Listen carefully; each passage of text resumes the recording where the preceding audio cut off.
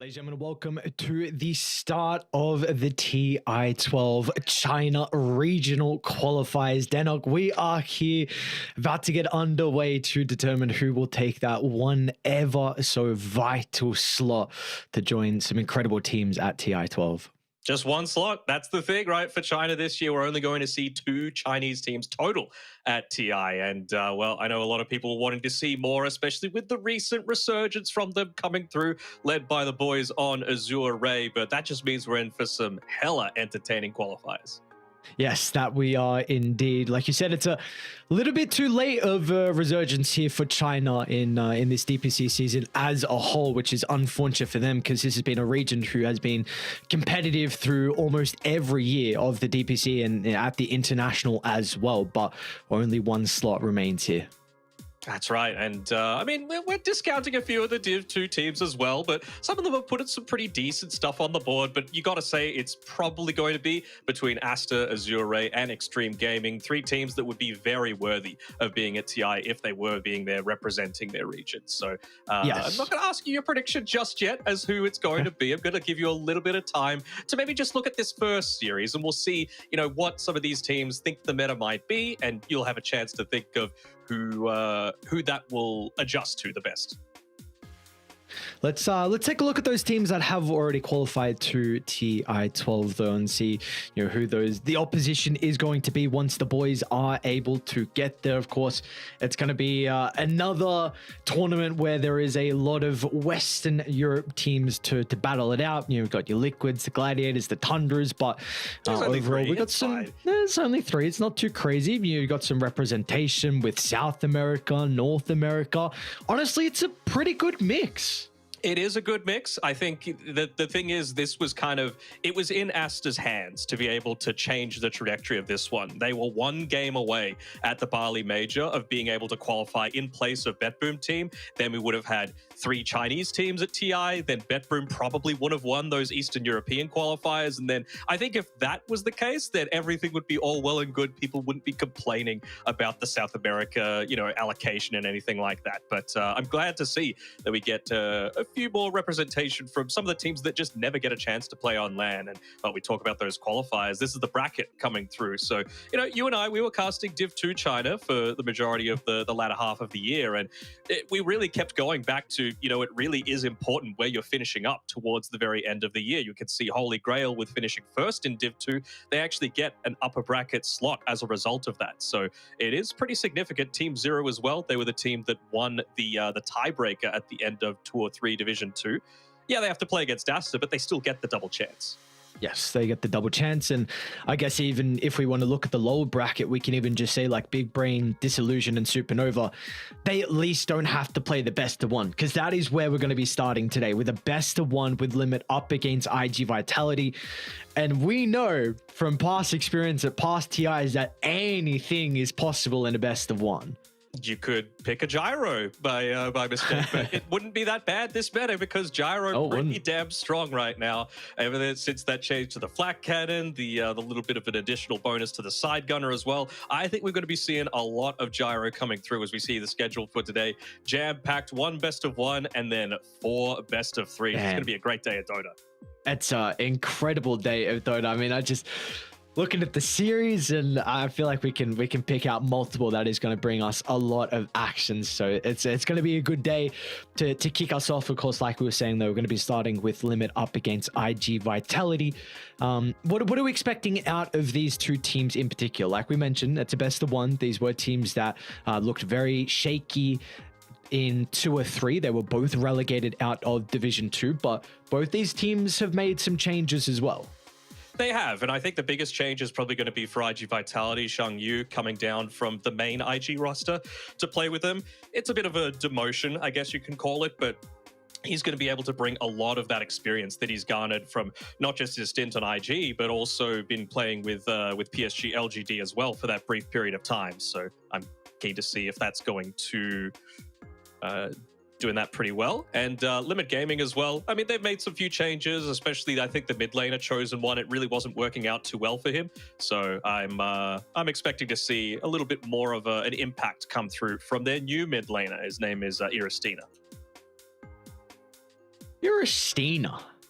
It's not a bad name. I don't mind it. It's definitely there's some other names you could go like, you got Q in there. We've got a lot of Qs in Dota currently, or Rain Pause is interesting. Stina. We'll see what he's going to be able to do for the boys on Limit, but yeah, of course, like we were saying, this is going to be a best of one. So whoever is able to make it through, of course, the next opponent's going to be the loser of Xtreme or Aster.Aries. So that's not going to be an easy battle at all.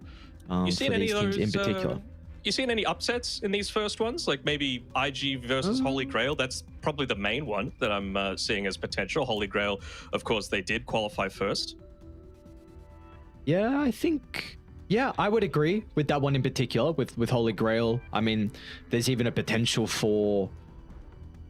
Like, we'll see how Aster.Aries are able to go up against Xtreme. Like, how is the change of Paparazzi retiring and XM coming in to play the mid lane? I know XM has been on some incredible teams as a whole in his stint in Dota 2, but have they had enough time to be able to get that cohesion down for the boys on Xtreme?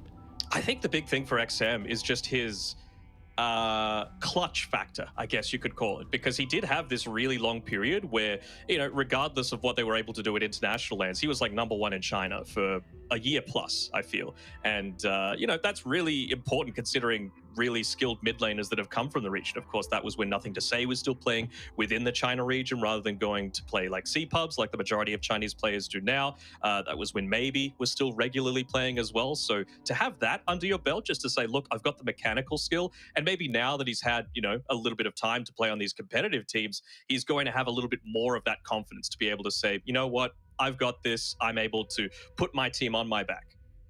Yeah, well, we are about to get our first draft underway. I want to speak a little bit as well with the changes that we have with the banning phase and drafting as a whole heading into this one. What do you kind of make of the change overall?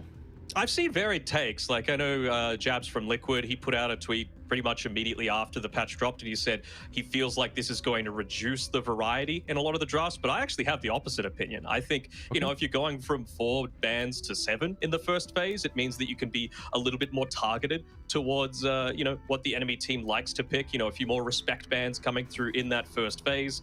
And also just, if the meta changes to be everything is the same, then those meta heroes will be banned. So in these like long tournament brackets where it's just like day to day, not week to week, I really feel like it's going to be the team that adapts the best that's going to be able to come out on top. But me, I'm a second pick enjoyer, and that really hasn't changed. Okay, yeah, so you still feel like second pick overall is going to be a little bit more favorable heading into this? I think so, but again, people have different opinions, right? I think having 4 bans in the first phase is really important, and I still kind of feel like there's 3 protected picks coming through for second pick. You've got the last one of the first phase, you've got the first one of the second phase, which you're able to protect with another ban, and then of course you've got the last pick of the overall draft as well, to be able to just wrap up everything with a nice little bow and say, you know what, this is our draft, we might have a gotcha pick still left in us, try and beat us. Okay. We do get our draft up on screen, so we do see some of the bans, and we do see the first phase as well. So it's going to be a Vengeful Spirit opener for Limit. iG.Vitality, they're going to respond with the Rubik. Quite like this. I mean, I haven't been seeing it a lot in Pro Dota, the Vengeful Spirit, and I'm not exactly sure why. I think the changes to it were huge, just that total damage reduction. So again, it's not base damage, it's total damage reduction. So kind of similar to the Bane with the Enfeeble, but you get to do it in a line. So, something like a Terrorblade is really going to be negatively impacted by it. The biggest thing that I'm a little shocked about is no Naga Siren ban. I still think it is the busted hero of the draft. Yes, really? I know that you can deal with it a little bit with like Maelstrom and that sort of thing with the new changes, but I think it really only like slows down Naga's dominance. If you can get into like a Manta and an Orchid, it could still kill the illusions, but once Naga gets a heart, you still have just an incredible amount of difficulty dealing with them, and I think that's going to be the main concern for mine. Well, what do you... Because there weren't many changes to Naga right as a whole. I feel like there were a lot of items that kind of... armor reduction, I think. Okay, so what makes you still feel like that hero is very, very strong compared to others when we did see, a lot of items were buffed to be able to deal with illusions? I think it's just the fact that regardless of how the lane goes, you're always able to jungle. That's the main thing for mine. And it also just makes the game for the rest of your team a lot easier as well. Yes, you're taking a lot of the farm, but you also do a great job of just shoving out so many lanes that a lot of the enemy's movements become a little bit more predictable. You're able to respond to smoke ganks easier, and the enemy ends up putting themselves out of position to be able to have to deal with a lot of this push that ends up happening. So, I mean, even just similar sort of things like the changes to the Mighty Mines, for example. If you're picking it on Dire, it's now got 7 HP regeneration. So if the lane goes horribly for you, just pick up like a Ring of Basilius and then just go to the jungle at level 4, level 5, and you should be just fine. Yeah, I think that's going to be the big thing where we now, because prior with Dire, you were putting a lot more emphasis on like farming carries that are able to farm the triangle, like maybe like a year ago when that triangle was much better with 3 camps.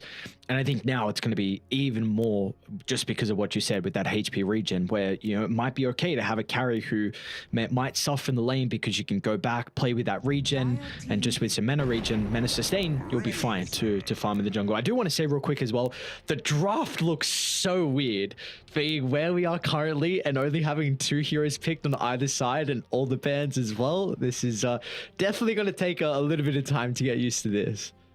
Can I just say, this is just on the default ban thing. It is nice to see it formatted correctly, though, right? Remember there was that like box underneath it that was always just a little bit too small, but now it's nice. You know, there's no intrusive box there that's just cutting off at the wrong place, and we get more bans, which means we get to see more of these unique-ish heroes come through. Like, we don't see a ton of Brewmaster in the past, but I feel like we'll start to see a lot of it.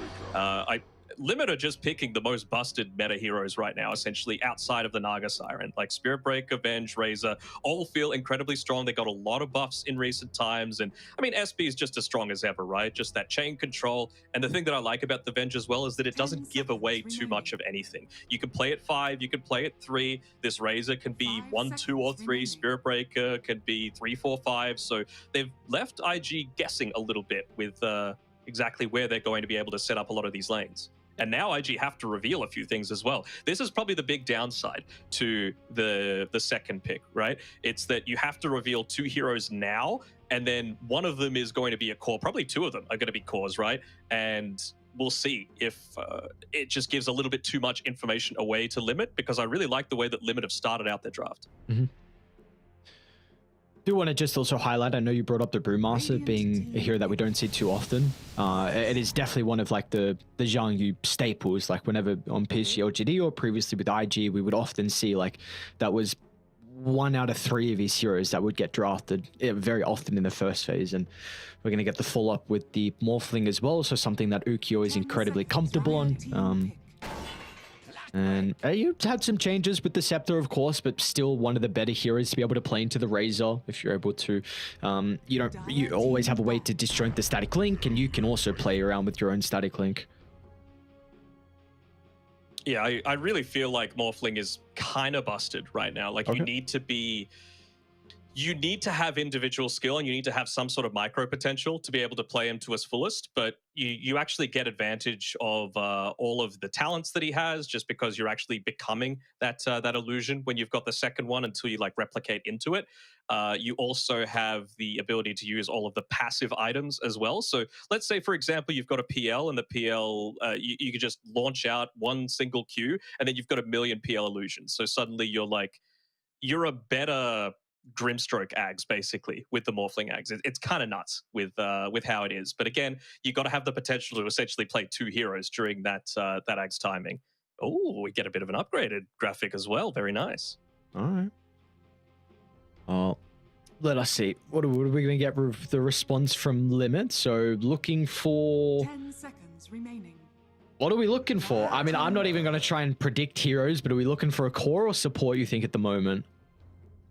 To me, I think they need a little bit more control on Limit, just because you are going up against a Morphling and a Brewmaster, 2 heroes that if you give them even a split second to be able to react, then it's going to give you a lot of difficulty. And there we go. Faceless Void feels just fine to me, right? Like you've got to be able to play this alongside. Maybe it's now Avenge 5, which that lane seems perfectly okay to me.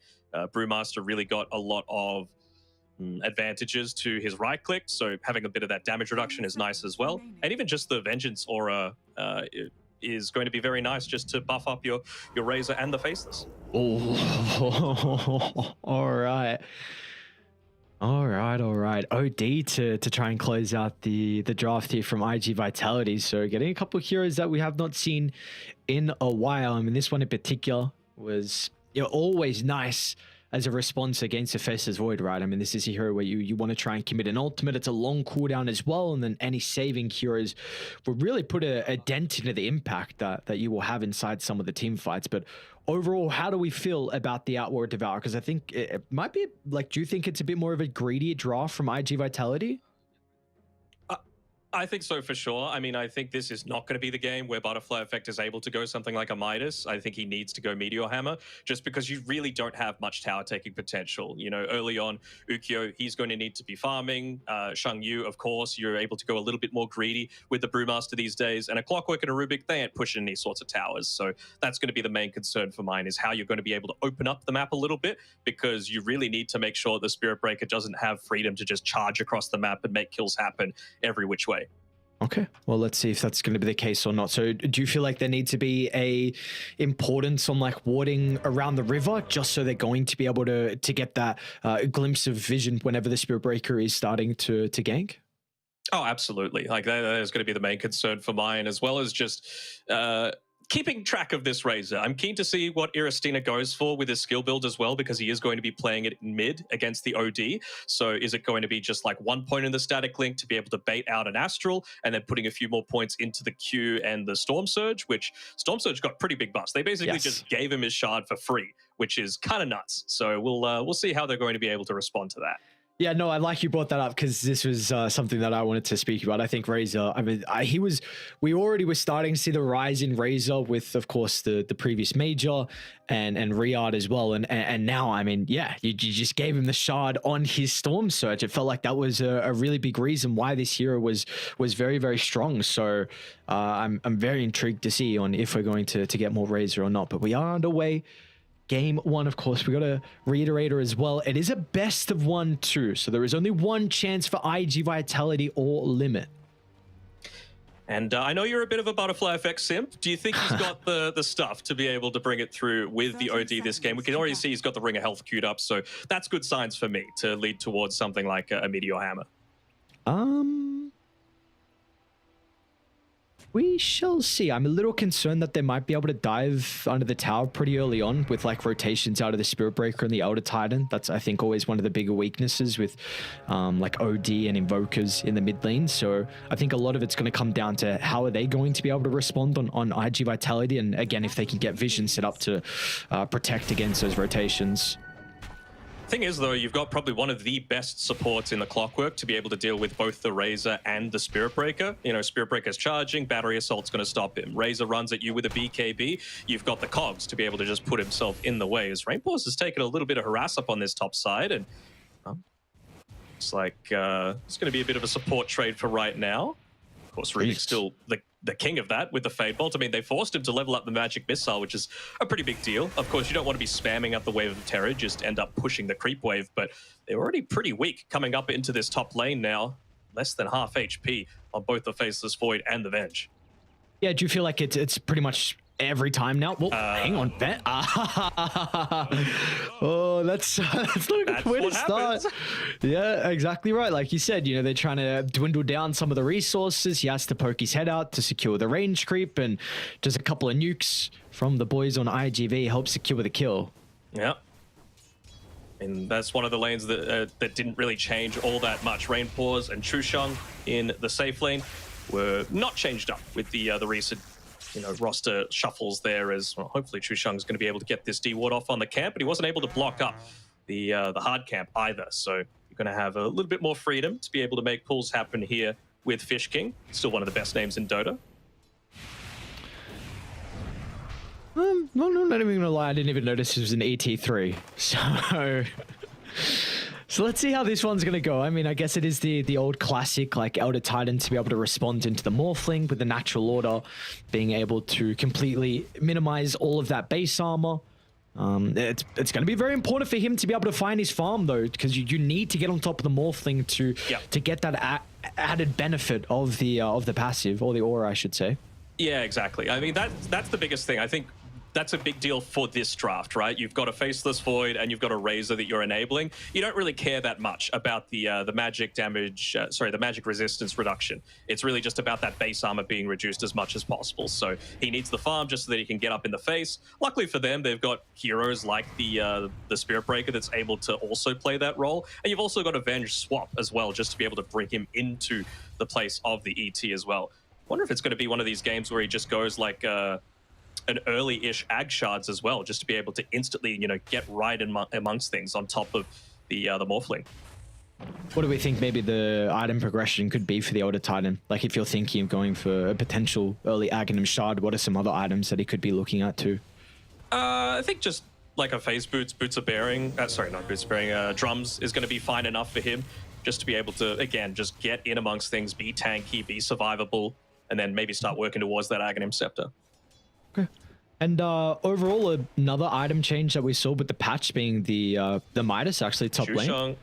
Yeah, fight over the Lotus Pool. It looks like IG.Vitality should be able to pick up their second kill of the game. Rainpaw's he can kind of poke onto the Rubik. Yeah, he's even got a Fairy Fire as well. The spells, of course, on cooldown. IG.Vitality won't really be able to continue to put the pressure onto the Faceless Void, but nonetheless, they are happy with getting the kill. I did just want to ask you, like, what are our thoughts on the Midas currently? Because I was watching Ramsey's stream yesterday, and I think in almost every single game that he was going for, it did not matter what the carry was, he was going down the Midas route. Bro, that's Ramsey's, Yeah, what I mean, to expect from the man? But it is just like that quality of life change feels so nice. Even if you get ganked, it's not a huge deal. And I think it's going to be one of those things where it just allows the game to be drawn out a little bit more and you get more value. And I feel like the game has slowed down a little bit, mostly because a lot of these pushy style offlaners have been nerfed somewhat. And as well, you have more bans to be able to like get rid of those in the first phase. Like I wouldn't be surprised to see like a Chan, an Enchantress, and a Beastmaster just gone in the first phase, and then suddenly the game is going to last a good 5-10 minutes longer than it used to. So you're going to get a lot more value out of something like a Hand of Midas. And I'll tell you what, the people with the hero puddle, they're not too happy with the changes with the draft. All of a sudden, potentially 3-4 of their heroes get banned out. It doesn't even feel too bad as well. So, what's going on here? I just dropped my TI predictions on Twitter, and I mean, that might be a reason why I'm not going with Aster for China, because Kaka, he's great on his little puddle of heroes, but once you start to force him to try and pick up a few new things, that's when some of the issues could start to come out. Come on, leave Kaka God alone. That man knows how to ball, and he can, when it gets to the stage where he needs to make some plays as top lane, we're seeing that be the case as once again. They'll get a return kill though this time though. So at least they will be able to avenge the life out of the Venge, but still, it's still a very good start. And even mid lane as well, Butterfly Effect should be able to get the solo kill onto Iristina. Another round of the Arcane Orb. As this is a hell of a start for IG.Vitality. They're going to get a double kill down bottom as well, as Ukyo heavily rewarded, and he should be more than okay as well with the attribute shift. I mean, you got to say, outside of probably Butterfly Effect on the OD, this is just the definition of comfort for IG.Vitality, and it's exactly what you want in a sort of best-of-one situation, right? Yeah. Ukyo, Morphling, by far his most played hero. Like you mentioned before, Shang-Yu, when he was on IG and LGD, he was just spamming this Brewmaster, and look at the net worth on the Brew. He is a good 800 ahead of the Faceless Void right now. Which is scary, because, I mean, he's going to be able to potentially rotate with his Primal Split mid lane, because that's what I was mentioning earlier. They're going to put a lot of emphasis on bringing some extra heroes to try and dive the OD. But if the Brewmaster is going to be able to respond to that at the early stage with his ultimate, then it could really prove to be an issue for Lemon. We're already seeing got that Observer Ward on the left-hand side, so obviously it's not going to deal with Q from making any sort of rotations, but it just provides a little bit of protection. It allowed them to reliably pick up the Illusion Rune, or even if they didn't, see what they were dealing with. And also, you just feel so confident on Fish King to be able to make that rotation away, because you're able to pick up this super early earn on the Brewmaster. And it just means that you're able to make individual kills happen. Well, there's another kill. See a true shot. That's going to be the 6 picked up there. Might go for Rainpaws now. Let's see what's going to stop them. Ultimate King committed here from Zhang Yu. Time Walk's still going to be there and available for Rainpause. He's got the potential to TP out, but of course the Brewlings can always stop him short. And this is now starting to get completely out of control. He's not going to have a lane to go back to now after some of these deaths. Oh, okay, they're going to commit for this, but I'm not sure if you're going to be able to make anything happen with 2 level 3 supports. I think Xiangyu could just keep going. He swapped in healing though because he wants to dive. And there's nothing that can stop him. Q might be in some danger. A little bit more damage required to get the kill. They got another round of the magic missile. Xiangyu's still sticking around now, and the Faceless Void is about to respawn. Meanwhile, on the other side of the map as well, iG.Vitality, they're going to get a kill on the Elder Titan. So with all the space that Xiangyu's making top lane, it means the ET is completely vulnerable to Ponyo and Ukyo. And we're already up to a 4,000 net worth lead. Yeah, and I believe Butterfly Effect has his Meteor Hammer as well, so he's going to start pushing in this mid lane. This was the main concern that I had for iG.Vitality, just not being able to open up the map all that easily, and he's just been left alone here. Oh no, Denog, the first rotation of Aristina, and he's going to get nothing out of it. No value of this rotation. I mean, he just didn't have a rune to play with, right? Like, he made a rotation, he TP'd up there, but no haste rune, no DD, nothing like that. I mean, they don't exactly have the best damage themselves. I was mentioning what is he going to do with his skill build. Still went the 2 points in the static link, but again, against an OD, it really just feels like not the ideal sort of play. You're going to get astraled every single time you go for a static link play. Speaking of the OD, does go to jungle. This Storm Surge not going to have the greatest value, and yep, Butterfly Effect's just been left alone. He's basically soloed down this mid tier 1 tower. He's even got a Midas queued up as well, so I mean, this hero scales incredibly well into the late game. We're going to see that come into play. So T1 tower already claimed, and I wonder what the choice is going to be from Butterfly Effect now. He just microed his career into the OD, so he's like, all right, I'll take it. Free gold and more free kills as well. Another death onto the Vengeful Spirit, and they have Primal split up in 10 seconds, so Chrono's going to be used from Rainpause. Does get stolen though, but Silver the Brewmaster's in some danger. Xiangyu, is he going to be taken? No, he lives. Are you serious? Xiangyu won't even die. Butterfly Effect, after getting the tier 1 mid, rotates atop at the perfect timing. And now this tower's going to be assaulted as well. And you can't TP into this because you stole the Chronosphere as well on Fish Kick. So he's just going to be able to turn it around. You've got some decent damage on Butterfly Effect to be able to pump into it. He's got the Gloves of Haste already, so going to get some, decent amount of right-click damage through with the Arcane Orb. And I mean, we haven't even mentioned Ukyo, and that's exactly what you want with a Morphling. He's 3-0-0 off the back of his laning phase, but laning phase is done, and iG.Vitality are in a super dominant position. And like you mentioned before, the supports, still level 3, and will continue to be that way for Q. Another death for him. You're going to try and soak mid on the Venge, but like without a tower, you're pretty much just going to die constantly. So look at them just sweeping across the map. Brewmaster, Rubik, and the Clockwork hand in hand. That's going to be another death. There's going to be 6 deaths on the Vengeful Spirit 10 minutes into the game. They might get Aristina as well. A little bit awkward use of the spell casting, but once the Chrono's expired, they're going to be able to telekinesis back into the hands of Xiangyu. Even stole the Plasma Field as well for extra damage out of Fish King. This is just a beatdown from the new iG.Vitality roster. Yeah, absolutely. I really feel like it was a huge mistake. Not just getting just the 1 point in the Storm Surge. I really think it would have changed things around for the Razor a little bit. It just becomes so much harder to be able to make those sorts of chases happen. Because, you think about it, you're going up against things like the Rubik, who's going to be right-clicking you and using single target spells. You've got a Brewmaster who's trying to chase you down with the buffs up to the Cinderbrew. Still no points on the Drunken Brawler, though, for Xiangyu. And, I mean, the man's a Brewmaster specialist, so I'm not going to knock him, but I mean, it just goes to show that he doesn't even need to rely on a lot of those right clicks to be able to get the work done. Is he going to dive? A tier 2 at 11 minutes? Brother, this is more kills. What's going to stop him? I think it's just a game of multi-shot. Well, that multi-shot, unfortunately, is not going to be enough. They can always win, walk away. It's just going to be a game now of how many deaths can they give over to the Venge, because we are up to 7. 10,000 net worth lead after that tier 1 tower claimed down bottom. They're able to drop an Observe Ward as well. around kind of the right Ancients area. So where are you going to be able to farm for Dire? I mean, it is a Midas completed for Rain Pause, but that is a silver lining at best. And that's another dive as well into Q. He's probably going to tick out to the Vessel. Yeah. Yes, he will. Jesus, man. Like, maxed out Cinderbrew plus Vessel does an insane amount of damage early on. It's like 600 plus that you're able to do. And when it's this early stage and you've only got about 1,100 or 1,000 or so on your supports, it really is just essentially a free kill. And this is potentially another free kill as well. Telekinesis back into the hands of Zhang Yu.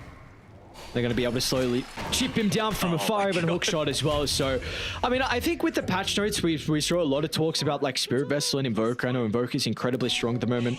What do we make out of it with the Brewmaster being a universal hero? I know Vessel was just nerfed. It doesn't have as many attributes, but the recipe, sorry, the total cost was still decreased. So do we think this could be another kind of sleeper hero where, again, a lot of people were speaking about Invoker and Vessel? Do we need to look at the Brewmaster hero as well? Oh, completely. I mean, it just unlocks Brew's potential so much. It's kind of like a substitute for the Vanguard a little bit. It makes your laning stage so much stronger. It gives you some sustain as well. And it really just means that your position 4 can look to make a lot more of those rotations away. He's got a blink as well. Where does he go? He doesn't. Oh, okay. Ooh, okay. I mean, honestly, if Limit don't get these 14-minute Wisdom Runes, at least one of them, it's probably like GG territory. You're already 11k down 13 minutes in. You're level 4 on your Spirit Breaker. Venge is level 6 at least, I suppose, but you just need that Nether Strike to be able to fight even moderately into this.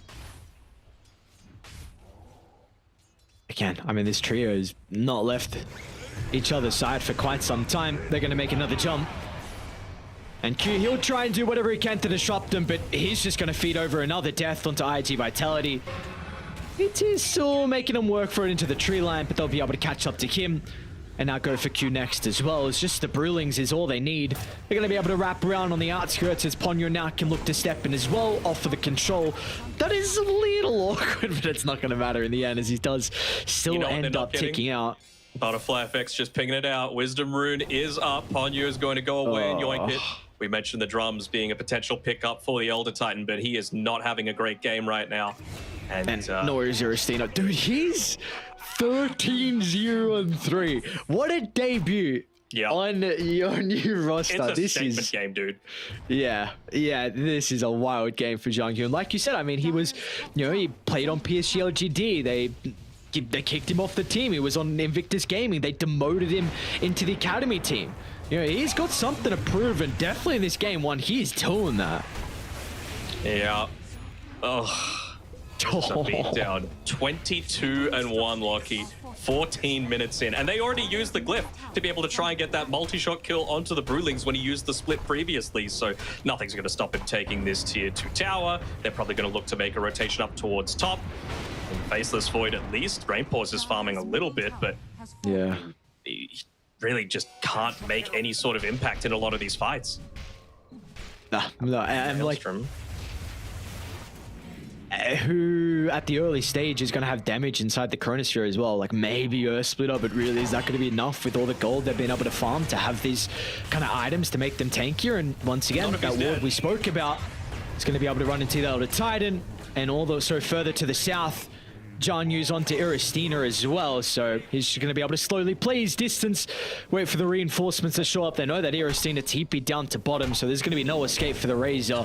Even Ponyo blocks the path as well. What a bully, honestly. Just giving even more food to this Brewmaster who's fat as hell already, and he's not even level 12, so he's just going to be even stronger, even more dive potential. And I mean, honestly, it feels like, they're going to be able to get a D ward. He doesn't even have his eyes on the map to be able to get the D ward off. He just wants more kills. He's trying to run them down.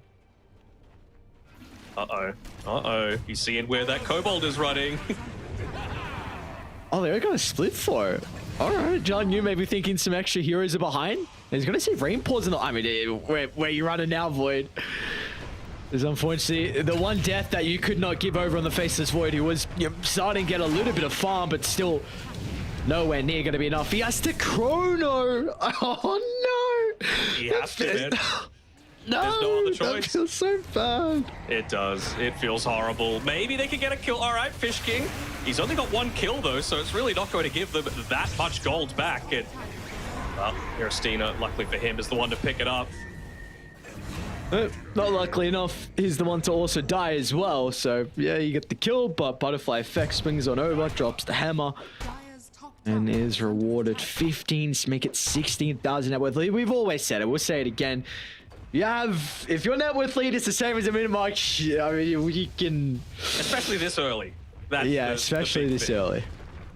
Like, I mean, I didn't even... 40 minutes into the game, it might be recoverable, right? Because it'll be like a big teamfight ulti. You've got level 3 ultis, and, you know, you may be able to make that turnaround happen, but not this early. I think just have no net worth to be able to fight with. And they call it as well. So Limit, unfortunately, will be the first team knocked out of the TI-12 China regional qualifiers. I mean, we've seen so far through all of the showings from Limit. You know, they started 2-2 in Division 1. It was kind of a streamer stack.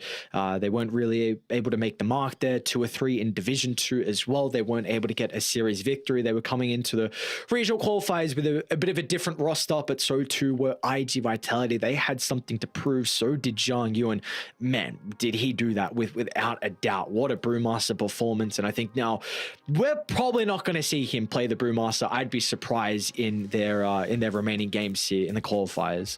You got so many bans to be able to deal with it, right? And I feel like, again, this is going to be one of those comfort picks that just gets addressed really early on into the piece. They had second pick and they were able to protect it somewhat as well, even just holding on to the pig pole again. Brewmaster, universal hero, so all those additional stats. And out of those, how many kills they end up with? 27. He was part of 21 of them. So really dominant performance coming through from an offlaner.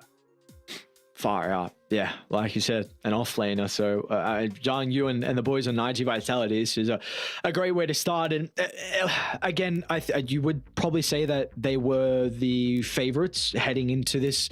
Yeah. But regardless, it's a best of one, and it's going to be a sigh of relief for them. They get through the best of ones. They're still in the lower bracket, so it is still only one chance for them. And China is stupidly difficult, like we've spoken about, you know, with Aster, with Azure Ray, IG Xtreme, and some of the Division 2 teams as well. But at least for iG.Vitality, you're playing in the best of threes now. You are, and it is going to be a bit of a sigh of relief. But honestly, maybe even they were like, man, I wish we could play, you know, against an Xtreme Gaming, for example, in a best of one, because maybe they could do what they just did to Limit. Obviously, the laning phase potential would be a bit better from one of those higher caliber teams, but this was just a demolition, and honestly not something that I was expecting. I was expecting an iG.Vitality win, but not in this sort of fashion. Yep. Like they've played recently in some third-party tournaments and they went 1-1. So it's not like Limit are incapable of making these sorts of plays happen. But I gotta say, it was a bit of a choice to be able to go with Q, right? Q is from Malaysia. He does not... He hasn't played a competitive game in almost a year, and they've been playing with a Vietnamese guy by the name of Obo in some third-party tournaments and having a lot more success there. Still not amazing, but not getting stomped like they did just now. And I mean, it couldn't have been anyone else than Zhang Yu for the MVP. No, it could not at all. So, well, again, we've spoken multiple times, but the debut performance from him on iG.Vitality, and of course on his staple Brewmaster as well. So, well-deserved MVP. An incredible showing from him, an incredible showing from the boys overall as well. We've spoken a lot about him, but I think even the supports with how they were rotating across the map was very impressed with, like, the Clockwork and the Rubik, always looking to sweep down to the lanes where they thought they were going to be able to get kills, and kind of playing with the OD to help get those early towers as well. But nonetheless, this is our first series of the day done in super quick fashion. So we're now looking over to our second series of the night. We're going to move up to the upper bracket, and we're going to move to the best of threes as well. And man, second series, that brings a good old smile to my face, because this is a very, very exciting series. Yeah, we get to see Aster taking on Team Zero. I mean, a lot of people are sleeping on Team Zero a little bit. You know, they didn't do horribly in Div 2, but it is a big step up from Div 2 to Div 1. CTY, though, he needs to really come out to play. Like, he was that pretty dominant force, honestly, in the laning stage from like 2013 until 2018 or so. But then he had this really long break. He came back. He started to play a little bit of, you know, semi-competitive Dota. But this is TI qualifiers, and you're going up against Aster, who feel like they should be there already. So they have a lot of motivation, and well, it's going to be probably not as dominant of a stomp of this one, but I'd be surprised if Aster don't take this one in a 2-0 as well. Yes, but with that being said, of course, we do have some TI winners on that Team Zero team, and even the coach being Blink as well, and Ice being the position 4. So they do have some people that know how to win, but like you said, it's going to be a very difficult series for them going up against the boys on Aster. But that being said, though, our first series of the night is done. iG.Vitality are going to be able to come out on top. They'll move through the best one. They now will be playing in best 3s in the lower bracket. But next up, look at the boys on Aster up against Team Zero. We'll see you guys after the break.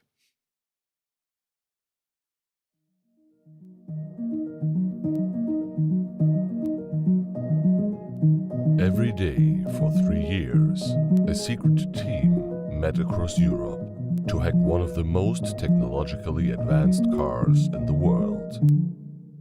Meet the Deloitte cybersecurity team that developed new state-of-the-art automotive software defenses, making the world safer for drivers, passengers, and pedestrians.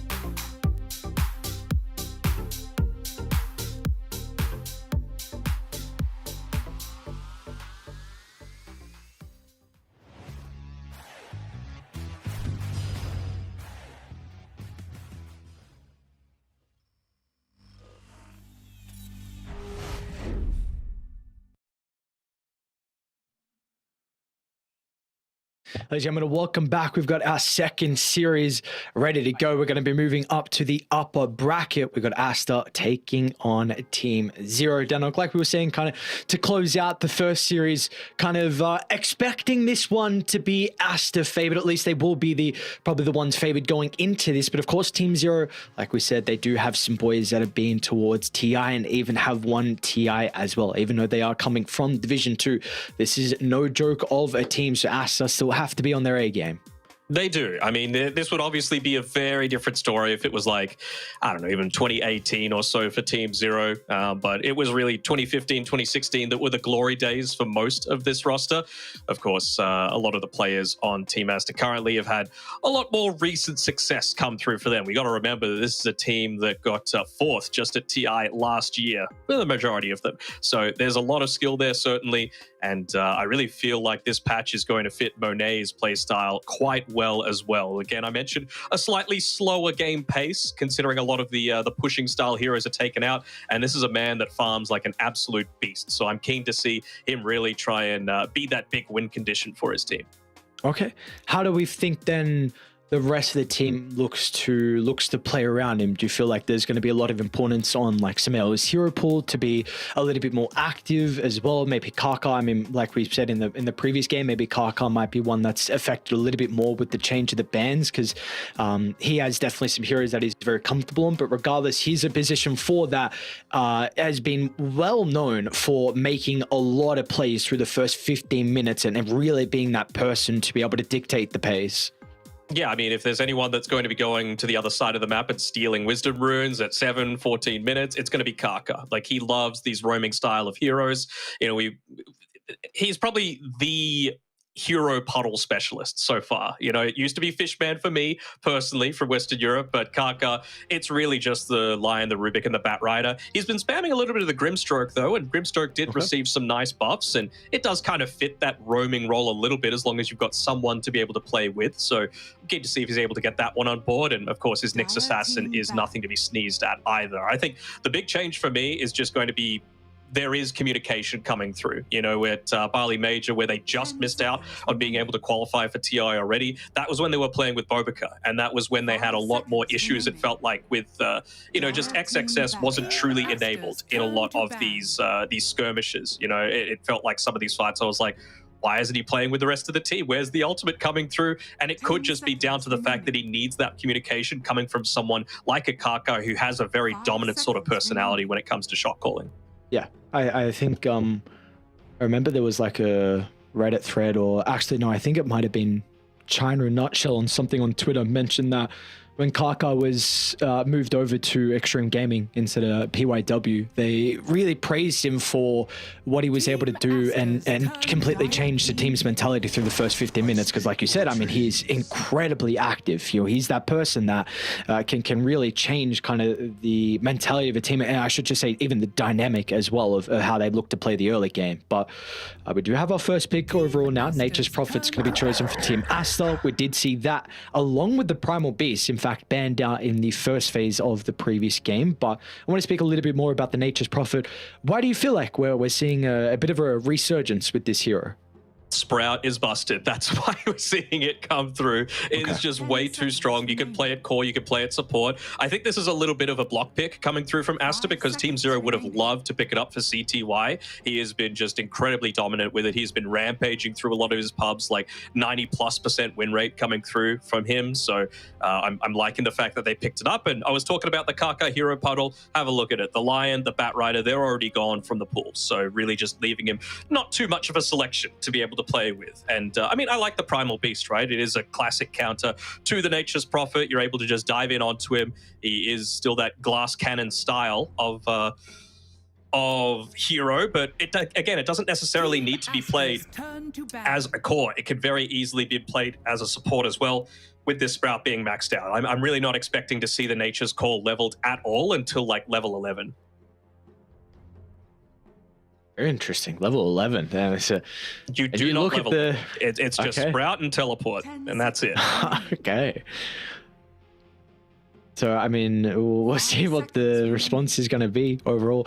I even want to speak a little bit more about Aster, and of course, with the Storm Spirit. Of course, it's a staple for Sumail. We have continued to see that these steroid heroes have been getting nerfed. The gas stations, I think, is how China kind of label it. But, you know, we haven't seen Pugna for a while. That last change, I think there was a little bit of a nerf to Coddle's mana that he was able to give over. Do you feel like this is going to affect kind of Aster in like one of their key draft identities with that Storm Spirit? No, I don't think so. I think Sumail as well, I really want to see him on a lot more of these playmaking style heroes. You know, his Invoker, his Ember, his Storm, his Leshrac, these sorts of heroes that are able to just go in, right? Because I really didn't like Sumail playing the Snapfire style heroes. I think it's just a little too narrow, right? You're not enabling him to play that perfect style, as we see the man himself, who did mention at the Riyadh Masters that it took him 2 months to become fluent in Mandarin. So there's no communication issues anymore. He says that he speaks better than some of his teammates. So, I mean, take it at face value. Was he laughing? I mean, yeah, okay, I was going to say. Well, I don't know. He seemed to be pretty serious about it. I mean, Mandarin's a super hard language to learn. You could barely speak English, and it's the only language you speak. Shut up. Why am I catching strays? What's going on? We're talking about Sumail. I don't have to get brought up here. I'm a little bitter that you got to spend the last few weeks over in the sunshine in Bali, right? That's what it's all about. There we go. All right, we get to see a Sumail Ember Spirit. Love to see it. And again, it's one of those heroes that does deal with something like the Grimstroke fairly well, right? You're able to get it onto him, which again, it does feel like a bit of a block pick. They're going back and forth with a lot of these blocks here coming through. There's still the Rubik available for them if they really wanted to, but right now there's not really anything that you super want to steal. I wouldn't hate to see something like an Enchantress be picked up here for Team Aster, just because it's good against the Ink Squirrel, it's good against the Primal Beast as well, and it lets you pick up the pace a little bit further. But oh, actually, it's banned out, so we won't be seeing that. Can you see? Contacts already, man. I know you're getting a little bit old, but you're not in 40s yet. We need some glasses, but 30's the new 40 apparently, vision, though. Unless it's color. So, I mean, there's probably Kaka here, like we were mentioning, of course, maybe a little more limited with his hero selections, but you've got the Ember Mirana, which is a incredible pairing.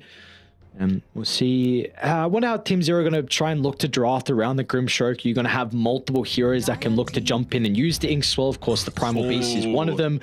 And we get the Earth Spirit. So this is a hero that's you're starting to be buffed up a decent amount. Of course, is a great pairing with that Grimstroke. And yeah, there's your second hero now. 70's been playing it mid a lot as well. He has been spamming it, always going the Urn first. And he's not just like one-track mind with his item build either. He pivots into Vessel, Midas, Radiance, Kaya, and Sanj. It really does depend on the game. So we'll have to see what Aster are looking to go for as well. But yep, great pairing together with the Grim. And I mean, that buff to the Rolling Boulder, just being able to be undamageable while you're in the actual roll itself or stunned or anything like that, it's so useful. Like a Bloodseeker previously absolutely destroyed this hero, not anymore. Even if you're ruptured, you're not taking any damage. Man, look how aggressive this team is going to get on Team Zero. Like, you have so many heroes to be able to jump in. I think now it kind of forces the Nature's Prophet to be played as a support, right? Like, how are you going to play this game on Monet if you have to go up into a Dino and an Earth Spirit and an Alchemist that's going to be up in your face at the early stage of this game? Yeah, I mean, I think it was probably always the general idea that it was going to be Kaka playing this one, but you always want the freedom to be able to, you know, get the farming beast that is the Nature's Prophet into that sort of game, if it's a good game for it. But I think, again, it was a block pick, just preventing Team Zero from being able to pick it up. It's fine, just throw it as a support. It's totally cool. Some tanky boys, though. I mean, do you go... Would you consider going like an XXS Necrophos here? A percent damage feels pretty good against a Primal, an Earth Spirit, and an Alchemist. Yeah. I think, let's see what the choice is going to be. They're going to go with Timbersaw route. Okay, so, I mean, you got 3 strength heroes on Team Zero. So, overall, what do we feel about this hero as well? I'm trying to remember some of the changes to it. In fact, I can pull them up real quick. It only base damage was decreased by 3, which is pretty decent considering I think a lot of people have mentioned with the change to Universal, it's kind of stupid with how much damage he's able to do inside the lane with his right clicks. It's not really going to hurt him too much. I think maybe one of the talent changes was Spell Amp replaced with 3% Whirling Death stat loss, but yeah, overall, what do we kind of think of the Timbersaw? Was he nerfed a lot? Is he in a good position currently? He was too strong before, I think. Yeah. And I mean, honestly, this game, the Whirling Death stat loss, it's pretty good this game. Like you mentioned, 3 strength heroes, right? So that's pretty much what they're picking it for. You know, it was either Timber or Necro, and they just feel like maybe this one's able to get be a bit more of that playmaker style, able to passively push out the lanes a bit more. I mentioned that the Nature's Prophet isn't one to go into the Nature's Call, so we're not going to see too many treants coming around for the first little bit of the game. So I'm not really expecting too much pushing potential to be able to come out from an Ember, a Mirana, or a Nature's Prophet. It's really going to be the Timbersaw just looking to put his body in the way and try and shove out that lane.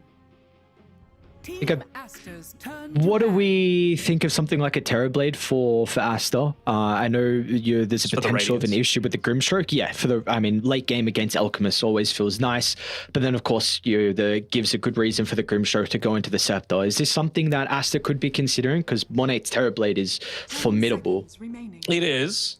His Troll Wallet is pretty formidable as well, and I'm glad to see that they banned it out. Really want to see it come through, though. That change to the Aghanim Shard is really nice. I think it's fine. I mean, again, it's someone else that's going to be able to put a lot of that pressure onto the map, and you can see some of the heroes that they're banning out as well. Underlord does really well against the Terrorblade in the lane. Shadow Shaman as well, just a hero that's able to get rid of at least one of the TB illusions with the Hex. But yeah, I wouldn't hate to see it just for a little bit more of that map control. 10 seconds remaining. Also, just the slow feels pretty nice whenever you've got an Ember and a Timbersaw that just need a little bit of that extra control. They are very lacking on stuns, though, on Team Aster. So maybe they're going to greed it out and, oh, okay, Gyro, don't hate it. I mean, you're going to have multiple people that are coming into melee range, right? Like all 3 cores right now are going to be in melee range for you. So once he picks up that Aghanim Scepter plus a Satanic or even just the Mask of Death on its own, it's going to provide you so much value with the side gunner, getting an additional target in recent times.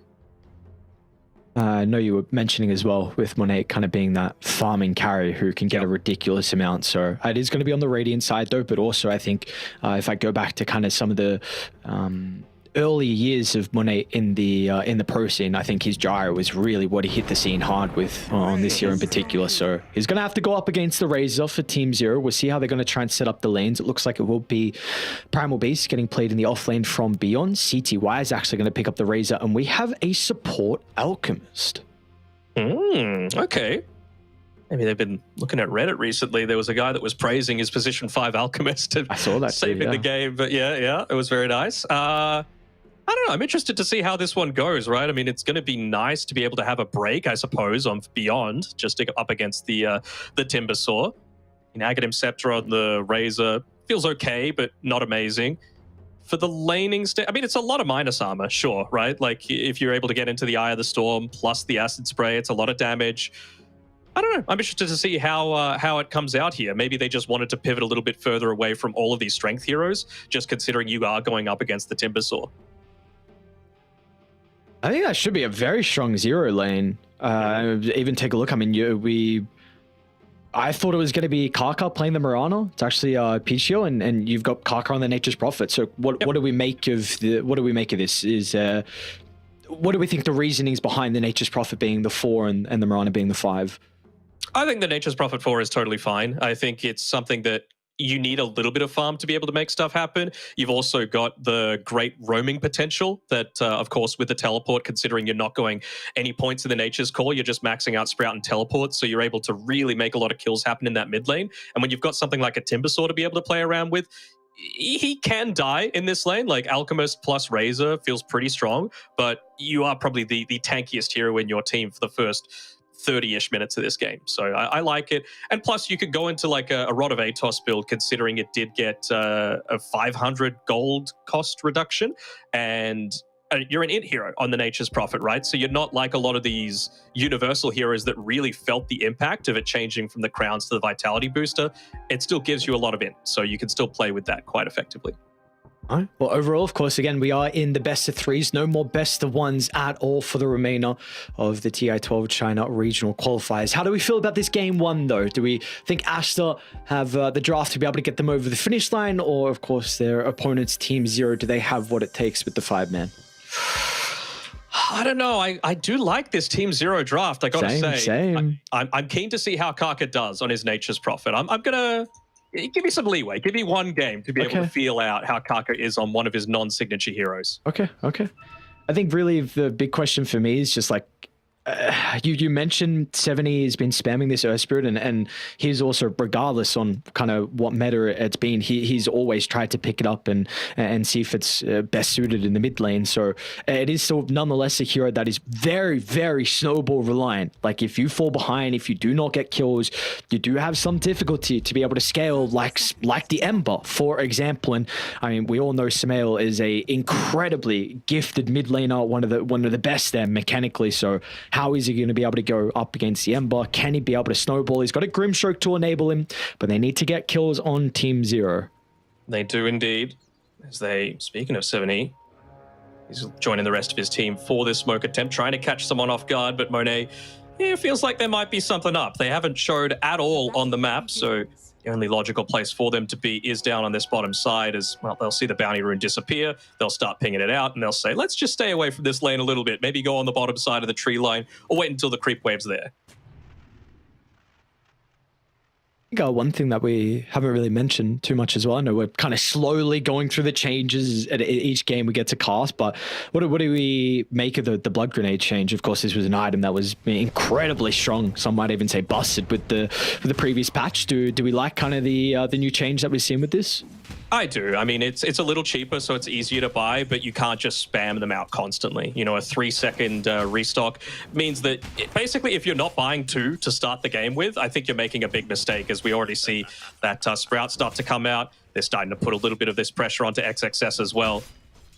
Really want to make sure that you can punish him early if possible. This is going to be a really active lane on the top side for sure. And I mean, one of the things that when they made this Razor Alchemist switch for like a position 1 Razor, I was like, how's this going to be able to make work? It's not like you're a natural Quelling Blade buyer, but you just have to have the Quelling Blade in this matchup whenever you're going up against a Nature's Prophet. He might end up dying here. Kaka, look at the damage they're going to be able to output, and this will continue to be the case, especially once they get levels as well. So, I mean, we do know Timbersaw is a hero that's able to play solo when you've got a position 4 that might be able to leave and play on the opposite side of the map, but early on, you are not at that stage where you can leave XXS solo. So there might be a lot of danger now for Kaka in the next couple of minutes. We just saw there is EZQ. He does have a Quelling Blade. Do they all have Quelling Blades on Team Zero? XXS, again, he's in a lot of danger. They've stolen plenty of damage, and CTY can chase him down and find the 2nd kill for Team Zero. It's a really strong lane, and I mean, that's the strength of hitting up onto this level 2, right? Then you've even got the Acid Spray for a lot more of that damage looking to come through. Again, Timbersaw doesn't have any points in the reactive armor just yet. Looking to try and spam out that Sprout as much as possible, but this is the exact start that they were hoping for.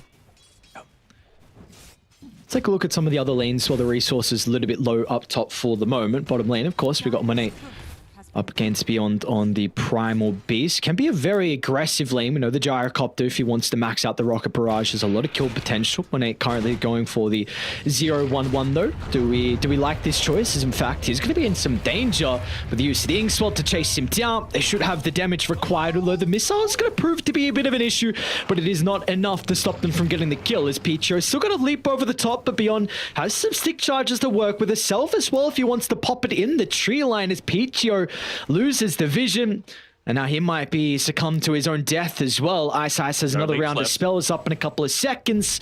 Won't even need the Ink Sword by the looks of it, but the Stroke of Fate, along with Biel's round of spells, secures another kill for Team Zero. What a start for them. Even gets fed another healing salve, just half strength, but doesn't really matter all that much. And Ice able to secure that healing Lotus for himself too. I mean, this is the start we were expecting, and this is why you and I were like, this Team Zero draft feels pretty good. Really strong lanes into potential for that late game. one lane that we haven't really been talking about so far is mid. Sumail still doing a very fine job. You've got a right-click advantage over the Ember Spirit early on, but Ember, one of the best stat gain heroes in the entire game right now. So we'll see what he's able to do once he picks up that urn, but I'm really not expecting to see too many plays happen from him until then. Wonder how active the supports are going to be able to play around this mid lane as well, because we both know the Ember and the Earth Spirit really relying on being able to pick up those power runes to be able to make plays across the map. But with all the aggression we're seeing in the side lanes, it might make it difficult for the supports to help protect the runes. Might come down to luck a little bit for those 6 minutes. I mean, bottom lane beyond. They're going to go in once again with the Inkswell. Another level up in the trample. The damage should be enough. When it tries to get some separation, they're still going to get a return kill onto the Grimstroke as Picho is doing a decent chunk of damage already with the level 3. Yeah, a little surprised they didn't get off that last Inkswell, and they also had 3 charges in the magic stick as well that they could have used. Look at that flak cannon range as well. It ended up cancelling half of Beyond's salve, so he's in a little bit of a riskier spot to be able to come forward here. Of course, he does need his Grimstroke as a bit of a steroid to be able to play with, but as soon as they see Ice TP mid to refill 70's bottle, they know that they can be playing a little bit more aggressively and confidently. Bounty.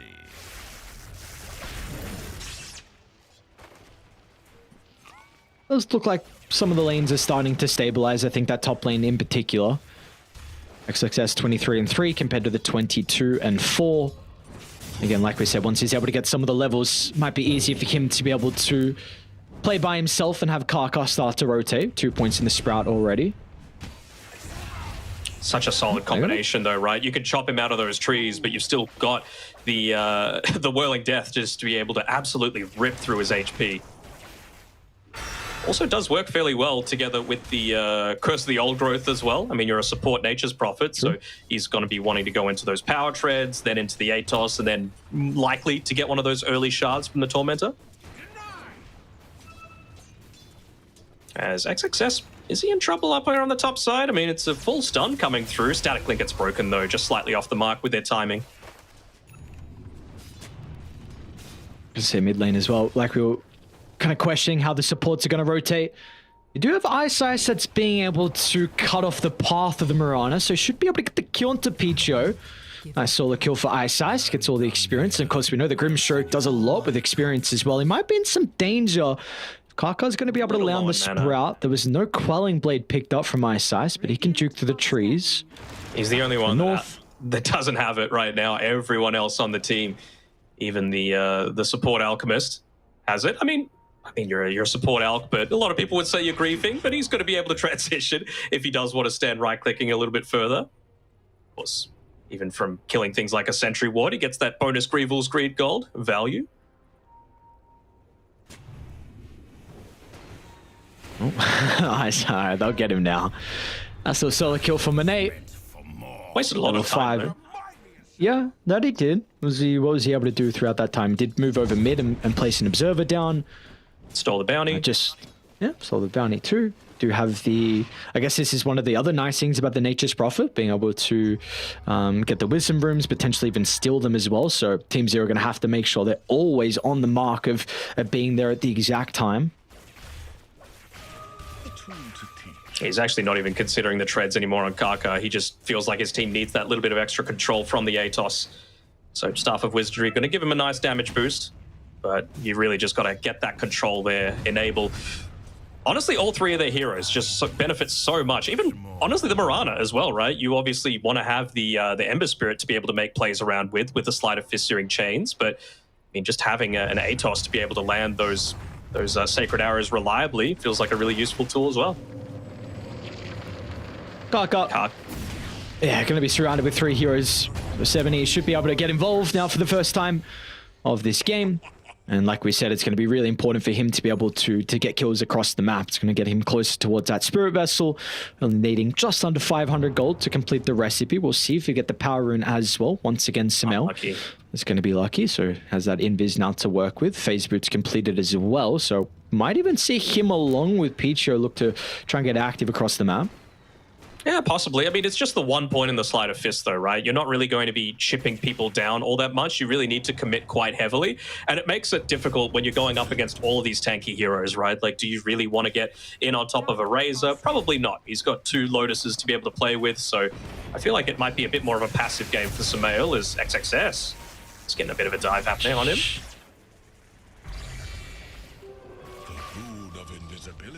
Kind of his opponent in the lane, the CTY Raze, who's got the Midas queued up. He will be the target of this smoke, though, from Aster. Sumail, Pichu in combination together, going to look to try and move to XXS. If they're lacking damage, he'll provide it with the Chakram. They'll need to start with the chain to set up for the arrow. And they're going to be able to do just that. So an easy kill for them to be able to find onto the hero on top of the net worth. So a very much needed kill as well for the boys on Aster. Don't worry, he's got the Midas. It's charging up towards the second charge. No massive Midas anymore. I know you're a big fan, but does not exist in the game. They're giving a little bit of space over to Kaka as well. Just making sure he's able to get up onto that level 6, can start building towards that ATOS. It's just such a value pickup for this hero right now.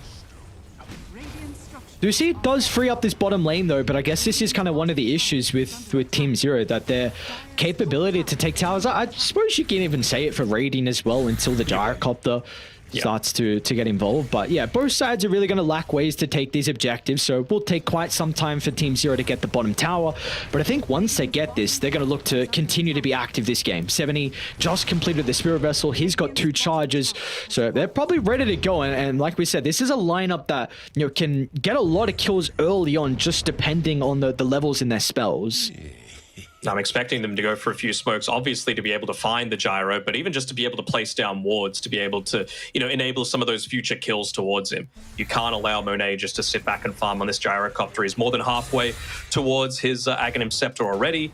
It's going as a real rush after the power treads. It makes a lot of sense, right? You just get so much value out of this. It's going to enable you to have a lot more survivability once you pick up some of those lifesteal items, and it lets you be the real centerpiece of a lot of these future pushes, right? Like, they just need to commit so much more attention onto you, and you might still end up surviving.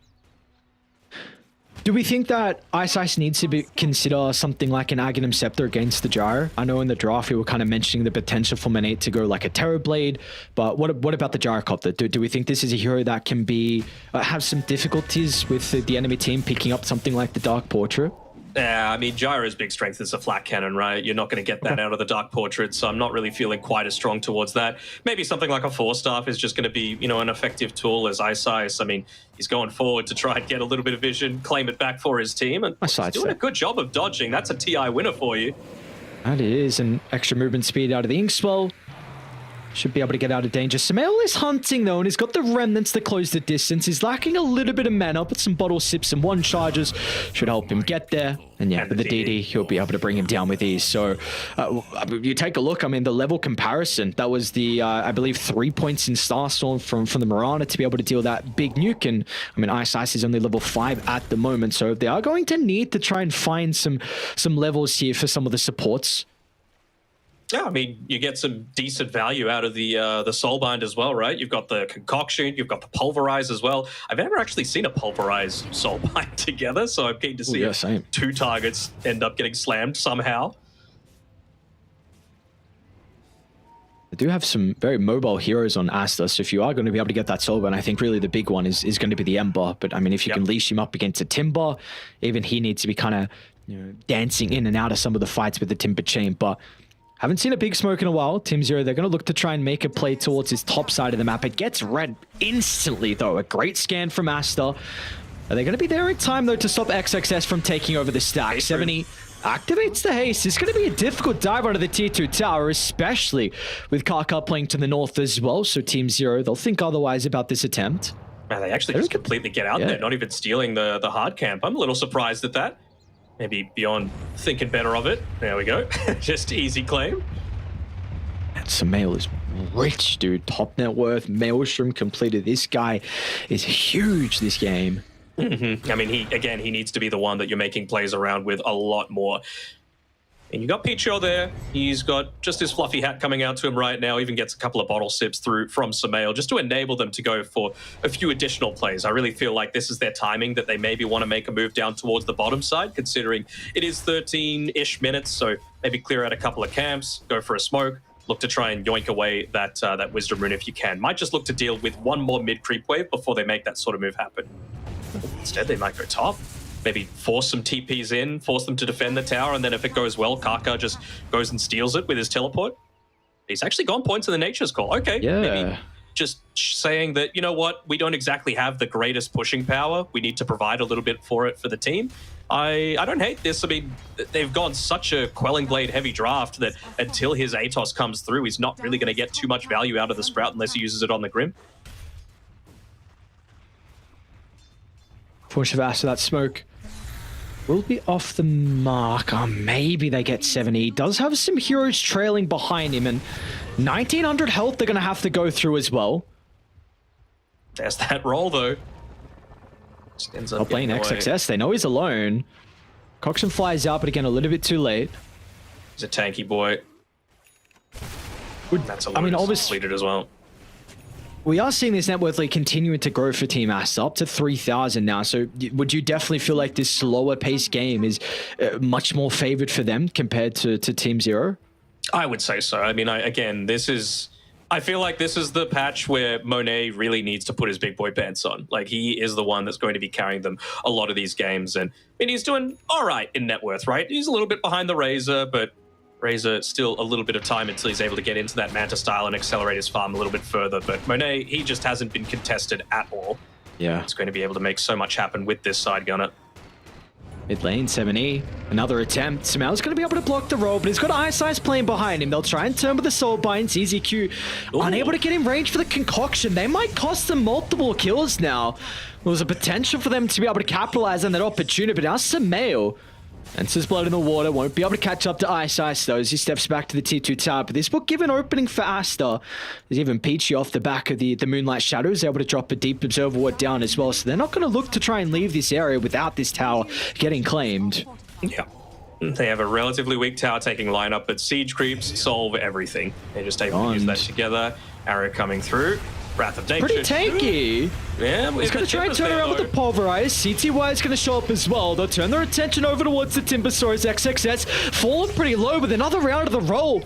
They'll hold him into place as Team Zero. They strike back. I think they're going to have some difficulty with Samael. He's out of Remnants though.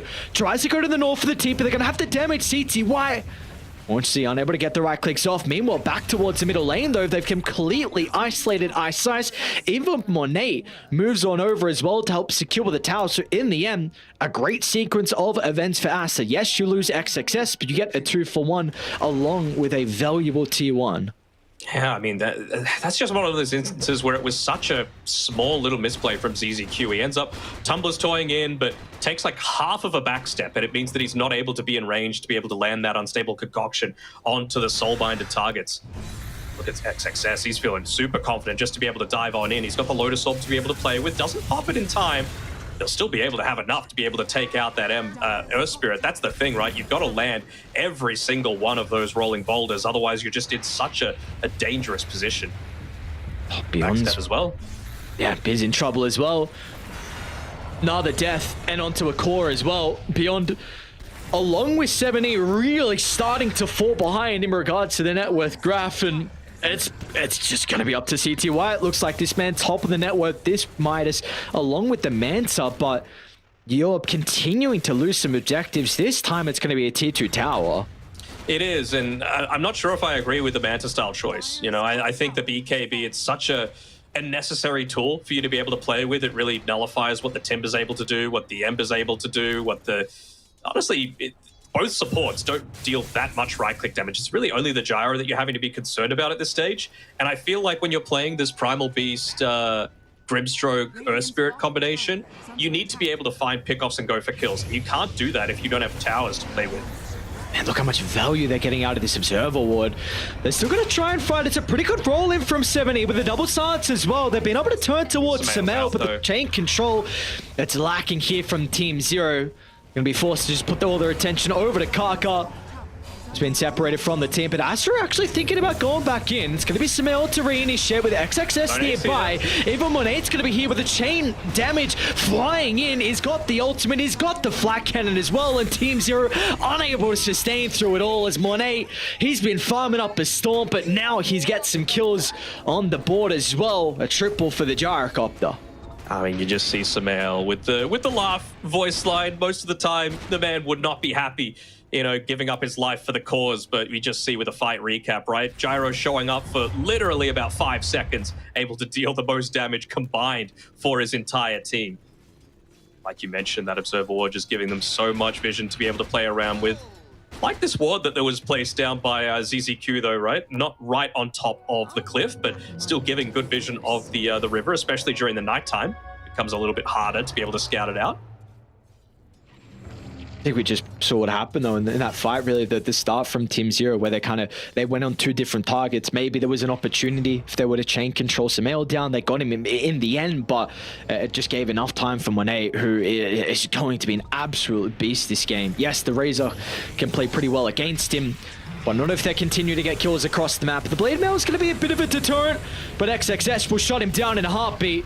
The Soulbind will hold them back. It's a decent amount of damage onto Picho, but XXS looking to make some space for the boys to give them that breathing room. CTY is on the outskirts, considering about stepping in, but with another death onto Beyond, we're really not seeing the value out of the Primal Beast. No, and that's what I was talking about before, right? You need to be able to take out towers so that the Primal has something to be able to play with, as Picho does get rid of that Observer Ward eventually. Really just being there in place because of the courier that they had been moving around. So I mean, again, you just have a pretty blank map right now outside of where XXS is farming right now, and you're losing towers as well off the back of it too. So I really feel like this is the sort of game where Beyond thought would go a whole lot better, especially considering how the laning stage went. You know, being able to get a kill onto that Gyro early on. I believe they got a kill onto Picho as well, but ever since then it's just been all Team Aster. And they're probably not going to look back with the position they're in. 11,000 net worth lead. What can we hope out of Team Zero to be able to find an avenue into this game? Because it is really starting to slip out of control as, again, this Observer Ward scouts out another smoke. Yeah, they're going to be able to position themselves perfectly. Picho. Awesome, Mail. Yeah, that's just so perfect.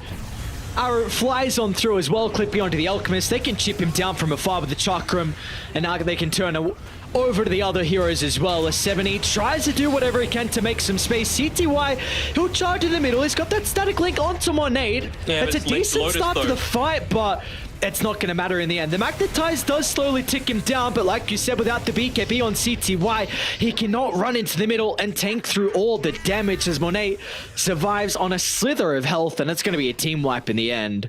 Yeah, I think it's just a matter of the priorities. They're not on the same page with it all, and well, look at that, Kaka able to go use the teleport, claim the Wisdom Rune, and even start putting a little bit of pressure in onto this as they see ZZQ TP again. That's about what the laughter's coming through from Sumail. I was a little bit worried here, to be honest. Like, yes, they get a really good initiation with Sumail, but when Monet comes in here, his flat cannon's just wearing out. So they didn't actually have flat cannon at all for that team fight until the very, very end. And I was thinking maybe he'd baited in his team a little bit. They get a lot of damage through, but it was a really good Lotus Orb onto Monet by XXS, meaning that static link didn't end up actually stealing any damage away from the gyrocopter. He doesn't have any additional damage for himself. And like you said, it was just a full team wipe, only losing the support Mirana. I don't know if this is like cope or not, but I feel like you did kind of see some potential for them inside that team fight for the boys on Team Zero. Like with all the AoE damage you have with the Earth Spear, I mean, the Magnetize did a decent amount, the Razor as well, but maybe it's going to be a different story now that you have an Aegis. Dude, Monet has a rapier queued up. I mean, I legit think he's unkillable. You know, he's got the Aegis and he's got a Satanic with a new side gunner. Like, he's so strong. He's going to be getting Solar Crested as well. He's got a Lotus Orb to be able to protect him. Like, you are legitimately going to need like 200 to 0 him through some form of control. And you're going to need to try and wait out this Aegis timing as well, but they're not going to give you the time to do it. All right, plus sides. 1 BKB completed, CTY, he's got his done too. Had to use the Eye of the Storm for it though, so they won't be able to fight for the next 40 seconds or so. And look at this, like Aster are just saying, high ground boys, let's go. They can't deal with us right now. They don't have the stuff. They can't team fight. They can't do anything. We'll come back, but like you said, this Storm is on cooldown. So it's going to be... I mean, they're definitely not going to be able to defend it 3v5. They'll try and stall it out with their spells and even popping a glyph as well without the creep wave there. Looks like Aster just going to back on up and try and get the Tormentor. Yep, pretty easy one. Somebody gets it for free. Sure. Huh? He was behind Timber at the time. And you already bought it on Kaka. Yeah. Good amount of vision that Curse the Old Growth provides is Kaka's the only one revealing on the other side of the map, but they might see that he still has teleport scrolls, so might think, okay, well, we finally have a fight where he's not able to instantly join in onto us. Maybe they can try and go for an outnumber. I think it's too long of a wraparound, though. They're going to see no one on this high ground, and yeah, now they'll scan. Instant smoke from Aster. Let me see the courier. It is I mean, that was that full Daedalus on the courier that they won't be able to kill off. And now look at the damage from Monet. Tears apart beyond. Ice dies on the side lane as well. Now CTY, you just picked up a BKB, but you now can't sustain through the physical damage as they're going to call it. Aster completely obliterate Team Zero in this game one.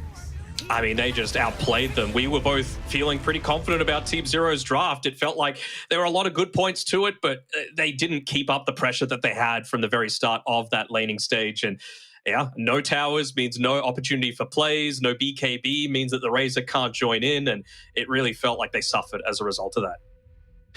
Felt like it was really that mid-fight, though, that completely broke open this game, where we saw was a 2-for-1 exchange favoring Aster. They got the tower, but I think importantly, the observer ward that got placed down. I mean, we highlighted it multiple times what that observer was able to do, and I think this has always been one of the biggest strengths for PTO and also just, I think, China as a whole. This is that fight in particular, where we saw from them, again, 2-for-1, but what they were able to get after that with this observer ward just gave them so much, and in the end, it just looked like a very clean and dominant performance if we kind of look away from the laning phase.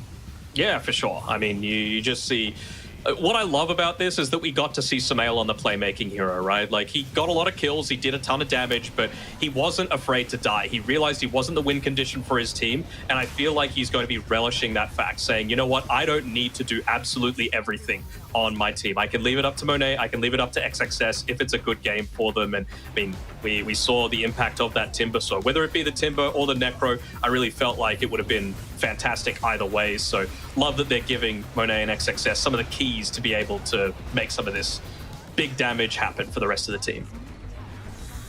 Going to be a lot of momentum for the boys as well, the team who a lot of people are expecting to make it out. With that being said, actually, I did see your post on Twitter, and you actually put Azure Ray being the team to make it out of the regional qualifiers. So we'll see. But Aster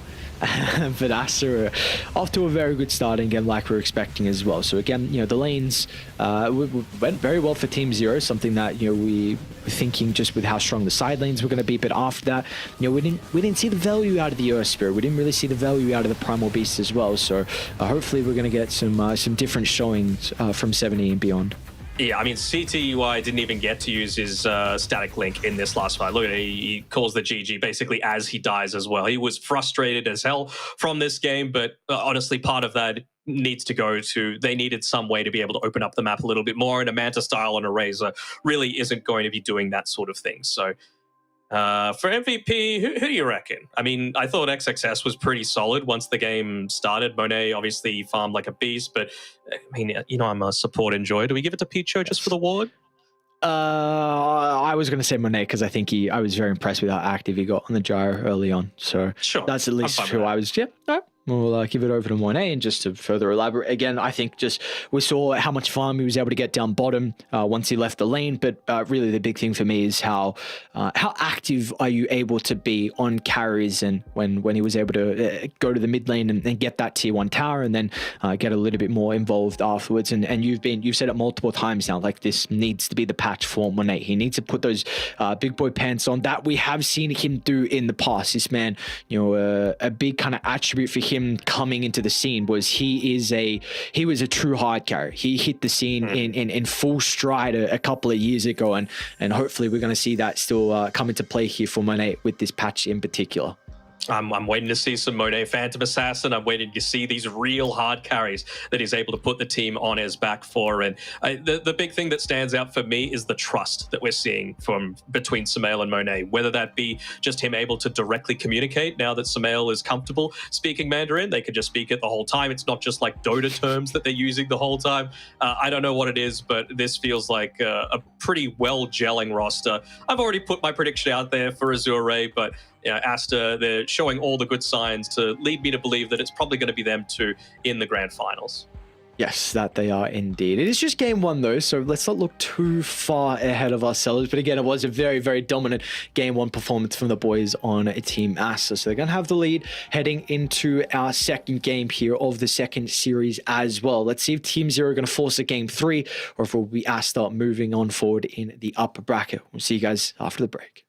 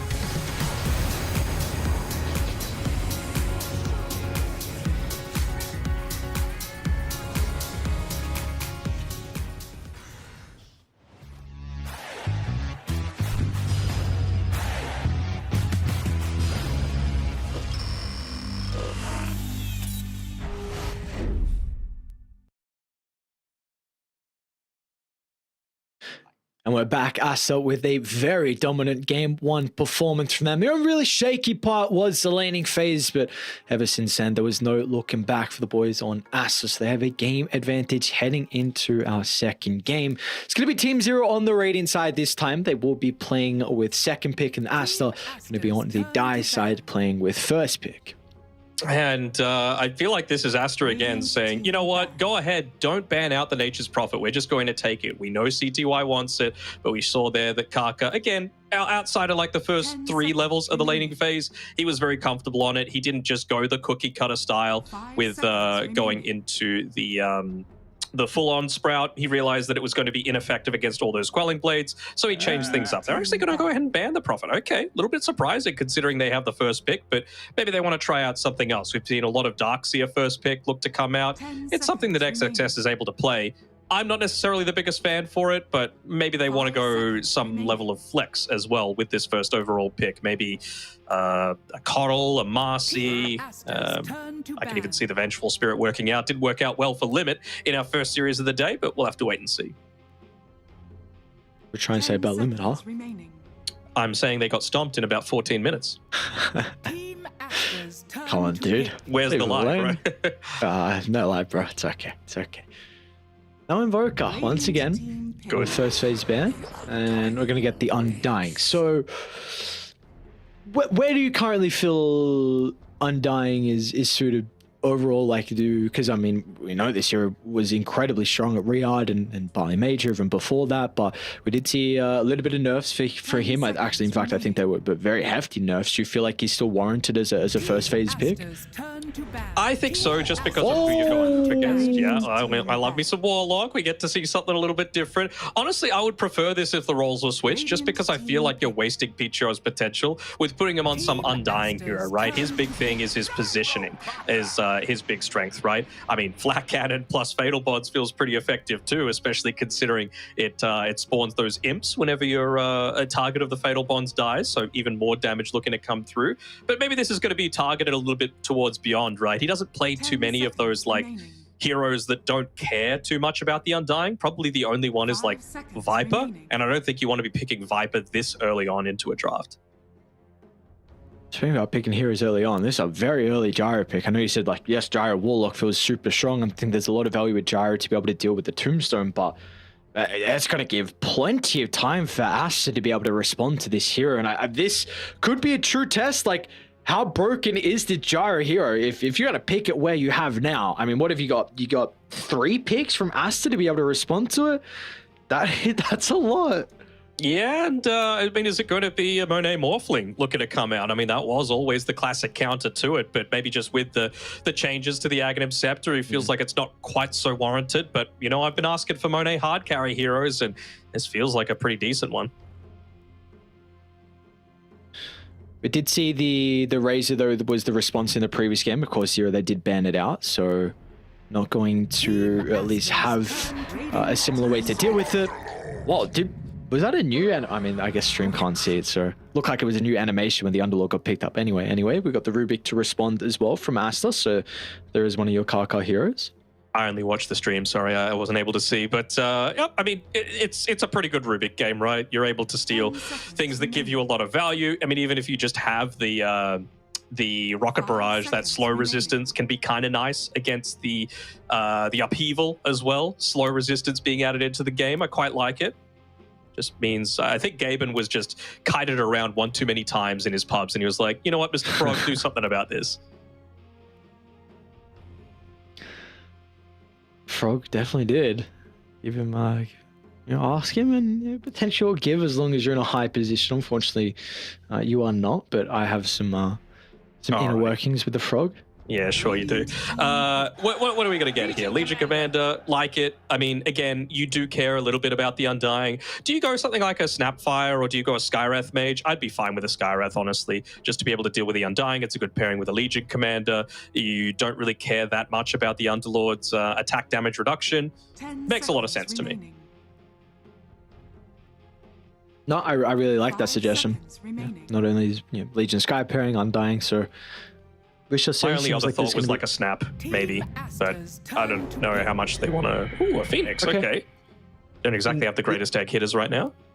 Yeah, and this is really the region that has always put a lot of emphasis on the Phoenix. I mean, overall, China has been known for their team fighting, and I think the Phoenix was a hero that got buffed up a decent amount. Would you agree?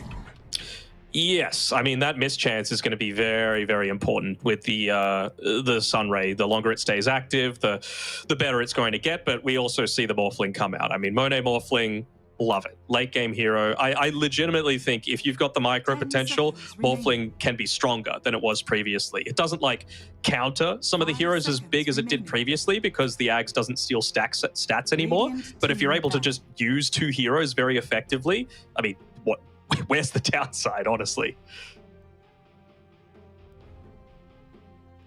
Looks like they're just looking to get rid of some of these Spirit Vessel carriers, although Phoenix, of course, is able to do it. There's that early Spirit Vessel before you're able to get into a Manta or a BKB. For the Morphling, feels very effective to just take that one out of the equation. I mean, is it something like an OD that they're thinking for this last overall pick for Team Zero? You know, it's always been that burst damage, a good counter to the Morphling. You really don't care about all the tankiness of the Underlord. The pure damage ends up doing so much. Feels like that could be the case. Nice way to confirm a lot of dual kills as well. Could they be lacking some playmaking potential? I mean, I think Aster definitely are, but I know we're speaking about Zero. Yeah, what do we feel like Zero? Because I feel like you can only really make plays with the Legion Blink.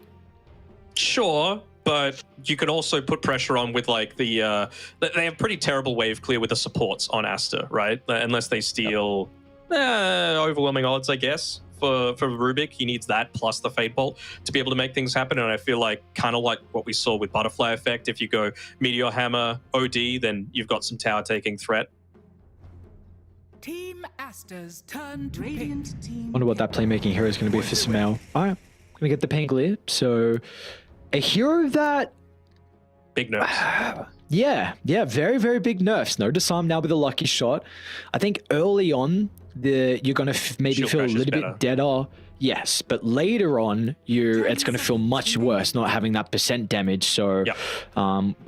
Regardless, I think you needed some initiating hero and some playmaking hero.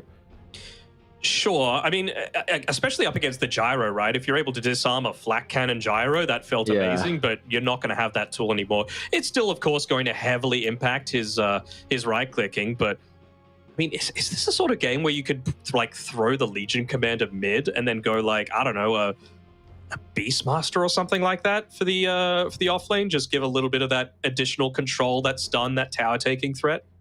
I wouldn't hate to see it. Very interesting suggestion. I would not mind it at all. I mean, in a beast with the Gyrocopter too is always a lot of value. So it would be 70 plays Ember, but they've already banned it out as that like Pango counter. Coddle, huh? So there's your vessel builder. I mean, I think maybe we're going to see a little bit more Coddle core just with the Chakra now having kind of the Magnus Empower effect where it doesn't double, right? But yeah, it's better for you. So, but again, you were mentioning though, the Aster boys, they were banning out Spirit Vessel buyers, and I mean the Keeper of the Light is definitely one of them. I think you've got your classic like Coddle Gyro, but usually that's kind of in the lane. But still, as the game goes on, you're gonna have like double flat cannon, and like you've already said with the Fatal Bonds could be very, very devastating. So and potentially it's a lot of nuke potential to help secure and guarantee these dual kills. So an interesting last pick for Team Zero. Yeah, I really don't think either of these mid laners are going to be under too much threat of dying in the early stages. But, you know, 70, he's going to be able to get his farm. Samael, he's going to be able to get his farm. It's just what they do with it, because they haven't really addressed their issue of none of these heroes like just standing and taking towers, right? The Gyro needs to be sitting back and farming. The Legion Commander's scouting for kills, and then it's what happens after they make that sort of stuff happen. Or it could just be trying to shove in the lanes as much as possible and let the creeps do the work. But I feel like Team Aster are very happy to play for like a slower paced, later sort of game. The Pango, not so much, but Morphling, absolutely. And I really feel like if you're just not giving up kills to this Legion Commander, she's not going to be scaling to the extent that you really want her to be that mid to late game threat. Yeah, so A lot of it's going to come down to how we're going to see the rotations out of the Coddle, and are you going to be able to get these dual kills here for the Legion Commander. So we will see what we have in store for us for our second game. Of course, in the upper bracket currently, see who will come out on top. We gave kind of, you said you wanted a game leeway. You've gotten that leeway. How are we feeling about this game too now, though? I'm feeling confident with Aster. I think they really shouldn't be giving up too many kills. I think the Undying is going to be quite nice in this lane against the Legion Commander. They wouldn't go for any sort of lane swaps, would they? That's really the only thing that I'm looking for right now. Beyond is together with CTY and ZZQ on this bottom lane. They don't have an Observer Ward to scout out any sort of Aster lane shenanigans. Doesn't look like they'll be dropping it there anyway. I think this game is pretty heavily on Ice Ice, to be honest, right? Like, if he's able to get a lot done with the Phoenix, especially considering the buffs, you know, everything ticking a little bit faster, the Sun Ray onto, you know, some of these big right clickers, especially the Morphling, you might not focus as much on healing up your team, more so on the fact of just reducing the damage of someone like that Morph that does rely so heavily on his right clicks to be able to get stuff done. Yeah, and to kind of continue with that point, I feel like, would you agree that you think as a whole, Team Zero have a better lineup in regards to team fights? I think so, yes. I mean, they are still really reliant on Beyond to be able to get that jump, to be able to start a lot of these fights. But once the fight begins and it's anchored around a certain point, they've just got so much AoE damage to be able to play with. You know, the Bonds, the Chaotic Offering, the Upheaval, the AoE damage from an Overwhelming Odds, everything that the Phoenix is able to offer. Like, so much AoE damage that they've got to deal with. Luckily enough for Aster, they've got one of the better heroes in XXS on his Underlord to be able to negate at least somewhat of that damage, right? The Atrophy Aura going to be really effective, and he's just a pure aura builder here. So I think he's wanting to try and delay the game, get into the pipe, get into maybe not the Crimson Guard this game, but a Guardian Greaves, absolutely. Anything that they can do to be able to remove a lot of these debuffs is going to be really effective. To then stay on the point of like team fighting as a whole, we know as the game goes on, you're going to get much more 5v5s, and if this game is somewhat even, do we say maybe it slides potentially back into the favor of Team Zero, considering it does really seem like they have an overwhelming team fight advantage? They do. My main concern, though, is that you're going to have this Keeper of the Light that eventually does fall off, right? Like, you can have the greatest early game possible. You can get that early Spirit Vessel. You can, you know, get a Dagon, start building it up in that sort of way. But once BKBs come out, you're effectively a useless core. And that's the thing that I'm really looking to be a bit more concerned about. I mean, the plus side is that he can just start enabling XXS. All right. That's a good start. CTY? CTY? I think he's just suiciding. He had nothing left in the regards to the resource department, so gets a kill in. He's going to come back. Even ZZQ is going to drop some items as well. Nicely done. So what I was saying was, at least when Coddle falls off, Gyro should probably be hitting his spike, so you can like you know, use the chakra magic to make sure that you're getting those flak cannons off a lot more frequently. It's an 18-second cooldown, right? If you can get 2 off in a fight where previously you would only be able to get 1 just without a Coddle, that's such a big difference, right, in damage output. But I really feel like it's about that, plus Beyond having a good early game and getting, let's say, 100 or so dual damage by the 25, 30-minute mark. Oh, is that doable? That's a lot. It's doable, but again, like, this is what I feel like this draft needs to be able to make work. Okay. All right. Well, let us see if he's going to be able to hit that mark or not. At the moment, I mean, Sumail is bodying mid 15-2 compared to the 11-1 from 70. Have to keep our eyes on how many stacks are going to be made inside the jungle as well for the 70 Keeper of the Light. Putting so much attention onto Picho, but he's just such a tanky boy. Able to spam out those decays, make sure that Monet has a good start. Looks like that is going to continue. And it's about slowing down this Legion Commander, making sure that the relatively early strengths, they're actually looking to make a play onto Ice Ice, still 10 seconds away from being able to dive away. Well done.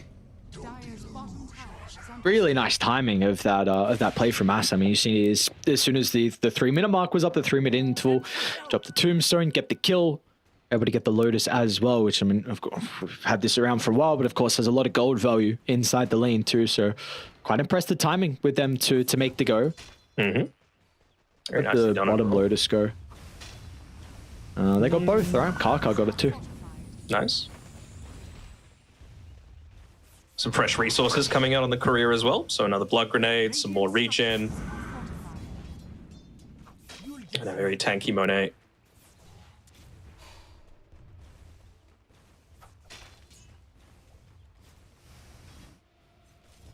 So my big thing is like playing around 70. I think that's going to be the big thing, right? He's going the boots of travel first, so really wants to be able to make those earliest rotations without getting punished by the Pango. And he wants to be able to like open up the map a little bit.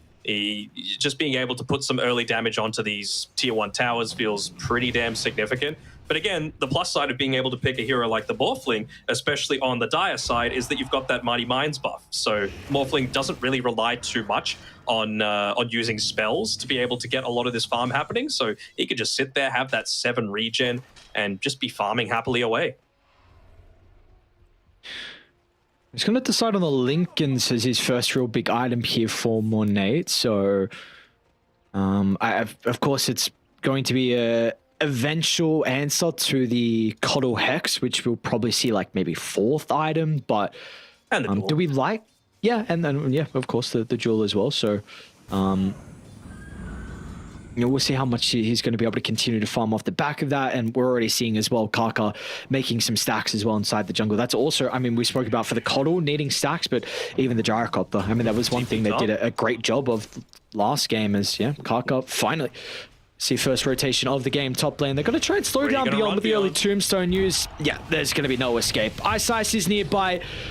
But the overwhelming amount of damage is going to be too much for them to deal with. ZCQ still going to try and TP in. It's a pretty good fatal bonds as well, clipping onto all 3 heroes. So get the return kill onto Picho, but it is still the offlaner that goes down. Run MP. Ah, he just runs. Oh, no, he doesn't end up getting on anything. Yeah, it's the offlaner that goes down, and that's the big thing for mine, right? All of this really just does feel like slowing down Beyond as much as possible to me. You saw how ineffective he felt when they put a lot more attention onto him in that previous game on his Primal Beast. Like, they needed to make so many plays around the man, and they just weren't able to do it just because of how past the laning stage, not too much was happening for the team. They weren't able to take towers. They weren't able to find people in difficult positions. It's the opposite way around this time. It's just preventing them from being able to land those big duels. That's why you've gone this Lincoln Sphere. I would love to see a Manta style come out from Monet. Anything that's just going to dispel things. First rolling thunder of the game here from Sumail. So they're not going to be able to get the kill, though. A little bit too deep for the attempt with the dive. Sumail might be in some danger now with the ultimate expiring. 70 is going to be able to connect with the solar bind. Still, Pichu is off for the outskirts, pumping a decent amount of damage. And they've got Kaka with the Fate Bolt as well. If he pops out of the trees, they might be able to get the kill. Tolkien needs to drag back. They'll do just that as Sumail scurries inside the room here. He can now look to turn as well. Another round of the shield crash up in a couple of seconds, and Ice, he's got nowhere to run, so these 3 heroes, it'll take him a while.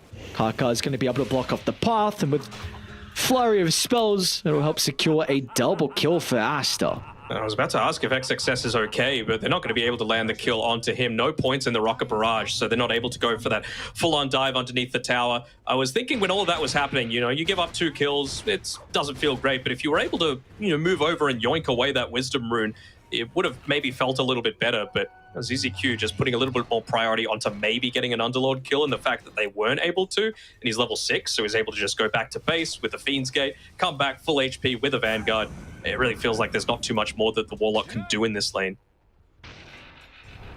And nor the Gyro, to be honest, to be able to shove him out. And this is a very interesting adaptation, and actually something I was hoping to bring up last game. Didn't really get the chance, but this is a different item build that we saw from the Gyrocopter when this hero was kind of in meta. There was a couple of choices, right? You would rush the Scepter, or you could go the crit stick with how cheap it was. And this got reduced in gold even more in the latest patch, which I think is going to make this hero even more viable, which is having a different couple of options in regards to some of your items. I'll hold that thought, because back inside the river, ZZQ, he'll steal the room, but of course it's going to cost him his own life, unfortunately. Sumail actually going to have some difficulty with the fresh health thanks to the Illuminate, so he has to stick around a little bit longer than he was hoping for to help bring him down. And as a result, Team Zero, we're going to be able to find a nice rebuttal. 70's even going to look over to Pichio, but he's not going to feel he has the damage to get that Undying kill as well. Yeah, I mean, I do like the crit stickers. They make another play onto XXS. Again, though, I'm not sure if they're going to be able to do this. How long's the Spirit Form got left? A little bit. They're popping everything. Can they get him? No, Rocket Barrage going to prove to be an issue, and just survives. Slither of health makes it out, and even ZZQ TP down as well. So you're probably going to be able to get a tower as a result of this, or maybe not, but the Fiends get back up. Not giving it up. Yeah. He knows that they've expended everything. They have no Spirit Form. They have no mana on the Coddle. They have no cooldown. They have no Rocket Barrage. So what is there really for him to be afraid of? And even with all the action that we just saw mid lane and bottom, yes, it's dragging some heroes away from top, but beyond is continuing to struggle. This Legion commander can be known as a bit of a lane dominator, but not when the Morphling has had this good of a start. Monet, about what, 1,300 net worth over the Legion commander. It's not going to stop anytime soon unless the Coddle is able to have something else to say. I mean, they didn't really make it easy for him, right? Having an Undying that you're playing it into, and then Monet, of course, being able to play this Morphling that we called pretty early on, right? Up against the Gyrocopter, it feels great. And I mean, it really does make the Morphling, who's a dominator of melee matchups, really feel a lot less effective. And I mean, even he's going into the Blade Mail. This is the sort of item that you go against your Terrorblades, your Medusas, and your Morphlings, just those big right-click damage heroes to turn their biggest strength against them. But by the time he picks it up, Monet's going to have that Lincoln Sphere, and they don't have an easy way to be able to pop it outside of like 70 having the Spirit Form and a really long-range Blinding Light. But, sorry, and the Mana Leak, whatever it's called. Yep. Solar Bind, that's the one. There we go, there we go. Third time's the charm as Aster. A little bit too late with the smoke to try and protect the tower. They're going to still try and move bottom to try and get a kill, and they should be able to get Ice. Fresh Diffusal Blade. Still going to be able to dive inside the river. Sunray as well to get some separation. Smell, does he want to hunt for the kill? We'll be off the mark with a Swashbuckle, but nonetheless, it'll be a long chase down. Yoink it, We'll be rewarded. I mean, at least 70's doing the right thing, right? They're using the space created to be able to put a little bit more... Oh, that's a really nice spell to be able to steal the Chakra Magic on the Rubik. Honestly, that or the Illuminate would have been A-okay, right? Remember, I believe that Aster are very happy to just draw this game out. Let the Underlord get into all of these aura items.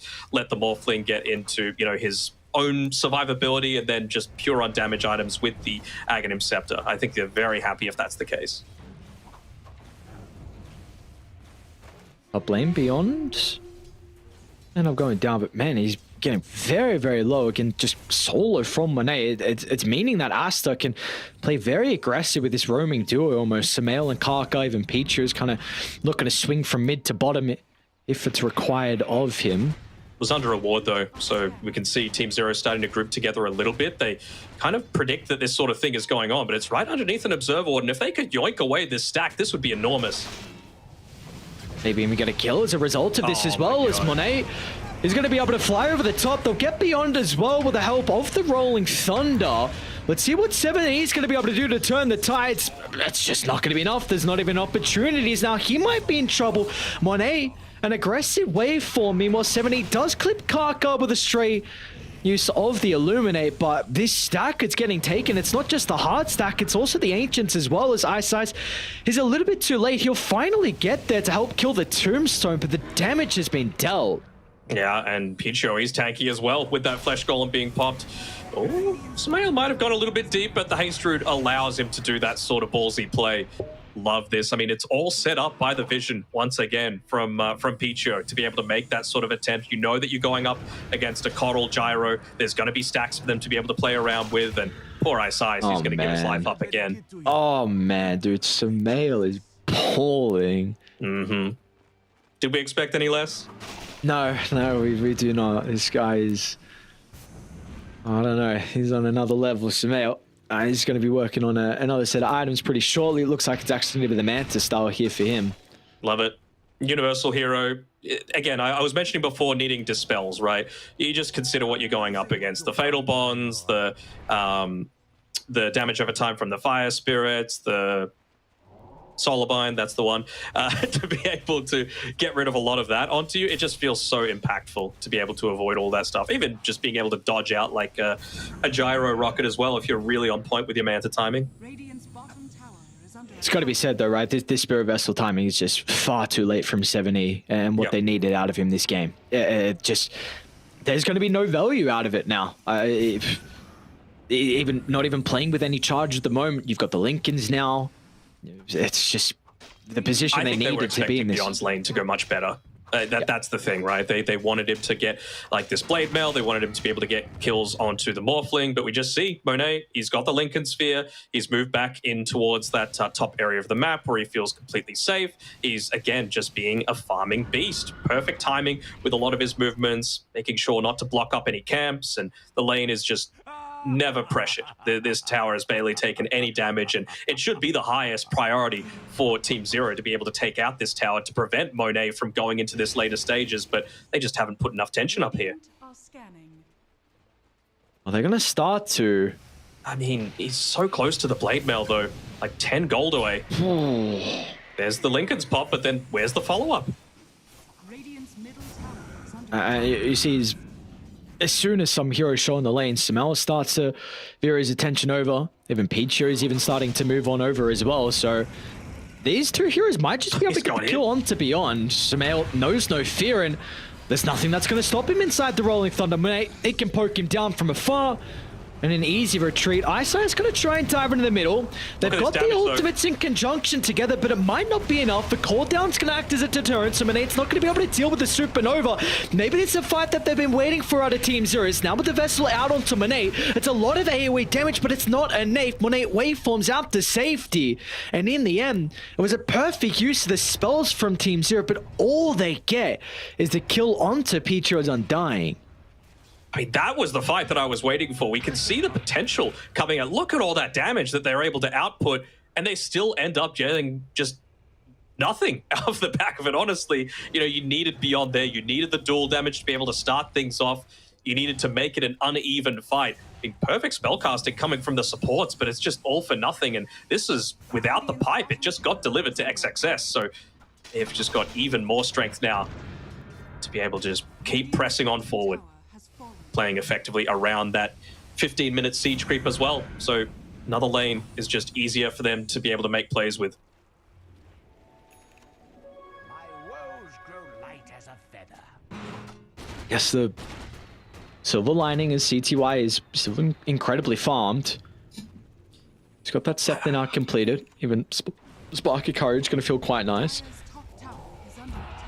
So I have to wonder, like, what sort of item is he looking to go for next? Just because, again, if you're going in an Aghanim Scepter on Monet, who's getting a little bit of harassment up here, you still get benefit from a lot of these passives, right? So something like if you go into a Daedalus, that's actually going to benefit the Morphling a little bit more. So Butterfly, same sort of thing. BKB, I don't hate, right? It's going to allow him to take fights a lot more easily. It means that the Rubik, the Undying, honestly, even the Pango and Underlord, not doing all that much for him. So I think he needs his damage, he needs the farming output, but he also needs to be able to contribute to a lot of these fights without worrying what Morphling's going to be able to do to him. Oh. First duel, but good duel and Rolling Thunder. Yeah. And they're actually coming in on Aster. XXS going to move in through the rift. Even Pichu is going to swing on over from the north. This is not the fight they were hoping for from Team Zero, especially when they started with the pickoff onto the Phoenix. So again, it's very awkward signs here from the boys on Radiant. It is. I mean, that's really not the duel that you're hoping for, right? When he's already in the Rolling Thunder, where's the damage going to come from to kill him? It needs to be the Gyrocopter, and CTY is just not ready yet. He needs this BKB to be able to reliably commit. At least Monet was forced to deny his tier 1 tower up on the top side, so maybe this is now where you can make these sorts of plays happen, but you just see they've taken all tier 1 towers now. Samel's probably going to shove out this next wave, but it might even be a Roshan, yeah. You got the Flesh Golem. Radiant's top tower is under attack. It's just... This is not looking good. Is what it is. Yeah, without a doubt, it is for the boys on Aster. Very, very clean Dota from them. 8,000 net worth lead. You're about to have an Aegis, which... Do you give it? I mean, Samel's he's closing on a Satanic. I was going to say, do you give it over to him with the Aegis? I don't know if he needs it. I mean, maybe now that you've lost your tier 1 tower top, Monet can be like, you know what? Not safe to go here. Let's start to play down in scarier territory. And we can just see he's already TPing down towards the bottom side. The first time that he's done it for the entire game. So Love the fact that he's going into this. I believe, has he got Manta coming out to him now, or has he just stayed at the Yasha? I think he just stayed at Yasha and he's going to just BKB, which, you know, I don't hate. Really feels like he just wants to not care about the Coddle, the Warlock, and the Phoenix. But, you know, I was expecting a, you know, what did I say, 25, 30 minute, 100 or so dual damage. Beyond has 0 at this point. That is the biggest issue right now for Team Zero. That, and just not being able to use this Boots of Travel to be able to connect and make a lot of plays on 7E. That's really where I think a lot of the movement needs to start happening. You'll take any dual damage, just to be able to get some Spirit Vessel charges as well. The only reason he's got 1 now is because he died previously on the Coddle. We're also now going to get to the stage where, yeah, we've got some team fights. We said Radiant maybe had the advantage in that department, but you're so far behind on levels. These supports, you don't have that second point in the Supernova, or even the higher points in the Chaotic Offering or the Fatal Bond. So this is going to be a tier 2 tower, and we'll see what the choice is going to be from Aster afterwards, whether they want to try and push down mid and maybe get a secondary tower. They do kind of have to address this top lane, but I was going to say XXS could deal with that, but in fact Kaka is going to try and TP because they do spy out 7E, and they're going to catch him as well, stopping the TP short, and another death onto the Coddle, their last pick hero, which is really just hasn't been able to get involved this game, and not anywhere near what they were hoping for. No, definitely not. I mean, this is an absolute disaster for them, even losing their tier 2 tower on the bottom side. They're picking out the potential to maybe yoink away the Tormentor from them as well, realizing that it's probably the only place that CTY feels safe enough to be able to get a lot of this farm. They're actually going to pick it up for themselves. I mean, it's a nice bonus, for sure, to give over to the Phoenix as long as he doesn't die. I don't know if they can do it. Oh, yeah, look at the scan. They're going to rift straight on top. Sumail might just clean up here. They're all so low. CTY. Oh, no, he's not going to get through the gate. ZZQ will duck into the trees. They might know he's there, though. He might even die to the torment. Okay. Oh. All right. So, I mean, Kaka gets the Ag Shard, but of course, that is a death onto CTY, which, I mean, Team Zero, they're going to try and smoke now, 4v5, but the resources, they're still very high from Ash, so this smoke, I don't think you can take the fight with it. Beyond, he's going to try and jump and go for Peachy, but the pipe's going to be activated. Can they even get the kill? They will. First dual victory of the game. Rock was forced out, though. They needed something, though. Like, they just needed anything to be able to try and take that team fight, to be able to make something happen, to, more importantly, protect this tier 2 tower, which is already down to, like, a couple of hits. Just because you've already lost so much space for CTY to be able to pick up his farm, you can't lose any more. They're doing a decent job at dwindling XXS down, but now Aster's going to swing back on over. Yeah. Oh no, CTY's back into the middle. He doesn't have BKB. The Sunray heal is just not going to be enough. They can go through the extra health that they're going to be working on. It's a pretty decent Supernova up to the higher ground. CTY, he's still alive. He'll be able to reposition down towards the tier 2 tower. Sumail's gone further in as well, but the shield crash, it's going to further protect him with all the absorption. There's nothing to fear now. The first round of spells is all they had on Team Zero, and once they're over with, Aster, they can continue to chase as Kaka jumps deep behind the tier 2. Beyond was looking for an opening with a jewel, but that is going to be stopped short. And now 7E as well. It'll be off the mark with a swashbuckle, maybe actually using to try and escape instead. So, I mean, another incredible fight from Aster. You lose the Aegis, you lose Pichio. They are continuing to take so much from Team Zero's territory. Yeah, I mean, they've even removed the last little bit of vision that they had in this safe-ish area of the map, even yoinking away the outpost as well. Got one observer ward up towards the river, but that's really inconsequential. You know, there's no reason for Aster to be playing around that sort of area anymore. They can just set up camp on this side of the map, probably even backdoor this tier 2 tower, honestly. It's only got 115 damage. HP, rather. I don't even think of it with that fight going on, but maybe the mischance from the Sunray actually kept the gyrocopter alive there, but of course it didn't really matter too much at the end with the heavy casualties that they still took. I really can't complain with how Ice has played this game so far, though, right? Like, he has done everything. He's tried to kite people out effectively. He's been landing some great sun rays off. He's been slowing down the right-click damage from the Morphling, who, again, doesn't have that Manta style just yet, so he doesn't really have a way to be able to just counteract. You're not wanting to pop a BKB just for a Fire Spirit.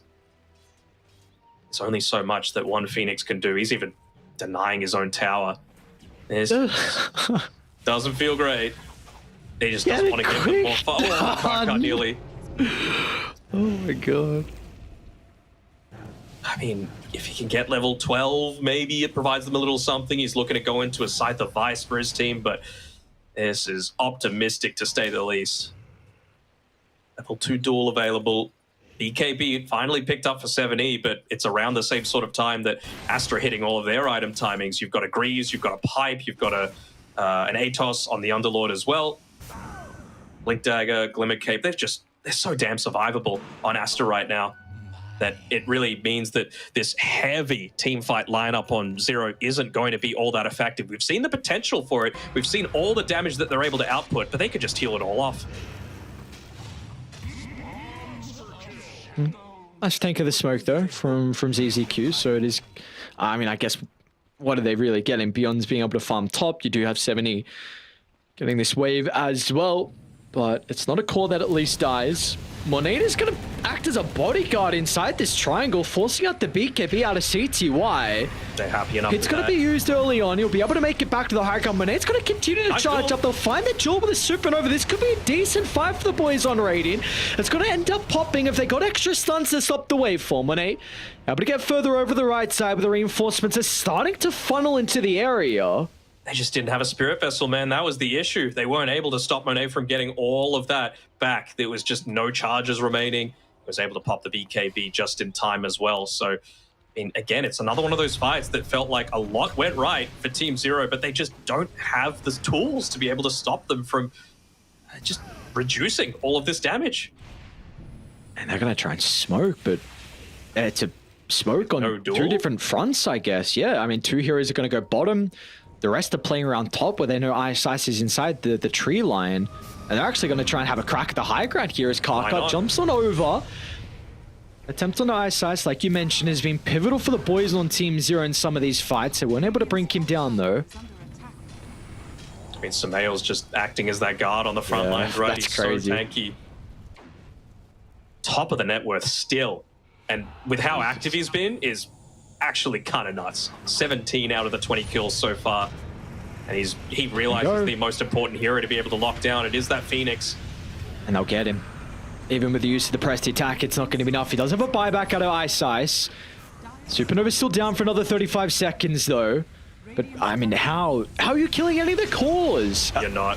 They're all they're going to try, actually. This is looking decent. A lot of damage, but there's the Tombstone. Peach here with a save once again. They're still going to be able to get the stun once the Tombstone dies. A decent amount of damage out of CTY, but Samael Satanic repairs all the damage. Monate stands strong. And yes, you've got some buybacks, but if you look to rejoin the game, you're not going to have any abilities to look to work with. Ice will be able to burn down Karka. Still, they're holding on to their barracks as well, as Monate's actually going to look to go through the rift with 8 seconds still remaining. Just get some fountain regen and go right back. Why not? Heal up, go back in. I mean, you've got the Supernova back up again, but I mean, you can't take out 3 cores as just a Phoenix. They used everything once again in conjunction. Lots of damage coming through from the Gyro and the Warlock, but it's just not enough. Ooh, run. Radiant's top barracks are under attack. I mean, having charges, I guess, on the Spirit Vessel feels kind of nice from 70. You still ended up being on the losing end of that, losing a lane of racks, allowing Aster to just, again, cement control over your side of the map. And I believe Pango has an Aghanim Scepter now coming out to it as well. Never mind, Blink Dagger. Nah, he's got Blink. Okay. Because I was going to say, I saw him just complete a Lincoln's. If he had a Scepter now, come on. Oh my god. It's still farmed as hell. Yeah, no, it is still farmed as hell. What a back-to-back game, Samael being able to follow up. We saw his Ember Spirit was a big reason why they're able to win that. And I mean, beyond God, like 12, 1, and 10. With a shield. I mean, if the man was like being able to stand on the front lines before, what now? With a shield root as well, giving him an additional 1400 HP to be able to play with. And then when that's gone, Satanic. And then he's also got an Elven Tunic for some mischance. And he's got some protection with the Lincoln Spear. And he's got an Underlord to keep him healthy. What more could a man need? Oh, quick fingers. Oh, a little early though on the press the attack. And they're quick to get to top though. Monate through the Twin Gate. They're even going to smoke as well. I think they saw 70 leave the base for the Wisdom Rune. They might be able to get him if he runs back through the lane. And yep, that's going to be the case. Oh, he popped PKP. Yeah, I mean, he had to try. I guess he had buyback, so maybe he didn't, but I mean, look at CCQ just trying to push in the mid lane with the upheaval shard. It's not going to be enough, though. You'll have to TP back, but they still just don't have a way to open up the map and force them back quickly enough. CTY, he knows it's rapier time. He needs to try and look to go into it, but he's still a good one item away.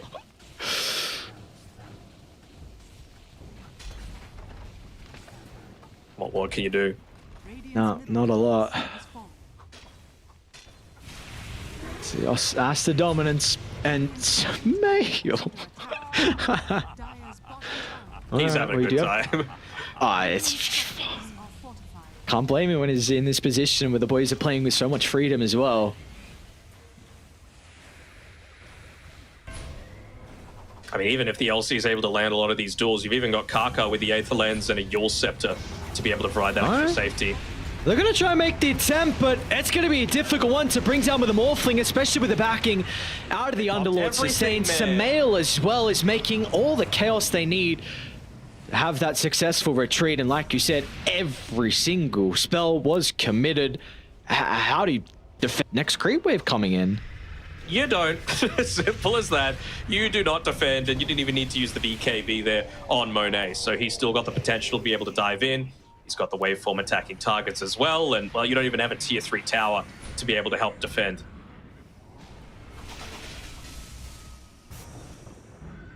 I guess you've got a coddle high ground. That always feels kind of nice. Once again, going for a smoke though, but where's the damage going to come from? Duel up in 10. Flak Cannon up right now, and the cooldown, but no BKBs for them to be able to play with. So I'm very surprised they're backing, but I mean, this is TI Qualifiers. You ain't gonna make a mistake. Yeah, exactly right. They got a Roche bottom and 1% chance for the boys on Team 0, and gonna make it even 0.5% with 0.4 maybe. Yeah, sorry, rounded off. So, well, there is somehow multiple bounty here, like you said. So I don't know. A lot of bounties. Yeah. Able to just take 5 because they just haven't gone to this side of the map. They've had no need to. It's a nice little injection of gold. I mean, they're going full on Scythe of Ice spam here. 70 looking to pick one up for himself. Phoenix, same deal. I think they just want to try and kill Pango, but again, they've got the Lincolns. They've got other ways to be able to save them. And you talk about that cast range as well on Kaka to be able to land a lot of these big spells. He's even got the Spirit Form, so it gives him an extra 250 cast range on top of his Arcane Supremacy and the Aether Lens. So man is basically 2 screens away. He's able to steal spells. Come back, my friends. At least they scan, so they know they are inside the base. Oh, they're going to go into a T4 tower. Beyond thought it was safe. Not to be, though. They're slowly Still popping Rock spells as well. Stolens and Chakra. What a base beach, yo. Putting himself far on forward, and that's going to be mega creeps now. And there was no rebuttal from Team 0. Multiple rockets coming into them as well. Didn't even need to go the Aghanims on Monet. Didn't need it. Him did not end up going late enough. He's just looking to use the regular Flak Cannon to be able to do the damage into this. They're going to try and pop everything, but again, this is the Aegis. Yeah, and they won't even go through the Aegis as well. Monet's going to be able to sustain through it all, and they're going to turn. Supernova's expended along with the rock. Monet should be able to deal with the egg with ease, and that's going to result in a successful series going the way of Aster once they deal with CTY. That's an ultra kill for Monet. Unfortunately, he's not going to be able to get the Rampage to celebrate, but they will be happy with knocking Team 0 down to the lower bracket. I'm not even going to wait to discuss it. That was a Samael MVP, if I've ever seen it. I mean, in part of 29 out of their 32 kills, constantly staying active, and in terms of his net worth, basically staying neck and neck with Monet the entire time, with a hero that received some pretty hefty nerfs as well. What more could you want from your mid laner, putting in some star performances and really going to show why he said to the Aster CEO, hey, you know what? Pick me up, we're going to TI. No worries about that at all. Oh, a lot of confidence, and of course it is well deserved as well when you are able to have games like that. I mean, yeah, I 100% agree. Sumail is without a doubt MVP performance from him, and he followed up with an incredible game one. I know we gave it to Monate in that game one, but Sumail had a great showing on the Ember Spirit without a doubt. So back-to-back incredible performances from him, back-to-back incredible performances from Aster. Really feels like Aster identified Beyond as being an area that could potentially be exploited. I mean, just we see all these replays, but have a look at the net worth. You even got Kaka on his Rubik ahead of the Legion Commander. This is not what you pick an LC for. I still have a lot of faith in the hero. It's still incredibly strong, but you need to dominate that laning stage, and you need to be able to confirm a lot of those kills onto these dual targets. You know, I think Ice played well on his Phoenix. I said it time and time again, but I really feel like something like a Skywrath Mage would have potentially enabled one of your cores a lot more. It would have been a much better matchup against the Undying as well. But I don't know, maybe they just felt like they needed to go all in on the team fight. I'm not sure who was making the decisions at the end of the day, but even when they were able to land most of their spells, and we saw with that very last push, all of their spells in conjunction, they were just far too far ahead on Aster for them to care. Yeah, that they were indeed. So this is the Aster we were expecting heading into the regional qualifiers, and they have not disappointed so far. And were you expecting a little bit more fight out of Team Zero as a whole in this series? I know you, like you said it yourselves, like Aster, no joke of opponent. In fact, one of the more difficult opponents that they're ever going to face, considering, you know, we did see them in Division 2. They had a great showing there. They've got a high caliber of players, but were you kind of expecting a little bit more out of them though as a whole in this series? I was expecting us to at least have like a couple of even fights in the mid game before Aster like exerted their dominance, but we never even got that. I mean, it was Aster in control from basically let's say minute 7 onwards, right? Like the Wisdom Rune control was good by them, the movement. Outside of like the couple of first levels where Team Zero just had the outdraft in game number 1, it really just felt like all Aster to me. How about you? Yeah, I felt the same. So all Aster without a doubt. Of course, Sumail on the pivotal reason why they were to get over the finish line as well. So well-deserved MVP from him. We'll see what Zero are going to be able to do down in the lower bracket, though. Again, you know, like we have said, this is still a team with some high caliber players that have been around at least together with a long time. You know, kind of the boys on 7E, Beyond, and ZZQ. I've been on rosters with YBB. We've seen them on eHome as well. But we'll see what the experience is going to be able to do when you need it most out of, you know, CTY, Ice, and Blink as their coach. But it's going to be a very long run for them in the lower bracket. And just with that being said, of course, we know now they're going to be facing Big Brain, so a team that they had to go up against in Division 2. That's going to be their opponent in low bracket round 2. But for us today, as a whole, we are going to continue to stick in the upper bracket. And again, we are all done with the best of ones as well. No more best of ones or best of threes until the grand finals. Next series, we got the boys on Xtreme up against Aster.Aries. What are we thinking about that one, Tenok? I mean, there's a clear top 4 in China, right? Let's not mince words. You know, we got Aster, we got Xtreme, we got IG, and we've got Azure Ray. Those are the ones that we're expecting to see move forward in the upper bracket. I'm really looking forward to seeing round 2 of the upper bracket, you know, when these teams are forced to start playing against each other. I think that's when a lot of the spicy action is going to start happening. There's a little bit of a chance for Holy Grail to maybe make an upset happen against IG, but who knows? Who knows what will be able to happen? I think what really showed with this is that Team Zero, we've seen a lot of people playing third-party tournaments, whether they be big ones like the Riyadh Masters, whether they be Div 1 playoffs leading into the major, or just, you know, smaller tournaments, even Limit and iG.Vitality playing them. Team Zero have not touched competitive Dota for like 2 months, basically. And I feel like it kind of showed. They were just a little bit not quite on the same page, and a team like Aster is going to exploit that. So really big props need to be given over to Aster for a nice clean win to be able to ease some of the nerves. But, you know, really from now on for them is where the journey starts to become a little bit more difficult. Yes, and if there is ever a qualifier or an event that you need to be on the ball, it is definitely the TI qualifiers. So unfortunately for the boys on Team Zero, but again, their road and their run is not over just yet. They're going to have to make a crazy one through the low bracket. For Aster, they will move over to the upper bracket semi-finals. But for us, next up, we've got the boys up against Xtreme Gaming up against Aster.Aries. We'll see you guys after the break.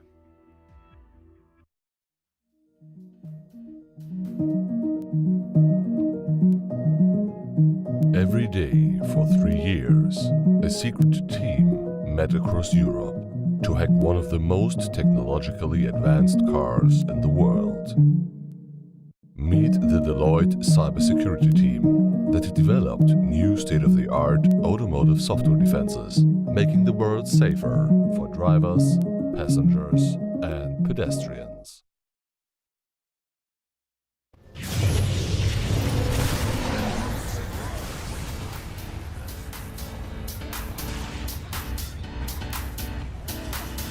I trust everyone else's side.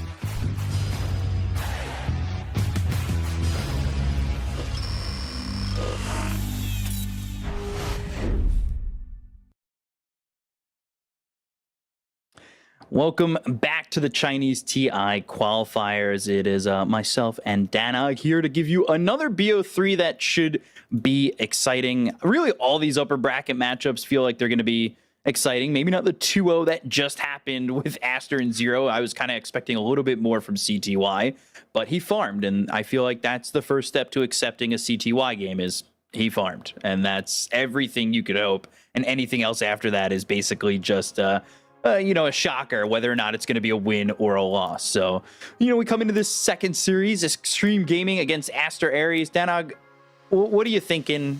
You were saying before we started, upsets. Which ones are you thinking? Is this an upset? Do you see an upset, or do you see another 2-0 coming their way? I'm seeing another 2-0 just because I feel like not necessarily anything bad about Aster.Aries. I just feel like Xtreme Gaming have had a little bit of a revitalization, right? Of course, Xinkyu joining the team, any team's going to get better. And we saw them get better progressively throughout the Riyadh Masters as well, which I think was a really big factor. But also JT finally got his mojo back. I think that's the big change for mine. Like, he was legit solo carrying a lot of these games for their lineup. And I really feel like you need to have that because you've got Ghost, who's like, he's stable, but he never really feels like that big clutch player, and I feel like if you can have someone like JT that is really feeling himself, especially with the buffs to the heroes like Nepo, the Brewmaster, he's able to just put the team on his back and really just run with it.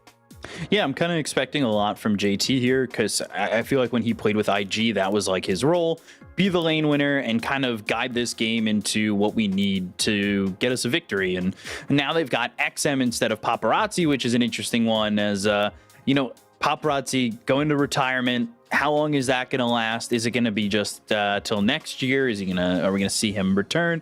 But XM was playing with Piggy Killer, who looked decent. But XM overall as a career, it's not like he's any slouch in the mid lane. Like, this is going to be someone who's really going to be giving it to XWY, who is the artist formerly known as Yi. And that's going to be a good mid matchup. That's actually probably one of the closest mid matchups in the upper bracket. So I would say so as well. Yeah, upper bracket on your screen, and it's any of these other than this one seem that close? IG Holy Grail is the one for me. I really want to see how Holy Grail do against some Div 1 opposition because they qualified first in the last DPC tour, and I was really impressed by some of their lesser-known players like Gun, their mid laner. We're seeing a lot of like Malaysian and C mid laners in general going to other regions and really having a big impact, right? We've got Arbed, we've got Nothing to Say, we've got even someone like Armel going over to Europe. So if he could just start to join the trend and be another one of those up-and-comers, this is a chance. Like, the whole world is watching to be able to put your stamp on and say, you know what, I am the next big thing. Yeah, definitely always looking to be the next big thing. And I feel like that was kind of the name of XWY's career for a long time, right? Like, he was a guy who I thought had an amazing start with Keen Gaming, who I thought was going to be the next big thing. I thought that team was really going to be the next big thing, but the Kaka curse had its grasp on that Keen Gaming lineup, and eventually it disbanded, and Yi kind of took the back seat and was, I think, teamless for a little bit. But now he's found a spot with Aster.Aries, but that's the sister team. That's the second team. It's never really like he's the bridesmaid instead of the bride. It feels like a lot of the time in his career. Yeah, I guess you could say that. I mean, his big shining moment was probably ESL Mumbai, where King Gaming was able to take the win there over Mineski. That was the controversial one where Febby ended up winning the MVP. Got a new car.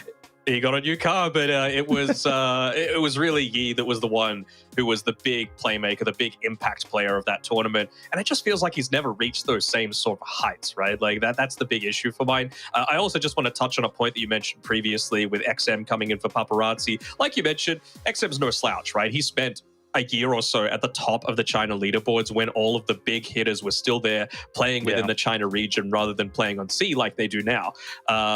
And so that's something to be taken into account, but anyone is going to be a downgrade from Paparazzi. That's the big thing for mine. Like, he is just such a solid player. Yeah, he's not quite the young man that he used to be, but going from Paparazzi to XM, I think it's going to be noticeable, but maybe that just means that they're going to lean a little bit more on Ghost and JT to be able to get the job done.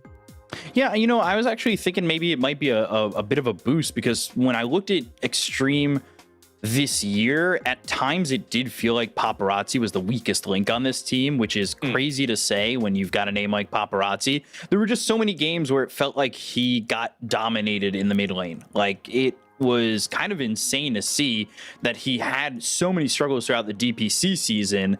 So it'll be interesting to see XM. I don't know if he's like this big boost, like this big positive vertical movement.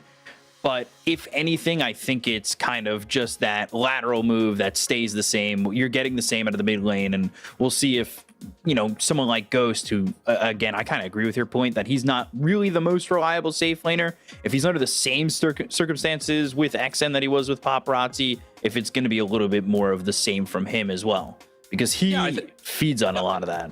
He does, and I feel like Ghost is one of those players where you're always going to get like a 7 or 8 out of 10 performance. It's never like a really bad performance, but he doesn't have that.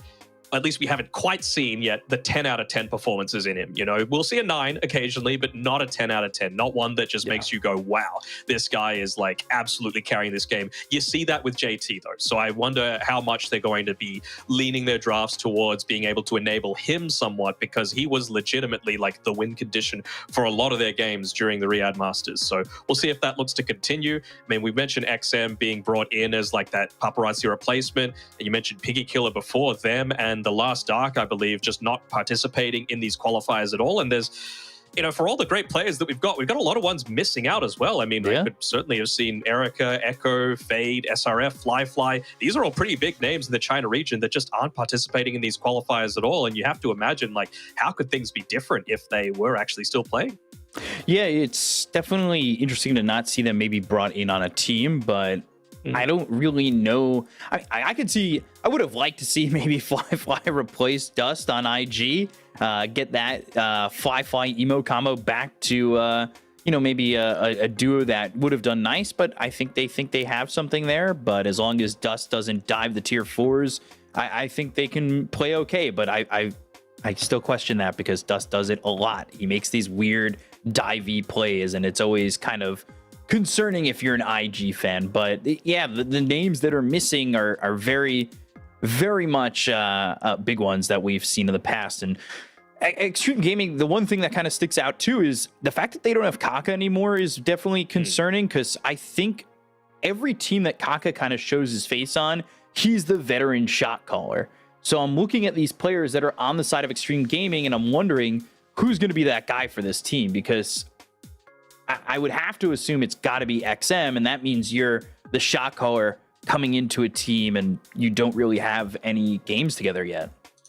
Yeah, I suppose so. But I mean, again, you've got Xinkyu, right? And I feel like he spent so long on that PSG LGD roster that it takes time to adjust to a new team. And I feel like even though they didn't get the greatest results at Riyadh, it was the perfect tournament for them to be able to come together in person, not playing online, and get a little bit of that team cohesion and the gel starting to happen. So I think he's still going to be the one that makes a lot of the team stuff work. Yeah, we'll have to see who really takes the reins there. And then going up against Aster.Aries, you know, you do have the veteran in Red Panda who was on that Elephant roster. Not that there was a lot of success on that roster, but there was a lot of information to be gained being on a team like that. Yeah, and I want to see, like, is he going to try a few of his funky position 5 heroes as well? Because remember when he was on Sparking Arrow Gaming, right? He was the one playing the 5 Legion Commander. The 5 Brewmaster is probably the one that he looked to pick up a whole lot. And I really feel like Brew's in a solid spot right now, especially with the new Urn being a universal hero, converting that into a vessel, which doesn't provide as much stats as it did a week ago, but still is going to be a nice little build up to have high impact for not that much net worth. Yeah, they took a big chunk out of the stats you get from that item. I was told to build it one day and told to skip it the next. But yeah, that also happens above. For sure on the Brew. But the vessel, neither here nor there. So we'll have to see. Hopefully we do get to see him try out a few new things, right, in that position 5 role. Yeah, I'm just kind of hoping for some new things overall. We're seeing Grimstroke earlier from Team Zero, not that they won, but, you know, Grimstroke, I feel like, took a back seat for a long time. He was a support that was every game picked up a few years back, and then all of a sudden he didn't exist. And it's crazy to see a hero like that not exist, especially because every time I think about this hero, I think about that announcement at TI8 where everybody was like, oh, new hero. available today. What? This is crazy. Everybody, we didn't go out that night. You just went back home and you played Dota and you tried out Grimstroke, and it was super overpowered, just like any new hero is. And everybody was winning their games somehow. Yeah. Nobody was losing. No one was losing. I mean, what was the most busted hero on release? Was it Earth Spirit or was it Underlord? It was one of the two. I almost want to say Dark Willow was really strong as well, but a lot of these newer generation heroes were really strong. Like Bedlam level 1, when Dark Willow was brand new, was like 900 or 1,000 damage solo target at level 6. Like, that's insane. Every hero, brand new. Valve is like, all right, we'll fix it after in post. It's kind of insane now as well, right? I'm a little surprised that we haven't seen any Dark Willow or any Naga Siren yet in these kind of qualifiers. Like, Naga is, in my opinion, still the #1 hero. Gyro could potentially be contesting that, but certainly Dark Willow, just to be able to give the Bedlam over to another one of these heroes that, I mean, we're not lacking in heroes that like to go in, right? Slark is still strong, Razor's strong, all the Spirit heroes very strong, and it really takes away one of the big weaknesses of the hero, that you can commit with the Bedlam, but once you pop out of that Shadow Realm, you are just food for the enemy team if you don't convert on the kill. So we'll see if they pick it up this game. Xtreme Gaming, I believe, have the first pick overall, so they're going to be the ones kind of leading the charge with how this draft looks to pan out. Yeah, this new captain's mode drafting that is, you know, if you're new to it, it's a little bit different for you, and you're going to have to get used to it. But yeah, that's 4 bans from one team on before we got a pick out here. So you got to really, what do you think changes when you've got so many bans? And Venge, first pick coming through from Xtreme Gaming. So I'll give you that first question just again. Like, what do you think changes with so many bans in the first phase? A lot of people think that it's going to, like, reduce the hero pool down to something that looks the same in a lot of games, but I'm on the other end of the spectrum. I think it's going to allow for a lot more targeted picks. We're going to see people who have narrow hero pools really start to get punished a whole lot more, and I feel like you're going to need to have an extra layer of versatility to your drafts, because, you know, if you're a team that just, let's think of like TI3 Alliance, right? They played one draft and they played it incredibly well. But beyond that, I feel like if there were 7 bans in the first phase, you're really able to exploit that somewhat. So I like this. I think we're going to see a wider range of heroes start to come through. You're still going to see your busted heroes like your Invoker, Darkseer, Nature's Prophet, Undying. They all feel very strong right now, but you certainly wouldn't expect to see a first phase Viper too many times. So it'll be interesting to see what we get. I don't know why it happened to me, but when you were saying very targeted bans coming out in the first phase, the first person I thought of in this qualifier is Zeal. I think Zeal has such a, well, from when we last saw him in the Chinese region, he had a very slim hero pool in the off lane. I'm worried that they're just going to ban all 4 of his heroes, and then he's going to be like, all right, what do I do now? Which will be very interesting. Kaka's for me. Yeah, like Rubik, Bat, Lion, maybe the Nyx, but he's been playing the Grimstroke a bit lately too. So yeah, get rid of those, and he's going to be, you know, a little bit worried. But of course, it does mean that you're going to let some sort of OP hero through. So I don't know if you actually do focus onto one of these like really narrow hero puddle sort of people, because you've got the flexibility of just picking up a hero like a Rubik in the first phase. And I quite like Avenge for the similar sort of reason, because it is flexible. You know, you can play it 3, 4, 5. You're not revealing too much about the draft. Gyrocopter, to me, always feels like a fairly solid pick for the first phase. But, you know, I called out really early in that last game, like Morphling is still a great counter to the Gyrocopter, and they haven't removed it at all from the pool just yet.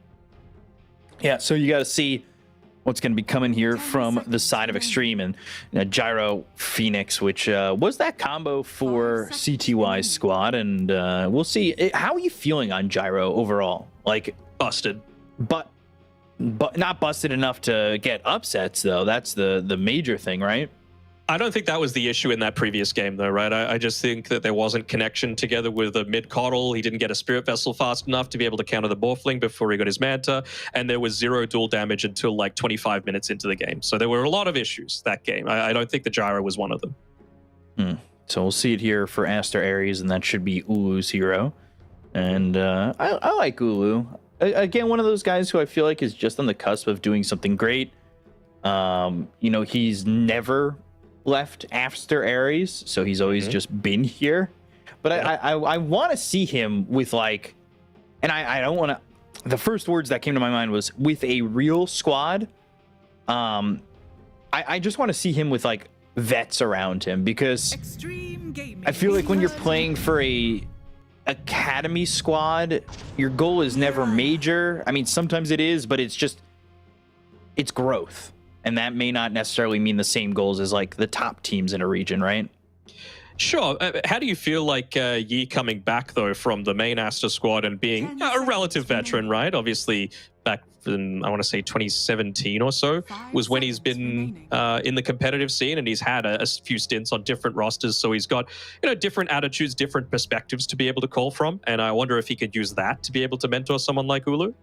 It's definitely mentorship, but I also think for Yi, it's coming back, right? Like, he had this long layoff between Keen Gaming and that Phoenix Gaming run of a couple years where it's like, all right, well, I felt okay with Aster. I wasn't up to what they wanted. Obviously, they went with Sumail over him, but maybe he can also use this for... What teams are going to say no to Sumail, basically? That's true, but I'm also just saying, like, overall, and it's like, all right, well, now I have to use this to kind of hone my skills again and prove how great I was, because he was someone who I thought could give a lot of run for their money against a lot of mids in competitive play when he was peaking in 2018, 2019. Oh, Aster.Aries were nearly like 100% running back that previous draft that ended up losing from Team Zero. I still think they're setting up for a Morphling here on Xtreme Gaming. Like, you ban out the Elder Titan, classic Morphling counter. You ban out the Brewmaster, classic Spirit Vessel purchaser. So I think that's very important to be able to take into consideration. It's probably going to be a mid-Earth Spirit here for Yi coming through, just so that you can get into that vessel quite early on. Of course, it is a little bit cheaper as well. There's the Morphling. I mean, it makes a lot of sense, right? And I feel like you need to beat this Manta timing. They don't have any other form of Dispel until, like, someone gets a Lotusaur, but there's no real natural Lotusaur buyers right now on Xtreme Gaming, at least for the early stages where this Earth Spirit's really going to look to try and get up in your face. So it's a little odd, but it's probably going to be like the position 5 that comes through last for Aster.Aries. Sure, you can put the Phoenix in the 5 role, but unless they went for something like, I wouldn't hate a Skywrath Mage, honestly, to be able to make plays with. The Legion Commander plus that feels strong. Even Ember Spirit plus that feels quite strong, just to be able to buff up your Magnetize and a lot of your magic damage early on. I think it could work. I know you're a big Winter Wyvern guy. Are you a Sky guy as well? I'm not a Sky guy too much. I was a Zeus guy back in the day, and then when Skywrath Mage came out, my friends were like, just play Sky, it's a better Zeus. I'm like, nah, I'm good. I just want to be able to... different sort of things. It's definitely a little bit different. This Earth Spirit's going to be interesting if it's over mid, which you're saying it should be. It is open with, it could be Phoenix 5 or Spirit 4 or the other way around, if they do choose to go another direction. But I don't know if you are subscribed to the Nomady Daddy, Nomad. He was talking about Earth Spirit making a lot of pubs in the pro scene. So it's interesting to see. Like, I remember when Somnus played this hero, I went like first item, like it was like Crystallis Blade Mail or Blade Mail Crystallis that he went Earth Spirit. It was a long time ago. This was maybe 2-3 years ago, but it's a fun hero to watch when it is just, it's got those levels and can have that just initiation and everything that goes with it. I don't know. It's fun. You got to have that flow, though, is the thing, yes. Right? Like you got to make sure that's a couple of missed rolls are really noticeable. Is the thing with this hero, right? You just people will be, laughing in the chat. They'll be saying, "What is this feeder? What is this noob?" But I mean, the potential, the skill ceiling is just so high on the Earth Spirit right now that I could see him popping off. He's certainly got the individual skill to be able to make it happen, but he doesn't know what his matchup's going to be just yet. So it's just a matter of maybe if you are an Earth Spirit and you're wanting to make rotations to be able to make the most out of, like, giving Gyro a solid early game, getting dual kills, is it going to be Xtreme Gaming going something for XM that's going to allow him to, like, push, for example? So is it, I don't know, a Death Prophet or a Dragon Knight or something like that that's just able to really punish him if he looks to leave the lane? It would be Yi's first pro game playing Earth Spirit, I'll tell you that much. Oh. So a lot of pressure when it comes down to TI qualifiers and you're trying something for the first time. I mean, my big thing is that 10 seconds remaining. You're going to be I guess they have last pick overall, right? So they can switch the lanes up as much as they can. I just really don't like dual melee in the off lane, right? Because I feel like you have plenty of ways to be able to exploit it. You could go like a Clockwork, for example, who feels really effective there. Excellent. Instead, they go a Puck. Okay. I mean, it gives them a lot of control. It gives them a way to be able to slow the game down as well. But when you think Morphling and Doom, you don't think early aggression. You don't think tower taking potential. And Mirana is probably one of the better supports at being able to make the most out of those early dream calls, provided that you go into the Starstorm instead of the Sacred Arrow, just because you need damage to be able, like Puck, that's the one thing that she's lacking early on until she's able to get Witchblade, like level 12. That's when you could start to come on board. And it's actually them that pick up the DK. All right. We're like right this. back in it. The classic China last pick of Dragon Knight. I'm always here for it, and I always love it. It's just like, it's the same every time. It's casters talking about what all these heroes that are available, and then China just goes, whatever Chinese team is just like, all right, DK. Last pick. Let's just pick DK. I love it. Feels great against the Puck always, right? Like, it's a classic lane counter. You really don't, you're able to sustain through so much. I would have also been on board with like a mid tiny for them, just because it feels really effective against the Puck and the Morphling for a lot of that burst damage coming through. And I'm not sure if it's necessarily the best hero at being able to, again, confirm a lot of these duel kills. Like, you're going to need to rely so much on being able to land the duel, but then where is the burst damage coming from? The Earth Spirit's damage over time, the Phoenix's damage over time. The Dragon Knight doesn't deal too much damage early on. It's just effective sustained damage. It really doesn't feel that great. So maybe it's going to need to be like an early Blade Mail coming through here for the LC, because Ulu is going to be back farming. I'm not expecting to see a lot of dual damage this game. And if there is, I really feel like it's something that Xtreme Gaming have done wrong. Yeah, I kind of agree with that. Like, who are you killing that quickly? Who are you finding to blink in and duel? Because XM's an elusive hero with the Puck. Mirana is elusive hero. Doom's pretty tanky when it comes down to it.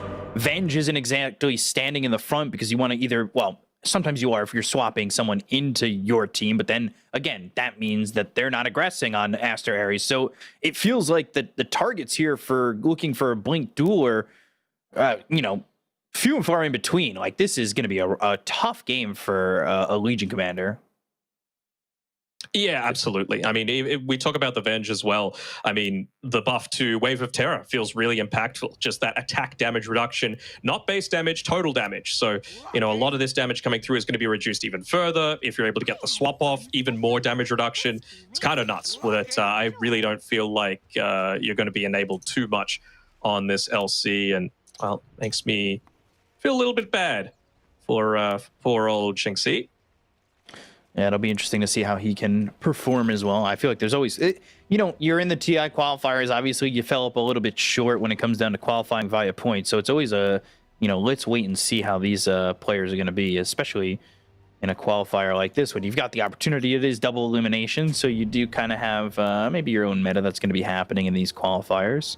And that's usually started from the teams that have a life to lose, right?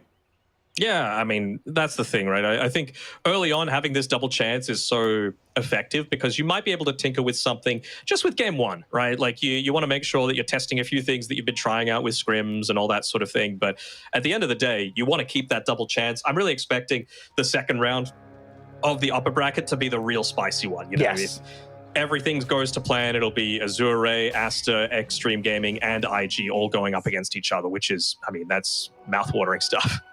It is definitely very exciting to potentially see. So right now you've already got Aster confirmed for that second round of the upper bracket, and we'll see who out of this one will be facing them, because Aster Xtreme Gaming sounds like a wild round 2 upper bracket matchup. Mm-hmm. One of them being knocked down already. And then the other one would be, progressing forward to top 3 already, I believe, after that. Really starts to get down to the nitty-gritty pretty early on. Yeah. Especially because if you're coming out of the upper bracket, you're skipping or at least a round each win, or another potential matchup each win. So definitely interesting to see how that'll play out. And we're taking a try look here at all 3 lanes. And right now, we'll see how it goes. It should be really, due to experience, I would say Xtreme favored, but for the moment, at least bottom, it's looking favored towards Aster.Aries, and well, Ghost kind of eating a little bit of damage as well, but that's always the Morphling thing. You think his life is low, he's just healing up, and you get scared, or I get scared to the point of going, ooh, top, and it's just him like healing. Yeah, no, it's fine. I think this is going to be a really slow-paced early game for mine. I think both teams are happy enough just to be farming. The Legion Commander's not going to be able to get a lot of dual kills happening. And I feel like Xtreme are just wanting to delay this game out. They have a lot of faith in their Morphling to be able to counter the Gyro, and you've also got a Doom that's going to be playing a little bit more passively. The big thing that I'm going to be looking out for, we even see, just speaking of that Doom, we've got a Ring of Health and a Vitality booster queued up, so an early Vanguard for the Doom. A lot of them go for like maybe just the Ring of Health and look to rush into the Midas, but I think JT's saying, you know what, as long as I'm alive, it doesn't really matter. Like, I just need to make sure that I'm keeping up with levels, I'm getting a lot of those Devours off, and, you know, maybe after the Vanguard I can make the progression into the Hand of Midas. So, does Doom still feel as good, though? Like, other than really the biggest change is the fact that Doom no longer mutes. Like, is he still just that tanky offlaner that you enjoy having some of these auras on? I think so. I mean, I still like the Doom just because of you are going to be able to lock down someone like the Gyrocopter. Yes, if you get the Aghanim Scepter, it's not quite so bad just because you've always got the side gunner running, but you're still going to lock out the Flak Cannon, for example, which is a really big deal to be able to take away from the enemy team. But my big thing is Doom also makes the target unable to be healed as well. So I'm keen to see if they look to, you know, be aware of that. I mean, you've got a Legion Commander with the Press the Attack, you've got a Phoenix with the Sunray. Are they going to try and just heal up whichever Doom target it is, or have they, you know, taken note of some of the changes in the patch? You know, I really feel, as an Ancient Apparition hero main, really hurts my feelings when somebody just gets to be better at the job you do. And then the only change you get is to Ice Vortex. Please, Ice Frog, for the love of God, make Ancient Apparition good. I still play. Yeah, I mean, yeah, of course. You gotta play your fun heroes. I love my hero. Spammer. Yeah, it hasn't been in the greatest spot right now, but a little bit of buffs creeping in every now and then. I like it. I'm sure Revenant's Brooch Wyvern. Steal that magic damage during the curse. I'd be down to try that. I'm definitely interested. If you want to play Ancient Apparition, just buy a Spirit Vessel and or play Doom. So, you know, do your thing. You don't have to pick that hero. Nope. But if you want to, go for it. So, like you said, quiet. This is sometimes what we see in the Chinese region, which is this late 7-minute first blood. But China, for a couple years, got very aggressive, and I think that's when they were finding the most success, and that was really led by what LGD was doing at the time. Yeah, I think so. I mean, the thing that, to me, for China, that's always stood out the most is just their ability to team fight is above a lot of other regions. Like, that is their big strength. They're able to out-team fight a lot of opposition. And the thing is, these drafts don't necessarily lend to that, right? There's not a huge amount of like AoE teamfight action happening where they're just going to be able to combo their spells together perfectly. Maybe a little stronger on Aster.Aries' side, but certainly Shanxi, they're going. Yeah. They wanted to go on to this Legion, but a good boulder smash landing from Mercy, aka Mian Mian. Used to play for Magma. Yeah, I love that he got a few more of these chances, right? Like, I really rate Mercy. I think his Shadow Shaman is really solid as well. So I think we might even see a few of those respect bands start to come through from that. But look at DY. Like, previously, in terms of trading, you had like Undying and Rubik are at the very top just because of Decay and the damage reduction from Fade Bolt. But now you can actually add Venge into the mix as well. Interesting little shot there, but the magic missile, and that'll just give DY straight up first blood.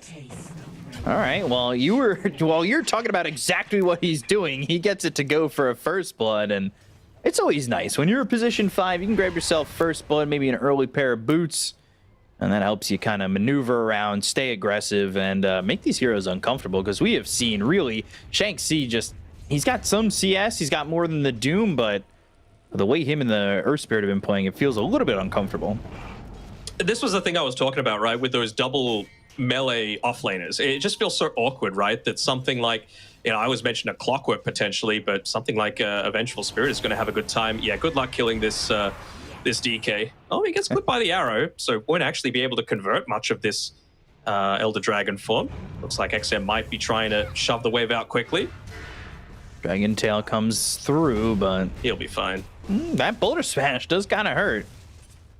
But yeah, he really should be fine there, unless they want to really dive the tier 1 tower. That is a dangerous play for sure. And nice little pull maybe there. looking at DY. Yeah, DY is going to be hit with the roll coming in from Mercy. Now he gets into the trees. The Boulder Smash comes and hits on XM as well as DY. 2 letters in your name is, well, being the magnet for being unsafe in this mid lane at the moment. Nice little rotation from Xingqiu, making sure to take out that siege creep, but a lot of the damage has already been done to this tower. I was saying previously that the Corrosive Breath of the Elder Dragon form wasn't going to be all that effective because they were able to land that arrow previously, but you still did a healthy amount of damage onto this tier 1 tower. It's exactly what you want out of the DK. I mean, it feels so ineffective on heroes like the DK and the Death Prophet that rely on their ultimates for tower pushing if you just get no value out of it, but he absolutely has. Was able to survive, was able to get that pressure on, and Elder Dragon forms up off cooldown in 20 seconds, so you're right back into it, and I think that tower is done for, and I think XM kind of knows it, which is going to make his game a little bit uncomfortable. By a little bit, I mean a lot. For mine is like, is he going to try and shove out lanes a little bit more? But again, like the DK really doesn't care. He's just so tanky. He's able to stand right in front of the tower. Yep. Hit with that arrow and killed off. So good move from Xingqiu. He's been moving around pretty successfully. They've got the double stun with the magic missile following it up, and now they drop the Dream Coil down to the Dragon Knight. But they get the Doom out too. Mercy's here, but there's the Hurricane to pull him back, and they've got the Doom on him, which should tick him out. They'll get the kill on XWY. They look over at Mercy. They've got themselves 2, and that's a good rotation from JT to come in and, you know, especially use that Hurricane, because I believe the move was to try and get the Earth Spirit to help this DK out, but that's not happening when you've got the pull of the Hurricane. So one of the other things as well is that I wasn't actually 100% sure about it until we just saw it happen. JT dropping the Doom onto the Dragon Knight. Most of the time you're like, well, we don't really want to do that because they're able to just, you know, heal up with their Dragon's Blood regen. But it's not just healing, I guess. It's health regen as well that gets disabled by the Doom. So even though it says makes the target unable to be healed, regeneration counts as well. That really feels bad when it's a heavy reliability here for the DK. Deep dive here. Yeah, they can't get the arrow with the creeps in the way, but they've got the blood grenade and the wave form forward and an adaptive strike kill on a Shanxi. And despite the fact the CS was going well and that XWI had a 1K lead and still kind of has a massive lead over the puck, it's Xtreme Gaming who are doing the damage with these kills. Trying to get roll in, Boulder Smash. Sidestep. Good geomagnetic grip to get the silence on a DY, but the magic missile comes out after. Ghost is going to have himself at least a trade to get the kill into Mercy after they take out DY. And now another kill on a Red Panda. Ghost has a double. And XWI trying to at least get Xingqiu, but with the leap, he has the distance to get away from the DK. So it's a little like contradictory, right? Like these teams don't exactly have the greatest early game potential, but that means that any sort of attempt onto a tower, like the one we saw previously in mid lane, is going to be heavily responded to. They made sure to get rid of the siege creep in mid, and they made sure to get rid of the siege creep in top. There were 3 heroes tanking up the tower just to make sure that the siege was able to survive, and it's going to let them maintain this tier 1 tower. Again, this is a farming game. You're going to be farming as much as possible on Ulu, you're going to be farming as much as possible on Ghost. And the thing is, losing towers really prevents your ability to do that. So there's a lot of attention being given over to those farm protecting towers, let's call them. And we'll see if they can hold on to them for much longer. The tier 1 did drop over mid, so that's gone for the side of Xtreme Gaming, but it's really not stopping Ghost from feeling safe up here towards top, and JT's just stationed down here bottom waiting to get his hands on that Midas. Ghost is having, again, such a solid time. Morphling, of course, probably his best hero. Yeah, he's incredibly farmed, and Morphling is one of those heroes that really does take advantage of the Mighty Minds change, where now instead of 4 HP per second, you get 7 if you're just standing around the north side of the tier 2 top tower. So he hasn't needed to leave the lane just yet, but even if he is forced back to that sort of position, Morphling doesn't really rely on his mana too much to be able to farm. He can just stand there and right-click. So they're going to smoke and look to make the roll and get this kill. We've got XWI, good kick into the Dragon Tail. There's the call down from Uu. The chase is on to get this kill onto JT. He is quite tanky and finally falls as the Icarus dive passes over him and they get the kill onto the Doom, but it takes a lot just to get that kill. And I believe, unfortunately, that happens with Midas already purchased, so it's not really slowing that down too much. Arrow comes in, and a stationary Shanxi is going to die as he was trying to hide in the trees, but they have the vision. They'll get the kill. Man, I've really been impressed by Xingqiu. Yes, he's been playing around DY a fair amount, but I was really expecting more points in the Starstorm and less in the Sacred Arrow, just because it is incredibly hard for them to be able to confirm a lot of these kills. Magic Missile doesn't have the longest cast range, and Puck Dream Call, for all that it does, you're still able to move around during it. So I was thinking that they just don't have the amount of lockdown needed to be able to truly give him value, but I haven't seen a single missed arrow from Xingqiu so far. I don't know if we have percentages available, but every time I do this, every time I ask if we've got percentages available, I'm always hyping somebody up like there'll be a pudge in the game. And I'm like, you said every hook. And then 2%. It's just like 25% or something stupid like that. I'm just like, come on, guys.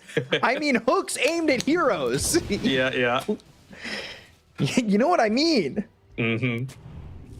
Don't worry, they're praying for your downfall. That's all it is. Aren't they all? Gosh.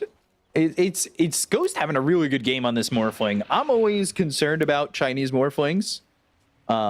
Thanks, Fly. Appreciate that. Don't have to call the man out by name. Sorry, he is catching strays a little bit, as he normally does. Yeah. So there's no clockwork in this game, so there's no rocket flare to kill Ghost full shifted Agi. True. Which is always nice. 19. That is so. Are all those aimed at heroes? Like, what's the statistic here? Like that. It said landed on enemy heroes. It did say that. So but it didn't say aimed at enemy heroes. Like, does creeps count on that? If it hit a siege creep, did that lower the percentage? I mean, he's been spamming them on neutral camps as well, just to be able to keep up in farm, and with pretty good effectiveness. I mean, he's nearly got the Spirit Vessel finished up, just 200 or so gold away. Going to be really effective against this lineup. Nice Moonlight Shadow was pretty early. They've got the swap to get JT out, so this cooldown's not going to do anything. They jump right back in. They'll get the kill on Mercy. They look over and hit this roll onto Red Panda. That's because he's morphed into the Earth Spirit. So that's a good little disengage, re-engage combo there from Xtreme Gaming. It looked pretty clean. Yeah, I mean, anytime that you see Morphling able to just morph into someone with a movement spell, feels really nice, you know, just to be able to get, I don't know, a Faceless Void or a PA, or in this case, an Earth Spirit, who I was expecting to be a little bit more level than this, honestly. Mercy picks up the Wisdom Rune now, so he's got his level 6 available, but you see the main issue that we were talking about with the Earth Spirit before, right? Like, unless you actually land that multiple rolling boulders, you can find yourself in a lot of a difficult position, just because, especially with only 2 points in the boulder, it's a 12-second cooldown. Like, once you're in, and it's not really at the point yet where that great strength scaling, 3.8 per level, has started to come into the equation just yet. Yeah, definitely, in my eyes, is starting to make a case for this hero being much better as a core than a support with those levels and the aggression. If you're playing a lineup that wants to be doing things early, right? Like, you kind of want to be doing things to get that early. Like, there's no dual damage on Shanxi. Yeah. And Legion is one of those heroes that struggles. Yeah. You need to scale off of that. I mean, at least he's got the Blade Mail now finished up, so maybe you could use that to be able to, like, turn Morphling's biggest strength against him. But again, just look at the timing that he's picked it up. He's 6 on net worth on the LC very comfortably, and Ghost, he's been completely free. But he's double the Legion Commander's net worth right now on the Morph at 15 minutes. So it means he's already got the Lincoln Sphere. So what duel? What do I really care about? Yeah, he's pretty safe and should be pretty here on out. I mean, there are things to break the Lincolns, but not minimal. Dragon Tail, and that's about it. And it ain't great. Not really amazing. That's a big reason. I mean, Earth Spirit, I think the play is going to be get vision, Earth Spirit rolls in, use Yule Scepter on the Lincolns to pop it, and then you blink duel him. It's a lot that needs to happen, but this is the situation that they've drafted themselves into. which is very, very unfortunate. Ghost isn't going to be touched down here. This is insane. Yeah. And they're looking to Lane. pile on mid. Yeah, I mean, feels kind of obvious if they're going to go for a smoke here. Mercy just swaps it in, but feels like this one can be scouted out fairly effectively. The lanes are not in the greatest spot right now. They have a ward behind the tier 1. Like, that's not secretive for them. Nope. Instantly gets pinged, and you just see like JinQ is able to just position himself on this top lane. He's using the nighttime just to be able to move around, dodge out any sort of vision that they might have. He might just look to yoink away the Watcher vision, but right now they're just looking to scout out any sort of smoke attempt, and doesn't look like anyone's going to be caught by it. Just farming in the safest possible positions on all 3 cores, and they know that the lanes are in horrible spots for them to make that sort of movement. So that honestly comes down to a bit of inexperience from Aster.Aries. Yeah, Just catching Q, but again, like, he's not easy to catch. It'd be some dual damage at least, but again, like, you don't have the blink dagger, right? He's got 3 leaps. If he sees them, and he should be able to get out. He's on the low ground though, and they're on the high. But again, yep, leap away, get the hell out before the homing missile is able to connect onto you. So this is a game of cat and mouse, and well, it's pretty easy to be able to play that game when you've got vision to see that the cat's hunting. Oh, he should. Yeah, there it is. There's. Gotta get that run on. Buster. I'm running so far. I'm trying to get there. Dream Coil, that's gonna get snapped off the Icarus dive, and Red Panda gonna die here to DY. Radiant's middle tower is under attack. Dude just ran the entirety of the map. That's one of mine. I mean, truthfully, it's just FY's Bleak Hallucination on the Tusk, but that's a pretty common fist item, I believe. It's the Fist of the Ice Rack or something like that. Yeah. But overall, I think Buster's a pretty good one. Yeah, I think Buster's kind of up there for me. It's just so funny. Watching a rocket run at you might be one of the funniest things. It's like you literally have a flame on the back of your rocket, but you're gonna run at me? No love for Alpine Ursa? No. I don't know. It's just, I don't like not the controversy, but I was just like, when I first started playing Dota, it was like, this is the craziest set ever. I'm like, he's just a cowboy. Arrow comes in, lands on a Mercy, and that'll be a kill onto the Earth Spirit. They're going to try and turn this one around to get a kill here on a DY, but he might just be the bait. XWY, Spirit Vessel on him, doesn't have a lot of mana to work with, and instead Xtreme Gaming will clear on out and disengage. They had about 5 seconds left on the Dream Coil. Otherwise, I feel like they would have committed onto that. No Doom used. You've got level 13 on Doom himself as well. Is there anything? There's nothing really that you can purge off with this purge from JT other than the press the attack. He just wants it so he can type thanks purge. Which is why I got it. What's your favorite variation of thanks purge? Gracias, Senor Purge. Merci, Boku Purge. As I botched, as I botched that. By the way, 8 years of French under my belt, as I'm gonna really sound like an American speaking French. Bonjour, guy. Buongiorno. It's like oh, what's his face in Inglourious Bastards when he's like, I know Italian. Yeah. I know who you're talking about. I don't know his name, but Brad Pitt's character. Yeah. Where he's like, oh, I know the most Italian. Just like, that's how I speak other languages. Well, it's going to be a pretty timely Roshan. Yep, 20 minutes in. Level 15 on the Morphling, and he's even going to have an extra safety net off the back of his Lincoln Spear, his Manta Style, and he's even working in towards the Skadi for himself. So they've already got a lot of stuff that's going to be able to prevent the healing and the regeneration coming through from the Vessel, from the Doom, but that's just going to be the cherry on top. I'm waiting to see a game where the Gyro farms as well as he is now and has a team kind of behind him completely. Because this is the second back. Hasn't exactly been meta for a while, right? Yeah. But have people just forgotten that Morphing was like the biggest gyro counter out there?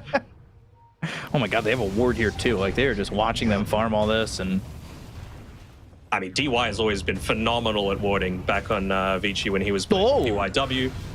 Trying to roll against them. Rolls into Xinkyu. Did he leap into that? Yeah, he might have. Because he's got no leaps available. He might have just intercepted that roll, which is beyond sick. I love it. Man brings a lot to these teams. I mean, it must be nice to be able to kind of have your pick of teams to be able to play from, right? After the old Chinese retirement, taking a bit of a break. Yeah. Oh, by the way, I'm unretiring. Who wants me? Everybody in the class raises their hand. Honestly, there's so few people that can say that, but I mean, Xinkyu, FY is probably another one of those that, I mean, how has he still got it? I still think he's like a top 5 position 4 in the world, FY. I would say his only low-end point, in my opinion, was when he was playing for Elephant. And that's it. I think he was... though? No, I don't think that was on him at all, but I think that was the lowest performance point in his career. And it was just, because you had a team of too many superstars. Ulu, you can't be here. You're on division. You're in the creep wave. They have no way to He thinks he's got Jinkyu. I mean, he does. But does he also have the out? No. Which means you're trading for a Mirana, which is never great.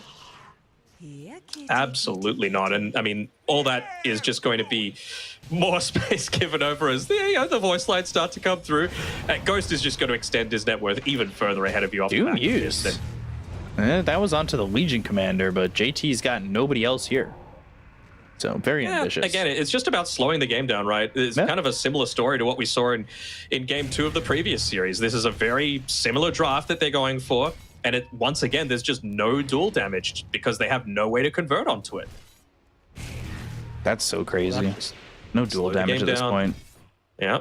Let the Morphling get his farm. He's 100 gold away from being able to pick up that Skadi.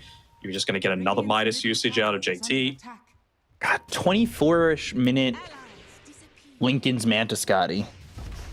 Yep. And more towers being pressured. And again, like if nothing is pushing the bottom and mid lanes, you know that there's a movement happening towards top. And no career as well with that BKB. That is what feels the worst. I mean, he's just hitting high ground, boys. You got to get back XWI. here. Is he going to dream call him?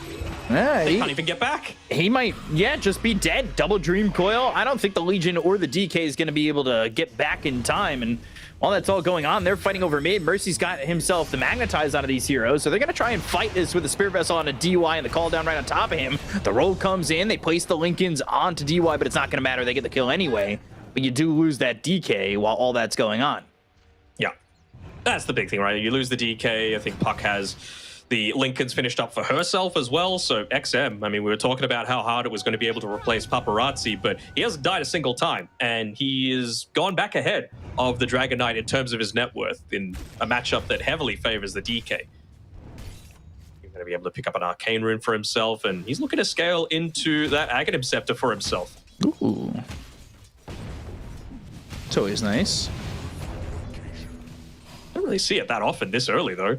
Much more commonly see something like a Kaya Sanj, which, I mean, I wouldn't hate to see that, honestly, going up against the duel, the stuns from the DK, if they even are able to get onto you, the magnetize as well, just reducing some of that duration.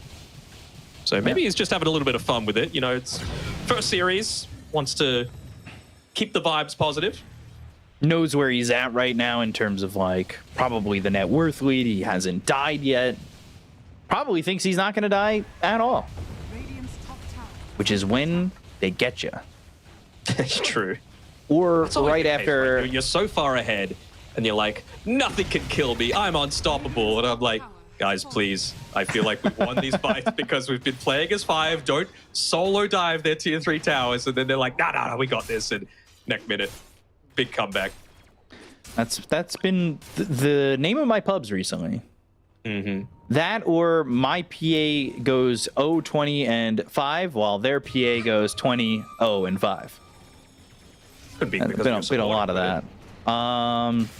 Potentially. I never rule it out.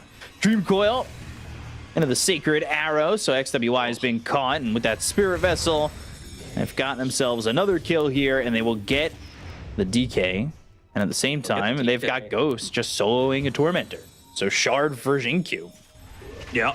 Not that he needed anything extra to be able to play around with. Looks like they're pinging out, let's play around our vision, guys. The lanes are in a really good spot. It's going to be a while until Ghost is able to join in onto us. He's got the Mantas to be able to push down, but no DK feels pretty impactful as XM doing a pretty good job of just trying to catch them out. He really doesn't want to stop fighting. It's just been going forward and forward. They throw that Doom onto the DK. They've got the call down to try and get some space, but I don't care about that damage anymore. Press the attack or press this death. Shanksy's going to be into the grave once again. And there are two heroes currently dead on the side of Aster.Aries while Mercy makes his way out.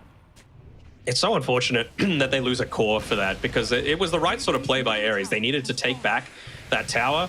Unfortunately for them, though, oh, Ghost, nicely done. Gets rid of Buster. He's even got that DD rune to be able to really start pumping in this damage. I don't know if you can go for this. Yeah, this is rough. They've got the swap to get Ghost out. XWY, that BKB duration is not going to last forever. Dream Coil on a 2. Arrow comes in, and I believe soaked up by XWY. When his BKB runs out, he'll be stunned, and was for a moment. That's cheeky by JT. He's just using the Purge to be able to get rid of these fiery spirits to allow Ghost to keep attacking at full speed.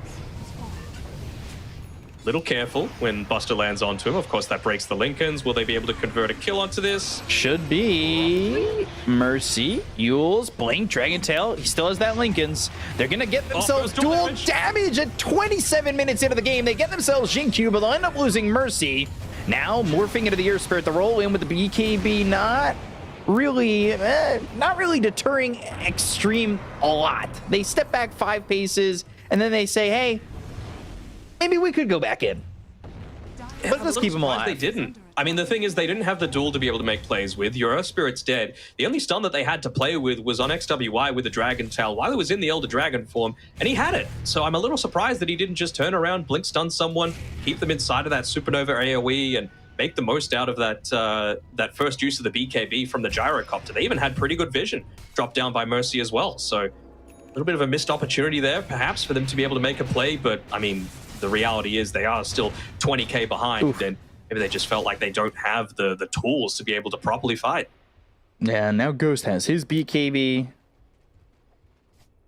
Mercy's going to pick up a Wisdom Rune. He desperately needs all the experience he can get sitting at the position 6 of this game. Compare that to really even just what DY has, 2 levels ahead. But then you look at somebody like Jinkyu, who's got more gold than their Legion commander. Yeah, just Jinkyu things. Man's a beast. To be fair, he got a shard, so they'd be about even. True. But still not what you want to see. Yeah. He's looking to pick up a Lotus now. So did XM decide to go? He did decide to go for that Eggs. Making that commitment. Go off, King. I mean, it's gotten to the situation where the LC needs to duel the Venge, honestly, just to be able to reduce that Vengeance aura, to be able to reduce the Wave of Terror aura, and of course, if it's not Venge, whoever gets dueled is just getting swapped, even if you are able to get through all of those Lincolns. But the positioning from DY has been really solid so far this game. He's used that swap when they were initiated with the Blink Dragon Tail and call down onto the Morphling a couple times, and has kept both him and XM deathless. And Roche is up in another minute, so Xtreme having control of a big majority of the map. This is all but guaranteed this early on, unless Aster.Aries make a hell of a play going for this Roche. A little bit fortunate for Aster.Aries here. So DY has picked up the gem. He moved around. He used his Wave of Terror to scout out a lot of that high ground vision, even just using the active for it as well. Passes it over to XM now. But they actually end up missing 2 of the lane wards. Ghost by himself in the Moonlight Shadow. Everybody's coming over. Now they're going to have XM jump in. They've got the silence on a Red Panda. He goes into the Supernova right before he's dead. The back side is going to be dropped down as well as the duel. They get the kill on a DY with the BKB being popped here by Ghost, but the Supernova goes off. Ghost is in some trouble. They throw the Doom. It's onto this Gyrocopter, but Ghost, can he survive? Everybody around him, XM on the back lines looking for mercy. They get the kill to the Earth Spirit. They're going to buy back on him immediately, and Uru finally falls as XWY still trying to output some of this damage with XM having a Spirit Vessel on him. The Illusory Orb hits onto the Phoenix while the roll comes in from Mercy on a Jinkyu. The Inferno Blade lands. Mercy's going to die again as he had just bought back, and they will look over now at XWY. Spirit Vessel placed on him by Jinkyu. XM back into the fight, and they will get another kill onto the DK. So the gem dropped from this Dragon Knight. It doesn't feel great just to be able to lose even more resources. And yeah, they could go and take Roshan if they really wanted to, but looks like they want to potentially go for some sort of a push towards the top side, make them forced to defend, reveal a little bit more information. But you just saw the effectiveness there. It was actually a really nice quick fingers use of the flat cannon right before the duel, so you still were able to survive through a lot of that lockdown that they had. But he just doesn't have any of this. Well, actually, I guess he's realizing that the Satanic isn't actually going to be that effective this game, right? If you're doomed, you're just not healing. So it's just about trying to survive through it and then hopefully get something else off the back of that. Cheese? Cheese enjoys? Ooh. What kind of cheese? I'm a mozzarella. Like I'm pretty basic. What do you favor? So I was introduced to it a couple years ago, but Oaxaca cheese is cheese. American cheese is by far Craft single. Oaxaca cheese has been really that and halloumi. I love halloumi. That might be my favorite. I love halloumi. We've got a huge Greek population here. So it's so expensive here. It's like $13 a block. Like those small blocks. So expensive. You ever had fried halloumi? Yes, I make fried halloumi when I buy it. I love it. Good man. Ooh, now I'm my hungry. arteries don't thank me though. No, my chest is already hurting. Yeah. But that's just, sorry, American. From me. Bottom tier 3? He's playing whack-a-mole right now, trying to hit him with those fiery spirits to slow down the push, but you cannot. Still hurting on a Purge. Way too far ahead. Thanks, Purge. Yeah, never giving it up. It's never going to give it up. They're bought out here. I mean... I'm going to say goodbye. Yeah. Won't hurt you. But Gyrocopter, he's got the butterfly now, so maybe he thinks that he can survive through a lot of this damage that's coming through. But I mean, who do you get the jump onto? Using the Buster onto JT to potentially prevent the turnaround potential, you still just got to get onto DY, but his positioning is always just behind the rest of the boys. Never has to move up. There's no reason to. Nope. Lincoln's, yep. Not going to be able to go in until the duel comes out. Ghost, there's the swap, there's the save. Rocket Barrage isn't going to do the damage. Now they're going to turn this around with the Dream Coil on all 5 heroes. So there's the Doom to follow it up. Red Panda, Shanxi, all fall. They get the kill to DY, but that is nothing when you think about what they're given and what they're taking. And Mercy, XWY falls, Red Panda bought back, and it's a full team wipe for Xtreme. Well, the GG is called, and they take game 1. They do indeed, and it really did feel like Aster.Aries, those first 3 picks were the same as what just lost Team 0, that game number 2 of the previous series. And I was like, did we not see what just happened? I'm a little confused that, the damage coming through is just a little bit slow. You don't have the people to be able to make those sorts of plays with. I don't know, like Ghost got way too much out of that lane as well. Just leaving the Morphling in the pool against a Gyrocopter feels kind of insane to me, especially when you're picking up this Legion Commander so early on into the piece. It really felt like there just wasn't a place for the Legion Commander this time around. So not sure what it is that convinced them to go for that sort of draft, but hopefully they can switch it up for game number 2, because I really don't think we saw Aster.Aries' full potential in this game. What do you reckon? Yeah, well, you saw glimmers of it, right? Like XM was... or XWY was destroying XM. He had like a 1,300 net worth lead very early on into the matchup. But again, that Legion's very, not great. And it didn't show up in this matchup when you needed an offlaner to kind of keep pace, if not 1-for-1, at least of their own with a Doom and be able to do more than just kind of sit there and watch as dual damage passes them by. But there are glimmers of hope from Aster.Aries. I just think with a better draft, it definitely goes their way. Maybe if you're going to pick Gyro next time, ban Morphling. You have so many bans to do it. You might as well. If you're going to pick Legion Commander, know what you're laning up against, and also pick someone that's actually able to get you dual damage. Yeah. He had 56 by the end of the game, but that was way too late into the piece. It was, 25 minutes when he got his first duel? Yeah. That's just... not enough, like you need to be scaling. You don't keep up in farm as well as a lot of these other offlaners. like the Doom even. Like we see JT, he was second on net worth at the end of that game just because you've got Devour, he had an Octarine core, he had a Quickening Charm, he had a Midas, so you're just always going to get insane value out of that one. But for me, the MVP was Xingqiu for mine. Like his rotations across the map, he landed every single arrow, even though the stats that you requested didn't necessarily show it, but he landed every arrow onto heroes that he attempted for the first, like, 26 minutes of that game, I felt. So, I mean, by all means, I think you need to give him the MVP. I just think he was absolutely everywhere that game for Xtreme Gaming, and he's a big reason why they were able to take this one so convincingly. Yeah, I agree with that. You know, he was top when they wanted to put the pressure and put the hurt onto the Legion commander, and they did just that. They got that kill up at the top lane, and then it was just all Ghost in this game.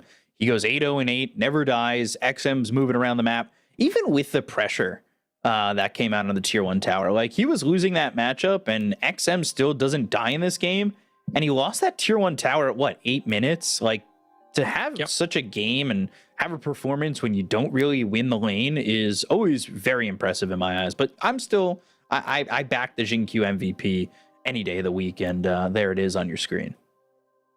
I don't know how I feel about the puck Dream Coil Ags. Like it's not the it's the rapid fire, right? It's not the Pierce's BKB anymore. So yeah, I don't know. It felt a little bit odd to me. I think it was just a bit of a celebration one coming through. Wanted to meme it up a little bit. I saw a Mjolnir queued up for the puck as well. Not exactly something that you see all that often, but you know what?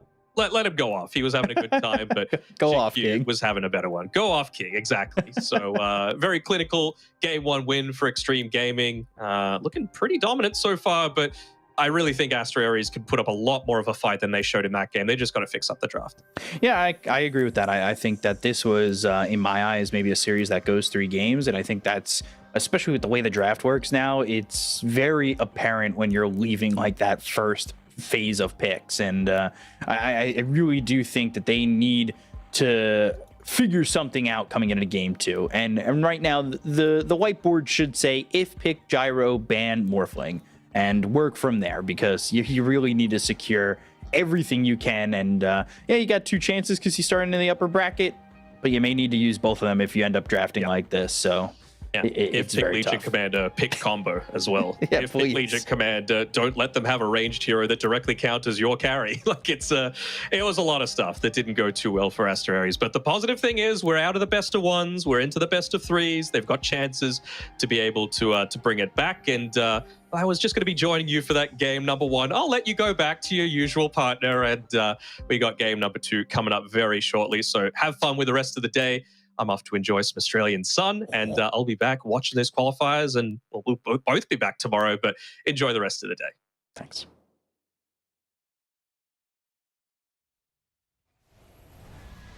Radiant's top tower is under attack.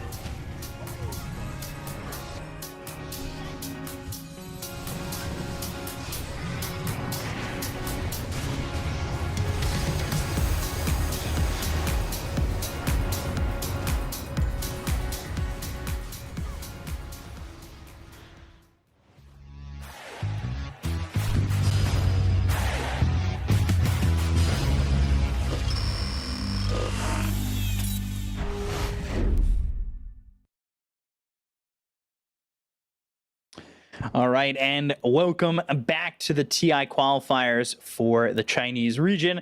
You watch that first game and you see Xtreme dominate and dismantle the side of Aster.Aries, kind of like how this gyrocopter car is getting dismantled. I don't know what's going on. I know that cosmetic, but can you put it back together, right, Lacoste? They took Danog away from me. They put it back together, and now we've got you.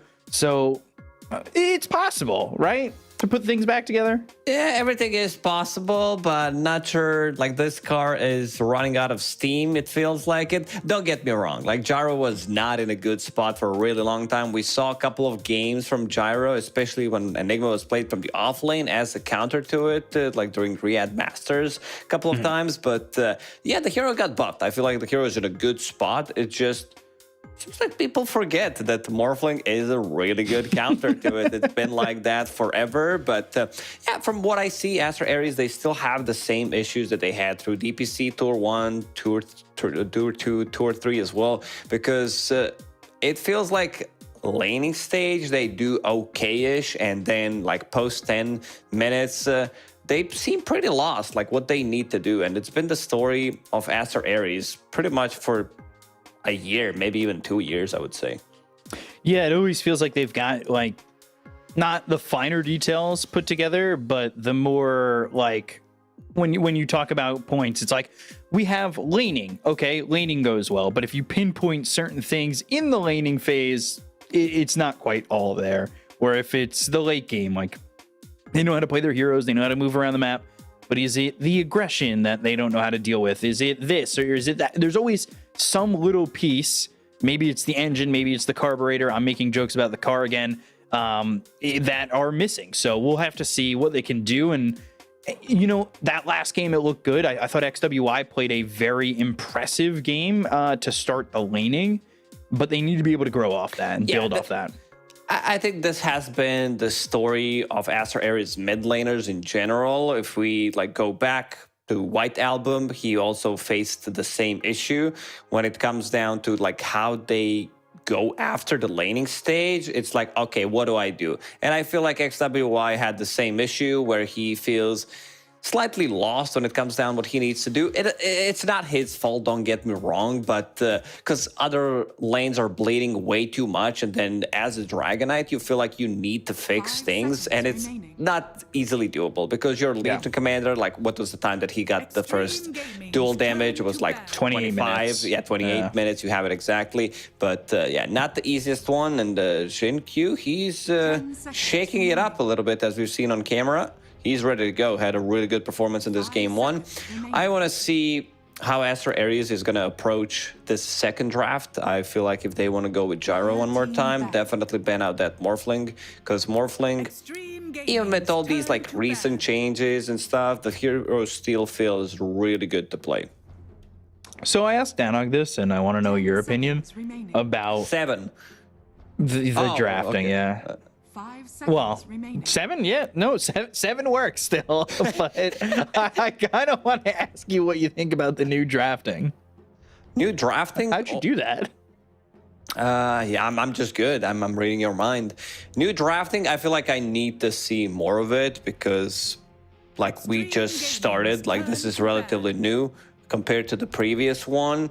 I feel like it's first and second pick because I think overall, I'll go back to Riyadh Masters one more time because I feel teams got really better at utilizing the second pick. The second pick even seemed slightly better, I would say, compared to at the start where you got one really good hero because you got 2 really good picks and then you got the last pick, and the overall last pick in the previous patch seemed really good to have. Right now, I still feel I need to see more. I don't want to talk out of my ass to say, the first pick right now feels really good, but I like the changes. We've been on the same pick for a really long time, and I feel like this one is going to shake things up quite a bit. It'll be interesting to see how it's used. I think the conversation that me and Danog had was, do you just focus someone the entire way and ban... When everybody's always oh, they have a hero puddle. Okay, ban their hero puddle in the first phase in all 4 bans. Make them not feel comfortable, and we'll see if teams try to maybe focus that way. But Right now, it seems pretty spread out in terms of bans, and that first pick is looking maybe like that classic Red Panda Brewmaster that we used to see on his days on Elephant. Yeah, and he is Red Panda after all. It fits the lore, definitely. And Xtreme Gaming, they're like, you know what? We're gonna show you how this hero is supposed to be played. There's still, you know, Morphling. That Morphling in the pool. We always have doubts about some of the Morphling players. Not the easiest hero to play. Like, it's very easy to look bad on the hero, especially if you turn it into wrong gear while you're shifting, shifting the wrong gear and then you go backwards. 5 seconds remaining. More car jokes for the broadcast. But if you're driving a truck, you actually have to put it into high gear, low gear. All right, sorry. I had to take it too far as I do. Dark Seer getting banned out. So weird. One pick. Yeah, it feels awkward. It's like, oh, there's 5 bans and 1 pick. On the other side, there's 4 bans. There's going to be a 5th one as well. It does This has feel to be awkward. Morph, right? I don't know if they're too afraid of it. I would definitely ban it. Like, Gyro usually did not like to play into Morphling. There are other carries that get on top of him, but this side gunner with the Aghanim Scepter, like, you get the extra flak as well. It's just going to be so much damage. Also, slow resistance, a new mechanic that has been added. Gyro feels really nice to play, especially with the level 10 talent. He's just zooming. Zooming. 5 seconds remaining. Let's see. Gyro. They banned the morph. Now I feel like you just kind of have free reign, right? Do whatever you want. Pick anything. So many picks to come, as both teams are going to be picking 3 times. Makes it difficult. I want to say, like, Dire team pick. there's so much. You don't want to show too much with this first pick with so many picks happening back and forth. So And they pick Xtreme- Rubik, so it's, Yeah, they'll go with the Rubik. Yeah. It's a still pretty stable position 4, which he 10 got seconds slightly remaining. nerfed, got a little bit of a buff as well.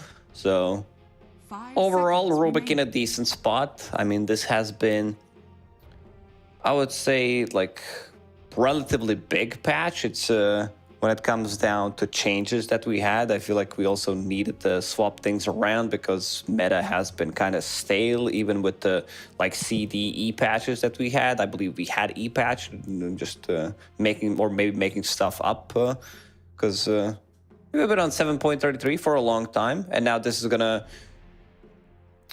give us some new heroes, and we already see, like, this is the first day of TI qualifiers, and we already see some of the changes, and I'm liking it a lot. definitely seeing more heroes coming out. I think these massive amounts of bans early on force you to kind of expand your pool and expand team pools overall.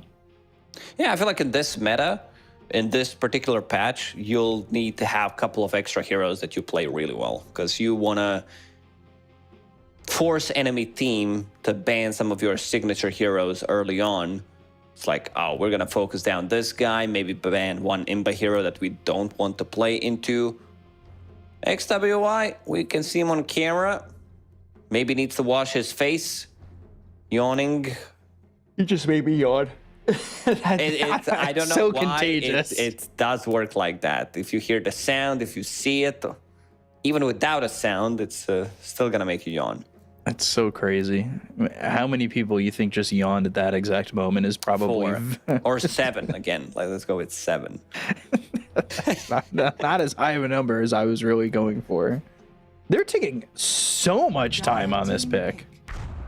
And they go Ricky. Ricky Brute as your opening. Or, well, not really your opening. It's your 1, then Bam Bam Bam Bam 2. Or Band 2. Interesting. So Ricky, it's definitely an interesting one. I don't think I've seen Ricky being played there it is. other than position 1. So I talked about the heroes that are good against Gyrocopter. These are the ones that can get on top of him, put him in a bad position. Ricky could be that guy, you know. And the new Dark Willow, as soon as I saw this change for Bedlam, that you can use it on a hero, on your allies, it feels really nice to play. Like, this hero just got the big upgrade, especially with the hero like Ricky. Like, you have something, and then Xtreme Gaming, they're like, you know what, screw that. That's one of the heroes that destroys Dark Willow. You don't get to play the game. Bramble Maze, Curse Crown, Gun with the Aphotic Shield. Great against Brewmaster as well. Great against keeping people alive. So one of the heroes that can be killed by Ricky instantly. So Xtreme Gaming, a really nice draft coming out from them. I like the adjustments. Yeah, I'm interested to see if Aster.Aries want to pick another hero that jumps on anyone. Just because I want to see the utilization of this Bedlam change. It's something me and Denog talked about in the first game draft, where it's just like, how is Dark Willow not being picked up as much? Like, this change just feels like it could be so strong, especially when you want to jump on heroes. How's Dark Willow not being picked much throughout TI qualifiers? We're on the day one. That's not through TI quals. I just meant in general. You know, there was also don't like that hero. I feel like for some reason players just don't like to play the hero. There was some resurrections of the hero when 9 played it from the mid lane. We saw some position 4, but yeah, the spell mechanic, let's say you have Oracle, you have Abaddon. The hero is not going to be able to do much. Maybe make some of these things undispellable, but I feel right now it's also a very skill shot hero, because if you misuse any of your abilities, it's going to feel relatively weak. Aster.Aries, it seems like they're counterpicking, and they're going to end up with a draft that I would say doesn't have much synergy together. It's also very single target oriented. Even with the Brewmaster split, that's your team fight. Sure, you have something from the Dark Willow, but you have Ricky, you have Razor.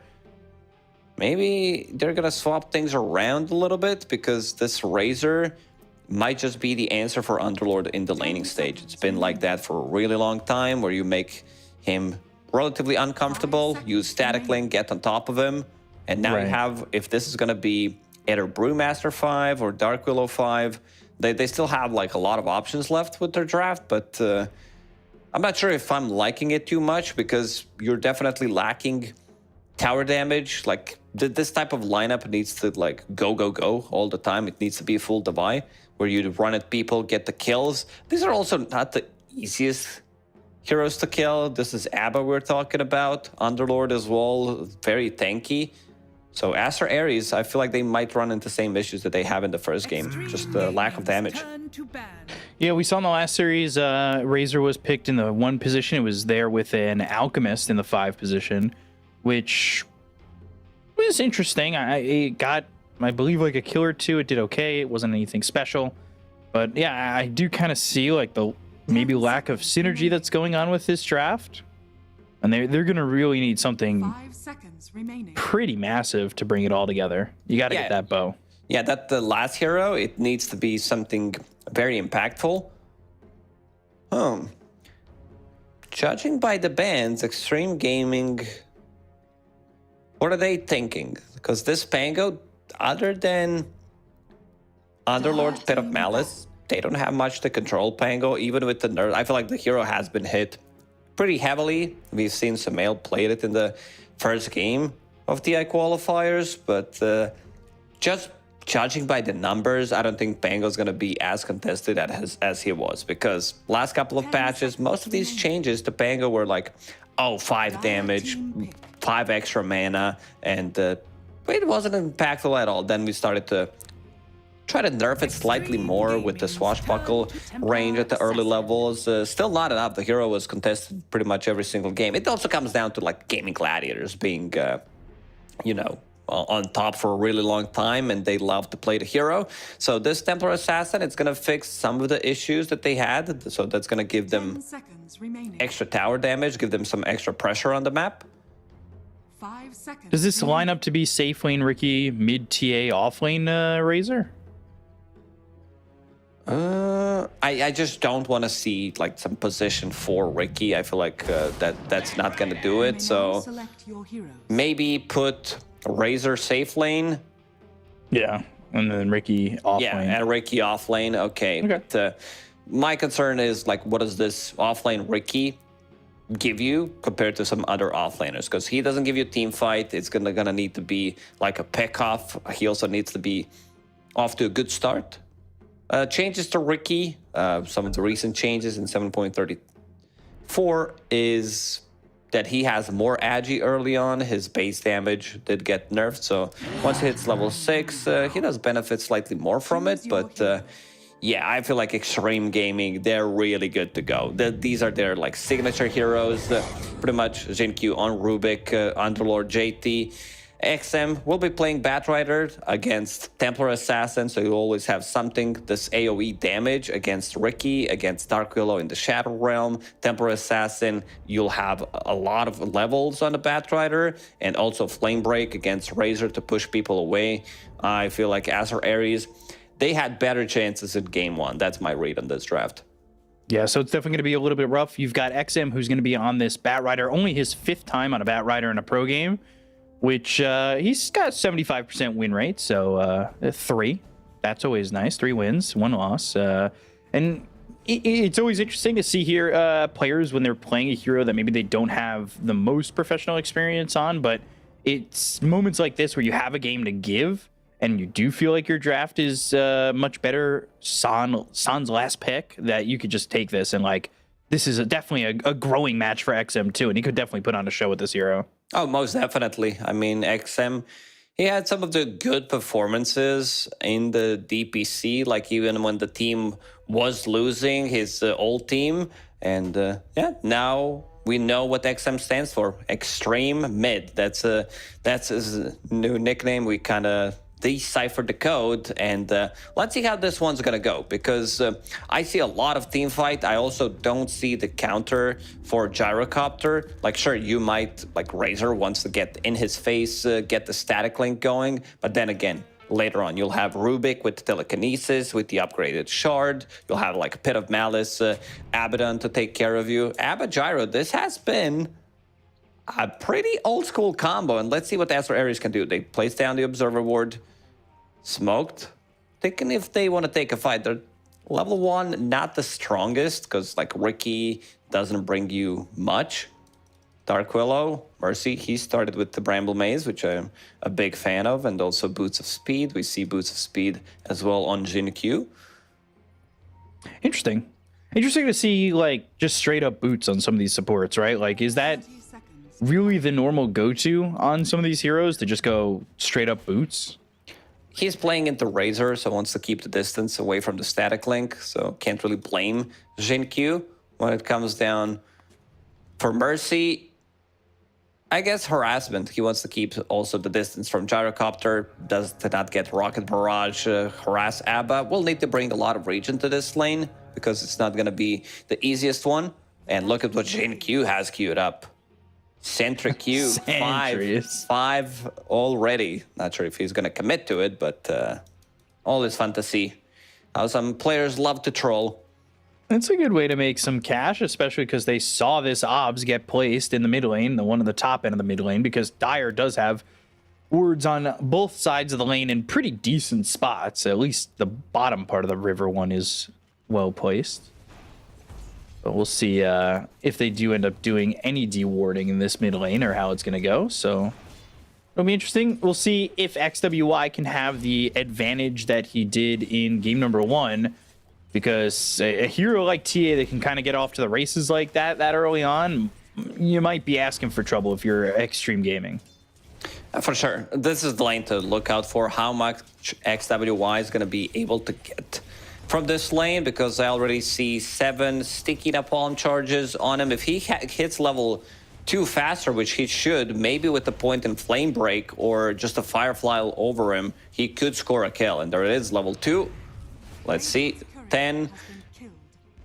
If this was Mikey, he's going for like it. a big, yeah, he's going for it. This was like blood grenade type of a play. So a little surprised that maybe on a Batrider you don't have it.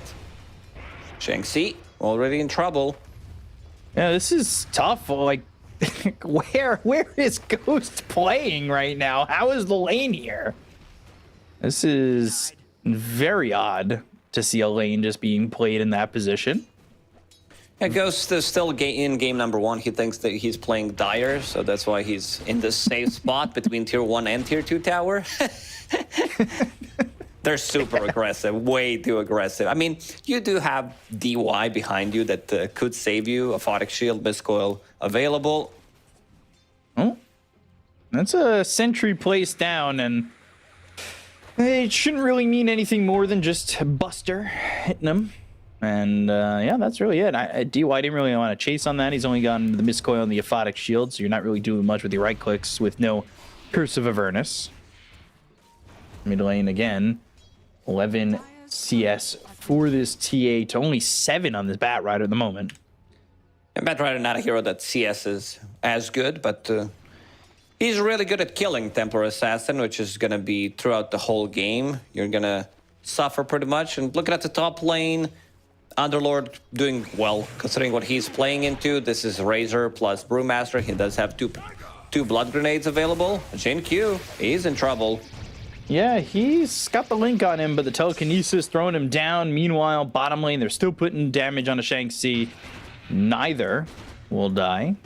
As long as he can take some pressure off Underlord until JT gets his items, and you can see the adjustment. JT also getting boots of speed, so he can run away from that static link. They get level 3 faster. Red Panda, not able so far to do much. Yeah, we've seen this strategy for him, right? Way in the past for Red Panda. Get level 6 and then be effective. So that'll really be a case of what he can do. Maybe he's going to be able to snipe a Wisdom Rune or something like that for Red Panda.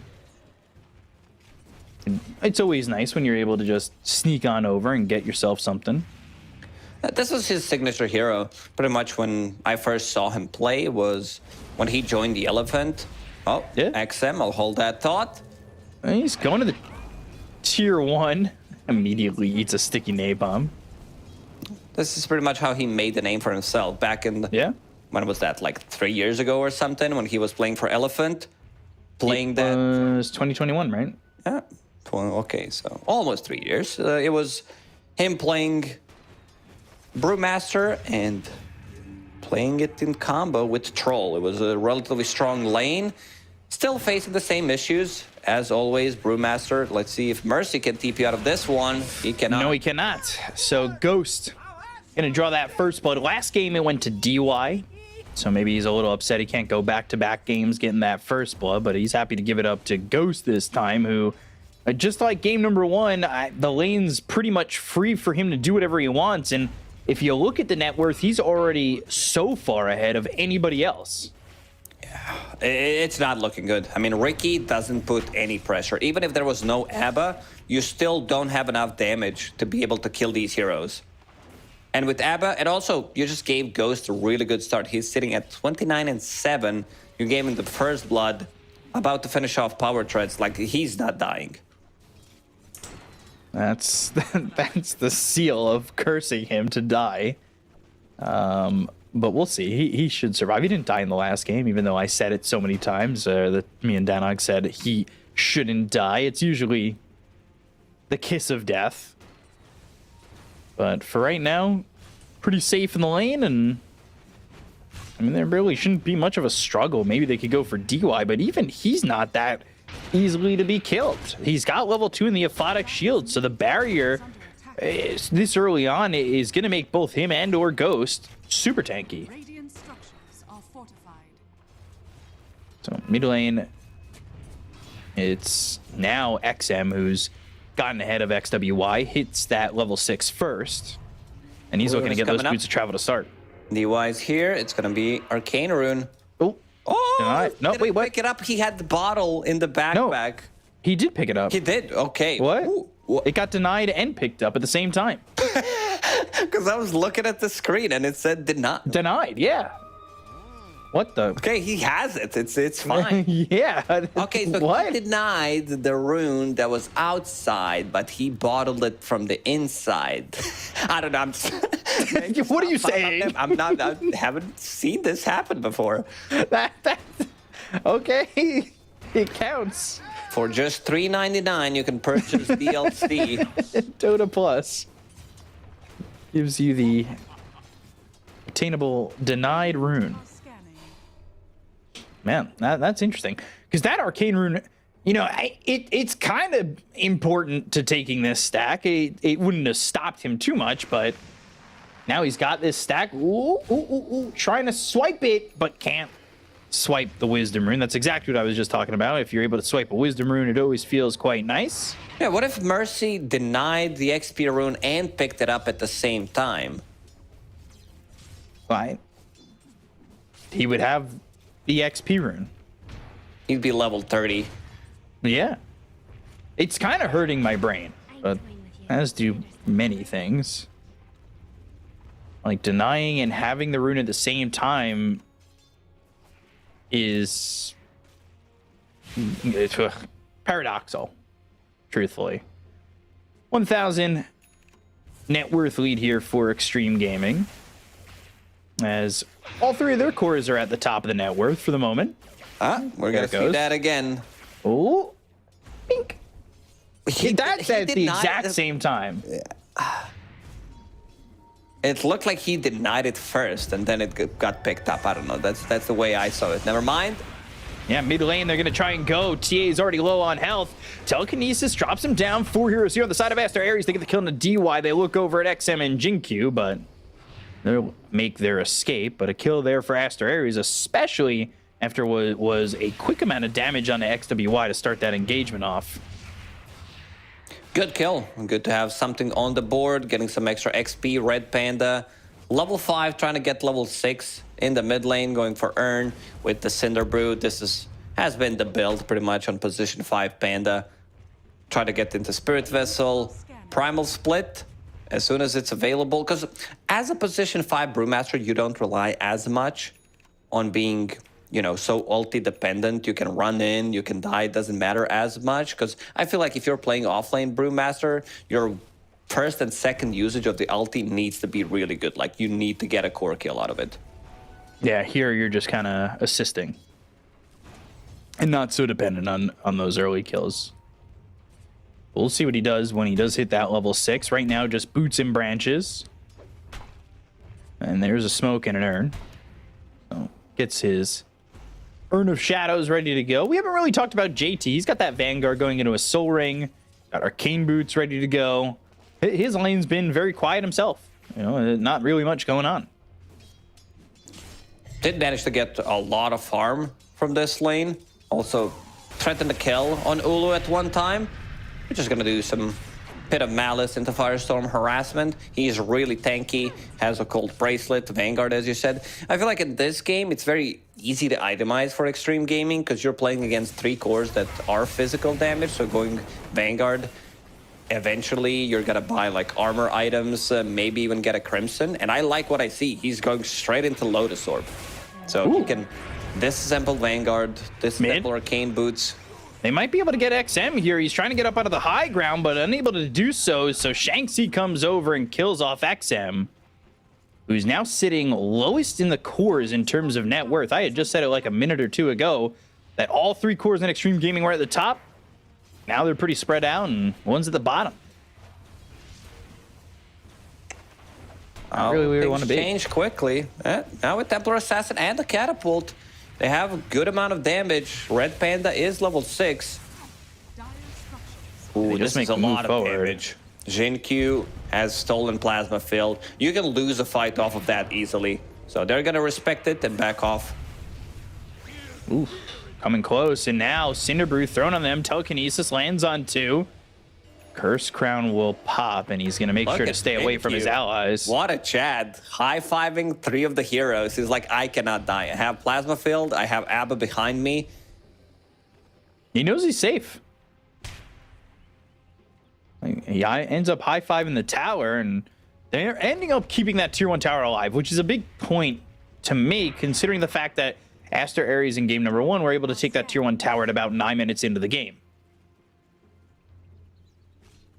So they don't have that available to them at the moment, or at least that advantage. Although I will say this time, Ulu definitely safer to just be free farming in the moment. No pressure on him in the top lane. Yeah, he definitely feels that Aster.Aries draft, they're okay with slowing things down, waiting until Ricky gets his Diffusal Blade, one item on Razor, he's going for a BKB. And there it is, Shanxi, 11, 12 minutes, Diffusal Blade. So now it's time to get some stuff going. Try to get some kills. Did the Gyro get enough out of that lane? Did they get enough out of it before the Ricky was able to get this Diffusal? Because this is definitely a jumping off point, especially with a hero that likes to fight early with just the blink for XWY. Like, he's got that blink, he's ready to go, level 3 in the meld. With the Ricky and the Diffusal having that inhibit, they can make jumps onto these heroes and kill them pretty quickly. That's what they're going to look to do. Trap down Bramble Maze. Can he navigate it? They've got the Bedlam onto the Ricky. They go to the lasso. That's going to be out of the Brewmaster. Red Panda's not going to be able to get the Primal Split off. They get the kill to Shanxi as well, and only the Borrowed Times popped as they end up losing Mercy. 3 heroes die on Aster.Aries, and they get nothing. Man, making the difference. Rubik having like all of these small items, having Seeds of Serenity, Fluffy Hat, Magic Wand, and Abba coming in the clutch. Like, Rubik is, he deals so much damage. This was like 2 Plasma Fields, Fate Bolt. They don't even lose him in the end. So this is the time when Aster.Aries was supposed to get like a couple of kills, maybe turn it into a tower as well, but it didn't happen. And now things are going to slow down. Again, Aster.Aries, same issues. DPC 1, 2, 3. Laning stage-wise, it was okay. Like, it was pretty even. This is the time where they start to crumble. Yeah. And this is something you see from a lot of these tier 1.52 cusp teams. Yeah. It's something that we used to talk about, like Magma, LBZS, Phoenix. And like that, you'd see them struggle outside of the laning phase. So take out that trap. They should just deny this tower and will. So mid-tier 1 goes down at 14 minutes just about, but it is denied overall. Ghost not afraid to really move from that bottom lane and kind of farm around where he can get anything that's open to him, wanting this Ags as quickly as possible. Yeah, he's getting a lot of farm. Ghost. I mean, Gyro's gonna be popular because ever since we made the map like 40% bigger, there's a lot of camps, and now we buffed the Gyrocopter. He really loves to farm, jumping in between the camps. Aghanim Scepter about to be finished in 100 gold for him, so he's gonna be fight ready relatively soon. Now already a 3k gold lead for Xtreme Gaming.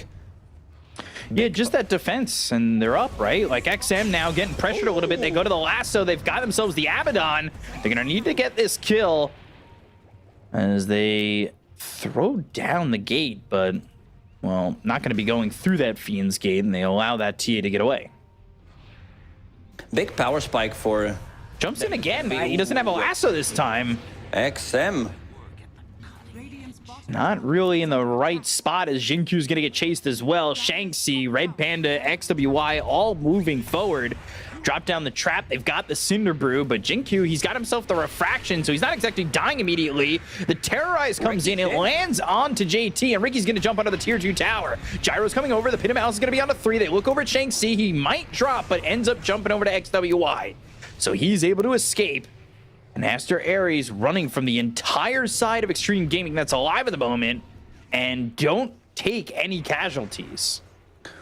This could have been like 1 kill, could have been a trade. They from want Xtreme this. Gaming.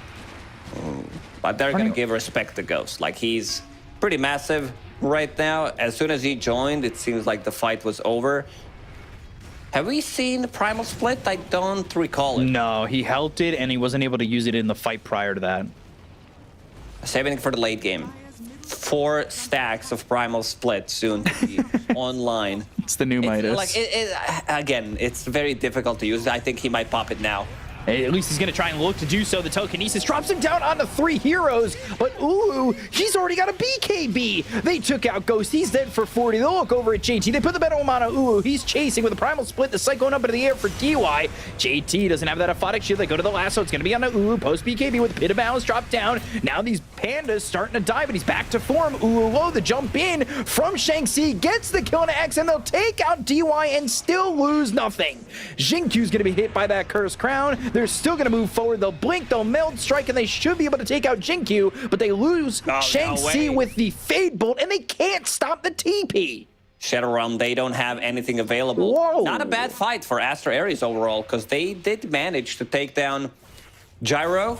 He was in the middle of a fight. They might need to be slightly more careful when it comes down to execution. Sure, you are relatively tanky with Abba behind you, but the big difference, this is the big power spike that I wanted to mention, is Ricky picking up his shard. Smokescreen, so some extra minus armor, and also not able to get targeted by Abba. You can't get Force Staff, you can't get healed, you can't get lifted once Rubik gets the shard as well. So that's going to be a pretty massive upgrade. Ghost gets this Ags. He's got Butterfly queued up, and he died so quickly in that fight. Thinking maybe you gotta find a way to get out, right? And he now switches to a Hurricane Pike. I'm thinking maybe BKB might even be what you want. He wants to take care of himself. As soon as he saw that shard, he's like, yeah, if I'm caught in the middle of a smoke screen, some bramble maze around me, I'm not going to be able to get out. And Jinkyu manages to kill Shang-Chi, TP out with that Shadow Realm, so trying to salvage the fight as much as he can. Still deathless. There was a lot of talks in, not his heyday, I don't think he's past it, but when Jinkyu was playing for LGD, there were a lot of talks of who is the better Rubik, him or FY, and he has certainly made a case plenty of times. They're trying to make a jump here on a JT. He's very tanky. He's got the Guardian Greaves. He's got the Vanguard. Going to turn this around with a Pit of Malice. Now they're going to look over at Shang-Chi with the Telekinesis, dropping him down on the Red Panda. They'll get the kill on Shang-Chi. They look over at this Brewmaster, and they'll take out a second JT, getting both. Something about these Chinese players, Chinese position 4 players, how they know to utilize a Rubik, it's pretty damn good. And now, he's got an execute as well. Going into Ags, going into Phylactery. He wants to carry the game from position 4, and I like to see it. I always love it. I always love seeing Rubiks like that, right? Yeah, for sure. Gyro, he might need to have some extra items to come into a fight. They got JT. He's in trouble. But the lasso and the follow-up from XWI. Oh, the Fiend's Gate! He left! He went back to the base. He's coming back into the fight. If he wants to go through, the option is there, but he decides not to. He thought about it. Now he lets Jinkyu die, and DY is going to be run down. They've got the Spirit Vessel. He's got the borrowed time, but how much can he borrow? It's really not much. It's only a couple seconds on the stopwatch he took. Ooh, this is going to be another good fight for Aster.Aries. Roshan will be on Radiant's side. They just finished off Deso, so I could see XWI going in and taking Roshan with this minus armor from Smokescreen, from Deso. Smokescreen plus shard from Ricky is causing a lot of issues. Shang-Chi, like this pick, didn't do much in the laning stage, but as soon as he picked up that Diffusal Blade, and now he's hunting. Yeah, Mercy's here. He's not going to be able to get out of this one. Rod of Atos, Bramble Maze, and XM going to die with the Bedlam put on Shang-Chi, so we'll see the death coming his way as Ricky jumps on him and has that extra damage thanks to Mercy. And Dark Will also going Ags.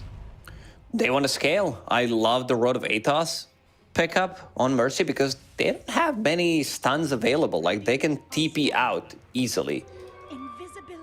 None of their heroes. If there's no Dark Willow, you can TP out unless Brewmaster uses Split. And there they go. Down towards Roche.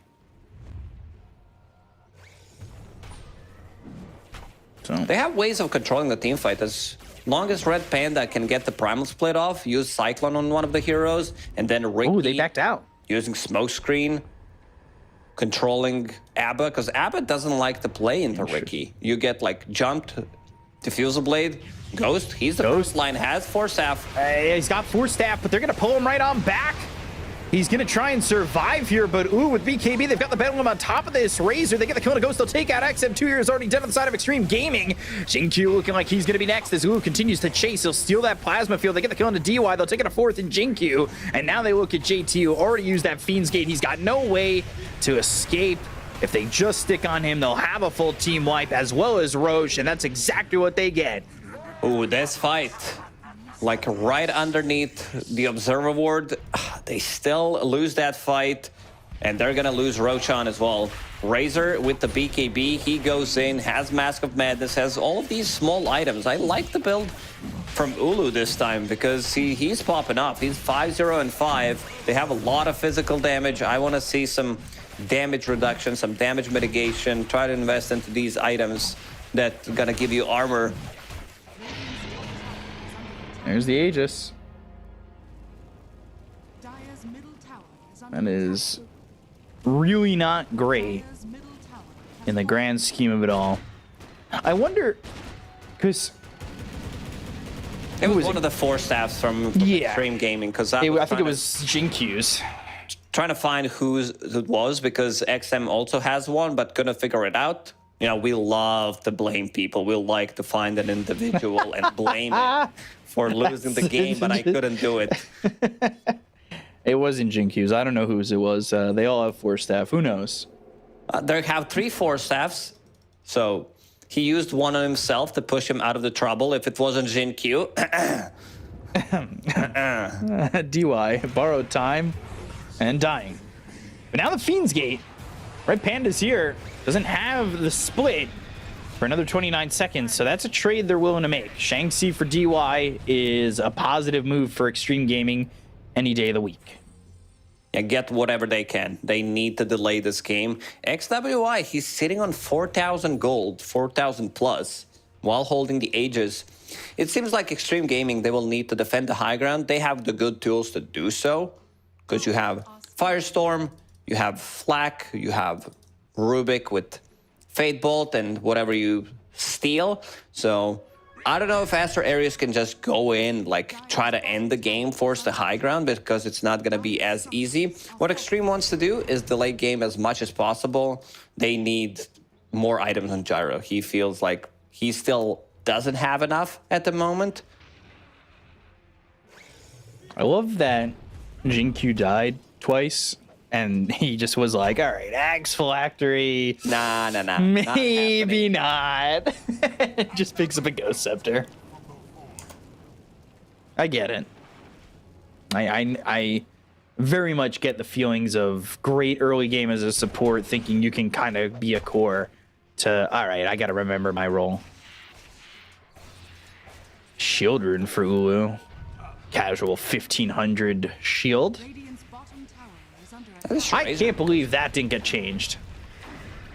I don't think it's OP by any means. It looks strong in certain situations, but sometimes it's kind of meh.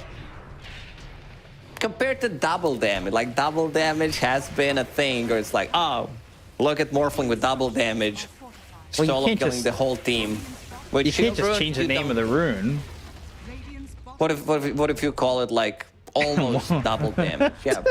1.3% double damage. Dire's top tower Like, is under all right, attack. sure. I'm so stuck on that. My head is just booming with ideas. JT, TP. JT, aka just TP, manages to get out of the trouble. He's very tanky. He does have Lotus Orb, has Guardian Greaves as well, going at the Heaven's Halberd, which I really like. So that's going to give you tankiness, disarm against all of 3 cores who rely on being physical. So I want to see some like extra armor being picked up as well. You know, maybe if you get to AC, not sure if he wants to buy it. Let's see, top lane, Xtreme Gaming, trying to make a move away from a fight, because there's still a minute and 20 left on that Aegis. XWY does have 9-second BKB available. Let's see, they've got JT looking to defend mid just with the Firestorm. Place that down.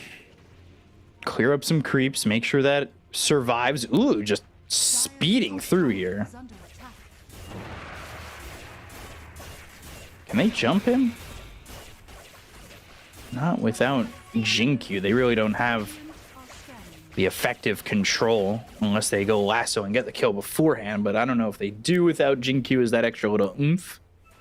He went back to help JT kind of defend. JT's baiting out here up front. He's a big boy.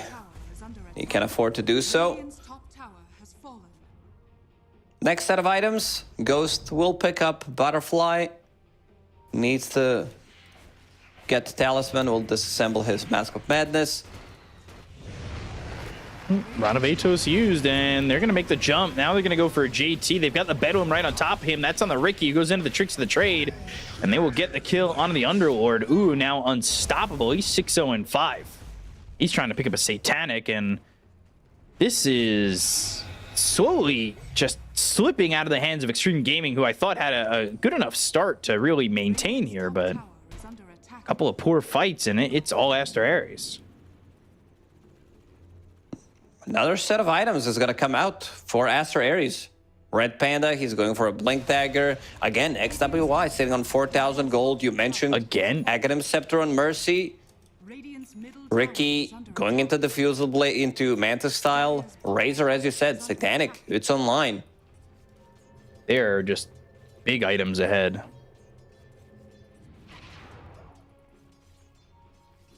Like, this is a big moment for Aster.Aries, and really, you know, not to say they are going to struggle, but where they struggle. Oh, Jinkyu using the telekinesis on XM to drop down onto Mercy to stop that TP within the Shadow Realm. Hey, that's a big kill. It's a lot of gold. XM definitely needs any kind of gold he can get because he was the lowest net worth core for a really long time, and now this is going to help him get to his BKB. He's playing a bit of more of assassin type of a game right now. So Blink Dagger, Force Staff wants to be able to lock onto a target, drag it back so they kill it, and then they take a fight 4 versus 5. Not going for like Octarine or anything at the moment, which I really like. I think he needed to make an adjustment because things were not going correctly for him. So this Butterfly's picked up. They're going MKB on Ghost, but they already got one on TA on the other side. Ghost is holding off on a BKB as long as he can, but Dire's top tower is under attack. I wonder if he's going to be able to survive in these fights long enough. Like, Ulu just has Satanic. He's basically got 2 lives in his hands as well. Gyro hit level 20. That's a big spike for him, getting that 40 flat cannon damage with the level 15 talent as well. Butterfly online, Elven Tunic as well. That's a lot of mischance, a lot of evasion. That's why XWY decided to pick up MKB. Right. So, no real big fights happening. Knowing that Roche is soonish, I don't think anybody truly wants to give up the advantage, but both need to get it some way, so they're both going to smoke up as 5. Radiant Scan comes out from the Radiant, doesn't catch anybody. They're actually just kind of going counterclockwise around each other until they move and show each other mid. BKB's going to be popped. They go to the lasso. They've got the Cursed Crown, and now they're going to look to get the kill on XWY, but they've got the Refraction with a Rocket Barrage on him. They'll get the kill as Terrorize is just a little bit too late. BKB, Ulu moving forward. They've got the Lotus Orb on Ghost. Ghost needs to get a Force Staff up into the high ground. That's exactly what he gets. He's in a great position to put some damage out if he can. But now, Flat Cannon raining down onto these heroes. Red Panda's in trouble. Shanxie's going to be in trouble as well. With that Ags, the Shadow Realm strikes just aren't doing enough, and Mercy's going to be able to TP out. They'll chase for more, so far only losing 1. They want to get the kill on Shanxie. They grab the root on the edge. There's the Flame Break and the kill onto this Ricky.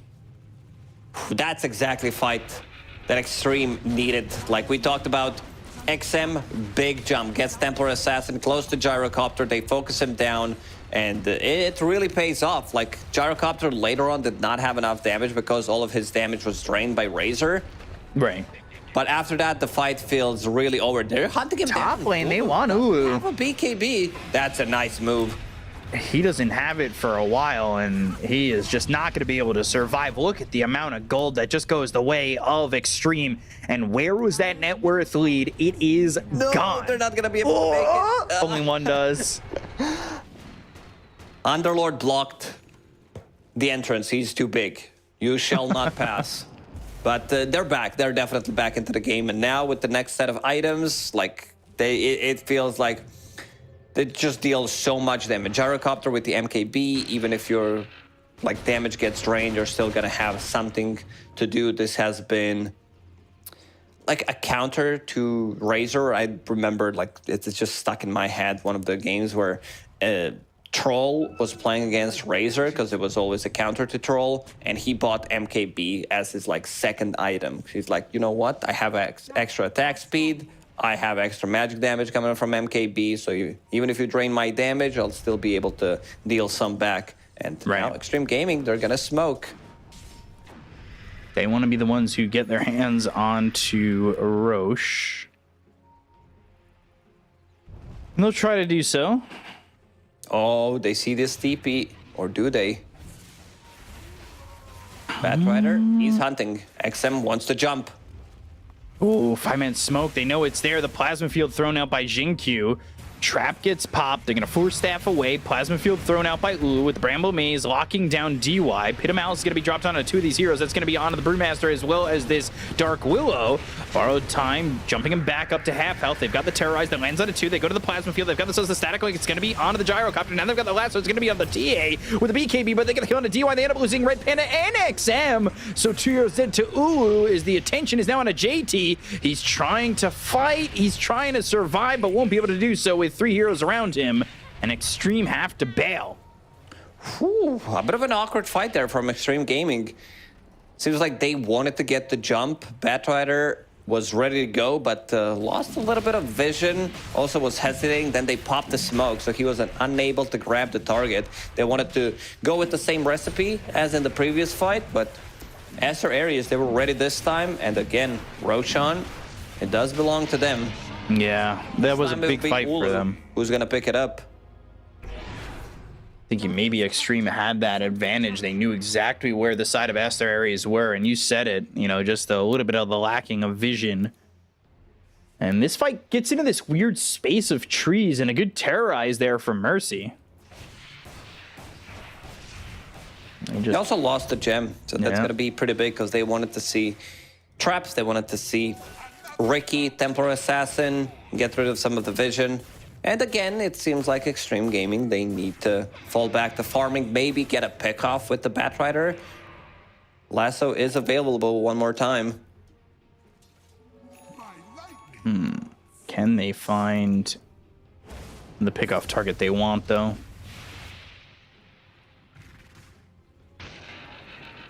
Not really too sure just yet, but now with this Aegis, it's on to Ulu. Ulu feels very vulnerable without that BKB, but now he's picked himself up an MKB.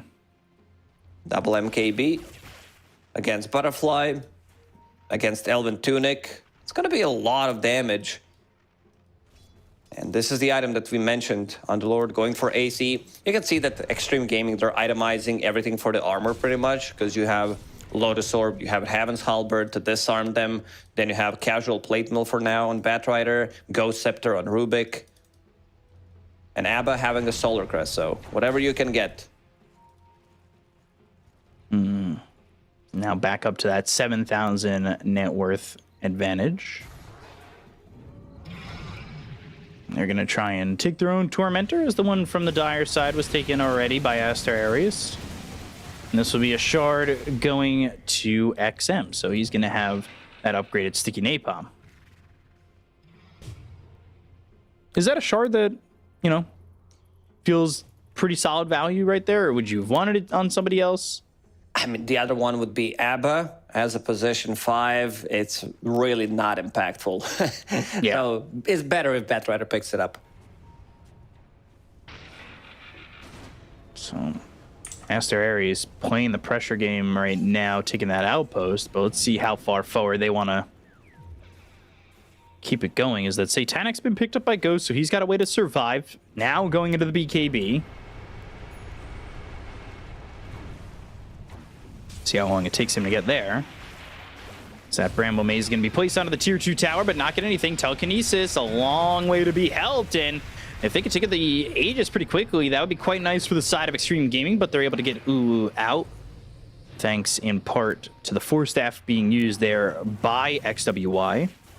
For now, Jin-Q is holding Plasma Field. It's a good amount of damage, especially at the early stages. 36, 7 minutes into the game, it's not as great.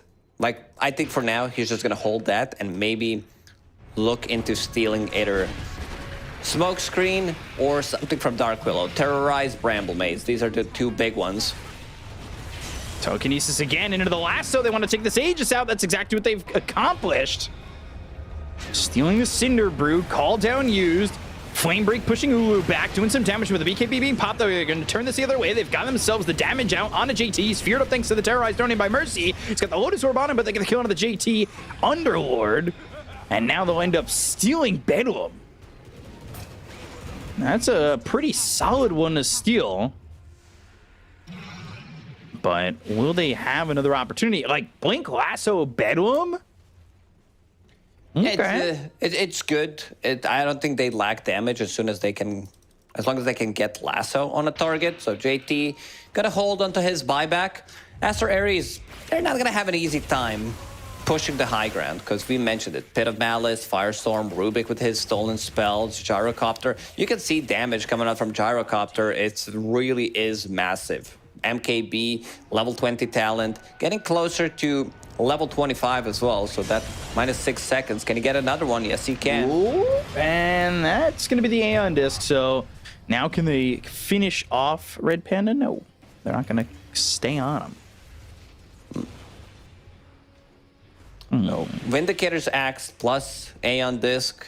It is a lot of like armor, slow resistance, and also unable to get him killed. He just assembled it. Red Panda was waiting until he drops really, really low.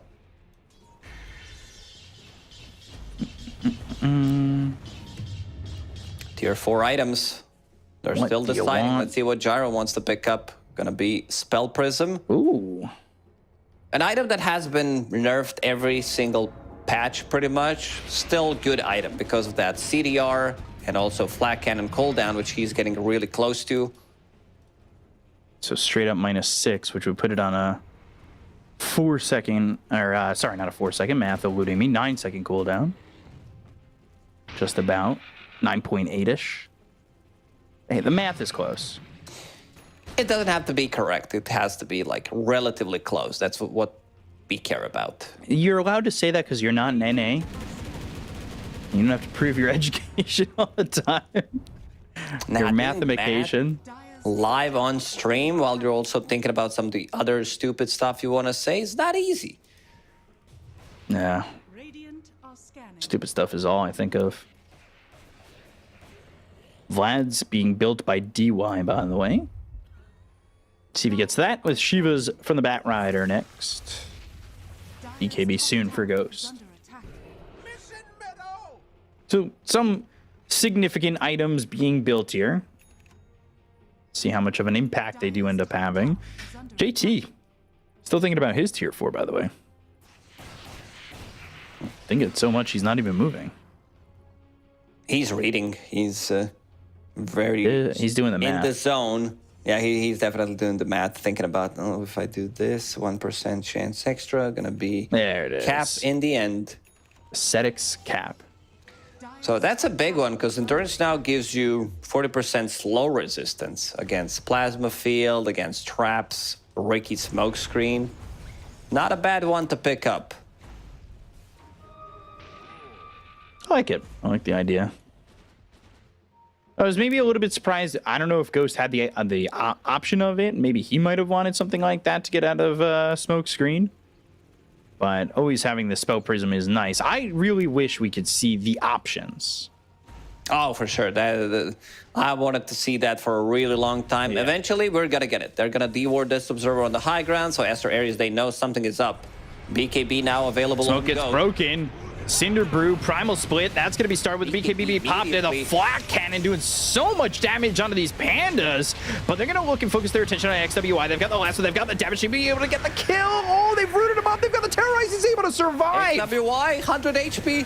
Oh my god, he's able to survive. Red Panda's got the Aeon Disc. He moves around. They've got the Pin of Malice on him. And they're still looking over at the Dark Willow. Nobody did just yet, but the TP's going to be out from Mercy. And now the chase is on to get anything out of this. GQ is able to steal the Primal Split. The Rocket's going on. They've got the Fiend's Gate. It's coming. Buster. Gonna make you feel not so great, but he's gonna be on the other side of the fight where they go after and catch themselves Ulu instead. Buster went all the way over to Red Panda, but the attention was onto the Razor. I love that Ghost immediately popped the BKB because he's like playing against. He wants to deal as much damage as possible. He sees a BKB and he's like, you know what? I don't care. I'm just gonna right-click you down. And now this flat cannon is on a really low cooldown, so he can use it like multiple times in a fight. Aster.Aries, they're gonna struggle with dealing the damage because I see Underlord with Heart, with Ascetic Cap, Lotus Orb, he's really tanky. And then you have Ghost, who's, what is he bringing on the courier? Just gonna be a couple of clarities for now. Okay. Hell like yeah. I thought it was something big. I thought it was like, you know, something important, but look at that. In the backpack, 2 clarities. Bramble Maze, Flame Break, Pit of Malice. That should lock Mercy again. They've got the last one, but it's going to be reflected with the Ags. That's on the Dark Willow. That grabs 2. Oh my, they still get the kill on Mercy. They're going to turn this around. They're looking for XM. As Red Panda's got the Primal Split, they've got the Cyclone up in the air with the Static Link. It's going to be on the Gyrocopter with the Lotus Orb being put on a Ghost. Pit of Malice with the BKB, popped by Ulu. So now Plasma Field and Disc popped on Red Panda. DY's got the borrowed time. XWI not doing enough damage just yet with the Metal Strike hitting on a Ghost with the BKB being popped. They get the kill on Ulu though. It's JT who gets the credit. They look over at Red Panda. They'll get the kill onto the Brew and take out 3 without buyback. Oh, XM tipping Mercy as well. Like, that was a nice play from Mercy. But Ulu, he bought back and he died immediately. And this is game over. They have no business left in this game. You're playing against Gyro. You're playing against Underlord with 400 damage. No carry available. It's all it took. Gyrocopter is a mean carry when it comes down to the late game. Throwing like buffs on top of him, having Abba behind him to dispel him with the Aphotic Shield. Solar Crest on top of him. Oof. Man, this game, Aster.Aries, I would say that they were relatively close to winning it when it comes down to like how much advantage they had, but the execution, again, it was lacking. They're going to try and hold on. They get the kill into Jinkyu. They've got themselves the buyback on Red Panda. The throne is exposed. They've got the disarm. They've got the Lotus, but XWI won't be able to survive. Ghost gets the kill on both him and Red Panda, and now they'll focus their attention onto the throne while GG is called by Aster.Aries, and Xtreme Gaming will take the series 2-0 and knock Aster.Aries to 1 life left in the lower bracket. Whew. I mean, we've seen this movie before from Aster.Aries where they have advantage like throughout the DPC and they're unable to close out some of the games that they should win. Xtreme Gaming, however, they kept the composure. And Ghost, what a carry. What a carry player and also what a carry hero, because I feel like Gyro, this hero is going to be super contested when this is the first pick Gyro. Yeah, the Gyro's been picked already 3 times today. It is really just, it's impressive whether it's behind or ahead. You could sense how much damage it can do if given the right opportunity, and Ghost makes that very apparent here. He was given a lot of free space to just get as much farm as he wanted, and he really made them pay in the end. Yeah, this is a bit of a sloppy fight that we're going to see from Xtreme Gaming, where they try to siege the tower, but Brewmaster split. Like Abba, he can only do so much at the early levels, like playing against Smokescreen. We can see the Cyclone as well on the screen as soon as they start to run at them. And it's going to be a disastrous fight for Xtreme Gaming. XM had a bit of a rough one, I would say, throughout the start, but a couple of lassos throughout the game, especially one on Templar Assassin, was really game-changing, because this was what kept them long enough in the game until they can get another set of items. And Ghost, he just popped off completely. This Aghanim Scepter upgrade maybe overtuned it a bit, I would say, but we'll have to see. I'm glad that Gyro's being played again. Yeah, Gyro definitely into the mix. We're seeing a couple more heroes that we weren't really seeing a lot of. I think Razor is one of them. Abaddon now finding himself a little bit more of a place. Dark Willow coming into the mix. As much as, you know, they didn't win this game, I felt like Dark Willow did accomplish a lot in some of these fights. Like the Terrorizes were on point. Yeah. Maybe Ags wasn't exactly the best item pickup for Mercy.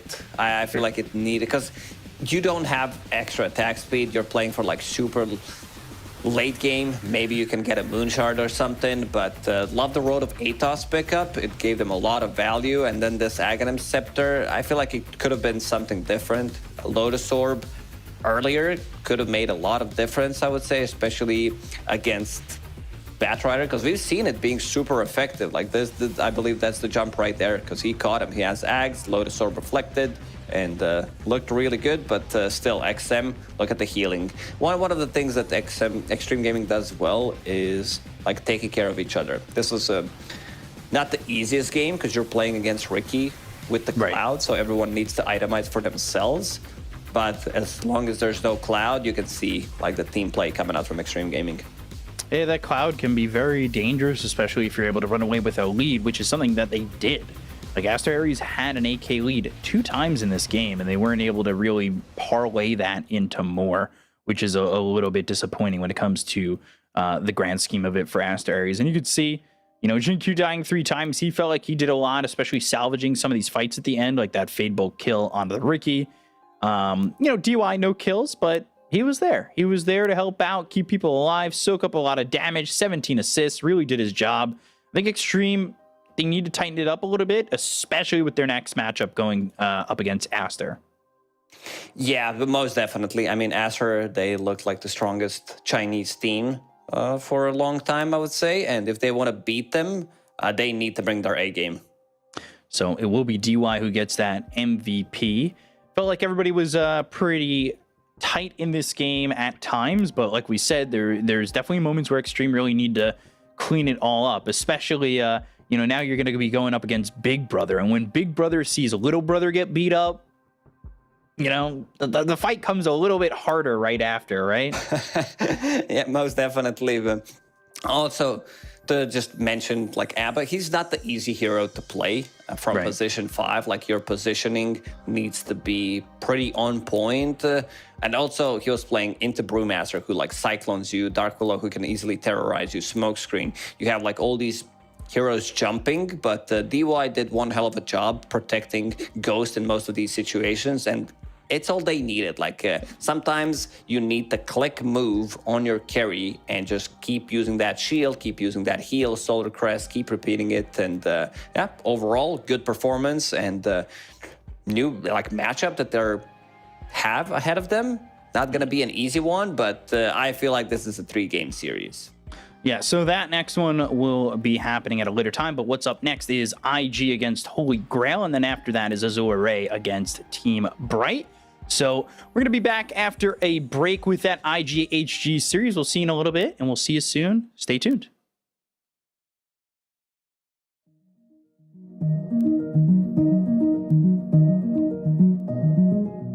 Every day for 3 years, a secret team met across Europe to hack one of the most technologically advanced cars in the world. Meet the Deloitte cybersecurity team that developed new state-of-the-art automotive software defenses, making the world safer for drivers, passengers, and pedestrians.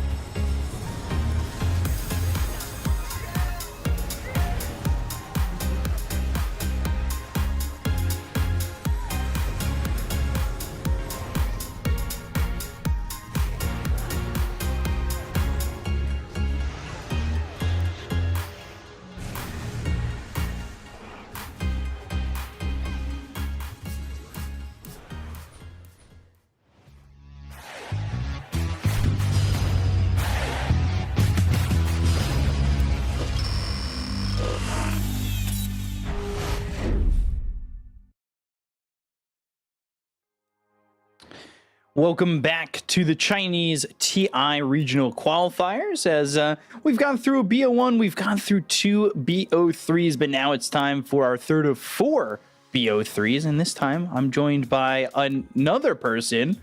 It's Lizard. It's been Danog, it's been Lacoste, now it's Lizard. Lizard, how you doing? You're just rifling through us, man. Yeah, One after what another. can you do? Australia, Croatia, Bosnia. Like, going around the world. Yeah. You're having a good time. Yeah, going and traveling from home. So doing my best to travel as much as I can. When I'm still. I looked around in my apartment, not flying, not on the plane or anything like that. But this is an interesting matchup. IG against Holy Grail. It should be IG favored, but me and Denog thought this might be one that might end up going in an interesting direction if IG aren't perfect. You really think so? Like, IG, you know how much I've been hurt by IG over the years, right? Like, right. This has been my team. Well, not my team, but they've been one of those that I really believed in ever since Singapore Major, ever since that Grand Finals. But I don't think that they should lose under pressure. Like in situations such as this one, I think that it should be a little bit easier for them to perform. When push comes to shove, Emo reins the boys in, and it looks a little bit nicer. That's my opinion at least, but anything can happen, really. Yeah, now they've got the addition of Zeal. So, we've seen Zeal be a very good offlaner at times in the Chinese region. I'm a little worried with the way the draft works now that they might just focus ban him for like 4 straight bans and say, hey, listen, Zeal, you're not going to have a hero to play because his hero pool, it's not exactly the biggest. Well, it all depends on how they approach the game, right? And this new patch, the new drafting, the way it works is still a mystery, right? I've seen many takes from different players. I've talked to some of them as well, like about the drafts. And in general, people think that it might bring the game in a stale position in which everyone kind of figures out the patch a little bit faster. However, I'm yet to see that. Obviously, we didn't really have a lot on this patch, so yeah, I'm looking forward to seeing some more and seeing if that bulldog approach still works. Just ban out everything that he has. Make him spam and fight Vaga instead of playing professional games. that might be the case if too many bans get directed at one person. You could be on the it sounded like it came with love. I'll admit, maybe a little bit of jealousy, anger, I don't know. Do you want to be the one? Of course. Yeah, I was gonna say, do you want to be the one playing Waga? Or with Waga? Do I want to suffer through his TA mid 24/7? No, I've had enough of that. I've had enough of those pubs. You want something new, and maybe we see something a little bit new in this draft because it's been a couple games tonight. Both the BO3s so far have gone 2-0, and then there was this quick 17-minute game in that BO1 for IG.Vitality, but there's already been 3 gyrocopter picks, and that is a hero that already is just very, very much found its footing in this patch, at least for now. I know it's day 1, but it looks like it's strong again, which is scary. And potentially, I don't know, we've seen Gyro be strong before, where you think he's going to die, has his Ags, and then just pops Satanic and he's full health. Yeah, do we combo it with something again? And maybe that's the way to bring him back, like combo him with some IO, make the game end 15 minutes. Because right now what I'm seeing with Gyro is the hero looks really strong, but teams are unable to execute the same strats that were executed before with Gyro, which basically meant I'm getting Aghanim's crit, perhaps a BKB, and I'm ending the game, right? Like that's where his strength lied.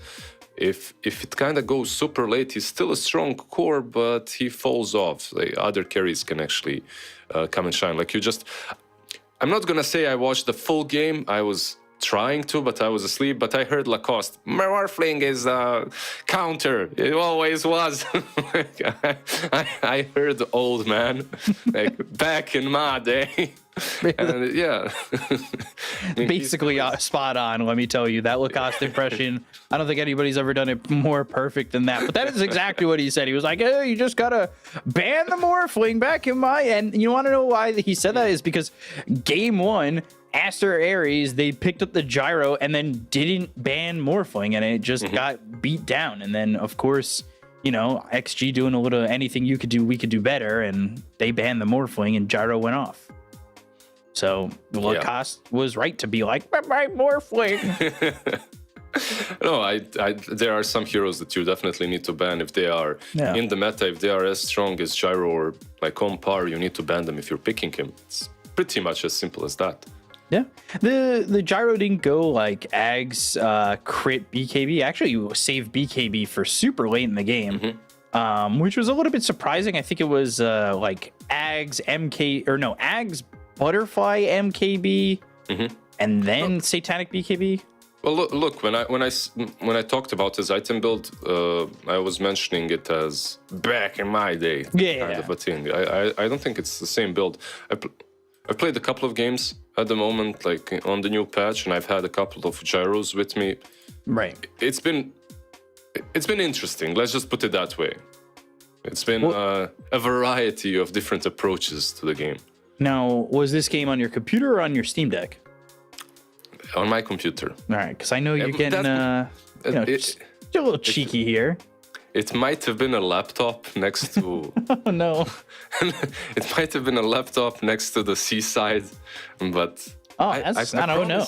That's beautiful. I promise I tried, yeah. Well, all right. So trying, as we take a look at the bracket, you can see where the BO3s and the teams that were trying, Xtreme Gaming 2-0, Aster 2-0 as well. They'll face each other in the next round of the upper bracket. And iG.Vitality taking that 1-0 over a limit to face Aster.Aries, who lost that second series. But I would kind of say it might be hard to play some Dota with the seaside right next to you. Well, I don't know if you ever played Final Fantasy VII. You probably didn't, but that seaside town that's in there, that's all I imagine is what you're enjoying right now. I mean, I've seen the Instagram, I've seen the stories, and the beautiful pictures, and you looking all handsome and whatever. Thank you. It was hard to play. I did play some games just because it's SCA, and you know, if I'm in Indonesia for that long, at least I can play some pubs to learn how to swear, right? So I go into those pubs, I open my ears wide, I hear some flames, I use them on the street, people are, you're one of us.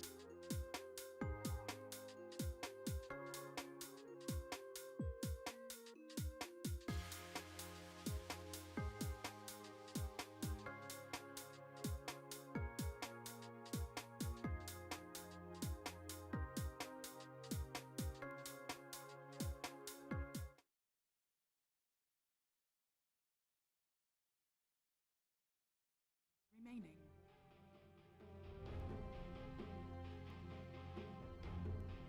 Dire team ban. Just lower Dota sounds a little bit. I've been playing for way too long, so master volume is too high. I didn't hear a single thing you said, but Fair I guess enough. you asked about the bands, like Invoker and Earth Spirit on one side, and Gyro, look at that, on the other.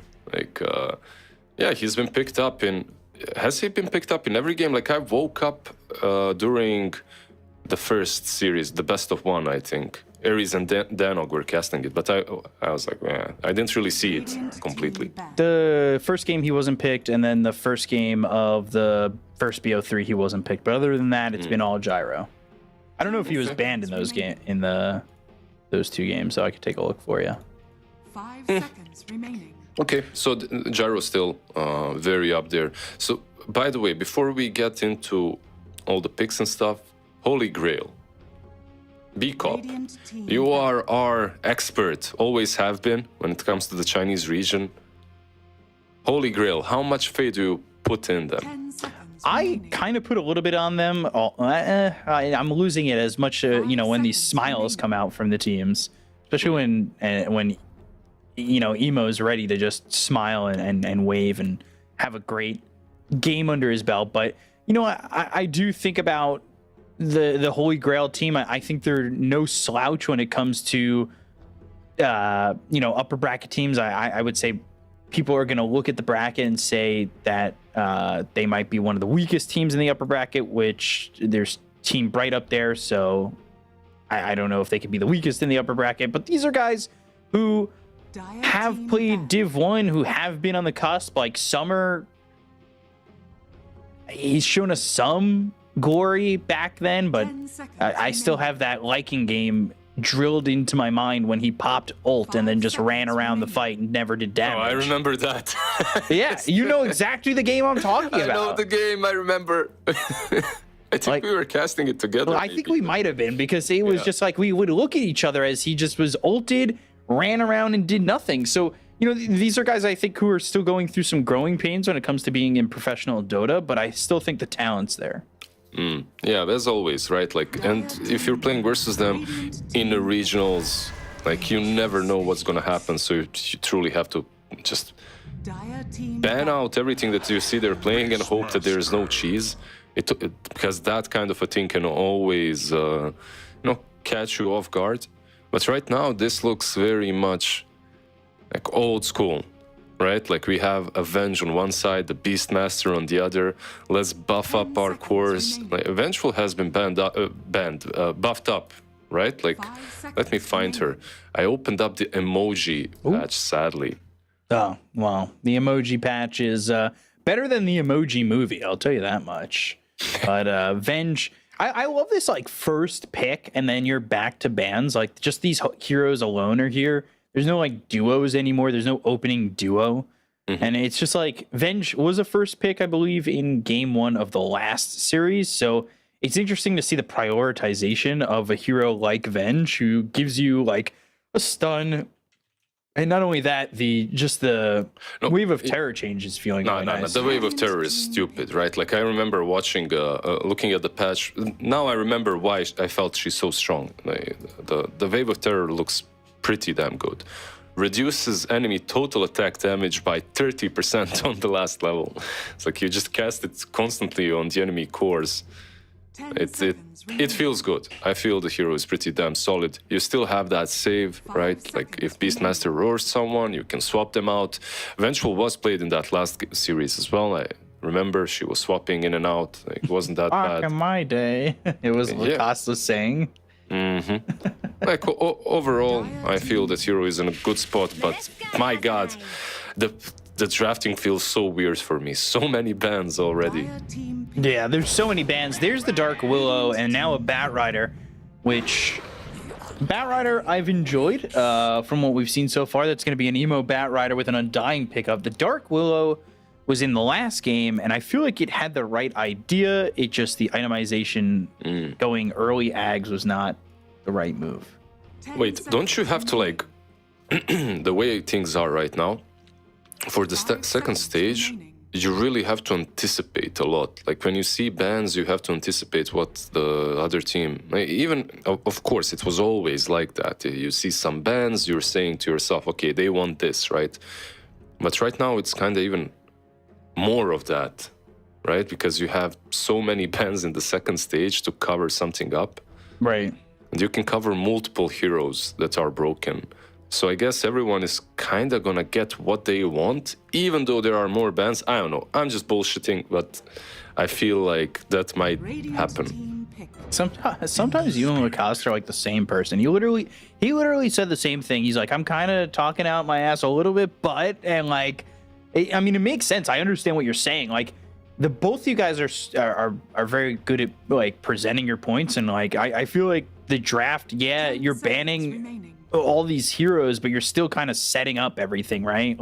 Even in the last style of picking and banning it felt like you were just setting up your own game, but now you just have to be a little bit more careful because there's so many picks in a row. Exactly, yeah. I feel everyone is gonna get their strat, some strat. I'm not saying they're gonna get the one that they expected for the draft, but they're still gonna get something that's pretty damn strong. That's how it looks like. And Holy Grail, follow it up with the silencer. Okay, what's happening here? He's in a decent spot. Like global right here. Is it that good? Like I'm looking at it. You can follow up against the bat, but I don't feel like that's really a big deal. You need that's something that's not too reliant on spells, though, right? With these last 2 picks, if you're going to be up against Silencer, and I guess, yeah, PA is one of those heroes that doesn't really mind it. Yeah, it's a pretty strong hero versus Beastmaster, always was, right? Plus you have the Venge with you, you have the Undying with you. It feels like a really damn hard lane to play against. So, yeah, I do like the PA pick. Can they pick something against her? Something that really likes playing into PA on that position 1 and Batrider? Razor? It's okay, I guess, but do you want to put yourself in this place in which PA eventually just takes over? That's the question. Right, like, is there something that can scale against her really well? 10 seconds remaining. Like that, those are my thoughts at the moment. 5 seconds remaining. Something that builds MKB naturally, perhaps, or whatever. Does PL fit in the meta, or is it just like... It was a thing that I thought about, because you're playing versus Undying and Batrider, and on top of that you have PA. Like, it actually would be solid, but I have seen zero of it. Maybe a couple of games here and there, but not a lot, at least not in the current patch. I will say the joy that came from you hearing me say PL, I kind of felt it. I've never been happier to impress you more in my life. Actually, that's not true. In the gym sometimes. When I did one pull-up. You never impressed me in the gym. Oh, damn. It was all a ruse. It was all a lie. Don't worry. Oh, man. 5 seconds remaining. OD banned out. Yeah, so they're just covering their bases a little bit. It would be solid on the mid lane. It would be solid versus the Beast as well. Not great versus Global, obviously, but who cares? You can't play against that. Like, I love when sometimes... Wait, Naga banned out? Okay. Yeah, similar vein of PL, right? Similar, right? Just better, I suppose. Just in a much, much better spot. You get all those illusions to deal with the Tomb, with the Bat doesn't... I love playing against her. But by the way, Bat is different. Even, like, you mentioned the PL. He's good versus Undying, decent versus PA, but, like, versus Bat, I guess it doesn't really matter anymore, right? And then they pick out the Brew, so even if you want illusions, they're not going to be that great. Is that going to be Zeal Brew? It theoretically should be, but we also just saw I think so, 5 Brew.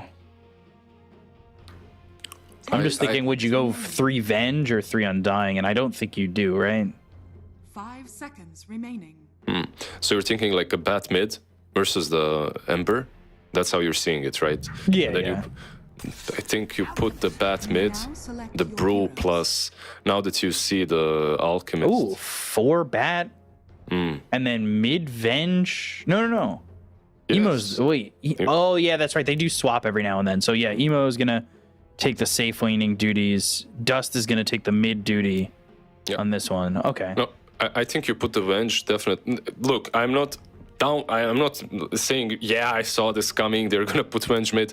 I did think Bat is gonna be 4, but I just couldn't figure out the rest of the rest of the draft where the Venge is gonna go. This is an interesting one.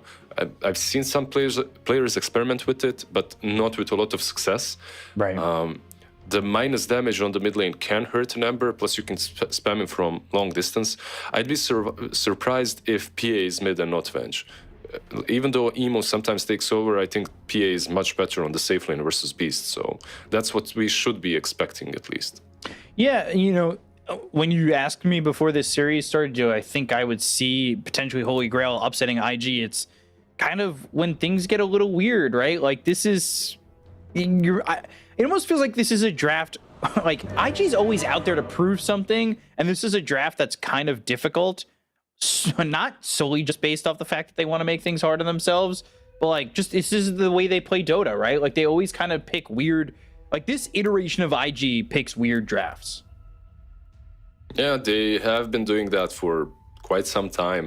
Like you said, it's I feel that Emo has a lot of influence in drafting, at least he had before. Yeah. And sometimes it can look a little bit wild, a little bit out there, but at the same time, we get Avenge mid. Like, I have a new hero to play mid. Let's go. Like, I want to see it. Are you going to be playing it mid after this? Of course. Like, you On know, the Steam Deck? Okay, not on the Steam Deck. Come on. I stopped. I've reformed. Like, Steam Deck, it was good.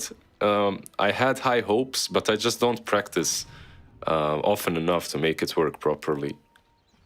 You know what's the weirdest thing? I played better on Steam Deck the first few days than the last few. It's why do you think that was? Was it like you just didn't really know what to look out for? Because I learned way too many things, and then I got confused by the end of it. Like my brain was boiling, like I couldn't handle. Like, the controls were like, okay, I need to go away, because I started buying actual items, not just bracers, you know. And then you go in, by the time you use all your items, all your spells, I get an aneurysm already. You're not giga-brained. Exactly, I'm just not 5-head. You're big-brained, but not giga-brained. No. But, yeah, I mean, it'll be interesting to see this Venge over mid. I forgot the train of thought that I wanted to go on. But, oh, yeah. I think Emo plays with a massive chip on his shoulder. And I say that because of what happened.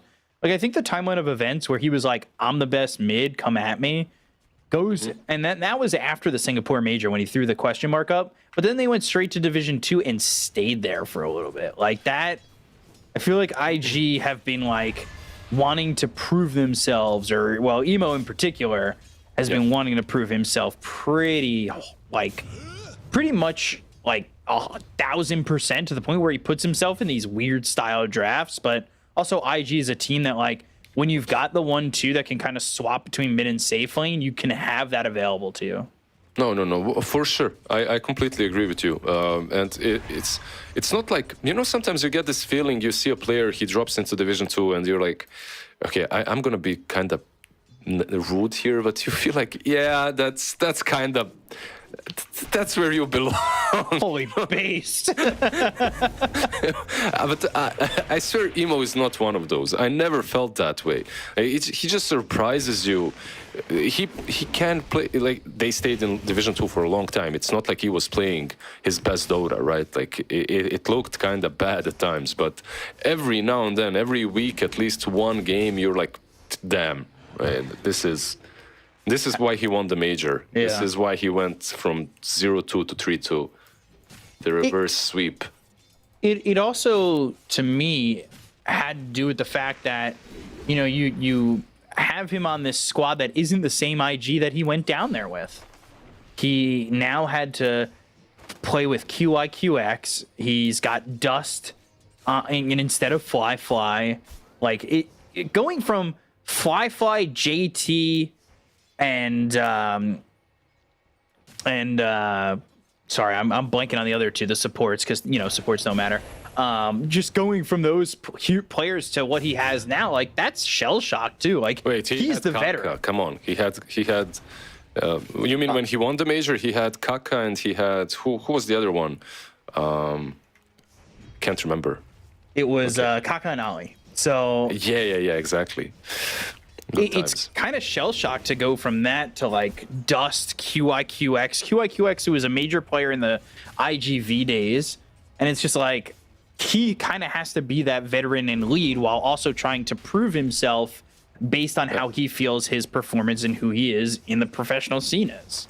No, that's 100% true, and you kind of had all of your focus on your individual gameplay then, right? And then suddenly you actually have to control the team. It's not easy. Like some players are born to be able to do that, but it's never easy. Like, no, not at all. What's happening on this lane, by the way? We've been trash talking and, you know, well, you know, it's going not through history, but 22 PA right now, the lane is looking really damn strong for her. Yeah, that's a lot of good CS. And then there was also a cheeky move by PYW over bottom. Summer was trying to grab the Lotus, and PYW had that flame break, making sure he could throw it out and secure that Lotus. It's not exactly been the easiest lane down here either for them. He's only got 12 CS. Yeah, and it's an alchemist, right? So he will find his farm very soon. He's a strong laner. Even with Silencer, I think this lane is pretty damn solid. They just did... I'm not sure. They just... I think Silencer was a little bit late to the lane, and that already set things up a little bit different. Just not being there the same moment as the lane starts completely messes things up for you. Look at the CS difference between Dust and Gone, too. Like, this is a significant amount. Like, 25 and 6 to the 15 and 1 of this Ember. Top lane, though, now they're going to go for QIQX. They'll drop down the Tombstone. The attention's on a Dolme, but he'll be able to escape. The artist formerly known as Guevara. Tombstone's not going to be taken for any money either. It's magic. It's magic wand galore on top lane, right? Like you're getting just so much value on Beastmaster and DQQ that it's very unlikely that they will die. But I know, cameraman, you can go back mid at least for a bit because this is a trashing that's happening. 27 versus 15. Gan, yeah, I feel you, bro. That's my position usually on mid lane. Run back to the fountain. King, that you're not getting a gank from your supports, or is it just you stay silent? Just me running, you know, exercising. I love to exercise, so I run back to the fountain every now and then. Don't I know it? Cardio, that's it. Vengeful, by the way, of course. You have Wave of Terror, you have Magic Missile spam. Charged up, looking for the TP. First blood going to be had here for PYW. And should trade PYW? No, Summer just continues to run, doesn't want to turn and go for a right click. Had stun in a second if maybe he was looking to fight, but instead allows PYW to just kind of skirt on out. No, that's too dangerous, right? Like going for that bat would be... But Zeal just goes in, look at this. I think he's gonna... Zeal's just gonna run him down. Right clicks on him, chasing him all the way to the trees, and gets a kill with no help around him. That's insane. And now they've got to swap because he's level 6. Sleight of Fist was used, QIQX is here, stuns on him with the Wave of Terror already used, and that's 3 kills in 3 different places on the map.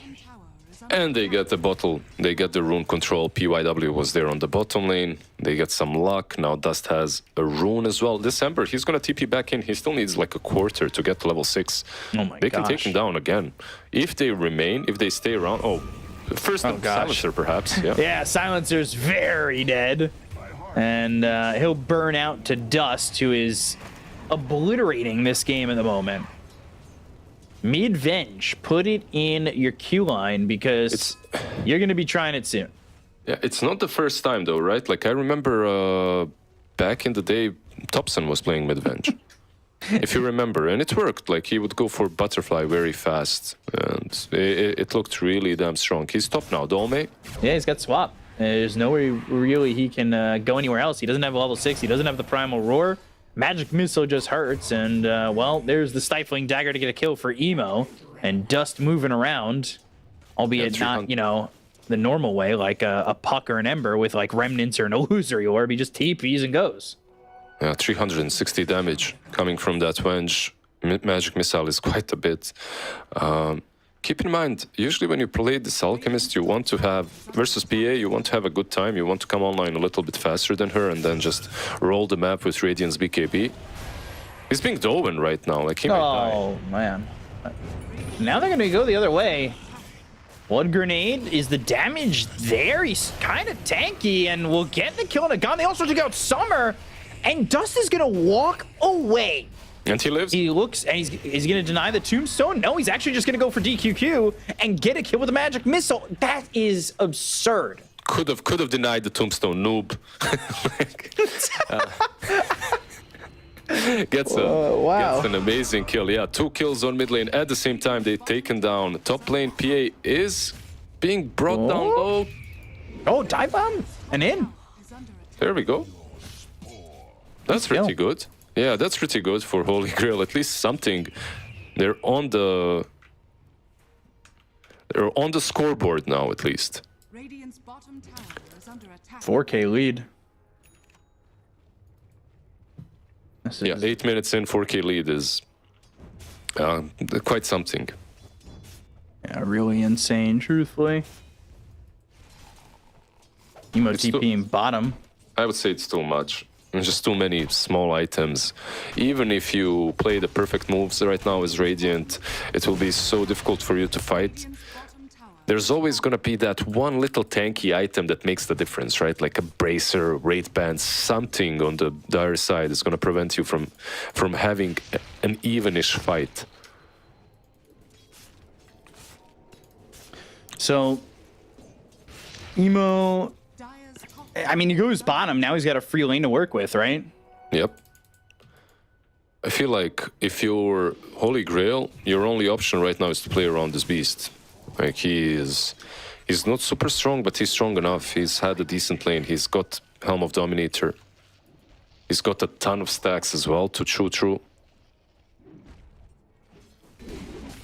So just get him a couple of extra levels and go with him. Like, that should be the plan, because I don't see the other way they take these fights properly. Silencer is still not 6, not even close. Yeah, really tough for him to do anything in this, and you know they're already past the Wisdom Rune, right? So what are really your options other than to try and soak something in a lane? But you're in trouble if you do. I like these stacks that are being taken at the moment. Hopefully this works out for Dome to get something going for him. Yeah, like as a Silencer, you'd most likely like to be mid. Just stick mid and get levels, but how do you do that? These heroes already want to dive you. And there's a swap, remember? Yeah, they want to dive you, and they've done it to other heroes already. So, like, they're not afraid to just jump in. You show yourself a little bit too far, and you might just die. And Gon, I feel like, kind of noticed that, because there was a step up from Dust there. Yeah, there's a combo of swap into lasso top lane. Top lane, they're gonna get the kill there on a DQQ, and they can try to chase Dome. They've got lasso, they have the control, they'll pull him back in, and it looks like he's in trouble, but a blood grenade and an arcane curse on a 2. Maybe he gets the right click kill on a QIQX, but you're still not getting PYW. Eventually QIQX dies, but Dome's already gone. Does get him level 6 though. Lane, there's a stun on Ember. Oh gosh, yeah, gone. Ooh. Remnant away. Dark Willow's coming in. And Dust, he's got Magic Missile in a second. Shadow Realm holding with the Cursed Crown. They'll throw down the Cinder Brew. Now, well, DQQ is in trouble, putting himself into the pig pole, and they've got the swap. They'll get the kill. Zeal will get credit for that. Yeah, that 50 damage from the swap. The good old change. Coming in clutch, killing off the Dark Willow. At least this mid lane tier 1 tower is gonna fall, but I guess if you like to look towards the silver linings, they held it for a little while. Right. It's not great, but it is something. But a lot of attention was on that mid tier 1 to keep it alive, right? So now you've got a relic. Emo just bottom, farming for free. Yeah, he's almost completed his Battle Fury. Needs what, like 300-400 gold? Yeah. Meanwhile, Alchemist, he has his relic, but it's not really the position that you want to be in. You'd rather be way ahead. Of course, you'd rather be way ahead, but you should be way ahead, I should say. They're smoking top. Nobody's here. Like, nobody's there for IG. I guess they need to open up the map a little bit. So smoke up top, push with Beastmaster. Let's see if they do it. Do you like the change to smoke? I mean, second-hand smoke is a thing, really. I love that they use that terminology for it. Did they? They did, right? Global Silence and Summer able to TP out as he was spotted, but that's global defensively. They get a tier 1 top, but yeah, TP's come in, Bramble Maze is used, and now Gon is around with the rest of his team, but they've got the Primal Split. Drop down the Tombstone. Gone with a slight Wave of Terror, and there's the Remnant out. Someone is going to die. There's the Storm Spirit. Yeah. They've got the Cyclone. They should be able to get somebody out of this. There's a Radiance for an Alchemist if he wants to come into the fight. Okay. They've chased pretty far. They haven't gotten anything from it. Yeah, Whoa. nice treat. God missed the Searing Chains. They're actually not even going to get the Bramble Maze. They throw the stun. It's on the QIQX, and eventually he dies. Hey, that was really nice from Holy Grail. Yeah. Maybe a small bit of miscommunication between the Panda and the Venge.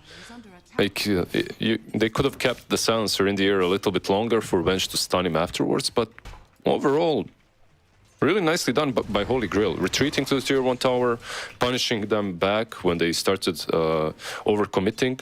I like that move. Yeah, so did I. I really think that they pulled back successfully, and it's... we talked about it, at least me and Lacoste did in the previous series, where it's like these tier 1.52 cusp teams, they do a lot of things really well. It's just there are certain things that hold them back from winning games, right? But moves like that are why these teams are always like on the edge of Div 1. Yeah, it's true. They just have to break through some mental barrier on what they need to do at every single point in the game to win it. I feel like that's sometimes the case, and the other time the case is just you get outskilled in the laning stage. You know, just the laning stage is way too difficult for you. If you lose it hard enough, just playing the game is much harder. You're playing with one of your arms tied behind your back, so... Never easy, that's for sure.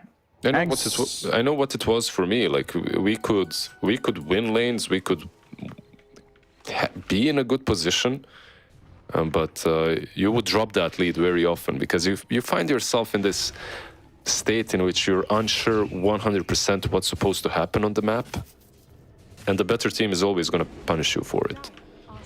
Oh, for sure. We just saw that in the previous series with Aster.Aries. It 2 AK leads. It was tough for them. Primal Roar with the global silence. Look at the damage coming in on that PYW.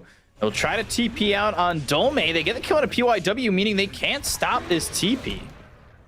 Was never able to get that lasso off, and Dolme's able to survive. Yeah, Dolme playing really well this game.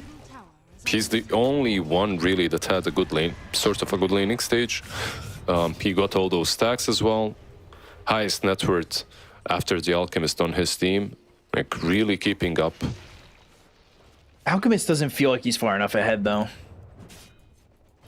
Of course he's not, right? Still old Alchemist feelings, right? Like when Grievel's Greed wasn't just this innate spell. No, I think you're right. Overall, I still think that he should be in a bit of a better position at the moment. So... see what he's able to accomplish now, and he's still tied here with this Phantom Assassin, who's almost got the Deso, and I believe has the gold, yeah. That's it. I feel like if you want to be very careful as IG, you could wait for the BKB or some defensive item on PA, but I don't think that's emo gameplay. I think what we're going to see is a very fast smoke up. They're going to pressure a tier 1 top or even go for rush with the Deso completed. It's going to be one or the... Wait, the courier emo. Wait, the courier emo. No. Now the courier has to take the trip as well. Okay, there we go. That's cool. I didn't know couriers could warp through the gate. Can I be honest? You know. Can I be honest? Yeah, go for it. My courier would always fly across the map as well. It would be like, yeah, I guess I have to wait for him on the other side. This is a good move, though. Go right up to Roche, smoke out of it. Do they have another smoke ready to go? Yeah, they do, actually, on QIQX. I wouldn't be surprised to see them just go straight out and go. Yeah, you have that Aghanim on Venge. PA now with the Aegis, that's your defensive item, right? Like you don't need the BKB, you don't need anything like that. You just go smoke up. They're so ready, like the net worth wise, they're not that far ahead, but you're playing versus Alchemist, it's to be expected. Yeah, and Beastmaster, he's a pretty good farmer as well. We should be able to get a kill here onto the Silencer. Emo will get his first 2 charges into the Desolator. And they're still looking. DQQ on the run, though. PYW is not going to be able to catch anybody else. And it's just that one for now as Dolme gets that credit for the tier 1 tower over mid. Yeah, what can they do besides killing the Silencer? I feel like it's not enough, right? Like if you're IG right now, you're in full control. Getting something more tier 1 top lane. That's what it looks like. That's what they're rotating to. You have kind of like, so what's your option? If you're Holy Grail, you have the BKB on Alchemist. He's not even building into a blink now. He's just going straight for AC. I think that's decent. You're gonna buy that plate mail, get some armor. Versus the PA, it will help you out a bit at least. They've got to use their timing right, though. Because I think if they lose a pretty significant fight, like, the progression from Summer just slows down too much. No, for sure. What can they do, though? Like, you have global, but you're playing versus an Aegis. So if you use that global smartly, I think it's maybe possible to take a decent fight. But Kana's a remnant, but is that his only one? No way, right? Lasso, it doesn't even matter. They just get the kill. I didn't think they were going to have that complete control, but Lasso was more than enough, and Emo gets the kill onto this Ember who's just playing with fire by going in and sliding. Yeah, that's your level 15 PA. It's a lot of damage that she's carrying, so it's not a simple escape for Ember. If you get critted once or twice, you're probably dead in that one single lasso. That's one of the reasons why Alchemist is buying straight AC and not some initiating tool first. Wait, is there anything you'd like to see right after this, AC? I'd still like to see a blink, I guess, but I'm not sure that's what we're gonna see, because he feels that he's in a spot in which he can't be the one jumping in anyway, right? Like they're way too far behind. So I feel like he'll still go just for full tank up and right-click damage. Not sure exactly what it will be. There are options. This 3K net worth like spot right now is bottom lane. It looks like PYW might fall. Sleight of Fist coming through as well as a remnant, but he's got a blink, so actually can't stick with him. He's able to salve himself and survive. He's picked up a Philosopher's Stone to go for a Lincoln's next, so he should be pretty safe as well. Yeah, I think that Lincoln's is for the PA, right? Most likely. Or for the Brewmaster. Just throw it on them, make sure that they can use their spells before Roar owns them. Look at how far behind Ember is from PYW now that he picked up that shard from the Tormentor. Yeah, he's kind of far behind almost everyone on the map. He did get a plate mill off his zone as well. He wants to be at least surviving through that lasso. Drink will get the shard, or DQQ will get that shard. So that upgraded Cursed Crown. But look at where IG are playing. They smoked, and Emo's going to end up showing himself to the bottom tier too, but they want to see if anybody's going to respond to this aggression on the tower. Nobody does. They just let this tier 2 fall for free. I don't think you could. There's just absolutely, yeah, it's one of those hardest towers to defend when you're behind. Plus, you're playing versus so many dispositional tools. Like you have Venge with the Nether Swap, you have Lasso. You're just asking for problems if you try and fight that. No, right now this game feels honestly kind of a waiting game for Holy Grail. Just farm up the Alchemist as much as you can and hope for the best when they start pushing. By the way, the next item that he queued up is a Blink. I guess it can work. Like if you get on top of that PA together with Global, maybe you can take her down fast enough. You have Global. Is the follow-up enough, though? Like, is it just on the Alch? Like, is a Blink really the move if it's just you? I guess you've got Beastmaster, but that's your 1-2. That's it. Even if they kill her, I feel that it could be a problem afterwards, because you have a Brewmaster, right? Like, he's the one that you should be controlling usually. Just kill him before he manages to split, but I think that's very hard to ask from them. Like you said, he's alone jumping in there if he goes for the Blink. And that could be a very big issue, because if you have no follow-up, I think you're not going to win that fight. Right now, Phantom Assassin now has this BKB, and I believe Basher flying out. So 23-minute Battle Fury Deso BKB Basher for this PA. Yeah, here we go. Another smoke. Time for Silencer to run in. Come on. Come on, SJ. And they found one. They've got the lasso. The Global's not in time to stop the lasso, but now goes into the Shadow Realm, trying to TP out. Will do so. So that lasso doesn't get them a kill, but QIQX willing to just run forward and die to this Primal Roar. Dome gets credit for that kill, and he's trying to get the kill into Dust. Gotta remember, Dust has that Ags. He could turn this around. He throws out that stun. And with 2 heroes down on the side of IG, yes, they have that illusion, but IG didn't get what they wanted out of this fight. I expected this to be way better go back for in. IG, yeah. Even though they're rushing high ground, they don't have vision on it. It's not easy. There's no Dark Willow, so I expected them to be kind of, stronger. But Undying fell way too fast. And Vengeful, with that swap, just put herself completely out of position. Yeah, not great at all. And does have that shard for that double magic missile, but even then, I feel like the positioning from QIQX was kind of way too forward as well. Yeah, and the fact that PA just didn't want to commit, right? I think that's... Which is so out of character. Yeah, very out of character. We've been talking about it all game, that Emo is one of those guys that really likes to just jump in and go, and he doesn't do it there. He's a reformed man. We all grow older. We learn things. He's patiently waiting for his next item. There's a Satanic coming up. Rosh may respawn in a second, so that's another thing to look out for. Actually, a very early Rosh. Do you just play it safe if you're IG? Because even though you lost that fight, you didn't exactly lose a lot in the net worth, and that's also because of the fact that you've got Emo who's just continuing to farm so fast.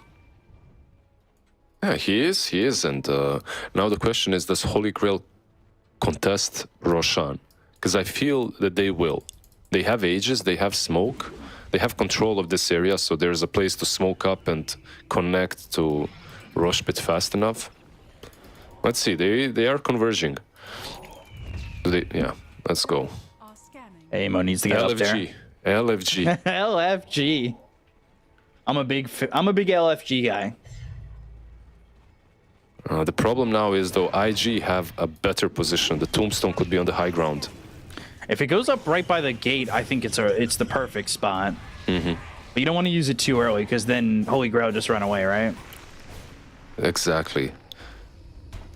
And Holy Grail, they don't have a way to just go in and take someone out with lasso or swap like Venge and Batrider can do.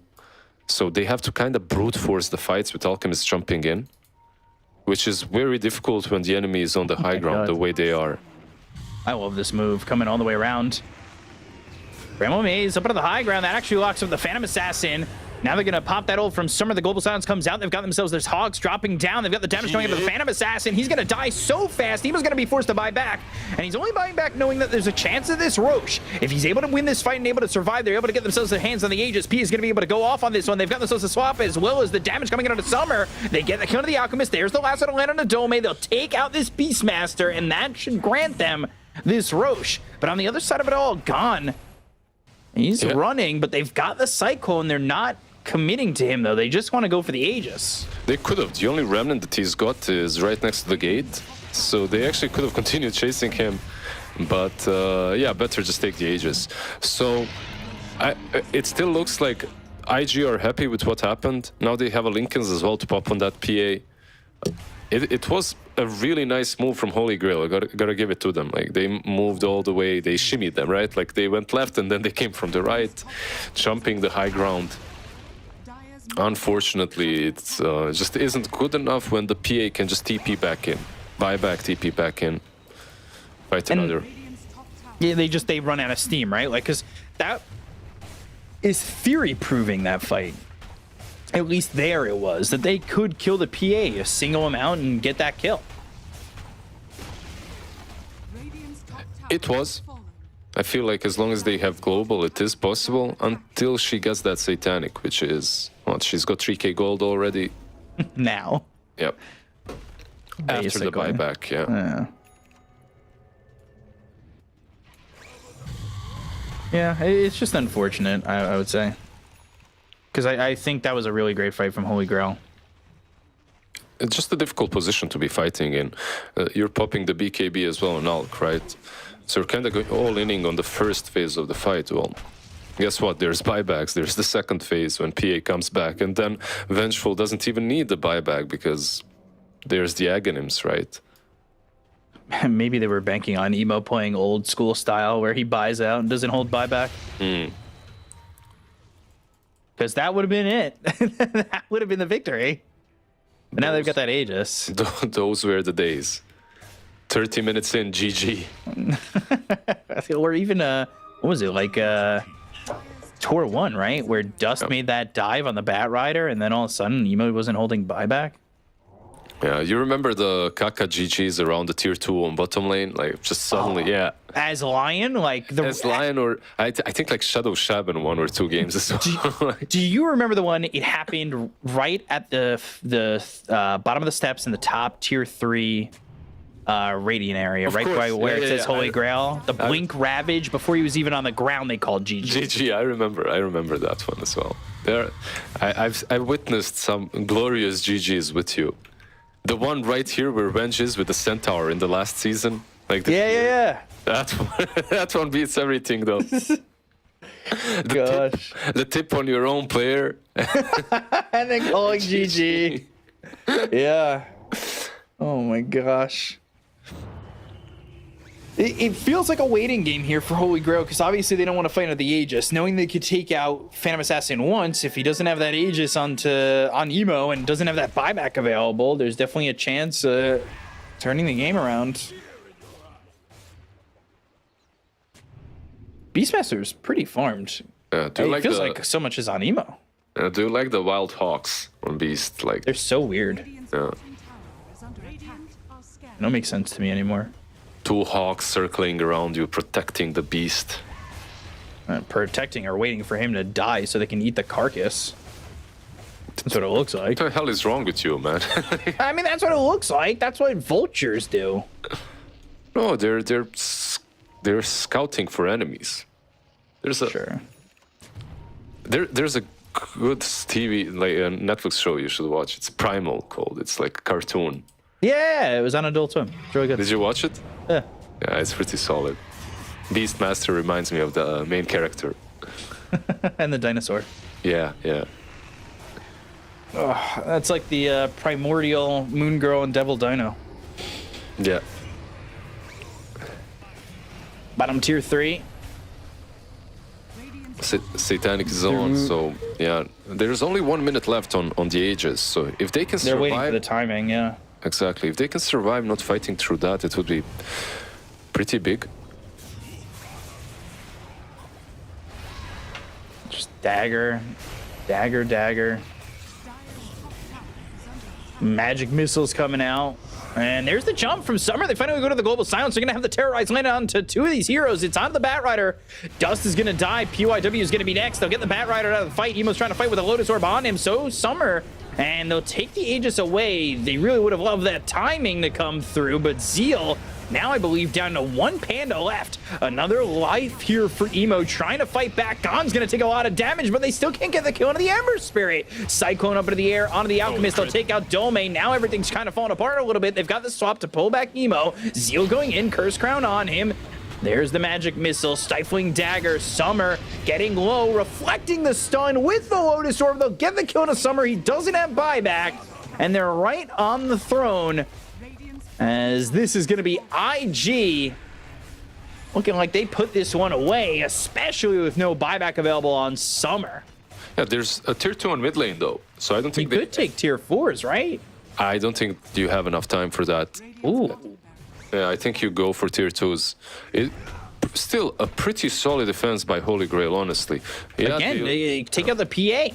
Yeah, they lost. If they could have delayed it a little bit longer, I think the fight would have been much, much better for them. Imagine if PA doesn't have the Aegis, right?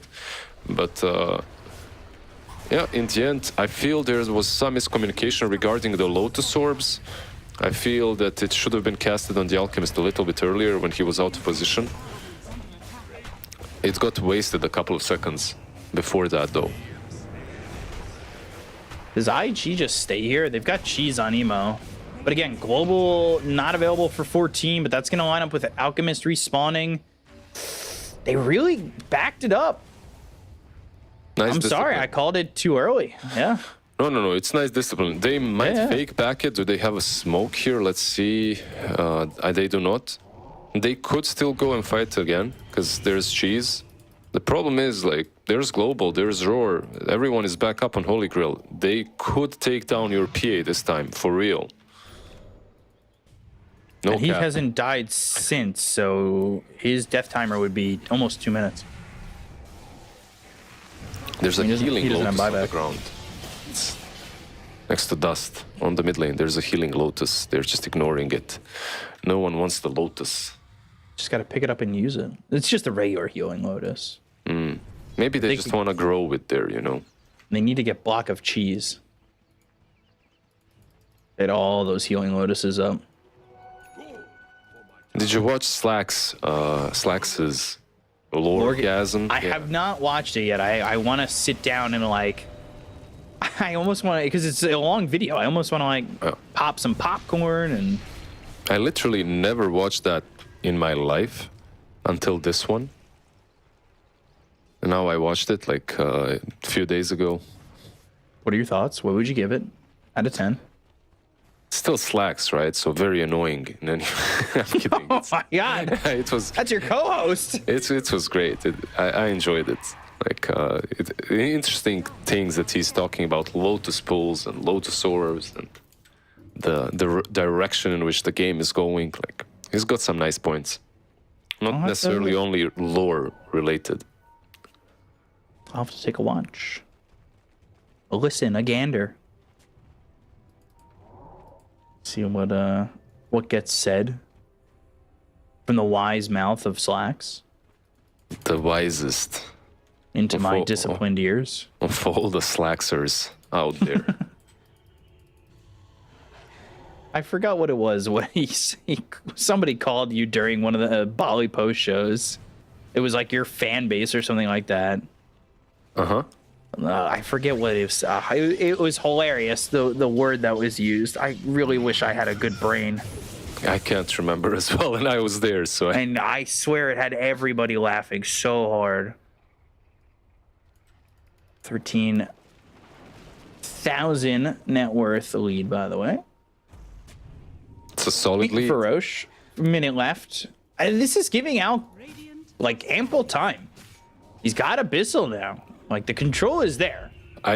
This is probably the best fight that they can take because there's no buyback on PA just yet. They don't know it for sure, but they kind of should know it, seeing her items. Yeah, short a little bit of gold. The Global Silence is going to come out, and they're going to try and go for this one. The Lotus Orb is going to be on the Dome. They look over at PYW. PYW had used that last, so they get the kill on a PYW first. He's going to buy back. Dome with BKB running out in just a moment. The Curse Crown goes off. That's going to stun up too, but with the BKB pop by Emo, he's able to put his damage on to Dome. So they'll take out the Beastmaster, and now Emo, no BKB, but needs to find a target. The attention was on the Gon for a second, but deeper in, Summer's in trouble. He's all by himself, and the damage is there. They'll get the kill onto the Alchemist. He doesn't have buyback again, as another Cyclone hits onto SJ, and so do the swords of this Phantom Assassin to slice him in half. Yeah, that was probably the best chance that they could have asked for. Ooh, they just called GG like that. Yeah, it didn't work. Like, this game is over. You lose that fight, the game is done, because they have an opening for Rosh. You can't reach it on time. Like, overall, Holy Grail, nothing to be ashamed of. They had some solid plays, solid Dota. I think the only problem that they really faced was an abysmal laning stage. Like, their laning stage needs to go a bit better. They got probably surprised by the Venge mid a little bit. Yeah. Like, that was... They got crushed. Like, the bottom tier 1 tower, mid tier 1 tower, they fell so damn fast. The map was completely controlled. Emo was constantly on par, if not even higher MMR, higher net worth than the Alchemist. Yeah. Yeah, so it probably shouldn't be happening. Yeah, it's a tough laning phase for sure. Like you said, I think they were kind of turned awry thanks to the Venge, but I mean that's Dust also dominating in that matchup because he sent him packing his bags going back to base a couple times in a row, and once was by choice and the other two weren't. It felt like Dust had this matchup pretty much like memorized, like it's been Venge versus Ember for years. This was the best fight that they took, by the way. Holy Grail, this was definitely their best fight. Yeah, when they managed to kill off the PA, unfortunately, even though it was their best fight, it happened just as PA had buyback, and it was right next to the outpost. So she buys back, comes back in, and even though it's a best fight, it's a losing one because they lose Rosh afterwards. The game is pretty much done. Unfortunate. Like overall, I'm looking forward to game 2. Maybe if they can clean the laning stage up a little bit, we might even see game 3. I'm not putting like everything on it, but like game 3 is possible, which isn't something that I believed until I saw this first match. It's also thinking like game 3, I'm wondering like game 2, are IG going to pick such an unconventional draft, right? Like, are they going to go back to a little bit of the basics? And you know, if you're able to win a laning phase as heavily as they did with a little bit of an unconventional look, if they go to basics, does Holy Grail even have the ability to hold up against that? That's the scary thing, right? Sure, you can look at it that way, but even though this wasn't basic, it was really damn strong and you won all of your lanes. So going for basic might not make you stronger, it might make you weaker. Sometimes that also happens, right? So we'll see. I really enjoyed the Venge mid. I might be spamming it a bit, but I know what's going to happen. I'm going to get that Aghanims fast enough and I'll just be feeding with it. Well, you're going to have to stream it because I at least want to see you feed a little bit. Got to get that shard right after too.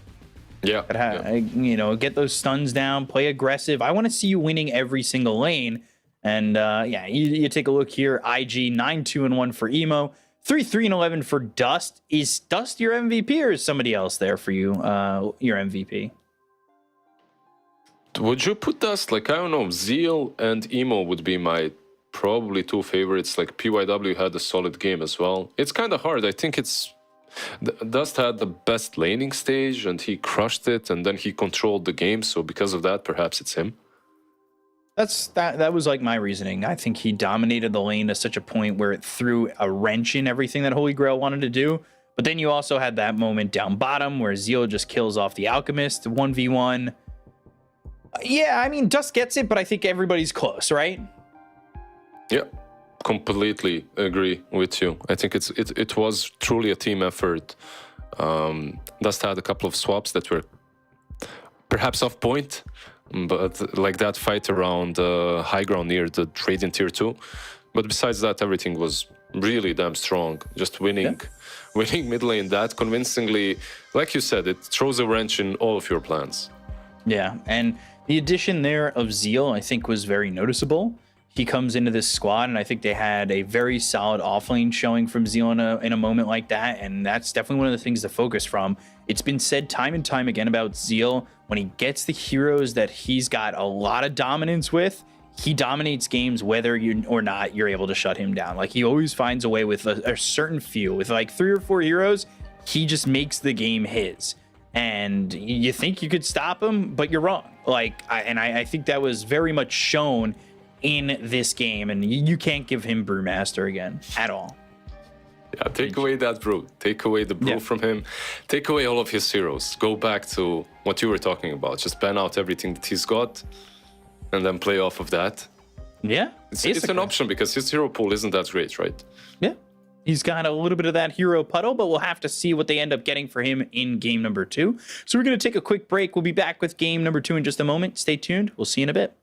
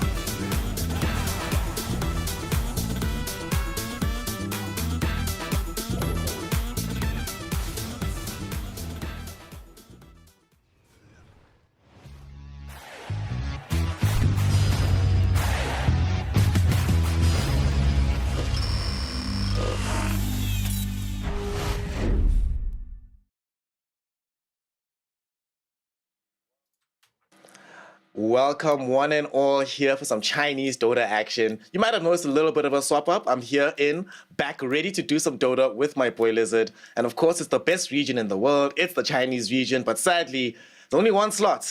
And that slot, do you think it's going to be going to either of the teams here of IG and Holy Grail? No matter what this result is, Lizard, where do you think this is going down the stretch?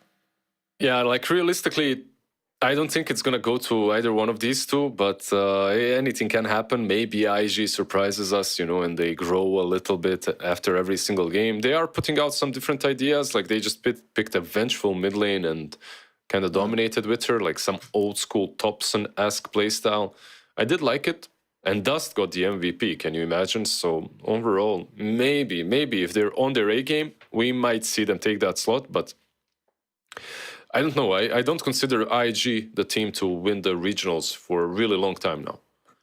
Yeah, IG, long since have we seen the super dominant IGs. And actually, even when IG was very good, they were always that team that very high highs, but also extremely low lows. You just never know what's coming out of this squad.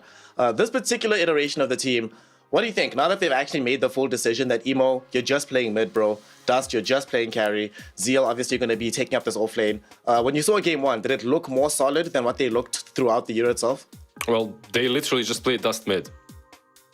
So... Oh. They I mean, they're supposed to have made that decision, They swap things around, so it's like...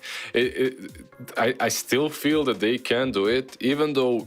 Like lately, Emo has taken off that mid lane role off of him, right? And he's been playing it more often. Like he just played safe lane, and it looked pretty damn solid. Like with the Dust playing a sacrificial sort of a mid lane, he crushed mid, by the way, with the bench. He did, yeah. Vengeful spirits. All right, so game two. I am kind of hoping that we have just as entertaining a game, because even though IG did win, there were some really cool fights, like especially that Roshan fight, like towards the end of the game. That was really fun to watch from Holy Grail. So let's see what they've got. Also, I'm still not used to this new banning order and the picking order, but we'll get used to it. Yeah, don't worry, no one is. Like we are literally all just getting used to it. The picking order is very hectic. I think teams are still not really quite sure what's supposed to be happening. Like you're banning 6 heroes straight off the bat, more or less. It's a little wild. For me, the biggest change was first pick not having that 8th at the end of the phase. It just changes how drafting happens now. It's so entertaining. And my boy Gyrocopter is also back being played. Played a couple of games with him and I was like, this feels okay, feels nice. New side gunner upgrade actually does feel like it makes a difference now. Later on in the game, doesn't feel as weak when you're using flag cannon. So kind of like his inclusion. And I'm also glad that Invoker's being banned out. Do you think we'll actually get to see Invoker play like throughout this tournament? Probably 1 or 2 games if teams are crazy enough to let him go through. I feel like everyone is just banning him out, but I'm sure that there will be at least one series in which a team is like, yeah, just let's go, let's see what's so cool about Invoker. We can beat him, we can beat him. So maybe that will happen.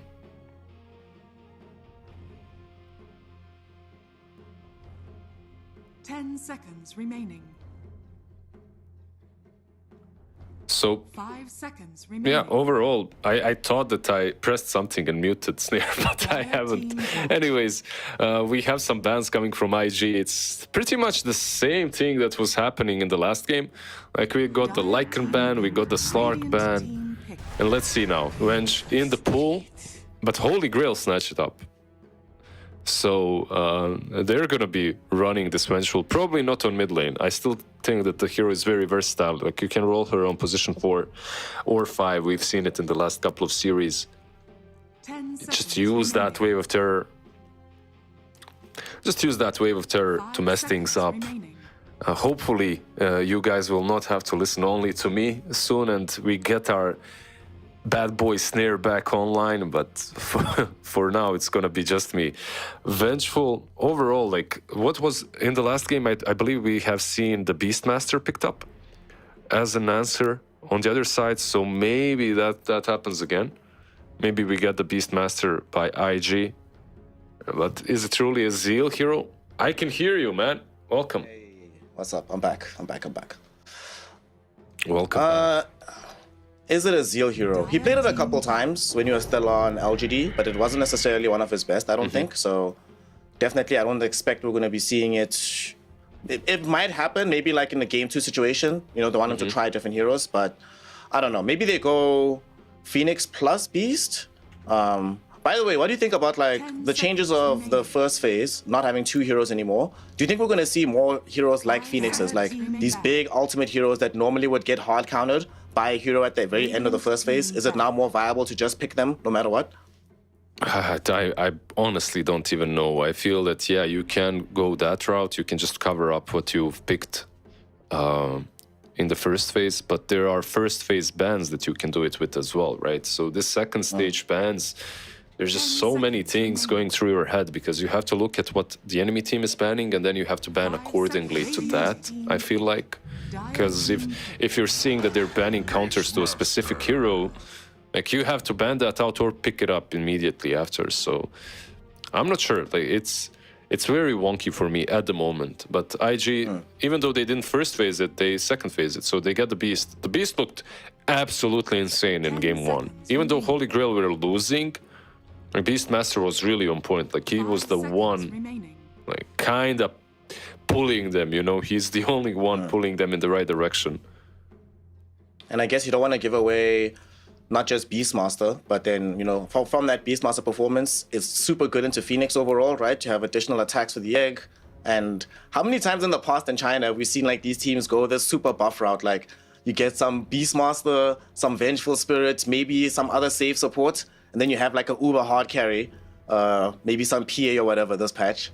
So it makes sense. I understand why they get rid of this. Yeah, which is literally what happened in that last game, right? Like you get that uber carry on one side in the form of PA and you just roll with her a little bit later. There were 2 uber carries last game. It was the Alchemist and our boy, our girl PA on the other side. So yeah, maybe we see something similar now. Let's see, Holy Grail, what you got for us? They took away the Zeal Brewmaster. It's very funny to me that IG, having gone past Shang Yu, kick him from the team, now they get Zeal, and then they start playing Brewmaster with him, and it's like, why did you kick Shang Yu in the first place? But it was fun to see that hero. I think that hero has always been very underpicked. Glad to see it more and more in these games. Dire team pick. Oh, Witch Doctor. Okay, this is one as well that I've heard and seen many things about. I feel like it could be on the rise. Like he's got that Maledict in the laning stage itself. It's very nasty to deal with. You have Cask as well versus Boars versus Beastmaster. The one thing that I don't really like about Holy Grail at the moment is there's no ways of dealing with the egg. Like these 2 heroes, yeah, they're ranged, but they actually suffer quite a lot against Phoenix. If he manages to dive in properly, uses Fire Spirits on both of them, they just can't sustain themselves through it, and also they can't hit it, so... A Bloodsucker. Okay. It's interesting, because we still need an egg hitter, and they don't necessarily have one. You know, you can't just BKB and run all the way to the egg with Beastmaster involved. But I do like the aggression that can come out of all these heroes together. Like, this is one of those drafts. If you ever get low at any point in time, you're probably just dead. If you're below 50% HP, just assume you're about to die. It looks very fun. I like it. I like what I'm seeing here. Yeah, they have some combos here, definitely. Like even with the swap with the Maledict, I'm a Holy Grail enjoyer when it comes to this draft at the moment. But IGs also look very solid. You have the Roar to protect the egg, and this opener is just, it transcends time, you know, like it has been picked, you know, I feel like every single patch. It's either Beastmaster and Phoenix or some Tiny and Phoenix. They just combo so damn well. You have the way to protect the egg. It feels good. And now you can pretty much continue in any direction that you want to. Get something that's pretty decent versus the Bloodseeker. What do we want here? They're really burning through the reserve time on this. So I imagine that the Phoenix is going to be I mean, they played on 2 roles, right? QIQX can play this hero as well, so... Where do we see the Phoenix go? I think that's the question they're asking themselves. Is it 4 or 5? PYW, I would prefer PYW on a more active hero, but I do like this. This is also a classic, right, from IG, the Emo Storm Spirit. coming in. He's probably going back mid now. And they don't really have that many ways to stop him. You take away one of the best hard counters in the game. You have the Nyx Assassin for yourself. Enemy team doesn't really have hard disables. And now you also have a very easy way of setting up fights for yourself. Yo, this IG draft looks lit, man. I love this. No, it's very interesting, like, because you're kind of soft blocking some heroes too. You could go for a puck on Holy Grail, right? Like something like that to deal with Storm, to catch him. At the same time, there's a Nyx Assassin against you, so it can be a little bit difficult to play into. Nyx Assassin. Nyx is an interesting one, because after not the last change, but the change before, I thought he'd be picked more, but he wasn't really. Now we get some more of Nyx. Nyx. You know it's going to be a good hero, and even Kaka doesn't have to be the only one playing it. That there's other people in the mix that are like, all right, we'll make this work. Holy Grail. Yeah? No, I was just gonna... like, the changes are pretty solid on him. Like, Vendetta lasts 60 seconds on every single level. I think that was a necessary change. And then the Carapace is lower cooldown at the moment, so you can kind of spam it. It's 8-second cooldown on a Carapace. It changes fights quite a lot. Just always having it available. You can just spam it out in the fights. I mean, we have a hero here that doesn't enjoy walking into a random Carapace. And you're trying to play some Pango, you're swashbuckling around, and then all of a sudden you're just caught with this Carapace. You're like, what the hell is this? You can just mess up the whole combo. And they have heroes to reach him as this Pangolier. What do you think? I'm kind of confused about the Pango pick, because they did need a hero that could make moves early, fight with them. But I'm also kind of getting worried about their overall team fight. It feels very skirmish heavy right now on the side of Holy Grail. And I'm not sure what they do if that stops working. Yeah, it is. I was going to say it felt like that way in 3 heroes in as well. Pango kind of helps it out a little bit. Like, you have this AoE, no, not an AoE stun, but still, you know, like, he brings mess to the fight. I think that's something that they can just double down on. At this point, you're not winning this game by having solid, well-formalized team fights. Instead, just go for this super aggressive, super mobile skirmish style. I think, yeah, sometimes these kind of drafts can work. And Holy Grail definitely did show in first match that they can outskill you in team fights. The laning stage was truly the problem for them. So if they can fix that thing up, I feel like the draft can work. Okay. We're at the end of the draft now. Some important stuff happening. Oh, the Thunder Thighs are here. All right, let's go. I like this. So they changed the ultimate so that it works. The stun still works through debuff immunity. And so I guess you just avoid it by not buying a BKB hero anyway. Just go for the Morph here. Morphling in the end. Interesting one, because I remember also, by the way, Dust is playing the Storm and Demo is playing Morphling, so that's what? That's also let's be real, both of these heroes are kind of emo heroes, right? Like Storm and Morphling. Because if you remember back in the day when he was playing with Fly, he would steal the Morphling away from him when they were playing Morphling. So yeah. That's true. Still, though, Storm is probably more him than anything else. But like you said, they're moving back to putting Emo apparently on safe lane now. Like in the last game, he was safe lane. This game as well, safe lane. Dust is back mid. He's reclaimed the position too. That was a lot of trust coming in from Emo. To be trusted not just to go mid, but with the Emo Stone Spirit, you have to know that, all right, the guy truly believes in you. And I suppose you're playing into the Pangolier, you shouldn't really have that many issues as the Storm Spirit. I'm mostly curious about this Morphling. Like, what do you think? What's the matchup like in the offlane, this Morph versus the Dawnbreaker? I think it should be pretty okay for him. Like, they last picked it. Overall, like, look, Thunder Ties, they're strong versus anything. Comboed with a good position 4. I'm not sure who's gonna be there, and I'm not even sure about the Morphling overall in this game. You're playing versus some Maledict craziness with a very possible Vessel early on, so he might struggle. Plus, I don't really mind Bloodseeker matchup that much into it. Like, you get that shard later on, and you can actually kind of just go ham straight through him. And like, you know, with some of the changes to the Morphling hero, the Water Boy doesn't just demolish agi carries anymore. So this is going to be a fun game. I'm really looking forward to what Holy Grail have to offer us. Let us hope and pray, Mr. Lizard, that this goes to a third and decisive game. And Holy Grail, they're trying to make it happen, hoping to find somebody during the smoke move. And they actually ping out exactly where QIQX is, but I'm not sure they'll get there in time. Let's see. Morphling. Too far away. Emo's too good, man. Emo's too good. He sensed it. Oh well, it's, you know, these smokes are happening every single game, so Yeah. kinda to be expected. What's gonna... All the wards have been planted. Look at the Radiant wards, by the way. They're really close. Whenever I see wards like that, it just makes me want to draw a smiley face underneath them, you know? This is, okay, you know I was saying that maybe they're trusting Dust a lot with this mid lane? Maybe this is them also saying, bro, we trust you, but maybe not enough to let you just solo the lane. We'll give you as much help as we can. Just make sure that there are no crazy rotations happening towards him, you know, as well. That helps.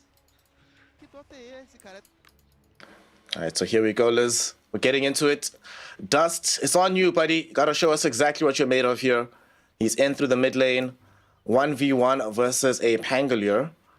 This should be okay for him, right? Should be fine, right? Yeah, it should be fine. The block wasn't the greatest.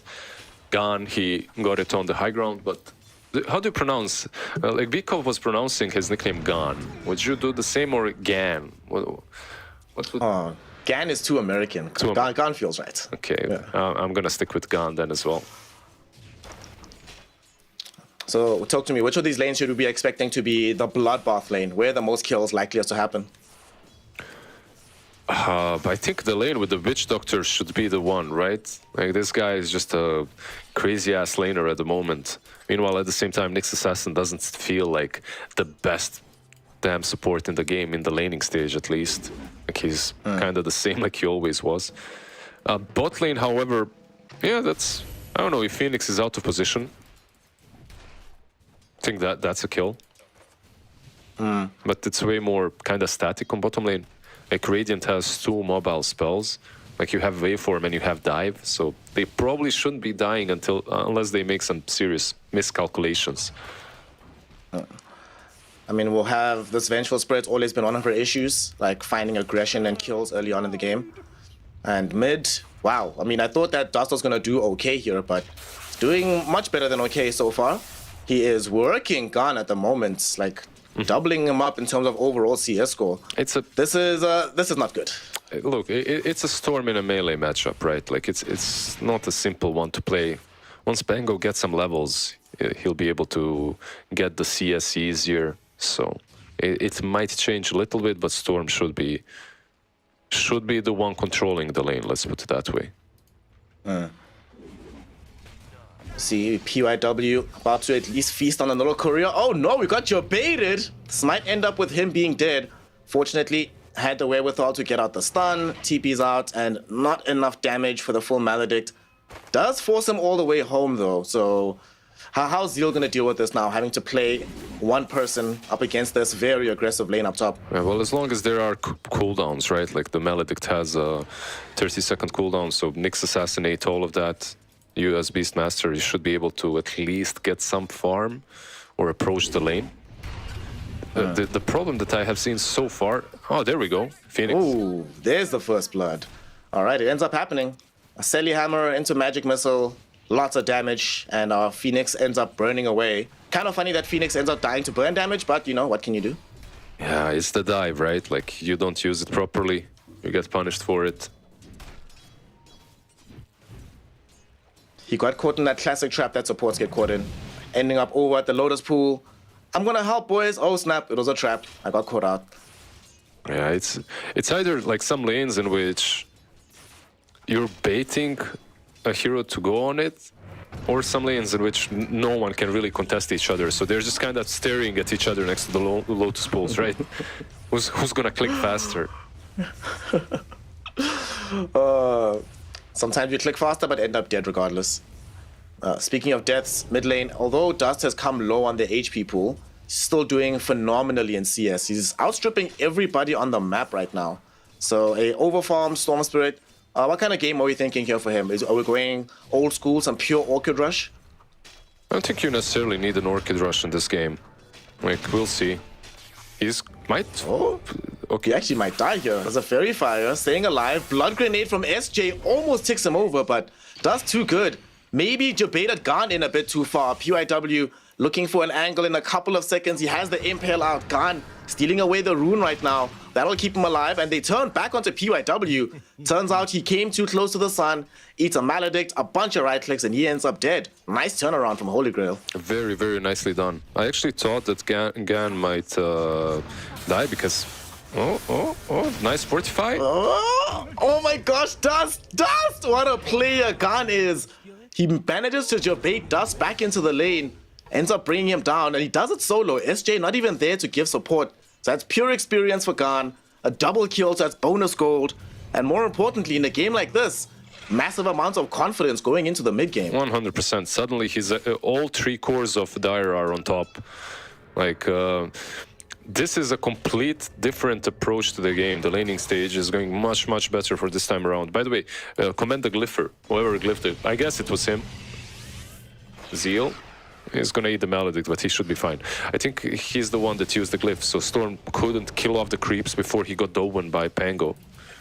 Speaking of dives, there's one that happens bottom onto DQQ. It ends up dead. Might not be the only death in this lane though, because QIQX no longer has access to dive, and Dolem, thinking about chasing him, will get the jump on him and brings him down at the very end. Spins the hammer, gets the kill.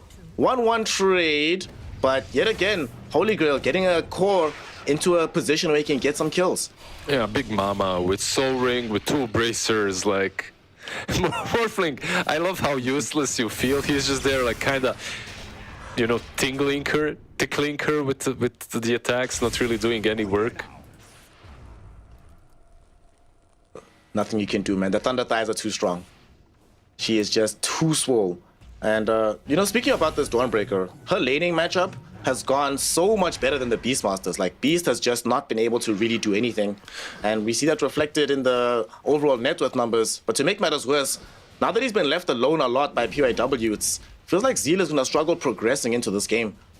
Yeah, the biggest issue as well that I see is, even though Nyx Assassin abandoned him, he didn't manage to make a difference anywhere else, right? Like, the mid lane's still kind of lost. So you're rotating mid, you're trying to help out your Storm Spirit, who's still... Like, he was doing well until he suddenly wasn't, until he started dying to the Pango. So your rotations didn't work out in 2 different ways. Unfortunately, it happens sometimes. It's just the way the game works, unfortunately, for position 4s. Also kind of how the hero functions, right? So if you're not having massive impact, there is this period of the game you can just feel a little bit useless as Nyx Assassin. Zeal, is he surrounded? Yes, he is. DQQ is coming through. There's going to be the Blood Right trigger. Beautiful impale, though, from PYW. That might set up for a turnaround as Dust also makes his first rotation from the mid lane. They secure a kill onto SJ. DQQ should be next. Pangolier is on the way. Will he arrive in time? He will not. DQQ will end up dead. And unfortunately, this Rolling Thunder might not end up triggering onto Dust. Zips away from the Blood Right. Gone, just going all in. He was hoping to find Zeal behind the tier 1 tower. Sadly, he doesn't. He does have the Swashbuckle, interrupted slightly by the Spike Carapace, but ultimately still able to get himself away. I'm like, okay, this guy doesn't know where the break is. Like, he was just going in. I would say a very forced move by Holy Grail, like super forced. The Cask and Maledict. Let's see, maybe again. They might be able to get gone here, but there's not enough juice here. Unfortunately, a very nice usage of the Swashbuckle in tandem with the Maledict. Not enough damage onto Dust to actually kill him off. But they're just fighting. They even bring Dolem in with a double damage rune. There's enough damage to get this kill. Blood Grenade and 1 thwack will be enough for Dolem to be put on a killing spree. Can you... And you're talking about forced moves, but look how many heroes are mid right now for HG. They're just continuing the same playstyle, which is something that I do like. Can you call him Dolma or Dolme?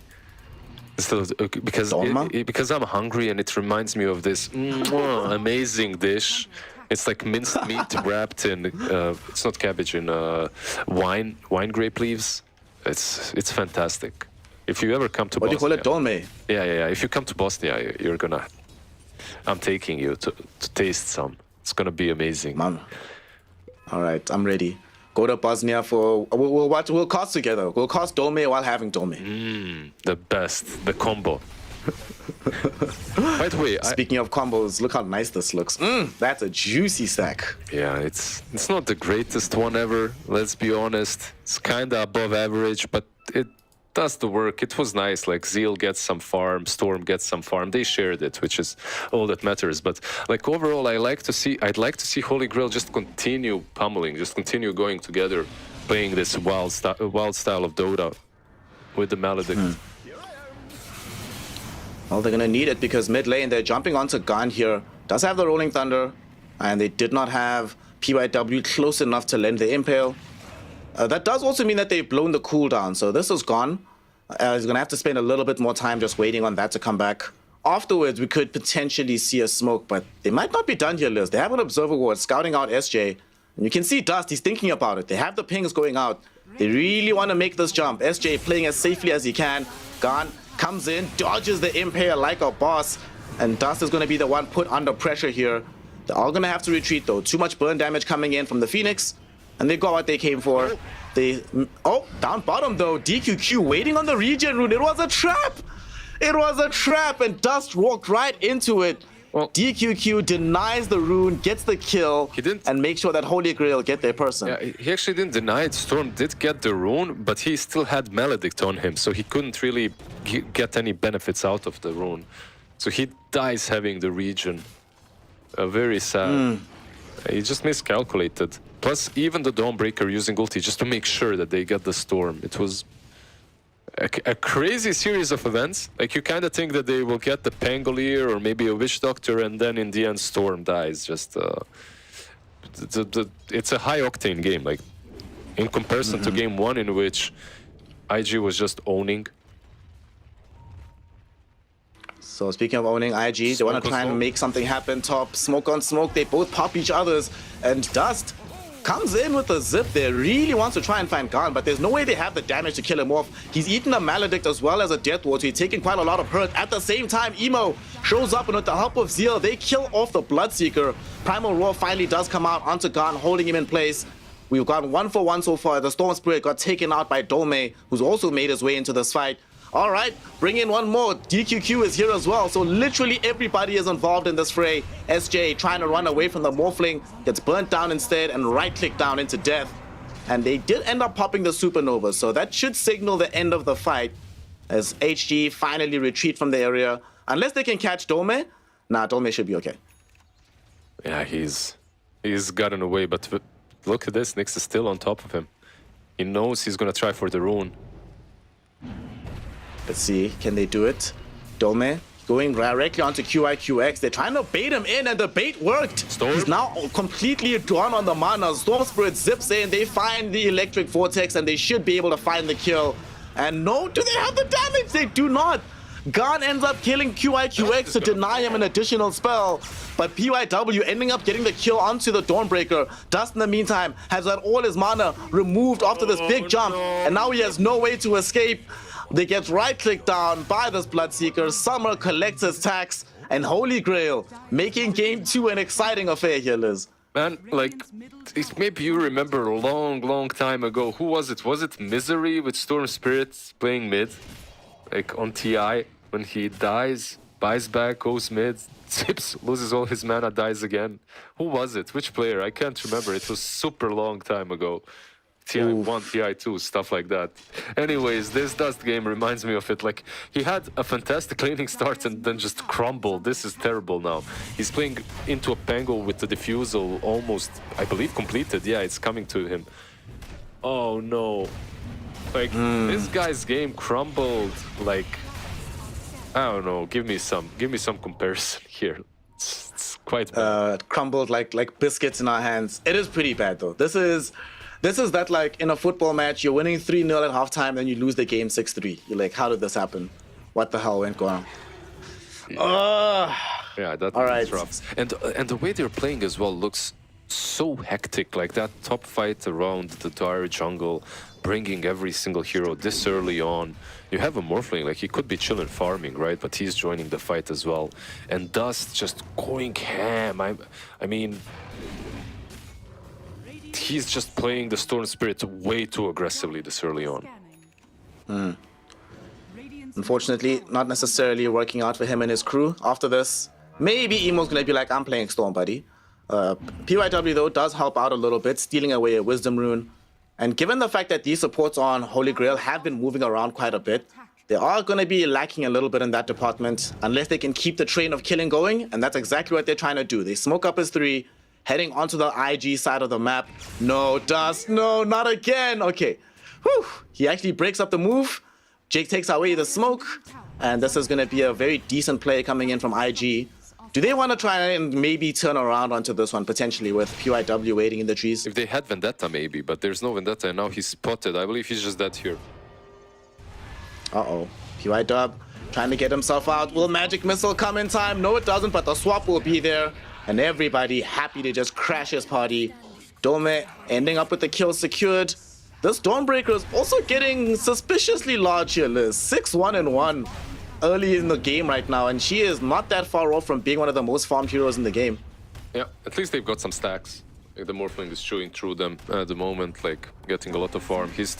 Emo is still on top of the network charts, even though he joined a couple of fights. He's still up there. Man, how do you feel about Replicate? It's just like, my God, like the morph, the changes that you are able now to create. An ally illusion, just throw back to, when was that the last time? Like 2013, something like that. 2014, maybe the last time that was a thing. Maybe even earlier, right? Maybe even it was I think even earlier, yeah. Because you had to buy Ags around 2017-18, right, to get access to your allies. So this is old school. I mean, I guess IceFrog is just not comfortable with the idea of Morphling being a bad hero. So he's like, how can I make sure that no matter what changes I make, the hero is still kind of busted? Yeah. Good old Water Boy. Good old Water Boy, make illusion, split the map. More from one side to the other. It's Yeah. Good times, man. All right, so who do they give this Aegis to? I would like to say they give it to Dust, just to make sure that he doesn't end up dead again in the upcoming engagement. Yeah, unless Emo is like, bro, you've been feeding way too much your lowest net worth, I'm not giving it to you. And Emo actually cleaned, he actually did remove Quelling Blade from the inventory, so he was ready to take that. In the end, they give it to Dust. And Dust is struggling, like he needs to get back into this game somehow, so Yeah. maybe it's for the best. They might still spring a fight here, though. Holy Grail was sort of posturing with Summer like they were going to go in, but okay, now that they're showing Gone in the mid lane, no way you go and take that fight still. I mean, I guess you can try to go for some tier 2 tower plays, but nah. Don't you miss the old days when the outpost was just right there and you could TP to it? I know the old days were just like 2 weeks ago, but man, that was good. They go in. Big zip onto this Bloodseeker. Will Summer end up dead? They swap him out for a little bit of safety, but Dust still wants to keep the fight going. SJ looking like he's going to be the one that gets eaten alive, and indeed he is the first kill, but now they're looking for some revenge. Gone finds an amazing Rolling Thunder, connects onto 2 with the Blood Rite as well. They prevent Zeal from throwing out the Primal Row, and then they kill him off. At the same time though, Dust lost all his mana jumping the Bloodseeker, and he ends up dead. The Aegis burnt away so early on. Does create enough space for them to kill off at least the Dawnbreaker. And now on life 2, Dust is going to make his presence known once more, securing a kill onto this young Pangolier, ensuring that the side of Holy Grail lose 4 in that fight. Bloodseeker, the only survivor, and IG can clean up the tier 2 tower as a reward. That would be your rap name, Young Pango. Dust actually going in again, mid lane. Oh my god, Dust He's gonna... has no chill, man. Get back, Dust. Summer really wants to chase this, but he knows that there's potentially some backup. But little does he know that Dust was actually all alone. Had he made that full chase and committed, I think they could have killed the Storm Spirit. It's the Black Dragon. You see a dragon, you run away. That's the... that was the only thing saving Dust there. I feel like if not for the dragon, he could have continued. But yeah, crazy fight on top lane. Yeah, he did lose the Aegis, but it was intended for sure. Like, he wanted to keep them in spot a little bit longer, and he did get a kill off of that. I believe they killed the Pango because of the Aegis being taken down. As Storm, you want to kind of use it in the fight, right? Especially if you're this far behind. As long as it nets you a single kill, I think it's worth it. Overall, the fight, I feel like could have went a little bit better for Holy Grail. Again, he kind of went back with the Rolling Thunder. I felt that he could just go off of the cliff on the left, but because the Rolling Thunder felt amazing, right? He caught Beastmaster, I believe, together with Nyx Assassin. It's one of those debate moments where sometimes things are going too well in Dota. You make this move, you're like, oh, guys, that looked much cooler than it was supposed to, so let's go make something else happen. And then you're still playing a little bit from behind. They still have an Aegis at the time. They still have Supernova. And then you're like, oh, well, game got harder than it had to. As we have a quick pause, time to take stock of where things are. IG commanding a 6k gold lead. Dust able to come back up in the network department, leapfrogging the Pangolier. And the game overall, the most impressive part for me has been the comeback of Zeal. Zeal, how many times have you seen this with Beastmaster, man? You crush him in the lane, you're feeling good about life, and then as the game scales later and later, he just has obscene amounts of net worth, starting to get all these items, about to finish a BKB, no less. Yeah, there's like two ways the game goes for Beastmaster. He loses the lane and then he's top of the network charts, or he wins the lane and he stays on the top. Like, yeah, doesn't really matter, because as long as he has a couple of stacks, he recovers so fast. The creeps are farming the lane. That's the problem, right? Like, first he can clear the stacks to recover, and second, it's very difficult to take him down.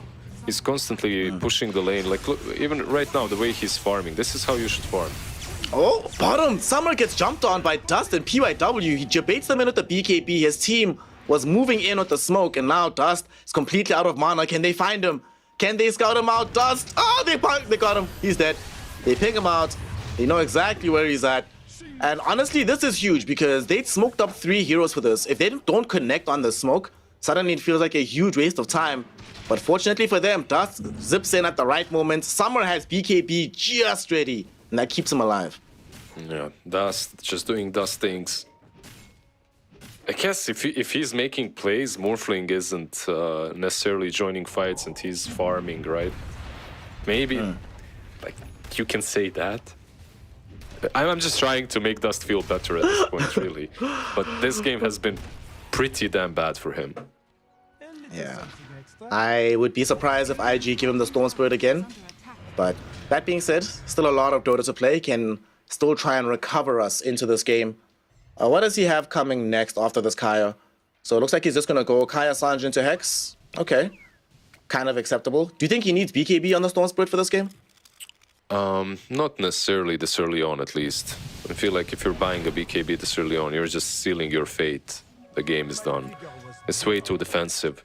You actually need to do some work first, and then you can get it. Speaking of defensive, look at our boy Bloodseeker. Summer is building a Lincoln Sphere right after his BKB, so he does not want to be roared, does not want to be caught by any of these IG spells. Do you think, is this the right way? Does he not need any more damage at this stage of the game? I feel like as a Bloodseeker, you're getting a lot just from your passive. And these kind of items also give you a little bit of damage. The Maelstrom is good.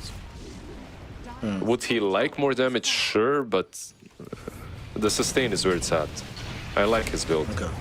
Oh, PYW puts his life on the line, gets killed off, almost actually managing to bring down Gan in that situation. Emo is just sort of flexing his muscles, showing how strong he can be. Just a couple of right clicks and an adapter strike. And the Pango felt like he was about to tumble, but very nice move as well to just break up the smoke.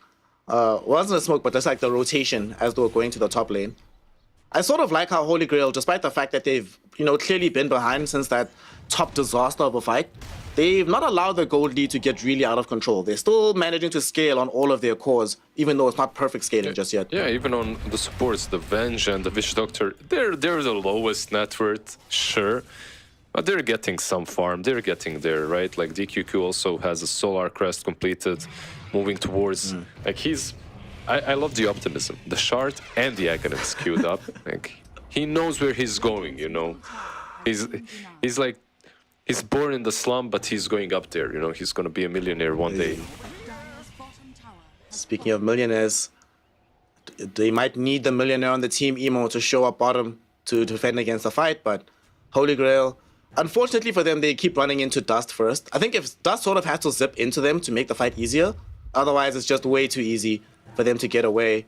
But he's given the team information. They have a relative idea of where Holy Grail is sitting.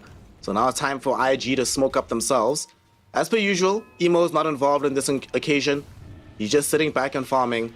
Let's hope that Holy Grail will be able to jump them or are ready for this. Doesn't seem like it here, Lizard. The fight's about to start. Dust doesn't have much vision though. So he doesn't want to zip in blind. He knows exactly what can happen if that is the case. But he finds the Hex directly onto Summer. Summer is going to get popped off.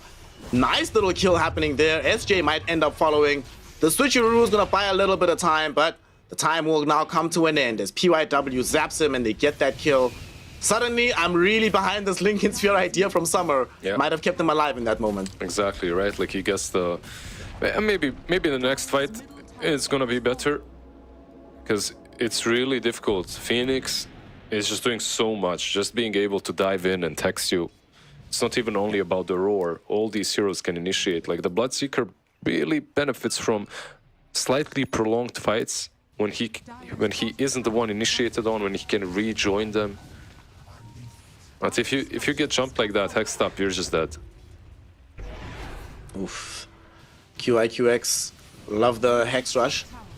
You know, I think there's two schools of thought for these Phoenix players. It's either you're a Hex Rusher or you're a Shiva's God Rusher. And QIQX picked the right one for this game, definitely. Yep, I think that's quite true. It's one or the other. At some point there were some Aether Lance and Shard rushes back in the day, but yeah, some of them like to go Veil, Urn. But in any case, I feel like if you're playing a pro game, you're rushing one or the other. Let's see what they got right now. They get another Blink Dagger on this Beastmaster, so they have yet another source of initiation. But Holy Grail are smoked up, hoping to find something. But guess what? It's PYW here to ruin everything. Gets them right in the place they want to be, removes the smoke, blinks away for good measure, and able to bait out some ultimates here. Rolling Thunder from Garn has been used, does end up connecting onto the Zeal Beastmaster, and they have the damage to kill him even through his BKB. Dust zipped all the way into this fight. He might end up regretting it, but does have a way out of this. So far, they're still thinking about posturing in the area, IG, knowing that's a 1-for-1 trade, and Emo is finally making his presence known. This Morphling is so gargantuan. As soon as he shows up, the fight is definitely over. And Holy Grail happy to get the Zeal kill, but end up losing both supports for it. Yeah, one lucky thing for them is Rosh isn't respawning very fast.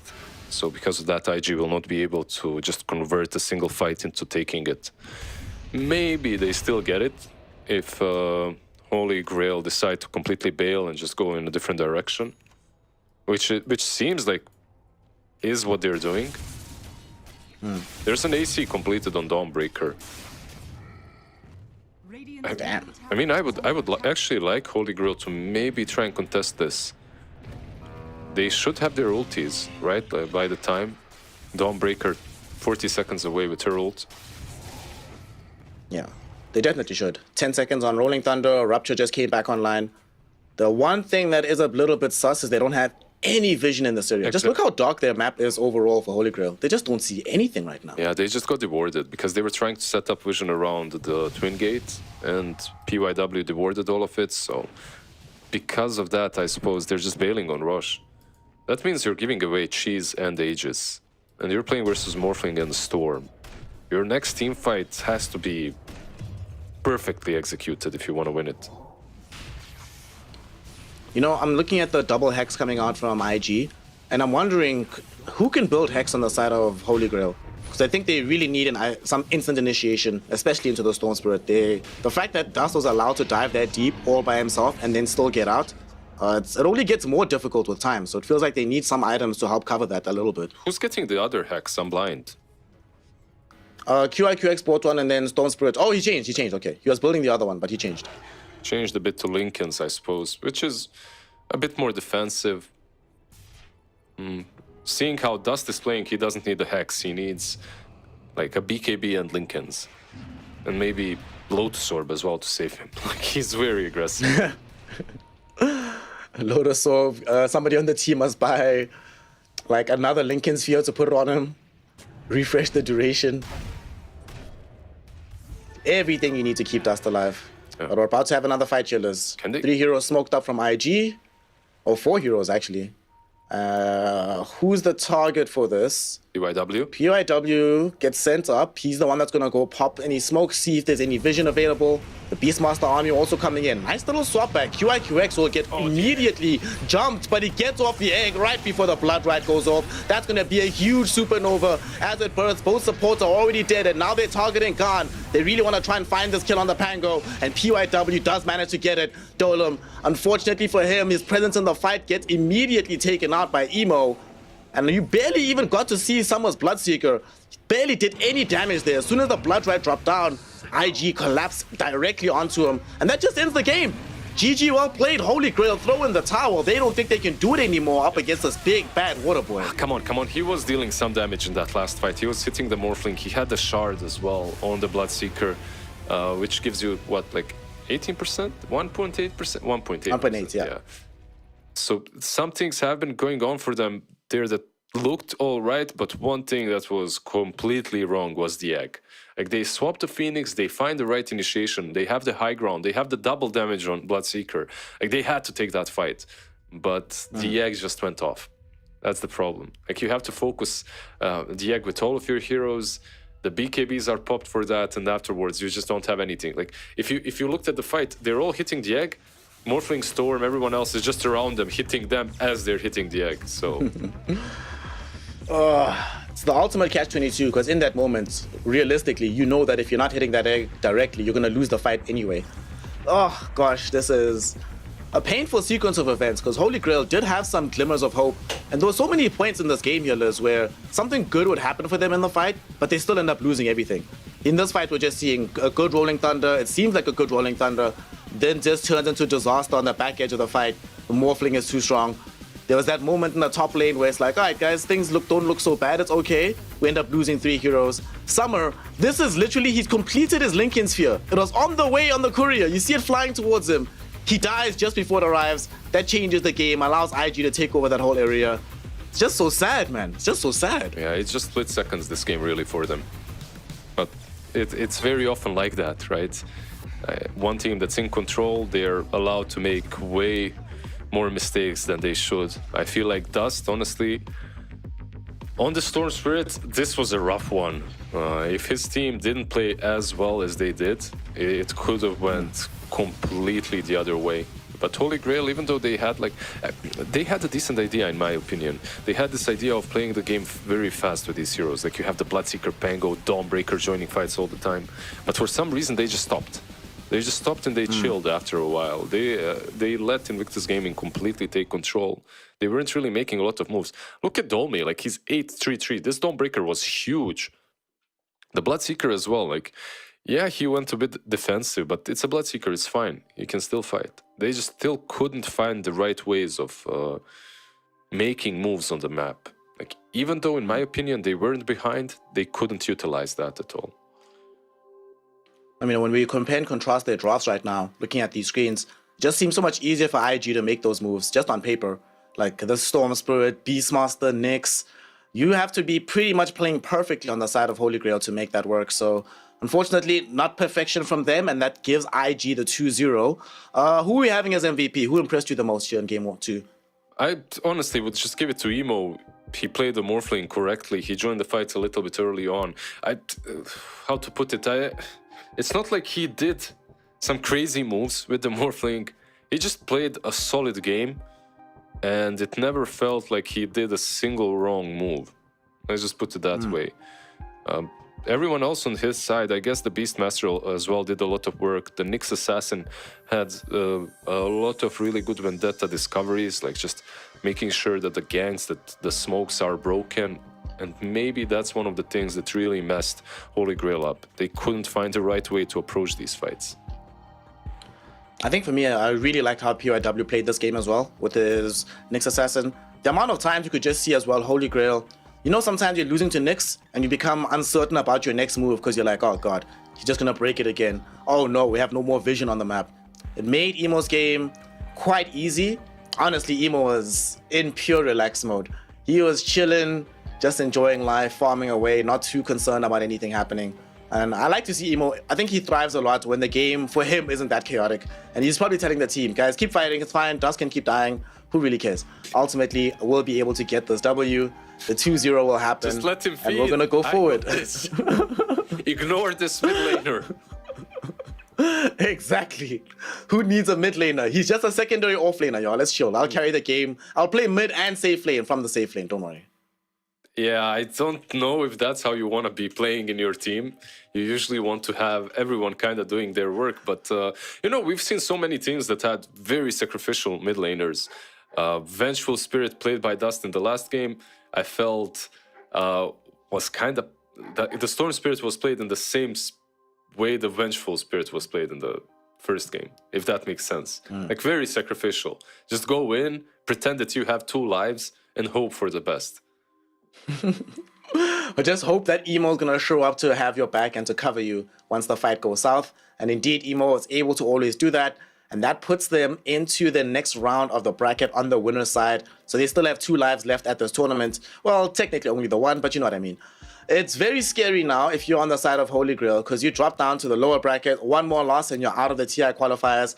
And it's not like it gets simpler with time. The teams that are down there not only are about equivalent skill level to Holy Grail, but are also very hungry to find themselves as the only team from China to get into TI 12. So before we take a break here, Lizard, what do you think? Our next matchup coming, Azure Ray versus Team Bright. Let's not beat around the bush. Yeah. What are the odds that Team Bright are actually able to even take a game from AR? I feel very unlikely. The odds are very slim, low. Holy Grail winning versus IG, I could see that after game 1. Team Bright versus Azure Ray. Yeah, it's probably not happening.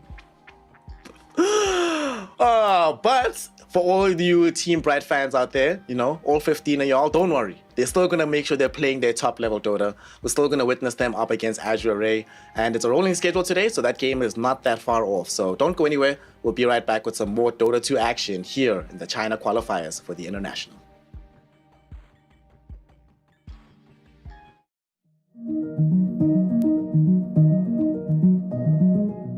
Every day for 3 years, a secret team met across Europe to hack one of the most technologically advanced cars in the world. Meet the Deloitte cybersecurity team that developed new state-of-the-art automotive software defenses, making the world safer for drivers, passengers, and pedestrians.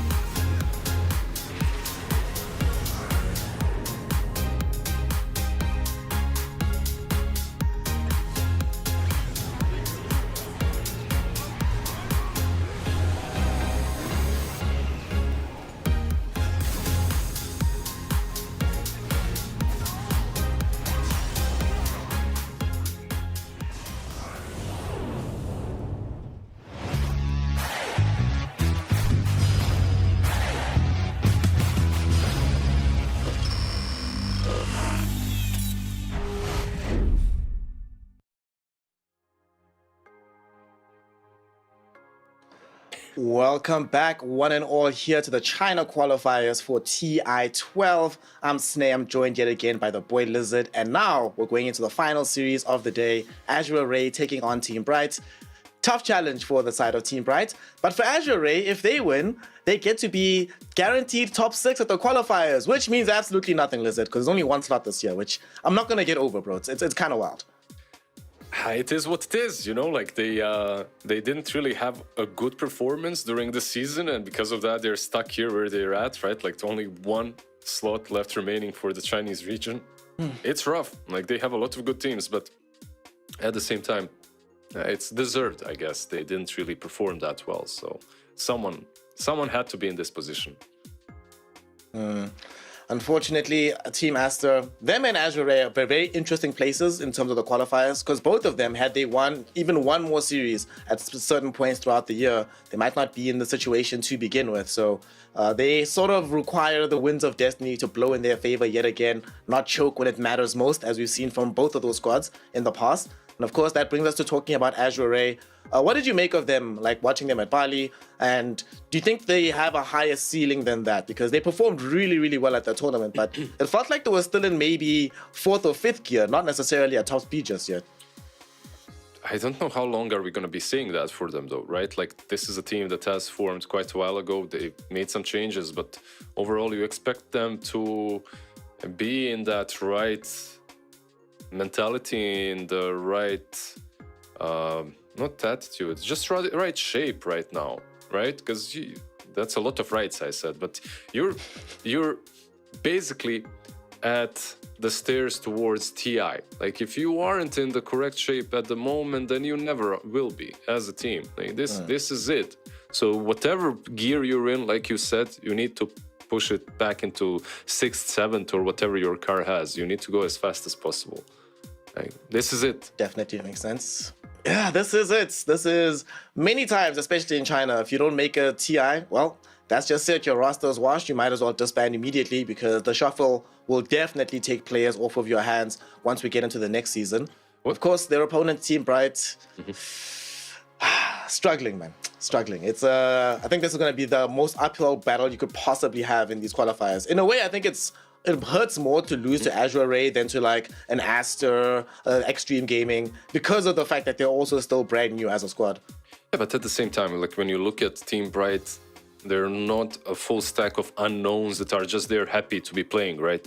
I'm sure that they are still in a position in which, yeah, we are happy to play, and we're happy to individually prove ourselves that we are better than... I don't know, to be considered some tier 2 team, or one of those teams that's probably gonna get relegated from Division 1. I think in Team Bright you have some upcoming stars that haven't really proven themselves, like Irvine.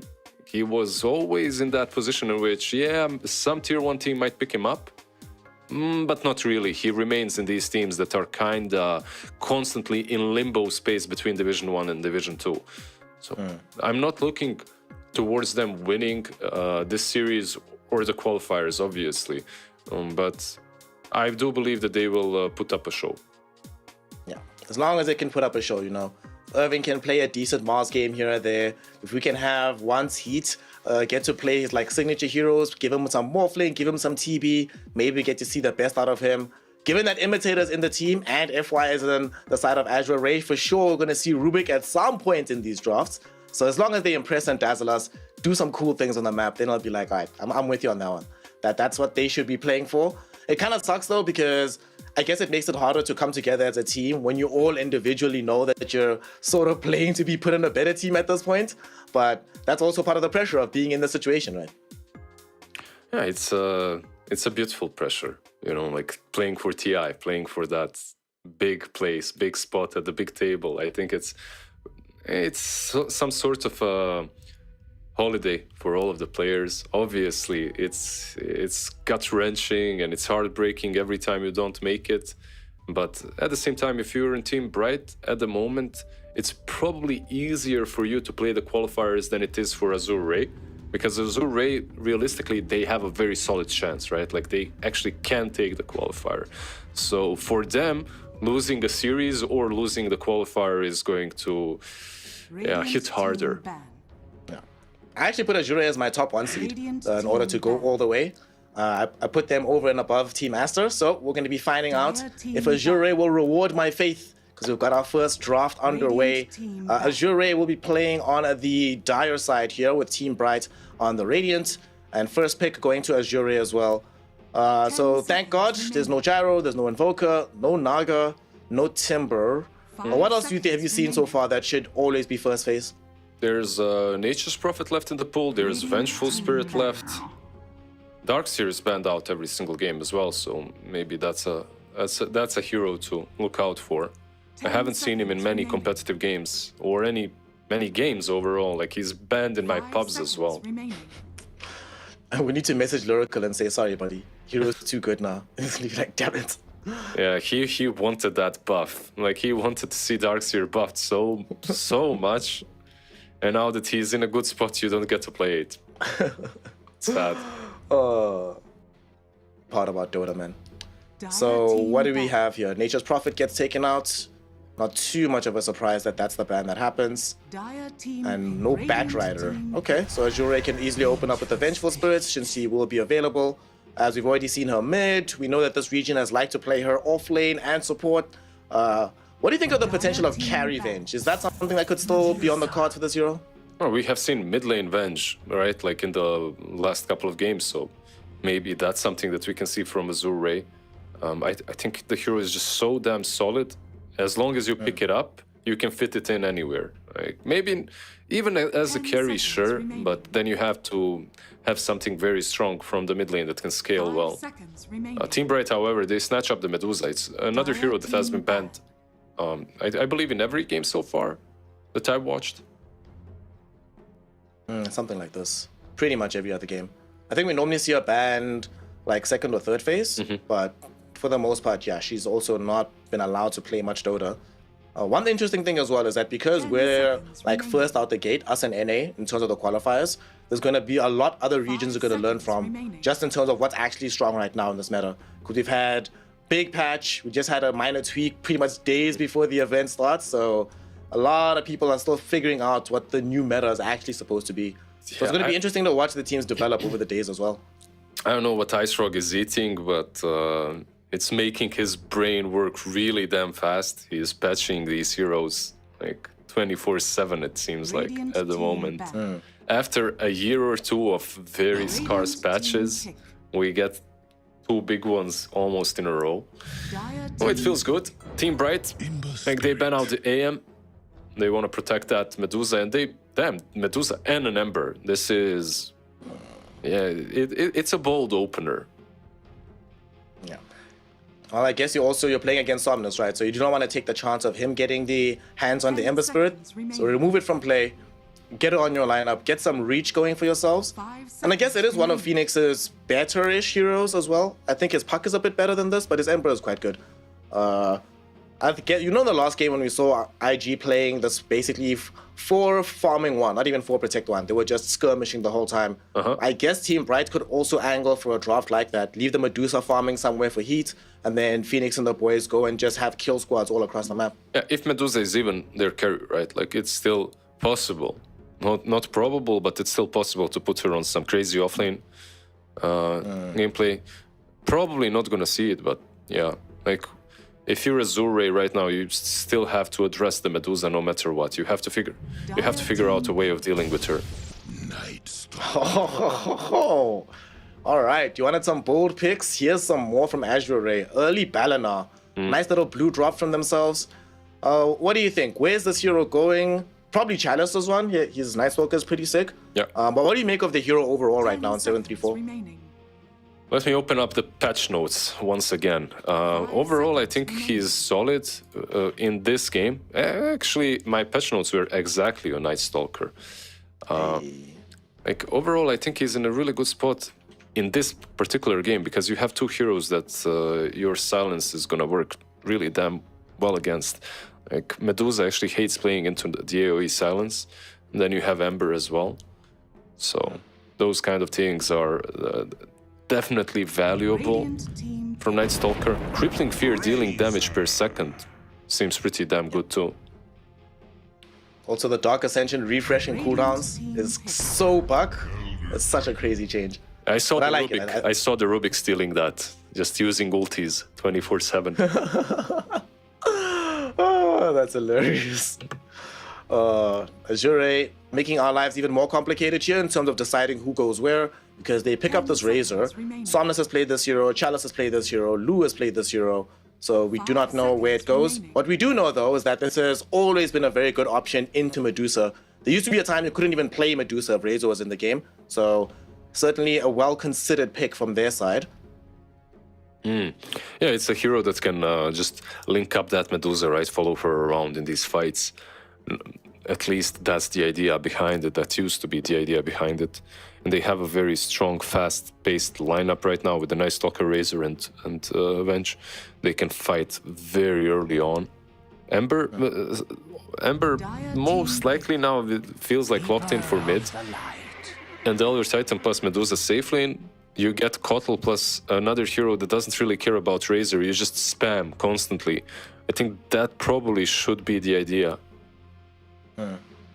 Another thing I love about this Kotl is you have Blinding Lights to push away the Night Stalker. So pre-BKB, you can at least create some little bit of distance for your team and yourself. Like this a lot. You know, combos with the Medusa Ember very well. Like you mentioned, just shoves out these waves constantly. And just, you never feel bad having a Kotl in your team. I am a little bit worried though, the overall lack of lockdown from Team Bright. They pretty much have what? Searing Chains, and if you get off a good Echo Stomp, but getting off Echo Stomps is harder than it used to be with the nerfs to that spell. So I don't know, whatever they put in the off lane, it needs to be one of these heroes for Irving. Like, it's Irving, we should just know Mars, right? Just ban Mars Azure Ray, because if Mars is in the pool, he's definitely going to pick it. Yeah, and you're going to have some Mars Medusa. You have a Spear versus Razor. I think it's a solid pickup. Another one would be something like a Ven... I'll stop myself. Just give him a Beast. Spam out those axes as well with the Keeper of the Light. It gives you a roar for some control. I was gonna say, I see Void. I go Veno. It's as simple as that. Like there's no thinking about it, but it's really bad for them overall. Like you said, no instant catch, no real control. They need that. They need that badly. Beastmaster gets banned out. I think that was probably the best hero for them. Beastmaster would have been phenomenal. Also something to bully the Faceless Void in the laning phase a little bit. That could have been nice. And this Void does also give us a bit more confirmation as to where the other heroes go. I imagine now Razor goes mid and Night Stalker goes off lane. But what I'm not seeing here is help for the Void inside the bubble. Like pretty much you have like what, Plasma Field? That's pretty much it. So are they going to try and focus on that for their last pick? Oh, come on, man. You buy Blink on Night Stalker, you blink in. And you have that magical damage over time from the crippling fear. No, I don't know. Why not buy Blink on Razor as well? You know, then you both blink in, Eye of the Storm and crippling fear. Yeah, but how are they laning? Faceless Void obviously should be the carry, right? That's something that we are both fairly certain in, I suppose. So Razor and Night Stalker, one of these two has to be a position 4. I would say it's going to be the Night Stalker, right? And then Razor is either the off lane or the mid lane. We'll see. How about we put Razor off lane, right, to play around with this Medusa. We actually put the Night Stalker mid, because I don't think the matchup is that bad versus the Ember. And then we last pick Nyx Assassin for FY. Yeah, also an option. I get that. That's what Team Bright is going after. They're looking at these supports that destroy Medusa, Lion, Shadow Demon. Not as strong as before, but still strong. Just not as strong versus in this matchup. Like overall, he's pretty damn solid. So we see 3 cores. That's what you're saying on Azure Ray. Night Stalker, Razor, and Void. All 3 cores. Yeah. Of course. What was I thinking? So you can put Razor mid. You can put Night Stalker mid as well. Doesn't really make a huge difference. Just give me a Jakiro, man. Like, that hero has been buffed up. Like, you have those ice walls and stuff. Jakiro, Faceless Void, let's go. Ice Pad, you get some damage in that Chrono, or something simple like a Sky Rat. You get another Silence. You get a big-ass combo in that Faceless Void Chronosphere. Sky Rat Mage. All right, Azure, you've heard the man. bring out the Sky, bring out the Jack, give us some damage in the bubble. It's gonna be Enchantress. Now, it might not seem like damage in the bubble, but this is China, so we know that this is like technically a position 4, but actually a carry Enchantress. All right, I'm okay with this. I don't like it as much as some of the other options, but I guess it's fine, right? Solid laner. Your Team Bright right now, what's the option to try and deal with this, especially with no Beastmaster in the game? Let's see. Are you still going for the Mars? Is that still an option? Is that still good?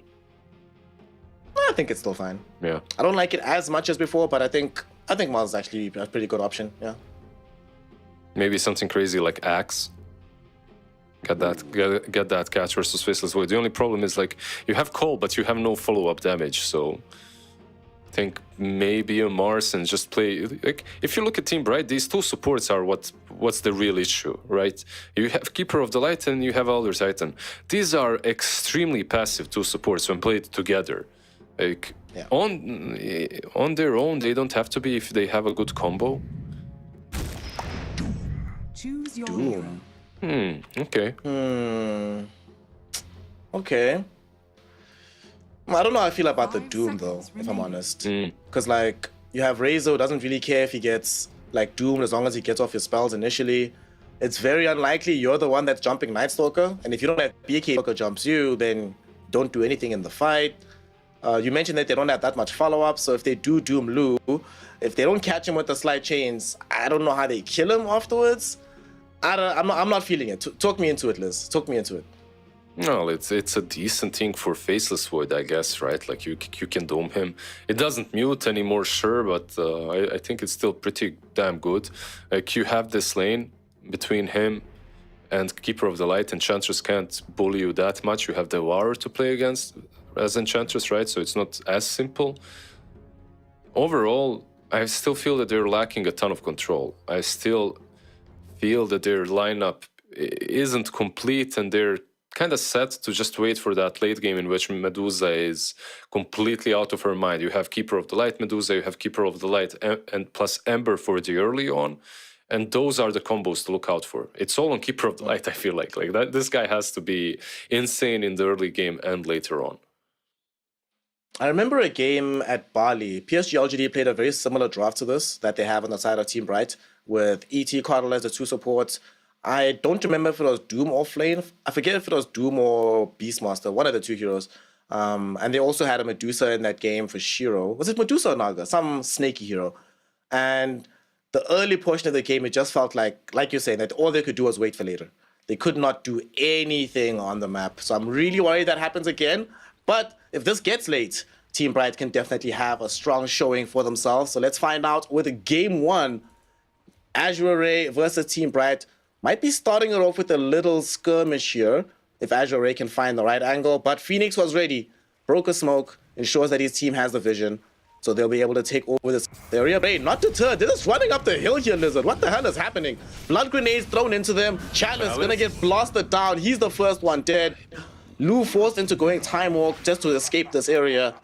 But Azure Ray, they knew they were scouted. Lizard, why did they go up the hill? Because they're brave, man. Sometimes you just have to go up the hill. Sometimes you just have to peek. It's too interesting. You see a hill, I need to climb that hill. You go up there. Oh, no. Well, that's going to be a nice little first blood. Irving is going to be super happy as a Doombringer. Get off to additional gold at the start of the game. I mean, I guess... fresh as hell. I guess they expected, perhaps not, obviously they expected something different to happen. Probably not everyone to be there exactly in the right position. Oh my goodness. At least 2 for 2 with the bounties, right? So. That's not so bad. That's acceptable. It's not great, but it's acceptable. It's fine. Well, now things are going to be getting off. Somnus, haven't seen him play Razor in a long time. This is taking me back to some TI4 time era. What do we make of this matchup here? The Ember Spirit versus Razor mid. I feel like it shouldn't be that easy for Ember, right? Like you have this Razor constantly static linking you, sucking out your damage, your soul through it, and you're just kind of sad trying to use the Sleight of Fist to get some farm. All you can do is just get farm. I will see how the game goes. Right now, of course, one of the lanes I'm very interested to see how they pan out is the Chalice lane. Because Night Stalker, not necessarily, it's not like a Beastmaster, right? Where if you lose the early game, you don't really care that much. You can farm up later. He's uber reliant on momentum. So that early death, I want to see how they're going to recover from it and find farm for him in the lane. Yeah, at least it's not anyone on the bottom lane that got the first blood, right? It's the Doom. So Night Stalker, yeah, I fed, but who cares? You just respawn, go back into the lane, you know. I think the problem on this bottom lane is probably Undying. Elder Titan is a lane dominating hero, and as a Night Stalker, you can see that he's the one actually suffering. He's the one running back. Yeah. Undying just coming into your face with that big old briefcase. And Heat gets to just be chilling. Man, you know, do you remember that brief moment in the sun where carry players were actually experiencing pressure in the lanes? And then all the ranged super carries came back, and carry players get to take it easy again. Must feel nice. Yeah, we good right now. had a brief moment, a very brief moment. At the same time, I recall the times when offlaners were completely sacked. It was all the tri-lane days, if you remember. Oof, yep. If you're an offlaner, you're basically some Darkseer sitting next to the tier 1 and spamming Iron Shell on creeps, hoping that you get something. The days where only dying once or twice, I was like, oh wow, you're a really good player, man. You're Exactly. not beating that hard. Yeah. I want to go back to those days. Bring back YYF. Have him show us up once more. You know, like, honestly, there was something cool about tri-lanes and all of that stuff, because tri-lanes weren't mandatory. It was just like, okay, if you see that it's a good tri-lane lane, you go for it. Right now, you see them sometimes, but it's very rare. Had a lot of good iterations of Dota. Just a fun little ways to play the game out. You know, want to move away from the area of having just one meta all across the world. People should have different ideas. And no one is stopping them. It's just that some things are stronger than others, and that's it. Yeah. Speaking of strength, you were mentioning that this mid lane shouldn't be easy. You might have undersold it a bit, fam, because Somnus is owning right now. Oh my goodness. Like, having a really rough time for Phoenix. And I don't think it gets better with time, right, for Somnus or for Phoenix in this lane situation. In the lane situation, it doesn't, but it's definitely easier to make impact in the game with Ember post-laning stage, right? Like, you can rotate much easier, use those remnants. Meanwhile, Razor is a little bit more static, reliant on everyone else to do their stuff. And he's a bit more snowbally, like, you need to play with your team. I'm also wondering, is he going to get an Aghanim shard here for this game? Because it feels like that the alt cost could actually be quite useful. Just to like drag some of these heroes back in who are longer range than him. Or maybe, especially versus Medusa, right? Like, you just cast it on her. Yeah. It could be solid. What do you make of this, actually, the whole alt cost situation that we now see in Dota? Dire's middle tower I mean, they're just... I think it's cool. We're reaching the limits of what can be done, and they're still finding new ways to just change the game and make it more interesting. Like, alt casting every single spell 2024. Let's go. Oh my gosh. I don't want to read those patch notes, dude. No, just add... Look. Just add 4 new spells. You know? Simple. Very easy. If you press Alt, you get completely different set of spells. Easy game. I'm just trying to, like, when you're trying to itemize, it'll be a nightmare. Being like, oh gosh, I have to remember what all of these things do, what the enemy spells do, Exactly. which direction I'm going. Exactly, like every hero having a completely different approach to the game, like 2-3 different ways of playing a hero. No, it would be interesting. Like an invoker, basically, right? Yeah. Everybody's invoker. That way, no one can complain invoker's busted. It's like, guys, every hero's invoker, so it's fine now, right? Yeah, and Chance is going bottom, by the way, through the Twin Gate. She's got the Wildwing Ripper, but it doesn't look like she'll find an angle here. No. Been actually just a very slow early game in general. Everyone's just been happily farming away. Haven't seen any big moves just yet. The one thing that is a bit of a bother is that Heat isn't keeping up with the CS in the same fashion, but they're going on him now. FY gets the reveal with that Wave of Terror. They get the damage out onto Undyne, and this Elder Titan should end up taking a tumble. Chalice almost died for this, dropping down to about 190 HP, but he manages to survive the fight. And Azure Ray feeling very good about themselves, because not only do they manage to find the kill, they might find another one as Imitator wanders a little bit too close here, getting body blocked by Chalice, right-clicked away by the Night Stalker. And that's going to be Azure Ray with a very successful move bottom. And that was an extremely brave D-ward from Keeper of the Light, just trying to get that after Elder Titan just fell next to him. Yeah, a bit of a mistake, but a huge buff for Azure Ray, like you said. As a Night Stalker, you really want to snowball out of the laning stage. You can't recover easily just farming some Ancients and stuff, so it's really good for him to get some kills. It's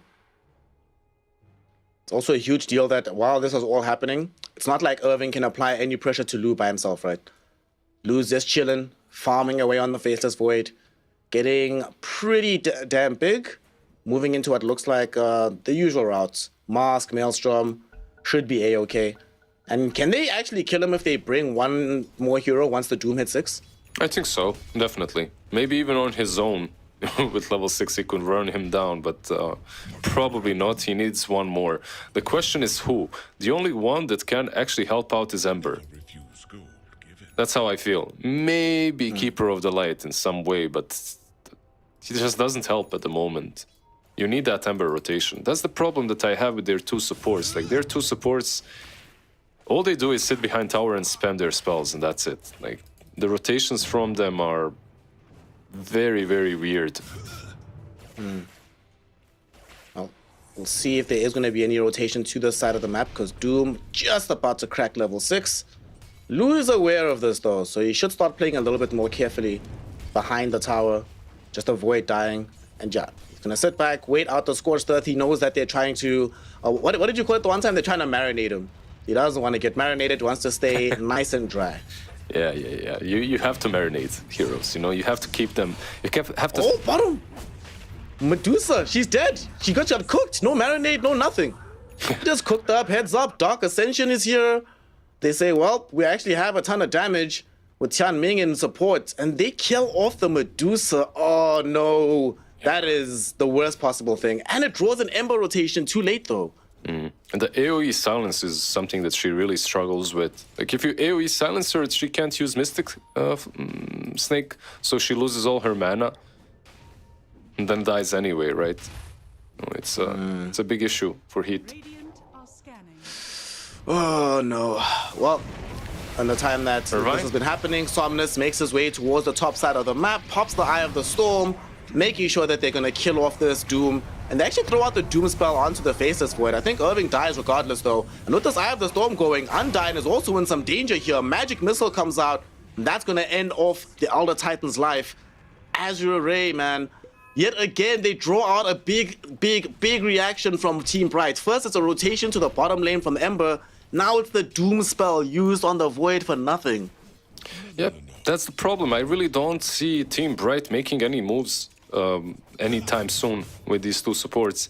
Ember was supposed to be the one leading the charge, perhaps making some plays. Together with Kotal, you have the you have Chakra Magic, Sleight of Fist, stuff like that, but is Dusa just dead? Could be. Is he just dead? I think he's just dead. Yep. Yeah, he's gone. See you later, nerds. Tries to flap himself away. You know, slithering away from a flying creature, definitely not going to help out. Chalice, even though he fed the first blood, now in a killing spree in the laning phase. Yeah, you can see the mid lane. This is what they're trying to do. Just stack up 3 heroes together and try to make something happen that way. Unfortunately, Somnus a little bit too tanky. Lu? As a young Razor. Lu here with the Chronosphere. Finds it. The Plasma Field will soften up the Ember Spirit. Nice little Blinding Light. That'll buy some time for Phoenix, but it's only buying time. Not going to bail him out of trouble. And Lu wants a little bit more. Chasing after Imitator. Somnus goes the other way to dodge out the Echo Stomp. He clips him with the Plasma Field. That enables him to get a double kill. Razor, Somnus God, man, what a player. He's just making so many things happen with the Razor. Actually buying a Diffusal Blade, by the way, so it's gonna be easier for him to get on top of that Medusa and get rid of her mana even better, I suppose. It's an interesting approach. Okay, I need to go check. How many times has Razor bought the Diffusal Blade in a professional game of Dota? I can't imagine this has happened often. I don't think many. Top lane, Doom, Irving. Doom is definitely dead. One more right click is all they'll need, and he does manage to get it. And that is a dead Irving. Lose yet again credited with the kill, so this Faceless Void. Look at his net worth, man. Yeah, man. It's so damn high. They're just being cooked at this point. Like, it's not really... it's not feeling great. 10 minutes, 11 minutes in, 5k gold lead. One positive thing, I suppose, is that they've made a ton of stacks. Like Keeper of the Light made a couple of ancient stacks, so Medusa can perhaps go in, farm that up. Yeah. Whenever you're at that stage of the game, where the only things to look forward to is, oh, we've got some stacks, it's not pretty. Game is very, very hard right now. Still, it's not completely over just yet. Like you mentioned, there is a Medusa that's farming away, and she can still eventually become one of the bigger carries in the game. But you're also playing into Faceless Void, and it's not like Faceless Void is, well, he's probably also considered one of the best late game carries in the entire game as well. So not even safe once you scale into the uber latter portions of things. Yeah, even versus Medusa, he's pretty good. Like the Chronosphere itself, it brings you control that can't be just Mystic Snaked away, like with some Mystic Snake Agonyms or stuff like that, like Shard. So. Okay, I went and checked. This is only the 33rd Diffusal Blade on Razor of all time. So very atypical itemization from Somnus. Of course, into Medusa time, makes right? In all time playing. All time, yeah. It's a different approach, but yeah, definitely will work. And given how fast you got it, let me check. It actually might be the fastest one. Yeah, it is. Yeah. Shout out Somnus, broke a new record today. Thank you, bro. Broke a new record, buying fastest Diffusal on Razor. You know, it's like I'm gonna pick up a Meepo game and buy a Bloodstone, and it's gonna be the fastest Bloodstone ever. You know? Actually, Bloodstone was meta on Meepo a long time ago, because how it worked is, you remember the Bloodstone charges for respawn timer? Mm-hmm. So basically, your main Meepo would always keep them if he didn't die. So as long as you kept your main Meepo away, you'd respawn instantly. Top lane. Ah, I see. Top lane, we are having a jump going onto this Doombringer right now, and Doom will be able to survive a little bit until the Chronosphere emerges, catches out two heroes. They really wanted the Ember kill, but they aren't able to get him just yet. FY swapping back Chalice, and that'll give them the damage necessary to kill off this Doom, as Irving can't really proceed further in this fight. Chalice still wants to go in, has Dark Ascension in another 12 seconds, but they're not going to fight anything else. They'll just be content with what they have. A nice little kill onto this Doom. Although with the Chronosphere being as good as it was, I'm sure they wanted a little bit more.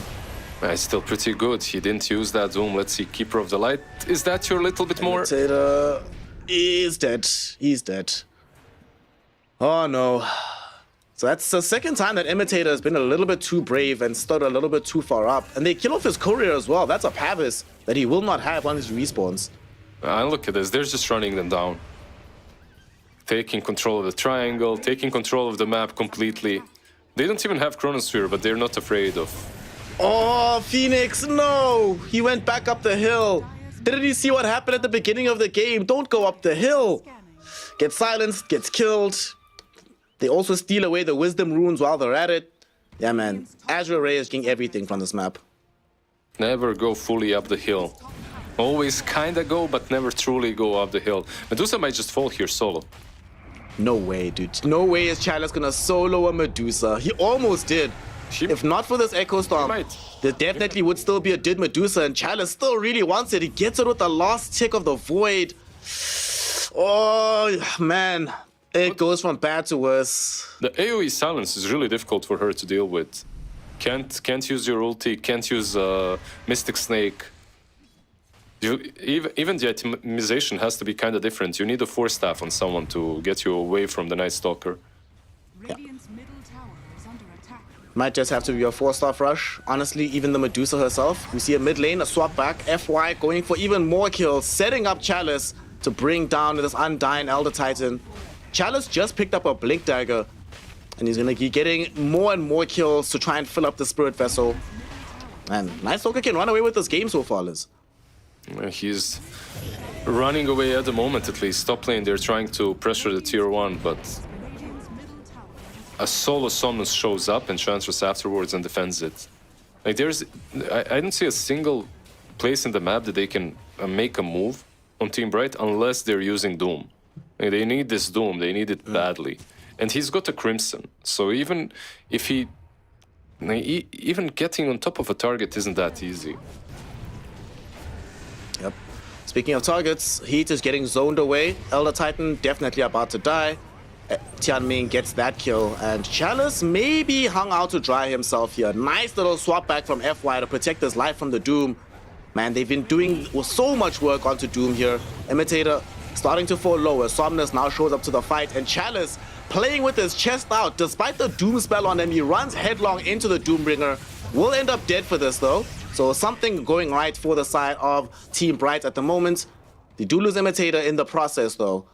Yeah, Keeper of the Light right now being very, very happy with how that fight went. He gets a lot of gold for taking down the Night Stalker, and he gets closer to the Force Staff, which is, I really think like it's more important than the Pavis he's been building before.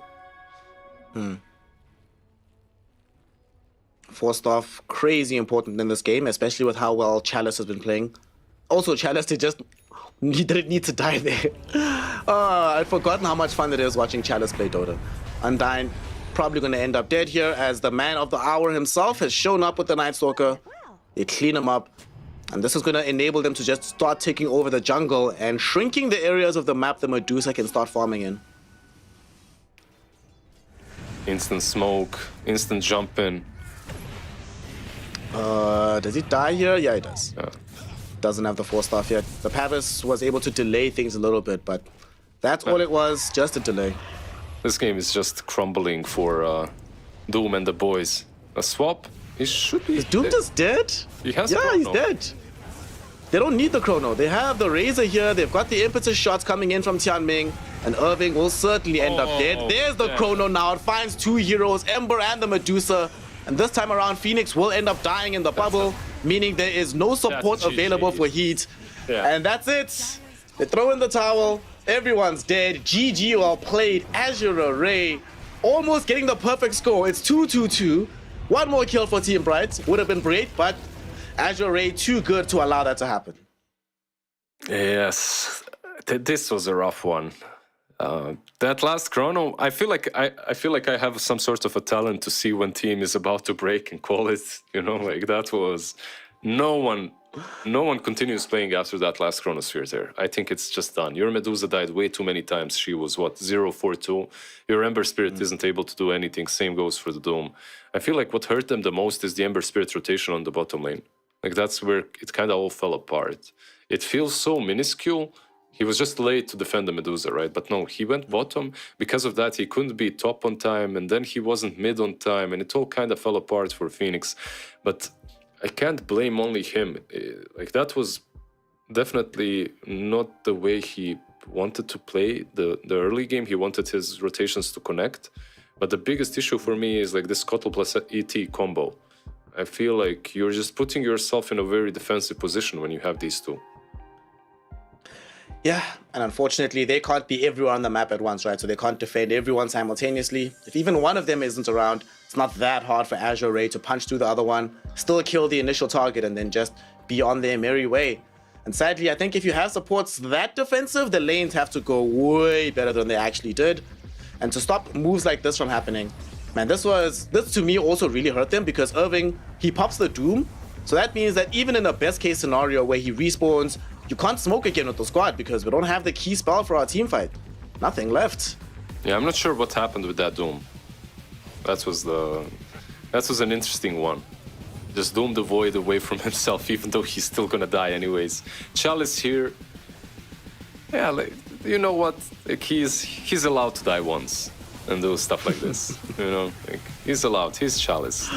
It's to be expected that he's gonna push it to the utmost limit. Still dies in the end, but it was a nice play. Would it be even Dota 2 if Chalice is not doing this kind of stuff? Also, you know that the game is really over when your pos 4 is not only solo zoning the position 3 from the enemy team, but having a realistic prospect of just straight up killing him alone. When things like that are happening, yeah, doesn't feel like you can play Dota anymore.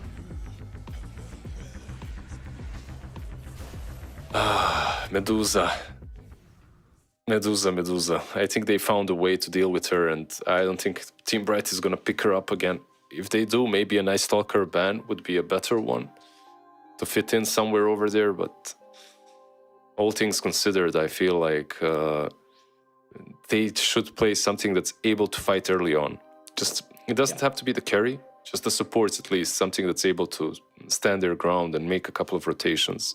Like, we were calling for Mars, we were calling for Beastmaster for a reason, right?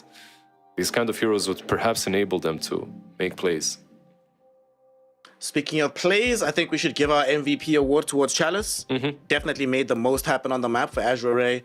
Not just in his lane, but the constant killing of heat. And knowing that he can do it by himself, ensure that Medusa doesn't do anything on the map, makes his team just have so much more space to play with. And you get to see, like, Lu had one of the easiest games of all time. He just had to show up for the easy chronospheres. They've already been set up. Everyone is already massaged and marinated. You drop the chrono, guarantee these kills.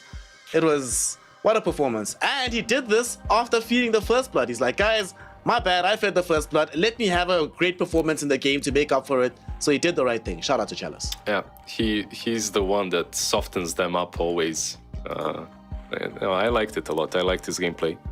He was doing a lot, like just killing the Medusa over and over again, getting all the right items, then soloing her. Like Night Stalker, you said it yourself, he needs to pop off, he needs to have a really good game to snowball off of it, and that's exactly what happened here. Yep, perfect game coming in from Chalice and the boys. So game 1 goes the way of Azure Ray. We're going to be finding out if Team Bright has what it takes to at least take it past 20 minutes, y'all. Like, we don't want 2 games back-to-back to being very fast stomps. So we're going to be taking a very small break. When we return, a game 2 of Team Bright versus Azure Ray here in the China qualifiers for the International.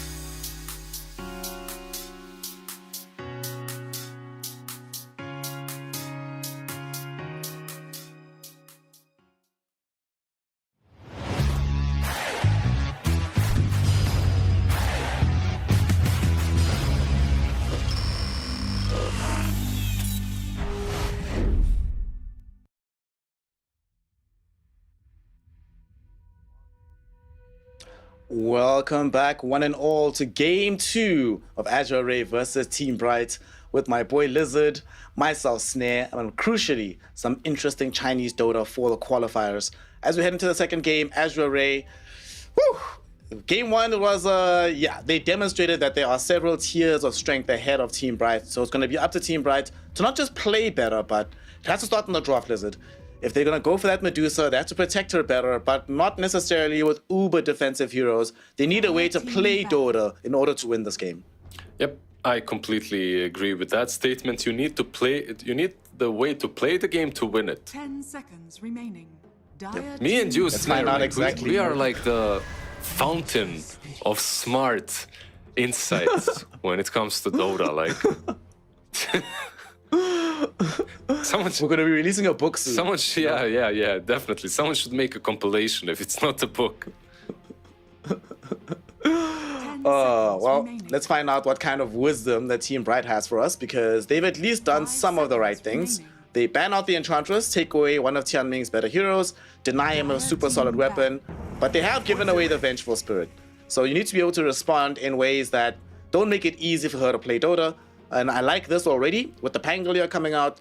You know, you might be able to swap me back, but at the very least, I have repositioning tools the entire game. So hopefully it also means a better lane for Phoenix in the mid. Maybe they're baiting out some puck here. Like Venge puck versus Pango sounds pretty damn good.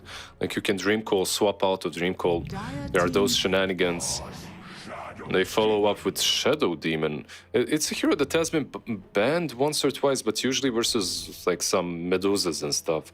He has been changed a bit, so still, do you think that he's a first phase material, like ban or pick? I'm skeptical as to whether or not he's first phase. I do think it's maybe at the end of the second phase, maybe, but overall, I guess maybe the idea is that now, in the event that they wanted to go the Medusa Venge strat, it becomes a lot more difficult for them to do that.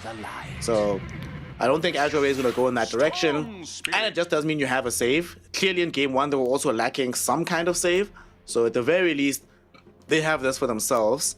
But Azure Rays just steal away the Kotl and say, it's ours now, let's play it with the Ember Spirit and show you how it's done. Yeah, with the Storm Spirit, you mean? Yeah, they get. Oh, Storm Spirit, yeah. They get the Kotl, they get the Storm. It's like you saw what the matchup can do on the mid lane when that. I don't. Were you with me or was it Benji? Like Storm versus Pango. Like I was with you. Game 2, I was with you. Yeah. So he really owned. And I think that something similar might happen here. Team Bright already don't have two heroes that are good versus Storm. Like Shadow Demon isn't great. He hates playing against him. He just gets jumped 24/7. Same goes for the Pango in the laning stage. It's kind of difficult. Once you get the Diffusal, sure, it gets better, but in the laning stage itself, Storm can pop off. Then he has the combo with the Keeper of the Light, that mana battery. At least this, right? Like Team Bright had to figure out a way to deal with him. They get a silencer, but once again, I see the same issue with their two supports. Like maybe it's a little bit better now, but still, kind of always on the outskirts. Kind of very passive, defensive style of gameplay. Okay. Maybe there's a solution here, right? So how about we rush the Blink Dagger on Shadow Demon, and then after we go Blink Rush, he buys, like immediately buys Shard. Okay. Okay. I like Phoenix's radioactive mouse, by the way. Like that is actually pretty cool. I like that a lot. But honestly, I got nothing. I'm sorry. I don't know exactly how to make these heroes a bit more active. Outside of like rushing Blink Shot, maybe. That's all I can think Shadow Demon can be pretty damn good. That's why I'm saying that it's a bit better now. Like Shadow Demon can actually be very active. If you get a good like start of the game, you get some early Aether lands. You can dish out a ton of damage. You can create setups for your Pangolier or whoever it is on the offlane. So, and you can combo him with, I don't know what they're gonna pick as safe lane, but they can have some combos there. Surprisingly, they ban out the Faceless Void, even though you have Shadow Demon. That's a lot of save already into Chrono. I don't know if Azure Ray would really like to pick it into him. And into Global. Like, it can be difficult to play Void. They actually take away the Night Stalker themselves. Okay. So they're really making sure that there will not be a Medusa in the enemy team, no matter what. Maybe setting up for themselves to take it later on, potentially. But I already like the fact that this draft forces them to play more active on the map. So even if their supports are going to be a little bit defensive, between the Pango and the Night Stalker, that's a lot of forward momentum that they have. All they need is like a bit more damage to follow this up with, but I like where this is going. And always good to have more than one silence into a storm, especially if it's an AoE silence like this one. Yeah, but I feel like if you're Azure Ray, you could even, if you wanted to, you could still go for Medusa, because you have the Venge. So there's swap, right? Like, it's not easy. You saw how it went in the last game, but you kind of have some save. Team Bright didn't have any saves versus the Crippling Fear AoE. So I feel like Azure Ray could still pull it off. If they wanted to, even. Like, you can still go for some melee dominator versus the Night Stalker. It just eats him alive in the laning stage. Some Monkey Kings, you know, like Monkey seems pretty solid. I like Monkey a lot, actually. Yeah, I think it's a very solid idea. They don't have that much overall, like, hard disable to keep heroes inside the Wukongs, but they get Bloodseeker. All right. This is also really good into the Pango. It's always been that tech, right? You rupture him, suddenly Pango's super useless in the fight. You can effectively trade with the Night Stalker in the lane. You actually benefit a lot as well from the damage that can come from Vengeful Spirit. This is actually really good. I like this a lot. Yeah. We've seen Bloodseeker, what, in the last series, and he did lose, but it looked like a good Bloodseeker game overall. He got a lot of farm, he was doing some damage, but unfortunately, it wasn't enough. That one clutch hex ruined all of his dreams. Yep. And like you said, it does activate them, right? Like they should be very fast. In that mid game, you can see these heroes playing very actively. Even though you're playing versus Night Stalker and Pango, who are all about that, you can still match that pace if you play fast enough. Also very much looking forward to seeing the Blinding Lights into Blood Rites. Those little combo plays that are just very annoying to deal with.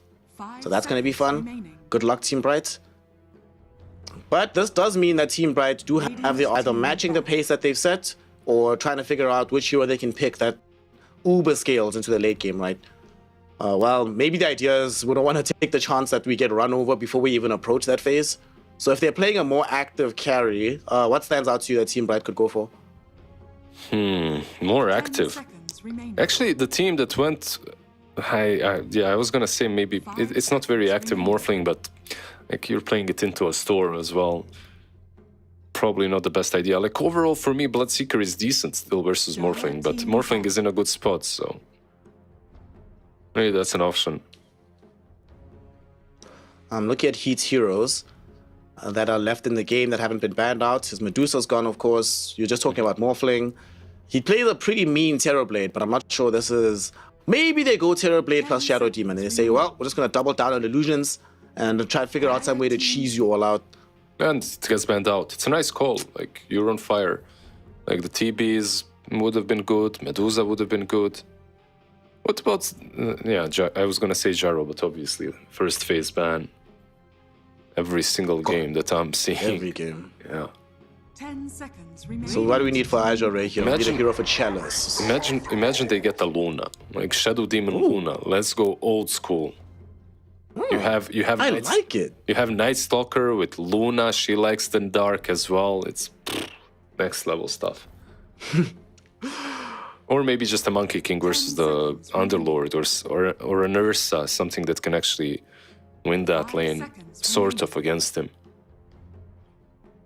I like both of those calls. Yeah, but I still like the Luna call, actually. Like, it could be interesting. Because it should beat the lane on the Underlord, right? I don't think anything beats it, though. Like, imagine you're playing Underlord, Keeper of the Light. That's Firestorm, Illuminate. And this, at least you have Refraction to work with. So I can see the idea behind it. I don't like the fact that she has no real buffs later on through the game to make her, like, really stand out as a carry. But at least you'll be able to survive in the laning stage, or should be able to. You should be able to survive the lane. I'm a bit concerned about the mid game. I feel like Blinding Light is one of her worst spells to have to deal with. Because, like, relative to some other carries, she doesn't like buying the uber early BKB. So if you get just immediately all this mischance you have to deal with, You feel like you're just wasting so many shots from the refraction. I don't know if I like it that much. And I don't feel like it outscales the entirety of Azure Ray here. I'll be honest, Lizard, I think this is a 2-0. Doesn't look that great, this TA. But talk me into it. You're the smart one. Make me believe in this last pick Templar. Oh, I thought this is going to be a 2-0, like halfway through game one. Even, you know, just from the way that went. But overall, it's possible. Like, they have this Night Stalker. It looked insanely strong in game one. Maybe he can make something similar happen here. It's not as easy for him. There's a lot of roots and stuff that he needs to play around. But if he pops off from the laning stage, you can hunt down the Kotl, you can hunt down the Storm Spirit. Like, there are some nice things for the Night Stalker here. Night Stalker, it's all on you, buddy. Gotta try and make miracles happen. But Irving, to be fair, game one, although they did end up losing, it was definitely not on his laning performance. He was pretty solid in the early game. We know that that's what Night Stalker needs to get going. So let's find out if he has what it takes with game two of Azure Ray versus Team Bright. The road to TI for the Chinese region. A lot of these players on the side of Azure Ray have already been to several TIs themselves. For Team Bright, everybody here will be a debutant if they make it. And of course, no one's going up the hill. Anybody going up the hill? Nope. All right, everybody's learned the lesson. Unfortunate. Very unfortunate. Like the Night Stalker, look at that spot, just waiting for someone to approach. But even if they do, there's really no follow-up. The Radiant Tower is all smoked up around the top bounty rune. They see Somnus. They plop down this observer ward right in front of him. But he knows better. Not going to reveal himself. It's just a bounty to start the game. Not worth your entire life. So one thing if we look at these wards, Radiant side, this is the second time today that we see this, right? Because they did it in the previous series where they had this exact same ward placement from the team that ended up losing. Wait, was it the team that ended up losing or they won? Which side were Holy Grail playing from in game two? I forget now. I can't remember as well, yeah.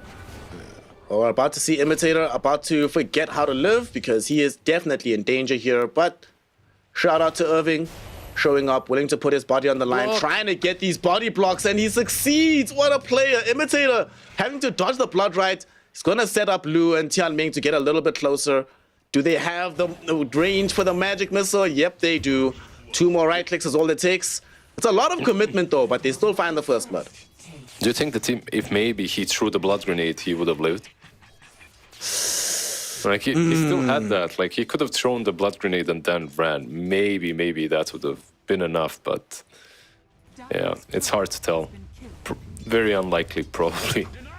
Yeah, like as the blood right comes out and he's dodging to the right, that could have actually been a good moment. But it's a tough call. First blood given away. From what we've seen in this series though, Lizard, the team that gives up first blood is also the team that ends up winning. So guaranteed game 2 victory for Team Bright. That's it, just guaranteed. Right here. Yeah. Don't even have to watch the game. They should just call it right now for Azure Ray. I don't know what they're doing anymore. Yeah, I think so too. Let's just go game 3. Can the admins write something to them? So let's talk about these lanes here. For Heat and Undyne, so in game 1 it actually wasn't so bad for them in the laning phase. It only went south once they were able to start diving onto Heat and killing him off. Do they have that capability of doing it again with these sort of heroes for Azure Ray? I feel like they have the capability to dive. The only question is, will they or not? Because these two are all about the push. TA, however, she's a little bit more difficult to spam out with Kotl. So I'm not sure. Like one thing is certain, Underlords should have a lot of farm coming from the lane. Will the TA be killed or not? That's like not player preference, but it comes down to the way the TA plays. It will also come down to whether or not we have a rotation from Tianming to come bottom. As this time around, he's the one that's playing the Vengeful Spirit. Definitely a hero that can be effective if she makes that rotation. But I'm not so sure you want to leave Lu all by his lonesome into this Night Stalker with the Shadow Demon nearby. He's a strong laner, and Night Stalker until minute 5, right, won't be that much of a big issue. So As Avenge, I think you're a bit freer to actually roam the map. Like, you can do stuff, but the thing is, what actually can you do as Avenge this early on? Level 2, stun, and Wave of Terror. Probably the best, just to do this, stay in the lane. Yep. Nice little setups for constant blood rights to keep going off, making life far simpler for Lu. And Lu just farming away. They're going to make this lane as boring as possible, which is always very good for the player that's playing the carry. Feels decent about the situation. And let's look at mid. That's the one lane we haven't taken a peek at just yet. We saw earlier on today when the Pangolier was up into the Storm Spirit that Pango got handled pretty well. But Gan was able to find some kills thanks to some rotations from his two supports. Could any of these supports show up middle? Like maybe even a Shadow Demon to help out kill Storm before he hits 6? No, it's possible. Like FY bottom lane, he might fall here. A lot of slows on him. He's fine. Is he? He's fine to go to the fountain. Ha! You baited. I knew you were saying that for sure. I never doubted. All the slows do start to rack up. They get the kill onto FY. Undyne also had a point into the Glaives of Wisdom, so some bonus int always feels very good at this early stage before you start dying yourself. And top lane, Irving might not be fine here. He is actually going to die. Blood Riot, a Blood Grenade, and then get killed by a Blood Seeker. Yeah, this level 2 Magic Missile actually doubles in damage. 180, no joke. And then the Bloodseeker obviously getting a lot of stacks from the other lanes, hits even faster. Nice Stalker is strong at the moment, it has 2 bracers, but still isn't good enough. Chalice? It's concerning that these start happening early on. And speaking of Chalice, you will end up taking a tumble as well. More stacks into the Wisdom for Undyne. Nice little kill happening for Heat. This happened while FY was off stacking, warding, you know, just doing support things. So the fact that they catch him in that little window, very, very good for Team Bright. Yeah, the TA definitely looks like a really good pick in the end for them. Really difficult to spam her out and just control the lane like you would versus other heroes, just because of the refraction, really. And then the minus armor obviously coming in handy. Surprising amount of minus armor from both teams here in Game 2, which is good. Make your enemy team as weak as humanly possible before you dive onto them. Top lane, speaking of dives, they're going directly onto the Bloodseeker. Lu gets bailed out by Tianming with the magic missile. So just a reminder of what can happen if Bloodseeker is a little bit isolated. Can certainly die in that matchup. Or at the point in the game where Night Stalker is no longer just a buff creep, he is now pretty darn strong.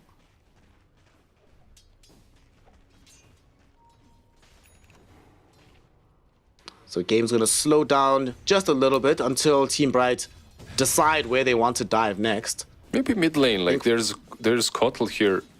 They can go for him. Can they get this kill? Phoenix thinks so, so he's going in with the Rolling Thunder. FY has a shield rune on top of him, so it's gonna be a little bit longer to kill, but nonetheless, they do manage to bring him down. Okay, good stuff. Good int. Yeah, 6 int already. Nice.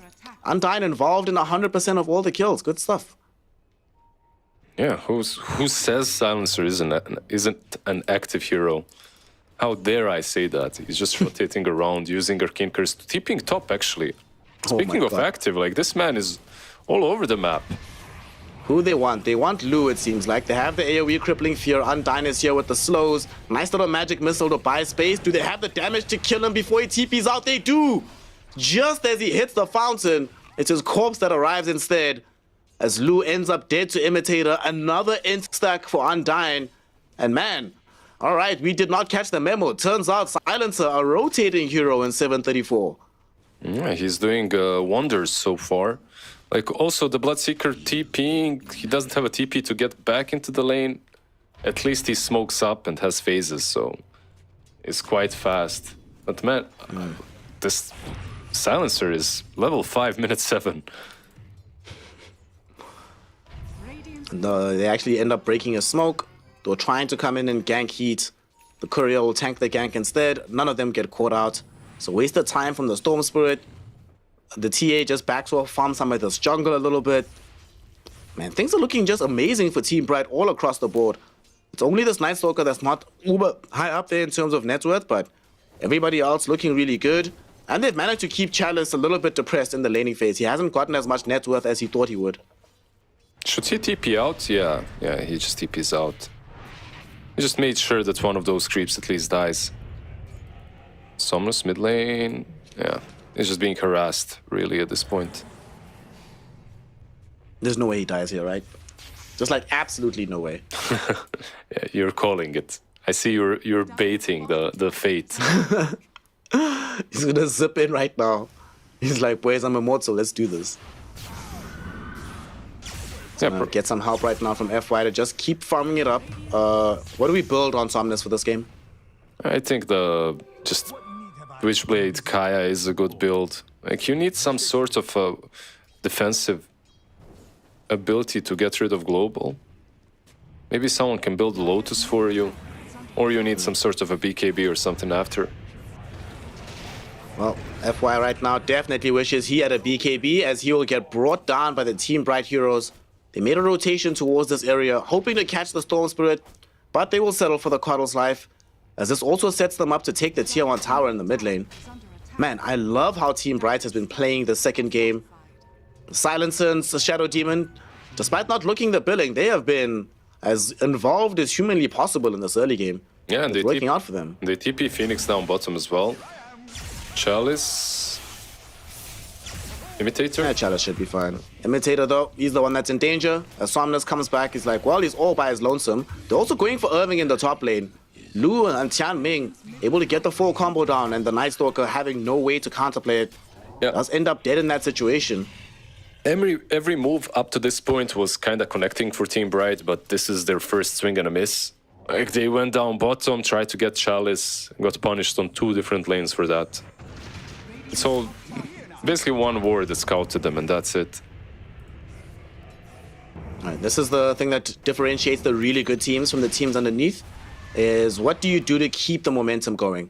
Like you said, they missed one, so now it all comes down to how the second rotation goes. And, you know, it is daytime, but they do have Dark Ascension, so they can still play around that. They might kill Venge here. Probably should kill Venge here. Let's see, and they do. Nicely done. Imitator.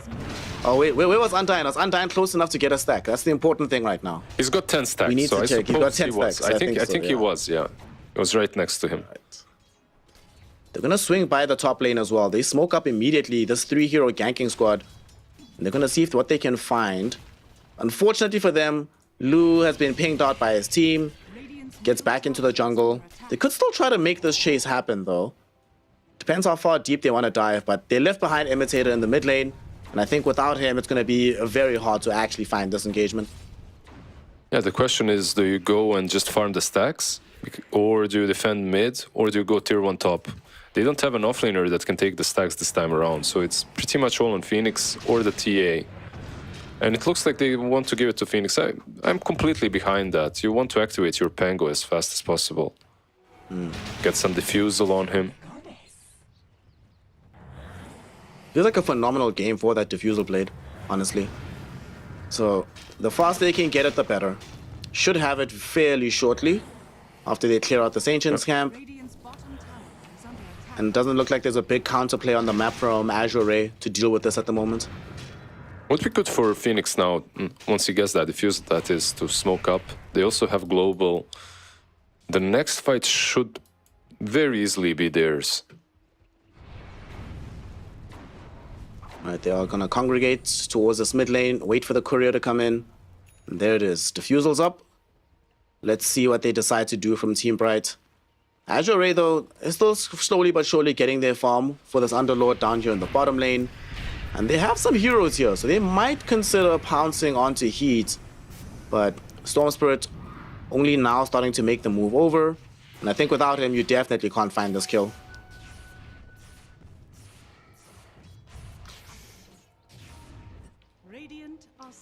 Slow, solid affair for Azure Ray. They're still chilling, man. Haven't lost out on any of the damage on their towers. Everything is still very healthy. And despite all these moves connecting earlier on from Team Bright, it hasn't necessarily reflected in a overwhelming advantage in the net worth. It's still Almost been none super of it, even in right? that regard. Yeah. Only 1k ahead, pretty much nothing. Yeah, they did get levels earlier on their supports, but they didn't manage to convert that into any big pressure on the map. They didn't manage to convert that into taking any big objectives. And when I say big, I mean just a tier 1 tower or 2, right? Like, not a lot.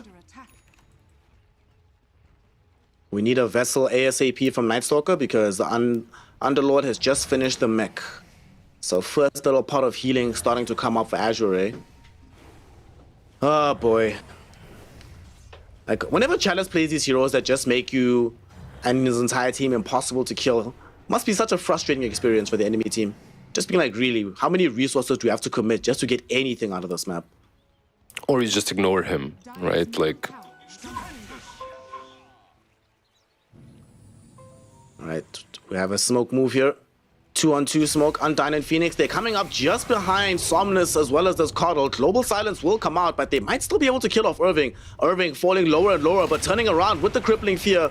There's going to be the salvation coming in from the Disruption. We'll keep the Nightstalker up. I say that, but the root from Chalice sets him up for death. And Somnus will finish him off, but zipped pretty far to make that happen. In the meantime, though, the back edge of Azure Ray was being cleaned up by these Team Bright heroes. And now Lu can't escape either. Slowed down by the Arcane Curse, a couple of right clicks from Heat.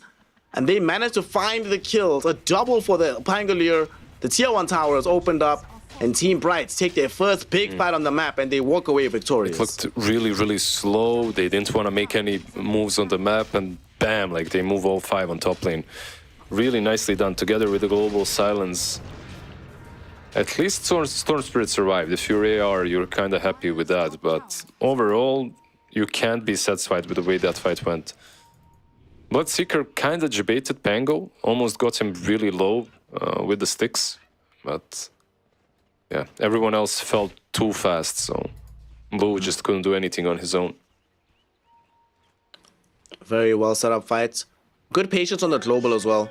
And whoever called for the smoke gank, in retrospect, it's going to look so genius because it arrives right after Azure Ray have overcommitted a little bit.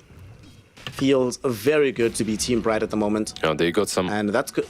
I was going to say, it finishes the Spirit Vessel for Nightstalker. And the Blink on Pango. Bot lane, Imitator. Is going to be dead. Magic Missile catches him. Storm Spirit finishes him off. It sucks that there's still not much. If Nightstalker is not the one jumping Storm Spirit, then Somnus still pretty much has a free game for now without Global being online. So they need to be very careful around him. It's not too free anymore, actually, because of the Pango Blink. Like, from this point on, if you roll on top of Somnus, like if you Blink roll, then you can follow up with Nightstalker, so... Up to this point, maybe it was super easy. He also has a diffusal, I guess, right? So if they catch him with a good swashbuckle, after maybe a bad zip, that's pretty much his entire pool gone. Has to play the game very differently. Now, though, they have a Desolator on Temper Assassin. You know what that means, baby. A date with Roshan. Let's go see what the big man is doing. But Azure Ray, they smoked up on some heroes, and they're thinking about coming through the gate. This is a very dangerous moment for them, because they need to stop this Roshan, but they're not positioned to be able to do so correctly. So they're going to try to take the long way around here, Lizard. They're not going to make it in time. I don't think, yeah. This is not the play. Just running top isn't going to work, so it seems like they're just bailing on the first rush. Which is also, right, like a choice. I think it's a solid one. You need some defensive items versus Global Silence anyway. It's really difficult for them to fight into that right now, and they're building 2 BKBs, one on Bloodseeker, one on Storm, so they're trading the ages for the... pretty much for the time that you get on these cores to farm them up. Chalice is also... Oh, I'm surprised. I thought he would be going for the Guardian Greaves Rush to try and get rid of Global, but he's actually going for Crimson Guard first. Getting a bit beefier. I suppose he looks at the damage output and he's like, man, these swashbuckles really hurt, these meld strikes really hurt. Let's try at least figure out some way to help against those. Yeah, I think Reeves would be pretty damn good when it comes to that as well, but yeah, eventually he's gonna have both. This ward did scout him out though. Might be dead. Let's see if he is indeed dead. Chalice boy, have you read the future? Unfortunately, you have not. I have, and it means that you're dead. They jump him, they kill him off. How many reinforcements were coming? Okay, they canceled the TPs. They're like, all right, boy, there's nothing we can do for you here. So, dead Underlord and a dead tier 2. Yeah, that just looked too damn easy. Like, they killed him in a split second. They have lots of damage. This TA, she is very big at the moment. Imitator is... Surprising amount of damage coming in from our Silencer as well. And Imitator gets off the ultimate onto FY, sets up his team. They easily kill off the Coddle. And Heat is now on a killing spree. And this is when we see these TAs really start to pop off. The Deso Aegis is one thing, but once you get the Blink Dagger, supports start dying for fun, basically, throughout the game. Yeah, and I was talking about how Storm is liking this game when it comes to just jumping on supports. Well, it's kind of the same thing on the other side. Once the TA gets a Blink, Keeper of the Light, Venge, they have no ways of really getting away from her. Time to start rushing those 4-stars, everybody. No other option. That's the only way to survive her jumping on you. And even then, it's not a guarantee that you actually escape. And we were talking earlier about how Team Bright wasn't able to extend the net worth lead. This time around, it is a little bit better. 3k gold lead for them, which is a bit surprising with how much real estate they've taken off the map. But overall, a very encouraging sign for the outcome of Game 2. Okay, you know, I might eat my words. I was talking about Game 3 not very probable, but at the moment it's looking very probable. Only 3k ahead, but in complete control on the map. Silencer, even with the 4-staff, like your Shadow Demon getting that blink very soon. Things are coming together. Let's see, they just got another Blink Dagger as well out of the Night Stalker. Also, no way, Lizard. Look, click on Imitator. Look at the build he's doing. No, I was memeing. I was half serious, but he's doing it. What a god, what a legend, my man. Nice, nice, nice. I think it's pretty solid for them. Like, they have a Pango to jump in and TA, and now you get the Shadow Demon as well, repositioning around. Somnus, they see him. They do indeed. They catch him with the silence as well. Irving making sure they have him. BKB will be there, so Somnus utilizing it and TPing out in front of them. Man has ice in his veins. The nerve of that TP, my goodness. But it ends up being successful. Waste a little bit of time from Team Bright. Unfortunately, not good enough to save the tier 2 tower as Heat stayed on track, stayed on focus, taking away more real estate from AR. FY almost got caught by Night Stalker, but actually he didn't have Void anyway, so couldn't have cancelled that EP. Like, Storm Spirit would have died if TA also pursued, but she was like, yeah, I'm just gonna push, doesn't matter. In retrospect, I think it's definitely the right decision, though, to try and make sure that you limit the map as much as you can. Like, it's all like the next push will definitely kill it. So, really good stuff. Look at this. Like, they 5-man smoked, more or less, even though TA still has an Aegis for 40 seconds. Radiant's middle tower has fallen. And Let's see, maybe they're trying to do that thing of setting up a kill for immediately as the Aegis expires. probably, yeah, but I just love how confident they were in that move. They just moved in and took down the tower, just thinking, yeah, if we smoke up and get to it, we're fast enough. Irving? Well, speaking of speed, they get onto Irving very, very quickly, and they should be able to kill him before any reinforcements arrive. Chalice even took a gate just in case, making sure that they have the necessary damage. But this is good for them. Without Irving being on the map, it makes it easier for some of these heroes to farm without having to worry about BKBs. They might even start a fight in the mid lane. Look at this, Vengeful Spirit stalking in behind you, hoping to catch either Imitator or Phoenix, but loses his nerve at the very last second. Yeah, I feel like this is them really capitalizing on Dark Ascension being gone. Like, because it was used to take down Storm Spirit, there's no nighttime, no ulti on Night Stalkers, so they just took 2 towers and a couple of kills with it. Really nicely done by them. AR's experience is starting to show. They know what to do in these kind of situations. Lu? And Lu, oh my god. Yo, nobody in this game has any chill. Just straight on TPing there without a BKB. Fortunately for him, Irving wasn't nearby, but man, what a risk to take. Irving was really close, like really, really damn close.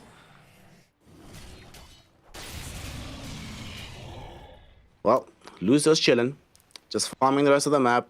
That didn't happen, y'all. Besides, I'm keeping the 9-second charge. Y'all cannot take this away from me. Yeah, of course. It kind of feels broken once you use it once. You know, it's not as great anymore. The 9 seconds charge is where it's at. Like you want to keep it. End the game with the 9-second charge. Win the game with it. That's the ultimate accomplishment in Dota. They should actually, to incentivize you to not use your BKB, if you keep your BKB at 9 seconds, later on you should be able to sell it back for full price. But only the 9-second one. If you use it even once, it's unused, then it man. gets... Trust me. Where's your receipt? Here. Yeah. Brand new. It's still in the packaging, bro. I didn't even take it out. So, a fight looks like it's about to start in the top side of the map as we have a Lincoln Sphere picked up by this Pangolier, and they are setting up. Somnus had actually gone through the Twin Gate, but it's almost like he sensed that this is maybe not where I want to be. Goes back onto the other side of the map while his team takes a Tormentor. And now it's time to see what happens. Are they going to take the Twin Gate through bottom, or just going to camp the area, hoping for the Roche to be on their side?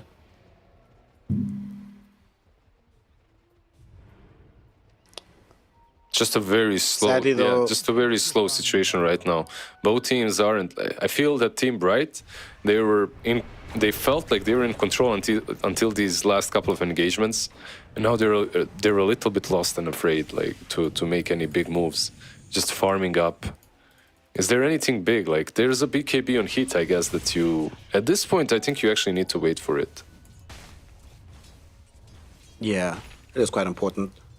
I guess eventually the Nullifier is going to arrive for this Night Stalker, but that takes quite a while to finally be involved in the game. No, the BKB is where it's at. You get the BKB and you secure the Roshan that you asked about earlier.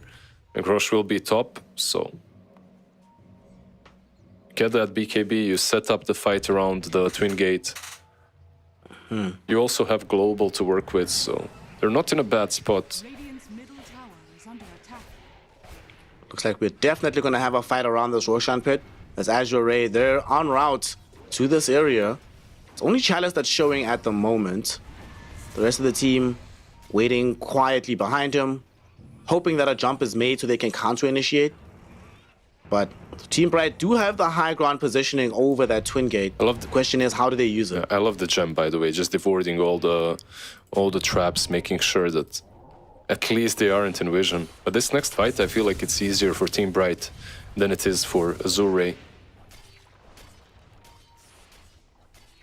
How will this one go? Another D-Ward taking away a TA trap. This Pango Phoenix really wants to jump in here. Storm. And he's going to make the jump. They go forward now, going onto the backlines. He's stunning up multiple heroes, but where is the follow-up from his squad? Storm Spirit with the BKB uses Electric Vortex onto Heat to prevent him from putting in some right-click damage. At the same time, Lu found a beautiful rupture onto this Pangolier that's certainly going to lead to the death of Phoenix. He's the first casualty of this fight. But what else can happen here?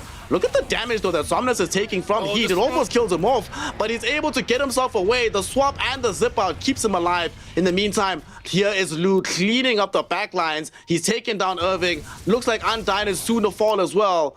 That's a double kill for the Bloodseeker. Imitator doing his best to try and escape, but Tian Ming says, no, I've got a magic missile. I've got a Storm Spirit to come by as well. And even though he buys a little bit of additional time, still ends up dead. Come on. 4 heroes taken out. They lose absolutely nothing, and they're gonna get a Roshan for good measure. That fight just felt unfair. Like, it felt like Team Bright should have done way, way better than they did. Just couldn't finish anyone off. I feel like they kind of lost the targets that they were supposed to go on. They kind of initiate on Storm, they follow up with the Global a little bit too soon, so the BKB just helps him against everything. Even the last tick, like he should have died. Like on Storm Spirit, realistically, like that vessel, if it lasted 1 extra second, he's dead. What's also funny is he actually, when he got swapped, he zipped on top of a trap. If that trap got instantly used, he dies as well. But yeah, he killed it faster. He's got that gem to work with. Oof. That's one of those heartbreaking moments because, like you say, if only one single thing goes right for us, that can lead to a cascading effect where everything goes much better. But things don't work out. Heat was also seemingly a little bit too far away on the initial jump. So it took quite a while before the TA was there with the actual damage they needed. Oh, this is not good. Aegis cheese right now for the Bloodseeker and Storm Spirit respectively. I would have kind of liked it swapped around, where the Storm is carrying the Aegis and Bloodseeker cheese, but when you're feeling this good about the game, who cares, right? You can do what you want. Exactly. Like you said, Heat was a little bit too late. I felt in that situation when you have vision, when Pango is rolling on top of Storm, I feel like you should be able to follow up with Global and TA and just eliminate him. They had no saves, but no such luck for Team Bright. Well, the team name might be bright, but the forecast for their future looking fairly dark right now. 7k gold lead for Azure Ray. Their heroes are very happy to keep fighting at the moment. And look at Storm Spirit, just forcing out a BKB charge from Heat, and might actually keep chasing him with this haste rune. Heat is not yet safe. It's only by the will of Storm Spirit that he is able to survive. Somnus decides he'd rather keep the cheese than pursue the kill. Yeah, maybe they can catch someone else. Night Stalker is envisioned, so is Undying. Poor Silencer, about to get jumped. At the very least has 18 one shot. Oh, nice, okay. Yeah. 4-star plays to skate him down to the low ground. All right, that feels good. It looked really nice as well, as he was turning while sliding. It looked cool. But they're managing to save themselves, but their towers aren't being defended. So TA Night Stalker on the bottom lane, just pushing out Phoenix on top lane, trying to find some more farm. However, the map is shrinking. You won't be able to do this forever. Let's see. Zip. Undyne might be dead. Phoenix, though, is a little bit more trouble, but has the Rolling Thunder TP out. It's fine. Space created, baby. Space created. They're going to try and make a jump onto Chalice here, but I'm not sure they have the damage for this. But the attempt shall be made. Yeah, I don't think you kill him. With the plate mail on top of Greaves and Crimson Guard, he's not a kill. Not anymore, at least. Are they waiting for someone else, though? Because Irving is just hanging around in this area. I don't know. I think it's just not a good idea. Even if you kill him under a tier 1 tower, the chances of them not responding and killing you after are very low. I think just wait for the... What's he building next? Daedalus, right? Like, your TA with the Daedalus might carry that extra oomph that you need to actually take down targets. Daedalus into MKB for Heat, trying to make sure that he has as much punch as humanly possible, so that those 6 seconds of the global silence, the 6 seconds they can get some kills. And we have a tier 1 tower being pushed out in the top lane now. Lu posting up quite happily with the Sages. It only has a minute left, so this is when you want to try and use it to its utmost. Let's see. Is he gonna go high ground? Underlord isn't here, but he can still gate in, right? It's not really that difficult. And speaking of Underlord, they're actually going to go onto his life right now. Looks like they really wanted to get this kill, and they do eventually get it. Somnus here for some revenge, immediately onto Imitator and able to kill him off. So that is a 1-1 trade, but they get the much bigger boy. And also, this move forces the Bloodseeker to leave the area. No, that was super worth. I didn't expect him to have that much damage into the Underlord, and I expected maybe a counter kill to be bigger than just the Shadow Demon. The upside, I guess, for Azure Ray is they forced another BKB charge. It's 6 seconds now on TA. But it's a big win for Team Bright, regardless. They're super happy with this. They buy themselves more time. There's now a Daedalus on TA. You've also defended your high ground, plus you've taken the shard. It's all things said, very good for Team Bright. TA Heat, you gotta show us that this hero is an uber hard carry. Make AR regret having given it to you. They banned out a lot of his better heroes, his signature heroes. this time around on the TA, playing very, very well. And there's still space on the map for them to farm. Because of that move that just happened as well, this should give them a little bit of opportunity to regain control of the Wells area. Maybe they decide they actually want to try and control the jungle, but in the meantime, Somnus makes just a jump showing off the new Shiva's God, letting everybody know that, yeah, this item works, feels good.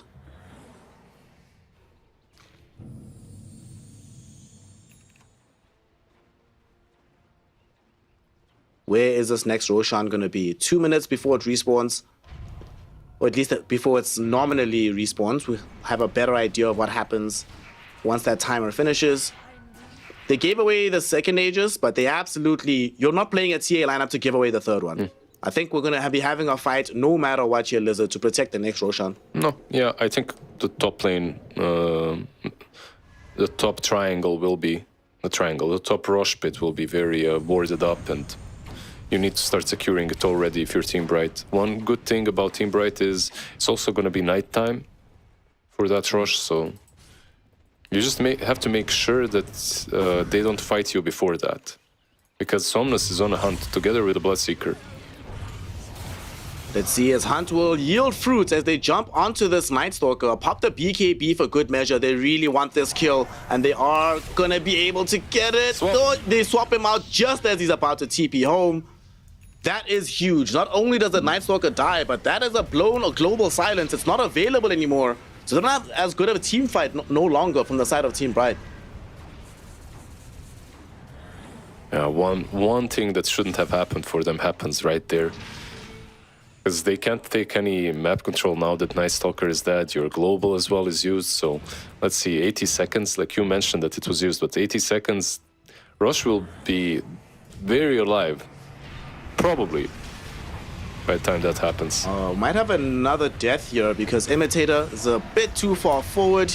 Might be debating them in though, as he does set up Phoenix for a very nice Rolling Thunder. Somnus though still able to get off the cheese and doesn't die to the right clicks of Heat. And now Heat all of a sudden is all by his lonesome on the low ground.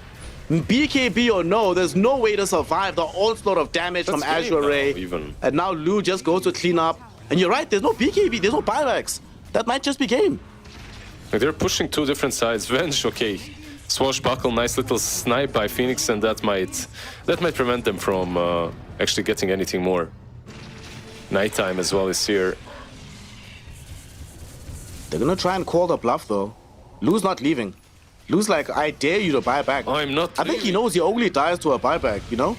He still has a near brand new BKB. It's only at an 8-second charge. So they want at least one lane of racks. Oh, look at the damage though that's coming from the Swashbuckle, from the Undying spam, who has all the these stacks built up with a Silencer with the Glaives of Wisdom, and now they're going back onto Irving, forcing out his BKB, but his job is just to buy space and time.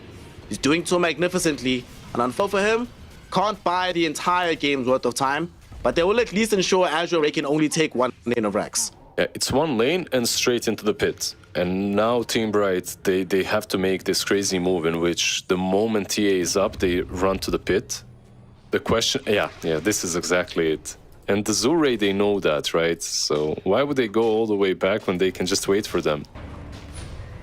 Nice little fake back, and they want the kill onto Phoenix. They pop his Lincoln Sphere. They should be able to find the kill. Imitator saving him with the disruption for now, but nonetheless, they have the damage to kill him off. Does just get buyback gold back. Irving jumping in with his BKB active and the crippling fear, but Lu has no more fear of him. Easily able to devour the Night Stalker. Lu has to leave now though, as his BKB is expiring, and Heat still has an obscene amount of damage, and with Phoenix's Rolling Thunder, they actually kill off the Bloodseeker. Somnus has not enough mana left to go and pursue Heat all the way, so he's forced to TP out to safety. Nope, he cancels it. Wants to re-engage the fight. Heat going forward, getting a big right click, and there's Somnus with a blue hole, but Imitator, even better save from him, sets up Heat to get a double kill, and the Aghanim shot comes in clutch, gave him the cleanse heal necessary to survive the fight. Chalice trying to escape, trying to do what he can, but he's eating some right clicks from Heat, gets finished off by Phoenix, and somehow, look at the TA8's HP, but she's still alive the entire time, Lizard. What an engagement from Team Bright. Run to the pit. Just run to the pit. If you're Team Bright right now, like, you've been given a chance to actually take this game back. They could go to the pit, take Aegis. That's Aegis cheese and refresher. could be huge. Like they could have, like, I don't know, like 2 global silences or 2 BKBs on TA. This fight, by the way, from Azure Ray, we called it that they might do exactly that, right? Just fake back. And it's a good play. At the same time, it's just so high risk, much higher risk than just going back, taking the Aegis and finishing the game, right? Much, much higher risk. They decided to do that, and because of that singular move, like, this game can easily be won by Team Bright, I feel like. You're 9k behind, sure, but it's winnable. You got a ton of gold onto the TA. She is now really, really stacked. Phoenix also got to pretty much recover the gold that he spent on the buyback, so it's not going to affect his scaling all that much. I must say, Imitator's also been playing out of his freaking mind on the Shadow Demon. Like, wow. All right. This probably answers the question you had in the drafts. Should this hero be first phase? Yeah, Imitator's making a very strong case for that to be true. What a player. The Philly Stone's going to get him closer to the Ags too. Yeah, he's got it. There we go. Get some of those demonic purge charges, some demonic cleanse charges, spam, shadow poison all the time. Like, honestly, this is one of those heroes, like when you get Aghanims, when you get the shard, there's too many things to press. There's too many spells to use at this point. We need to give him an additional toolbar. It's like, alright, man. I mean, yeah, it's a lot to press. He still has to worry about blinking in the right places. At some point, I imagine he'll have a 4-staff too, so that's another concern. But we believe in Imitator, you know? We know that he knows how to press all these buttons. His favorite hero is Rubik. Tells us all we need to know about where this guy's head is at when it comes to spellcasting in Dota. And look at Silencer, by the way. He picks Mindbreaker as a neutral 4 items. This man wants to right-click a bit as well. Considering he has 26 int charges stolen, why not? Can actually end up dealing a significant amount of damage to Silencer. Azure Ray, they're playing into an Aegis and a Cheese, as well as this Refresher Shard. But weirdly enough, they're the ones that are corralling Team Bright inside their own base. So, the Bright are playing with discipline. They're dangling the one hero that probably doesn't even die on the initial jump. It probably gets off the BKB anyway, so she feels pretty confident being where she is. Chalice? They might actually re-engage themselves. Chalice, a bit too far forward here. Going to threaten with the roots coming out of the Pit of Malice. They want Undying. to fight. They really do. Undying is ready with the Global Silence. Irving flapping his wings, ready with the Dark Ascension jump. They really want to try and find something. They don't want this to be a waste. And now they're going in. They find the Global Silence out with the Rolling Thunder onto all of these heroes. Look at the damage onto Lu. Lu is just gone. Heat now turns his attention towards Chalice, and with the help of Phoenix, they clean up the Underlord. How does Somnus get himself out of this one? It's a long-range zip, but here is going to be Irving. Irving gets the vision. Phoenix finds the bash, and Team Bright find the kills that they need to win yet another team fight. Azure Ray bounced all the way back to the map. Yeah, they bounced all the way back to game 3, I feel like. Heat pressing that charge, going down mid. There's no buybacks, no buyback on Storm. He has no gold. Same goes for Underlord, who's 20 gold away, so he might have the buyback at least if they try to take down the throne or high ground. Which they're kind of slow. Like the Penguin is on the other side, right? Like the Silencer isn't close, Shadow Demon as well. Okay, Underlord buyback just returned. TA, there's 2 Siege Dragons here. So, by the way, is she glitching on your screen as well? Yeah. It's the same glitch. It's so fun to watch. And she actually just pauses a glitch into FY's life as she removes him from play very, very quickly. The buyback available for this Coddle, but it's certainly only going to emerge after the lane of Rax. Still another full 10 seconds before we have Lu involved, as well as Somnus. So they can maybe get at least a tier 3 tower. I'm not sure if they get the full lane though. And it looks like they're not sure either. They're gonna back up, happy with what they've gained here. At some point, it was close to a 15k gold lead for Azure Ray, and now we've reset back to 0 in net worth. Yeah, they're I would say they're in complete control. That fight in the Radiant jungle was pretty much perfect for them, however. Night Stalker used his ult. He jumps in with Crippling Fear on multiple targets. Pangolier catches two together with the Underlord. I believe Lu and Underlord got clipped by Rolling Thunder. It was just a really nicely executed fight from them. Yeah. Meanwhile, Azure Ray, right now, they have to be feeling really damn bad about not going for Rush and just ending the game when they could have. Yeah. Because that's the fight that gave Heat this new lease on life. He's feeling crazy strong. I feel like also in that fight, Somnus had the chance to TP out. Him not TPing out sort of like forces the team to re-engage after that. Like, they could have maybe gotten away with only losing loot. Would have sucked, but not been that bad. But the degree to which they lost that fight, and then you lose the subsequent one, and then you still lose Roshan. Yeah. Yeah, that's the moment you're going to look at in the replay. I feel like after game one, they had a little bit too much of confidence. Like maybe they were a little bit cocky in game two. Because the game two was going their way as well. And then they started making some plays that probably, if they felt the stakes were higher, they wouldn't have done. They wouldn't have made. Dota 2 is the ultimate debate game. Whenever things are going well, that's when you start losing. Going too well, you get suspicious. Like whenever I'm on like a 3 or 4 game win streak, I'm like, ah, snap, here we go. Time to lose like 5 or 6. What a game this is. Still not over yet though for Azure Ray. They still have a 2k gold lead, however shallow it might be. And still, for the side of Team Bright, Heat is still the key. If they can find a way to kill this TA, that robs a lot of damage away from Team Bright in these engagements. Easier said than done when you have this Shadow Demon lurking on the sideline, has a blink, has that Aeon Disc, so you can't kill him off easily as well. Oh, speaking of killing, Luz, he's going to be the target here.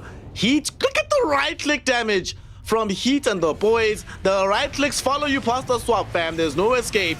Lu goes down, buys back instantly as there's a blue hole from Somnus, catching these cores in a nice little area. But where's the follow-up from Azure Ray?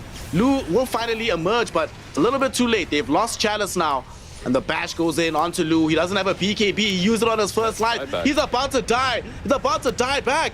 That might have just given up the game. We see Tianming doing his best to try and play the edges of this fight. It's not going to work out for him. Chalice, he is dead too. It's another dieback for Azure Ray. They have given up everything for this fight and found nothing in return. Team Bright now set to win the game and force a decider. Nah, that's game 3 for sure. I don't see them defending. Without Chalice, without Bloodseeker, like defending this throne will be extremely difficult. Let's see, they smoke up. They want to prove me wrong, maybe. All right, let's see what you got. They're not going for any lane of racks. They're going for the jugular. Team Bright just want to win this game directly. Somnus, he's trying to cut waves. He's trying to delay proceedings as much as he can, but it's a limited prospect. He dies, he buys back. Let's see if he can do this again. He doesn't have a TP, so he can't zip TP either. Man, but he has wasted a lot of time. I'm not sure it's enough though. It's still a whole minute before these heroes are back and ready to fight. Yeah, that's not nearly enough time, I would say. Somnus, he jumps in, try to get off the blue hole, but BKBs were ready as soon as he arrived there. And the right-click damage coming in towards him as well. As he dies, so do the hopes of AR winning. So they throw in the towel. GG, well played is called. Team Bright has done it.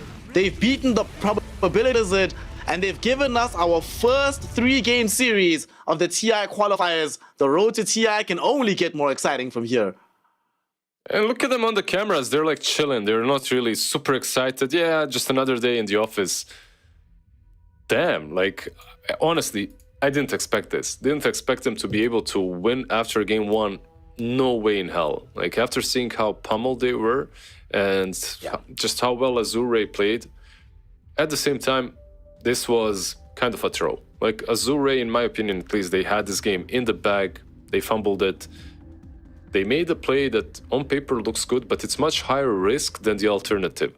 Like the play that they made, I feel like if they were playing, I don't know, PSG LGD, I feel that play would have never been done. If you understand my point, like I just feel that they felt a bit too cocky and a little bit too much in control playing versus Team Bright. They were like, game one, less than 20 minutes, boys. It'll be easy. Just do what you want. Relax. Don't worry about it too much. I also think what ends up happening, you know that play that you're mentioning? It's, at this point in the game, if Dota Plus is probably saying, what, 80%, 85% win probability? It's right here. Yeah. Right here. Oof. What a buyback as well coming in from this Pangolier. Right time to do it. Lu realizes, oh snap, I've overextended. But where the fight really starts to go south for them. Losing Lu, painful, but you can still maybe get out with something from this play. But the moment Somnus cancels this TP, man, this was a godlike move from him to be like, guys, we can still fight, we can re-engage. That's when it all starts to fall apart. Yeah, he moves back in. Even Chalice is like, I have my gate here, man. I just want to go back home to my wife and kids. No. Can't go anywhere. Also, he played this fight amazingly, despite being so low on HP, like showing us how strong Refraction is. And then this is the fight where after this, the game is pretty much over. Very nicely done. I feel like Pangolier had a perfect initiation here too, catching both the Bloodseeker and Chalice's Underlord, and you can see that they both died first. Very nicely done. The bash as well afterwards from the Pango coming in clutch. But the game after that fight was pretty much done. I think it was over. I didn't see the way for Azure Ray anymore. Even though they were completely controlling the game for the majority of it. It's Dota. You make up, slip up, and it just, everything goes away from you. Yep. One little mistake ends up making the game impossible to play. Also, the amount of space they were able to make for Heat to just get to this crazy point in the game where he's able to right-click people down. I actually want to see how much damage did he do in this game too. Because I will be honest, I did not believe initially that this Templar Assassin would be able to carry them through, but ultimately comes away with 36,000 hero damage being done. So good stuff. But we have to give MVP to Phoenix though, right? Actually, no, Imitator. I feel like Imitator high-key carried this game. Like a boss, chilling in the background. So many saves that he got off.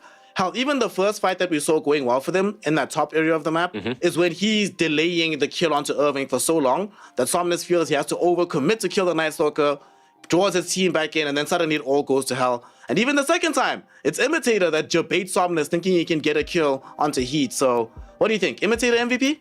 Yeah, I'm down to give a Shadow Demon an MVP always. Especially we were hyping him up in the draft stage, right? Like saying that Shadow Demon can actually pop off and make this game a bit more interesting. And yeah, as a support, he actually did it. Aghanim, Blink Dagger, this crazy bastard, he actually did it. He did it. What a G. I'm also really happy that they did, because this first day of China, I was hoping that it wasn't going to end being just 2-0s the entire way through. Now we have our first third game, have our first also somewhat upset, a lower ranked / challenging team able to take down a competitor at the very top, demonstrating that this region can still be very competitive. So it's good overall, good for everyone. Hopefully for Team Bright can be good for game 3 as well, because now they're the ones that have gained enough confidence. They'll be feeling incredible after losing game 1 as hard as they did, after coming back in game 2. Emotionally, Lizard, I think the momentum is in their favor now. I think so too. At the same time, I expect this to be a cleaner game for AR, and I still expect them to win it, unless maybe Team Bright pulls off something a bit different, some sort of a cheese pick, and then they batter the second game in, like they crush the morale of AR even harder. Overall, I think AR will just clean things up and slide through game 3. Well, we'll see what they've got for game 3 in store for us, because we do have our first decider of the day. So don't go anywhere. The final series is going to end with the final game between Azure Ray and Team Bright. We'll be right back.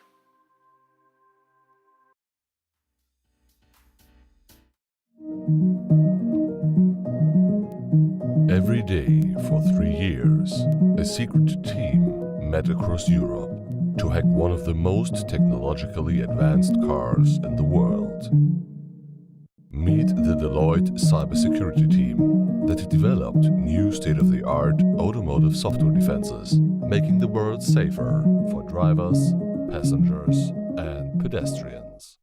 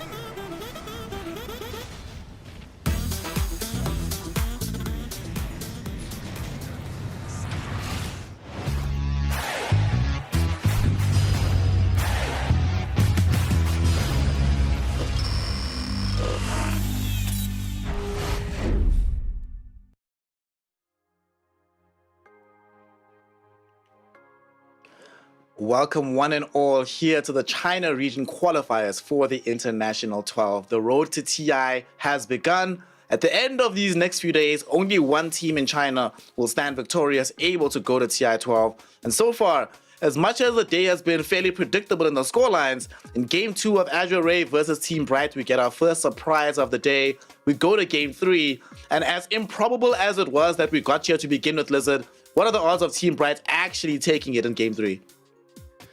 50-50, I guess, at this point. I'm not sure. It depends on how crazy Azure Ray wants to play it. I still think that it was completely on Azure Ray to win or lose that last game. They decided to do something that's a play that just didn't work out for them. I don't think that play was really bad. In any case, I think that play was actually solid if they had maybe a slightly bigger advantage or if they executed a little bit better. But they dove under tier 4s. With all the buybacks coming out from Team Bright, they literally handed them that one golden ticket, one opportunity to come back into the game, and Team Bright took it. So, yeah, all things said, I think that Azure Ray, like I said before, will clean things up and just play. This game, we might see a way more disciplined Azure Ray than in Game 1 and 2. 5 seconds remaining. We're going to be finding out as we are now finally in the draft for this third and deciding game. Azure Ray playing on the Radiant side this time around with second pick. And first phase, you know, we're going to have something different because the first thing they do is show respect to Undyne. They're like, we're getting rid of that silencer. Roaming silencer, man, who had like 10 instacks available at like 12 minutes into the game. Really great play coming out of him. Definitely deserves the ban. And of course, no more Vengeful Spirit today. Thank goodness. I think we've seen enough of that hero, honestly. Yeah, but what's true? Gyro, right? Like, so far, both of these teams ignoring Gyro in the ban. Yeah, Gyro's through, Doxia's through. Let's see which one is going to be picked up. Team Bright, they overall still believe in the strength of their Pango, and after his performance in Game 1, I cannot have anything to say about this. I completely get it. Yeah, first phase. Instantly Batrider by Azure Ray. Not really showing much with it. It can be like some core Batrider, most likely a 4 that we've seen picked up more often now. Azure Ray, they just get that controlled, right? Like you get that lasso, the laning stage is solid. Makes sense to me. I like Batrider. It's also one of these heroes that's just been conceptually broken for so long. And whenever TI season rolls around, you know that Batrider's coming into the meta, so might as well get the practice underway. And even throughout their DPC run on the way to Bali, they played this Batrider for FY quite a lot, always having him rotate through these twin gates early on in the game. So probably that's where I'm with you, that that's the most likely thing to happen here. What about Io, by the way? For me, he's the one that always gets picked up and starts being picked more around the qualies, around the TI. I haven't really seen any of Io so far. That is true. Well, with Gyrocopter being as good as he is, there's almost a guarantee we're going to get Gyrios coming back. Exactly. Like, he's been changed a little bit. Like, you get 30% slow resistance on the shard. And speaking of Gyro, he's still in the pool. Another hero that's still in the pool is the Darkseer. Like, we have Darkseer and Gyro that have been constantly banned that are true, so I'm thinking if they will be picked up. Team Bright has the 1-2 punch to go for first. So it all depends on what Azure Ray decides to do as they remove Naga Siren from the pool. No illusions whatsoever, they say. And they actually just take away the TA himself. This is interesting because a lot of other teams, this would seem like it's a steal pick against Heat because of how well he played on the hero. But remember when he was making his name on YBB Gaming, this was Lou's hero, Lou TA. Every game, you knew that this guy was going to pop off on the hero. I'm pretty sure after he loses to Heat, he's like, all right, let me show you, fam. Let me show you what this hero is actually all about. Yeah, but now Team Bright, I believe that they have plethora of options on what to pick here into the TA. You can actually make her life living hell. Some support, some carries as well, offlaners. When it comes to carries, I'm not even sure. Like, the Naga has been banned out as the most obvious illusion-based But there's some TB, there's some Phantom Lancer left in the pool as well, right? Hmm. The Morphling that's been A picked lot of up scary heroes. all the time, right? Like high armor heroes basically versus her. Lich. You know, I'm glad I'm casting with you today, Lizard. The perfect man to ask about Lich. Tell me about this Go hero. to hell, Snare. Lich. The worst one. I hate it. You know me, like playing the Lich back in the day, every single game, going back, eating creeps. I get traumatized from it. Let's see. What are they going to pair it with, though, is going to be the question. Might not be giving, you get the high armor, as you mentioned, like in a different fashion. You still have the Gyrocopter involved here. I wouldn't be too mad if they went for Gyro and then hope to get the Dox here at the very end of the phase. And then that way you have two really strong heroes together. And I guess if you're playing with Lich and Gyrocopter, like Gyro doesn't mind, especially in the early game, going in on TA that much. Because you do have all the small instances of damage. Yep. But they pick Phoenix instead. So big team fight, I guess, is the direction we're going. Yeah, and they get, like, I'm not making a pun here with the Fire and Ice, but both of these heroes are definitely messing up TA, right? Like, you have Fire Spirits to deal with her, you have Lich's armor, she can't blow up Phoenix. Like, she likes to jump on a support and just blow him up instantly, right? You can't do that to a Phoenix because he'll just turn into an X, so... Overall, Team Bright, they see the TA, and they're probably asking Keith, yo, man, what do you hate playing against? Let's pick that.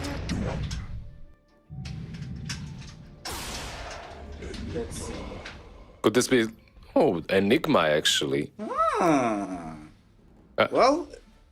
that's another TI hero that always emerges around this season. Yeah, Doom and Enigma.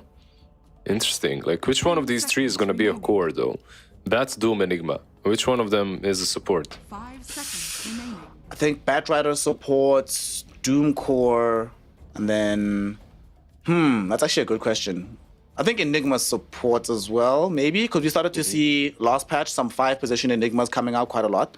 So it could be their 5-position, and Batrider 4, Doom 3, TA 1, and then you still need a mid laner for Somnus. Okay, yeah, I'd like that. I wouldn't mind seeing some Phoenix mid again for Azure Ray. Team banned. And there's the Gyro. Okay. We have more team fight now, but we don't have like the hardest disables in the world to keep these heroes in range of the Supernova as well as this call down flag cannon combination. But it does mean that all these small little summons from the Enigma, if it is indeed, well, now you kind of have to either play it 5. You can't play it in the lane against Gyrocopter, right? Because it's just giving him way too much farm. Yeah, the flag cannon can be annoying. I guess there are ways to play against it. You just move them, micro them, stuff like that. At the same time, you're just putting yourself in a really difficult position. So maybe it's better to, like you said, just move the Enigma to 4 or 5. Have the Doom core together with Bat, something like that, like Bat Doom lane. I can see that happening.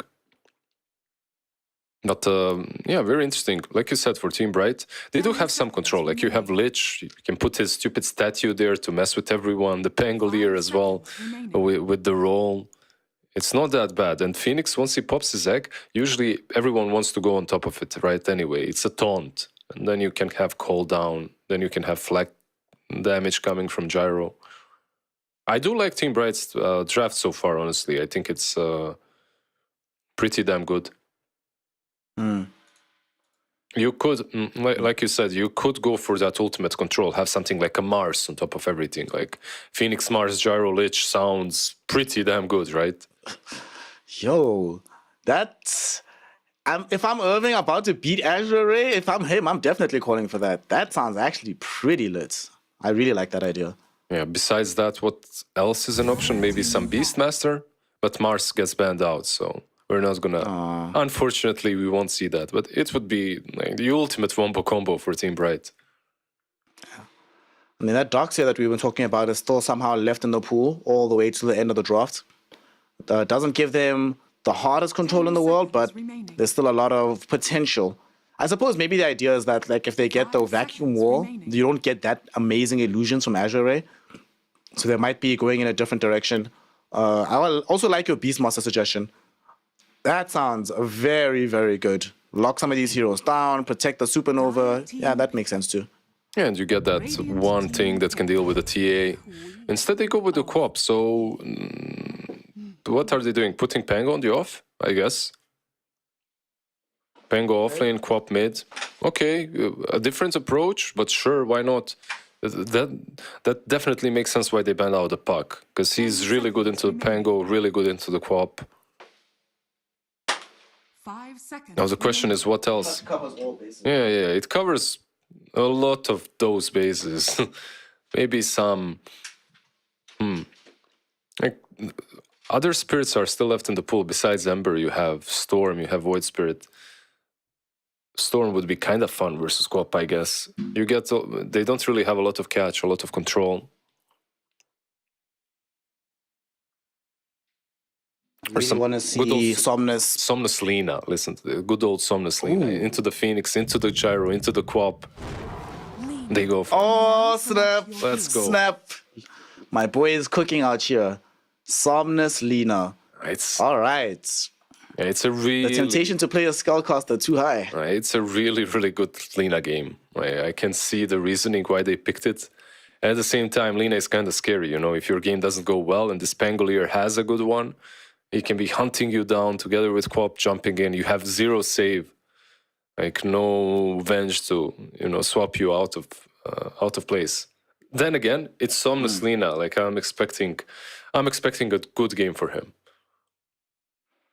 I'm expecting them to just... I mean, they have a lot of comfort on their team, right? Somnus Lina, Chalice is playing Enigma, FY is playing Doom, Lu on his, like, signature TA. The one thing is a bit different is Batrider being played by Tianming instead of FY, but, you know, I guess when you have Chalice in the team to play Enigma, it makes up for it. And for Team Bright, I'm still a little bit... I want to see how this Pangolier is going to end up functioning in the offlane here, because it feels like this offlane matchup shouldn't be that easy for him.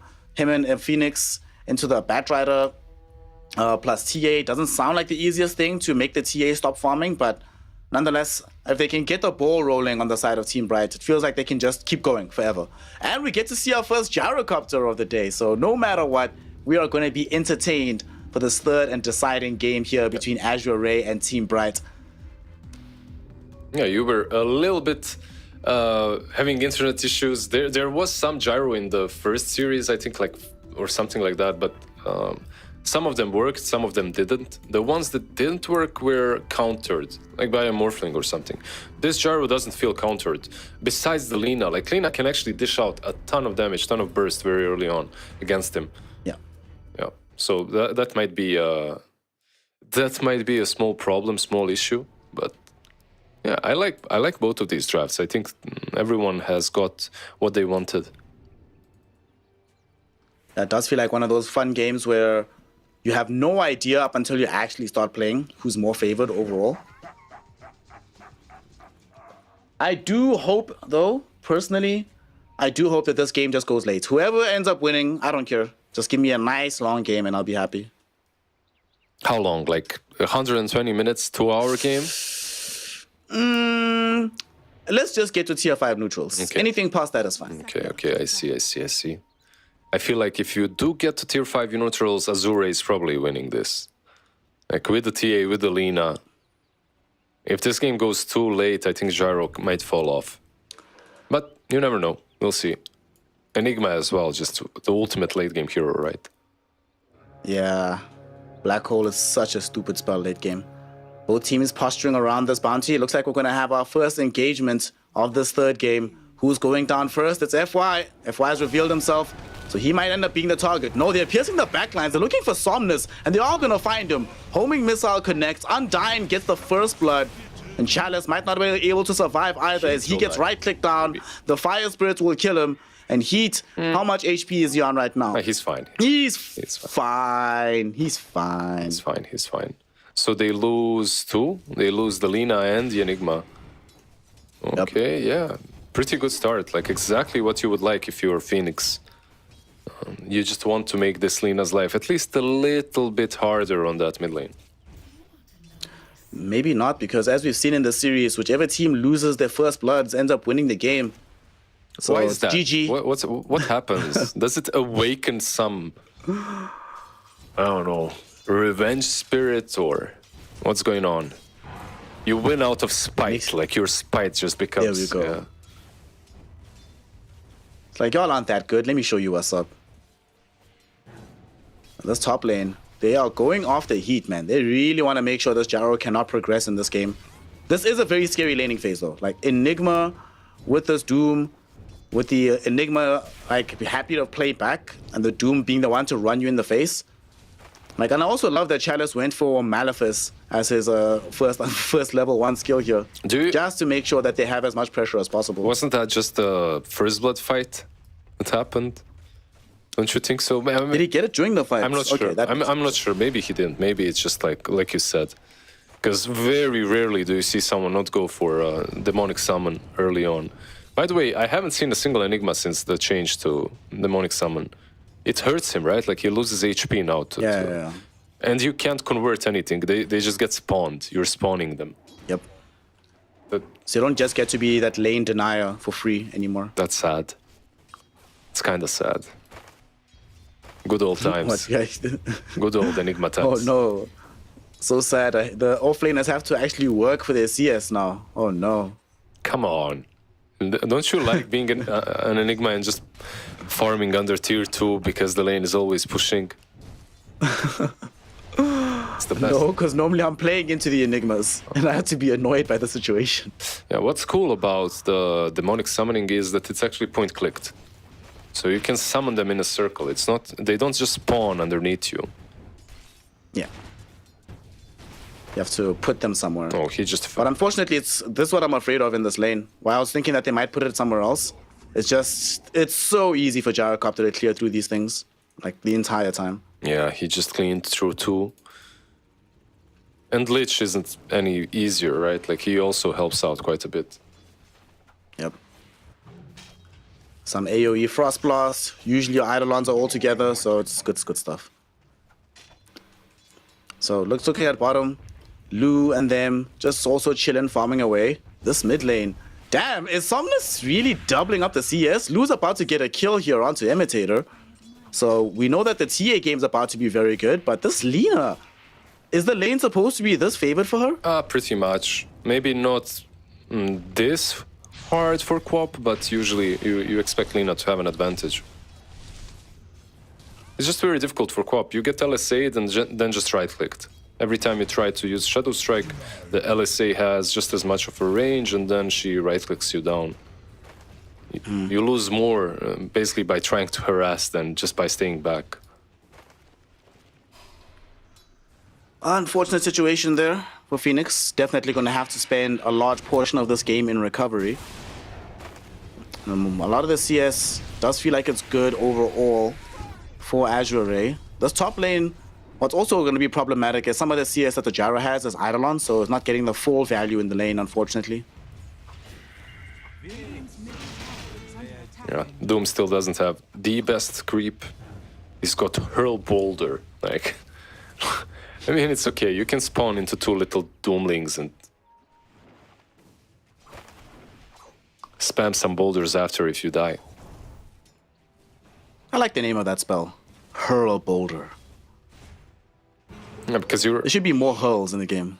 Right? Like, we don't have hurls. Only one hurl. Bring us more hurls, Ice Frog. What the hell is this? Dota's about nothing but hurls. It's the most important thing. Bot lane bat. Down bottom, Batrider, Tianming about to die. Irving catching him up with the shield crash. Easily able to get that. Ooh, and adding in the tip for good measure. All right.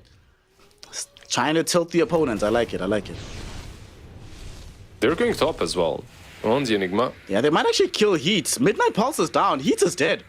Enigma will end up taking a tumble first, but now FY is set up for a potential double kill. If he can catch up to Undyne, he won't be able to do it. He does have the zap. He's going all the way around here. Can he find the vision? It's nighttime right now, so he can't see very clearly, and he has been juked out. Undyne is back. He's safe. He's in a good position, so he will not end up getting caught out just yet. Even gets tossed a a young Sal for good measure coming in from Heat. By the way, I think you were right when you were talking about spells and what got used when by Enigma. Like Malefice, he's actually leveling it up even. It's level 2. Look at that. Yeah, I like this a lot. Just play aggressively into the gyrocopter. Make Heat feel very under pressure. Undyne, very nice sinister gaze onto FY. Can he chase him down? FY went back, eats a tower, right click. That'll enable Undyne to get on a killing spree on the Lich. Damn, he was so greedy. He actually went back to try and use that chain lightning on Heat. He only dies because of that. He gets hit a couple of times by the tower. I must say, Undyne these last 2 games has been really impressing me. He's actually played extremely well. He was the silencer, right? In game 1. Yes. Game 2, sorry. Yeah. Game 2, yeah. No. Definitely very nicely done by him. The things are changing a bit. We have level 6s now on Lina and both Co-op. So we might see Co-op rotate to utilize that Sonic Wave soon. She's got an Arcane Room bottled. Maybe a TP to the lane. She definitely needs to do something because right now she is getting absolutely eclipsed in net worth by her counterpart in the mid lane. She doesn't make those moves and stays middle. Somnus is still just going to continue pummeling her. And Somnus doesn't mind, right? Happy to be at the top of the net worth charts as Lina. Happy to play as like a secondary carry for the team. And speaking of, is he going to go the spell crafting build here, or are we going some right click Lina for Somnus? I think spell is pretty good. Like you have a TA already, and some burst damage versus Gyro can come in handy. He's actually building a blink first, so that's what he has queued up at least. Blink Yules, let's go, man. Take me back to the old days. Yules LSA, good times. Yeah. Like it's interesting. Like the Dragon Slave is something I've played against, like the new one on Lina. The damage over time afterwards is pretty good. We're gonna have our first rotation coming in from Phoenix. It does go top to kill off Chalice. And will they be able to get more out of this? They have a blink coming up shortly for Phoenix if he wants to dive after FY, but decides against it, go somewhere else. Happy to just pick up the kill onto the Enigma. It's still a pretty good one, right? Like you rotate top, you get a kill. Yeah, you use Sonic Wave, but it was with an Arcane Rune too. So in 50 seconds, he will be able to use it once more. I think they also need to try and alleviate more pressure from Heat, but he's done a decent enough job of getting back up in the net worth department. Might still die here though. Malefice will slow him down.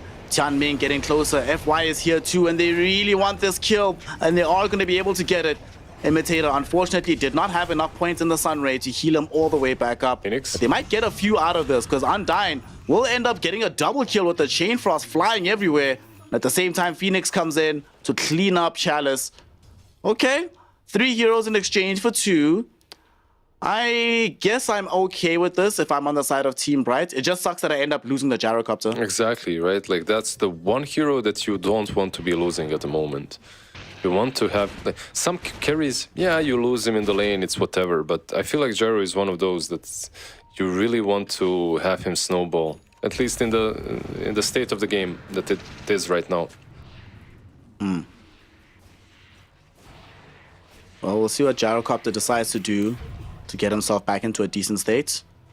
First step, we'll have to be getting some massive stacks for him to farm later. And I still want to see what Somnus is going to end up doing on this Lina. It's been very static, playing all the way around the mid. Hasn't made a solitary move elsewhere on the map. But he's also getting a lot of net worth. So when he does start moving around eventually, he's going to be extremely strong at that time in the game. Yeah, do you think that something massive can be built by Lina that completely changes the game? Like if you remember the Maelstrom Boots of Travel build?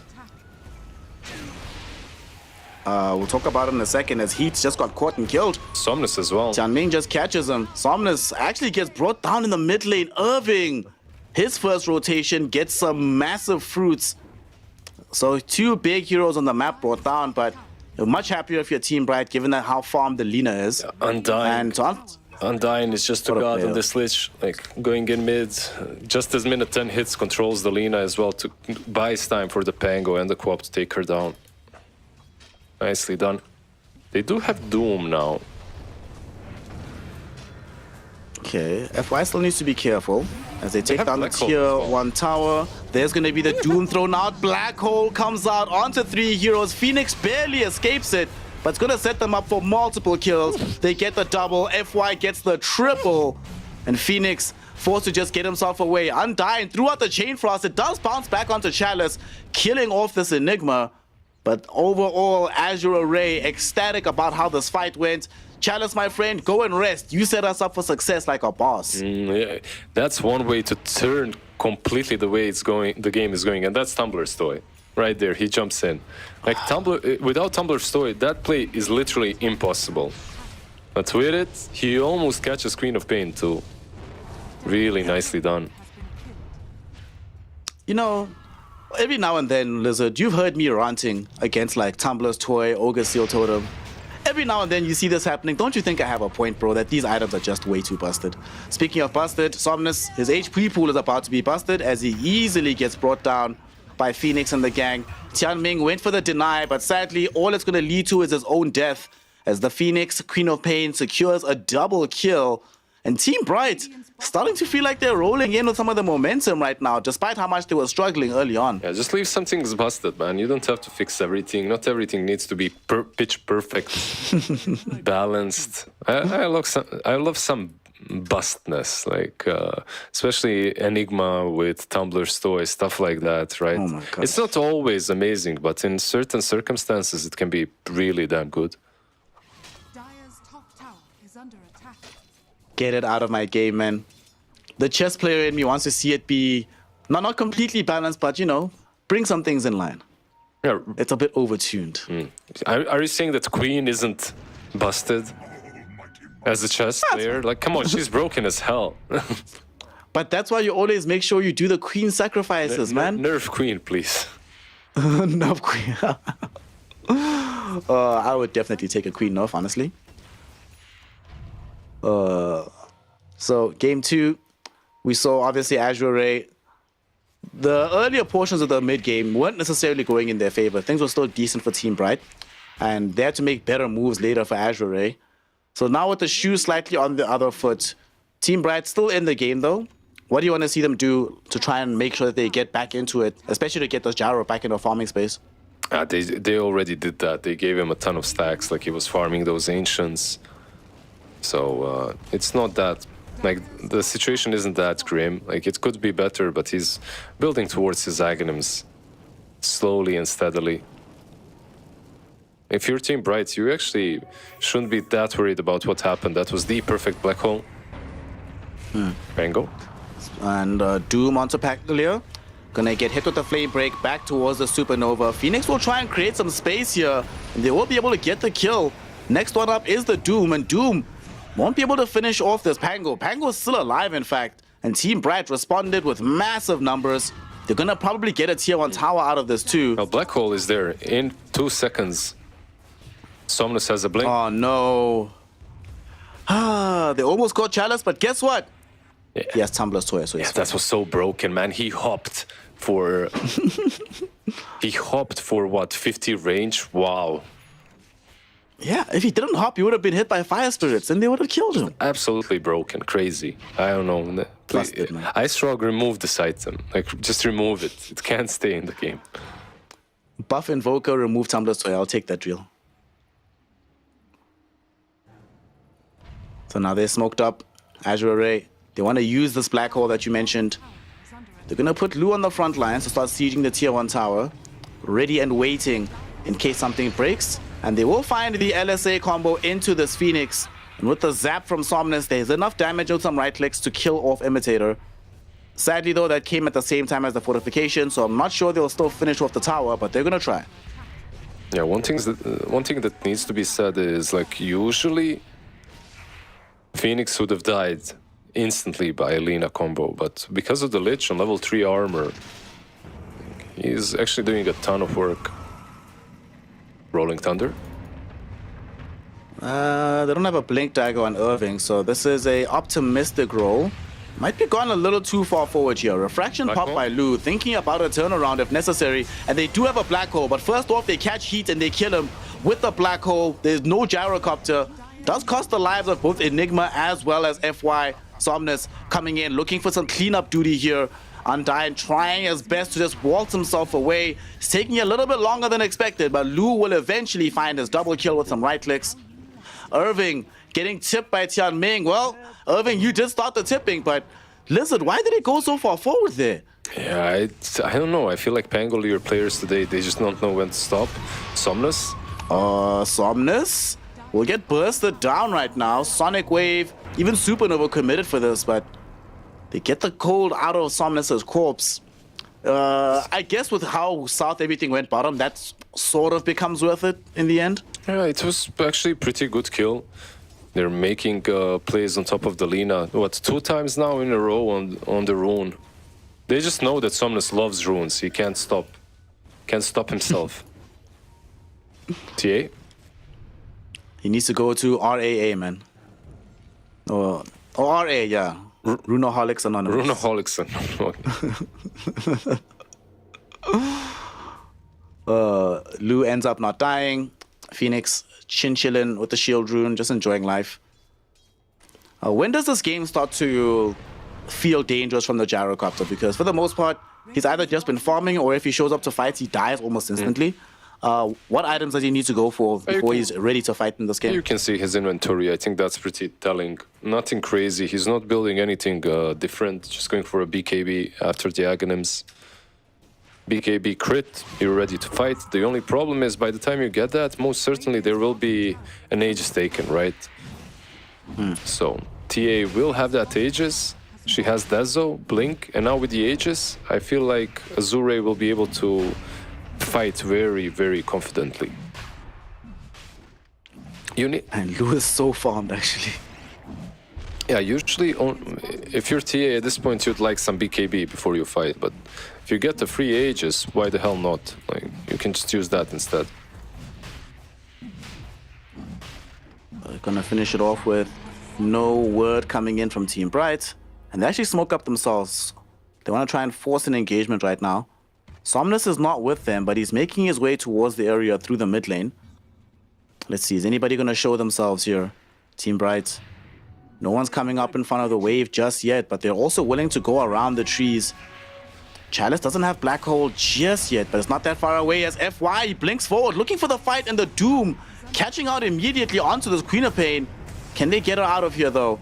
It seems they will be diving a bit too deep to kill her, and she's able to dive and dance and keep herself away from AR and survive the fight. Only the Doom gets killed off, and to make matters even worse, he committed the spell itself, so that's a double takedown, it feels like, on the Doom. Undying is just having the best series that I have seen from him in a really long time. Like, he has Pavis, he has Glimmer Cape, he has this Frost Shield, he uses all 3 in an instant on Queen of Pain, the moment she gets initiated. And that's not even the most important thing. The most important thing is that he's in position to read this move and actually save the fight. Absolute boss level plays coming in from Team Bright's position 5 player, showing once and for all that yet again supports win games, making life impossible for AR. And they're actually on the hunt themselves, and Somnus already TP'd out. Oh no, look where Lu TP'd to. Lu might be dead because of this. Phoenix gets the vision. The pings will come out. Lu has Blink again in 8 seconds. Yo, if they knew where he was at, if Irving had any vision of while he was blinking around, we could be looking at a dead TA right now. But she's not leaving the area just yet. She's still sticking around. I don't know about the risk of still sticking around, given that she's all alone, but looks like Team Bright have given up on this chase. And instead, they went bottom. Who's there? There's Lina and there's FY, but it looks like up to this point, FY was baiting. There we go, Phoenix. Got Azure baited. Should end up dead here. Oh, still alive. 70-something HP. Chalice, though, comes in to make sure that that's not true. Top lane, though. Doesn't find the Maleficent done. Not necessary as Irving. He left the bottom side of the map. Let's see what he can accomplish now that he's reached the top. The first thing is going to be a quick kill onto Tianming. They give that kill towards the Pangolier, but they don't want to overextend by rolling into Lu. Yeah, I feel like both carries, with everything that's happening, are kind of happy. They can ignore everything and farm. Just like it's a wet dream of every carry, right? Just, everyone is ignoring them. They're just farming. Feels good. I just get to farm. hit creeps, nothing else.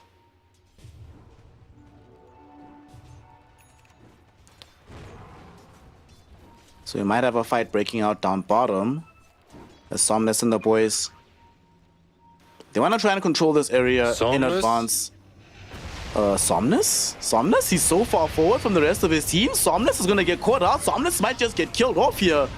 And indeed he does. His team is going to try and clean up. Lasso onto Heat, dragging him on top of this cliff right now. He's been cliff teasied. Sonic Wave pushes away Chalice so he can't reach the gyrocopter. But he did get him with the Spirit Vessel. He is ticking him down with the Malefice and the Midnight Pulse. Now he even throws in the Black Hole for good measure, and that succeeds in getting the kill.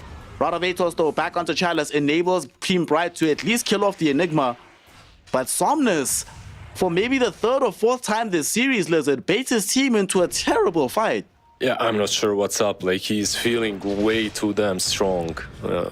I guess way too damn confident. The way he's playing is... It doesn't feel like he's playing Alina. It feels like he's playing something that actually has an instant save that can blink out, you know, like some anti-mage or something. He does have a blink, but it gets instantly interrupted. Oof, this is painful. This is one of those fights that, yet again, if they lose the game, we could pinpoint this moment right here. The only bright spot is at least Heat died. If Heat doesn't die there, that fight is an unmitigated disaster. As it is, it's still pretty bad, but at least Heat dies and Lou got to live and stay at the top of the net worth charts.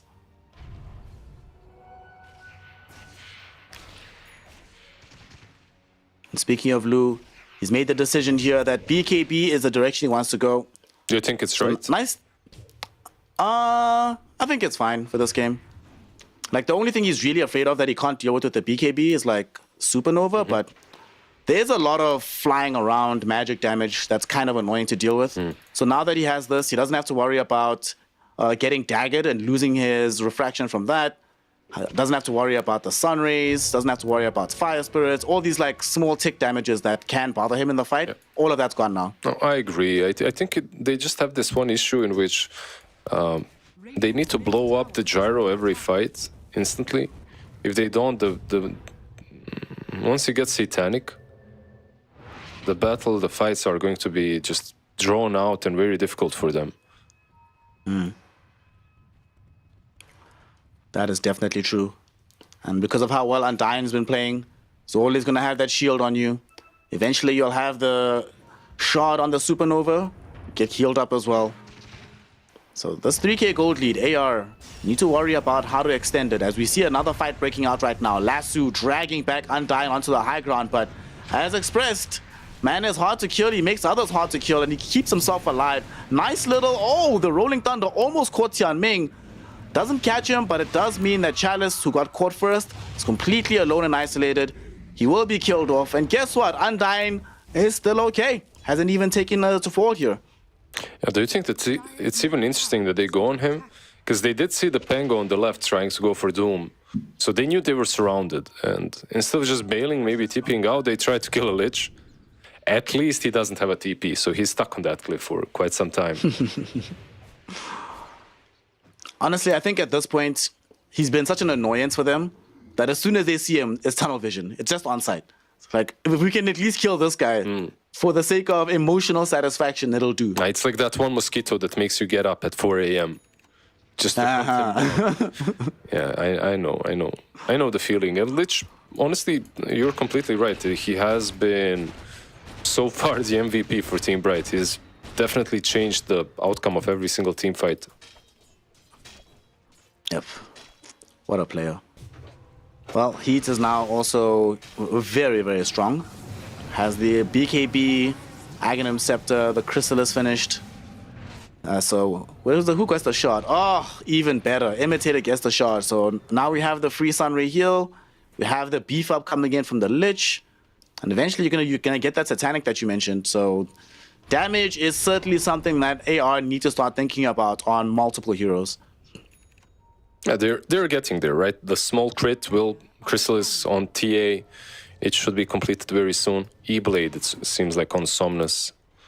It doesn't, yeah, they don't mesh that great together, but it will be more than enough damage to blow that pesky little gyro up. Looks Looks like the first protocol, though, is going to be a Roshan. As AR taking the twin gate through, trying to set themselves up for the big man arriving early. Let's see, we're going to get confirmation on how long the respawn is. Just now, 2 minutes, 20 seconds, close to max. That is very unfortunate for the side of AR, but fortunate for all of us because it means we get more entertainment. As Team Bright, they're going to smoke up right now and look for a fight before this Roshan does come back. Oh, the stun on the bat. Who's going to go first? Who's going in first? Who's going to reveal themselves? Pango is now showing in this fight. He's going to get jumped on by this Bat Rider. They did get a Lotus Orb out though, and Phoenix, a huge Sonic Wave from the back edge of the fight, allows them to take down this Bat Rider, but Somnus has just been throwing around damage, and here's a beautiful black hole, but it gets cancelled out immediately, and that's going to allow Heat to go back to work, right-clicking everybody with this gyrocopter. They've already killed off 3. Lu, though, going to chase after Heat, looking for a way to bring him down. But look at this. It's Undyne again. Sinister Gaze to push back Lu. The big armor onto Gyrocopter to keep him alive. And that allows Team Bright to win yet another engagement. What a fight coming in from the Dire lineup. Yeah, we need to see the replay there, but I believe something saved Pango as well. And it could have been Undyne.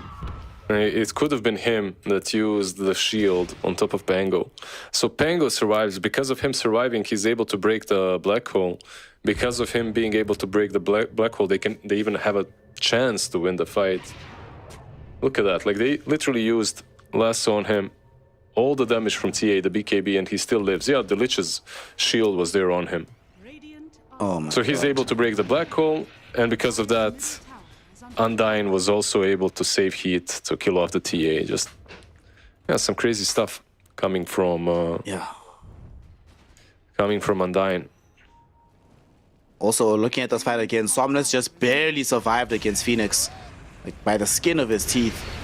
Could easily have led into a big fight, and now we go back into live as a big fight is taking place here. The cooldown went out from Heat, and they are able to bring down this Bat Rider, but FY, he might have gone a little bit too deep himself. He's finding a way to, at the very least, distract away from the rest of his lineup so that Lu can flee.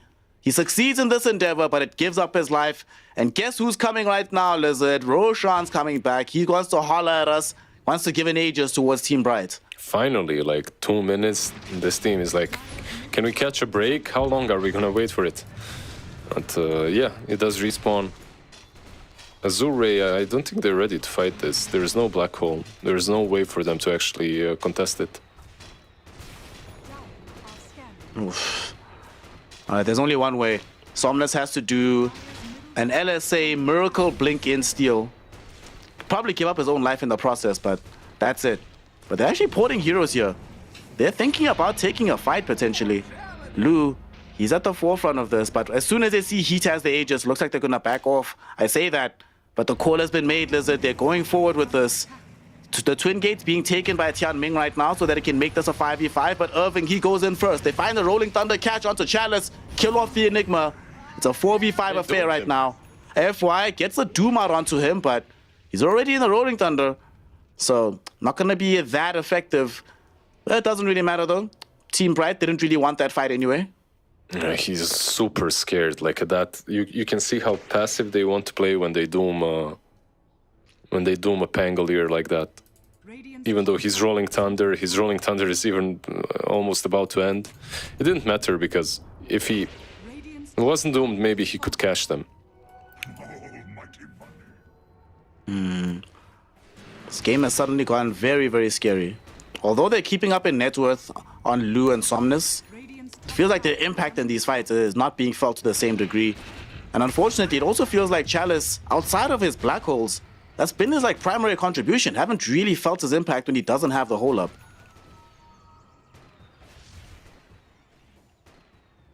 Yeah, what does he need? Do you think that BKB will change things drastically? Usually it does, right? On Enigma. Yeah. In this game, it does feel like it's huge, because then he can only get stunned by Supernova. Yeah. And I suppose you're happy to trade like your BKB duration black hole for a full channel Supernova, if that is what ends up happening. It's not that great. Like, usually, I like the Phoenix in this situation a bit more, because you get to fight after the egg. The Enigma is probably already pretty much dead by the time the egg is gone. But like you questioned if he's strong without the black hole. He did do quite a lot though. It's not very visible, but he has the shard. He has the Aetherlance shard built together with the vessel. So he's just spamming Malefice in these fights and is still doing quite a lot.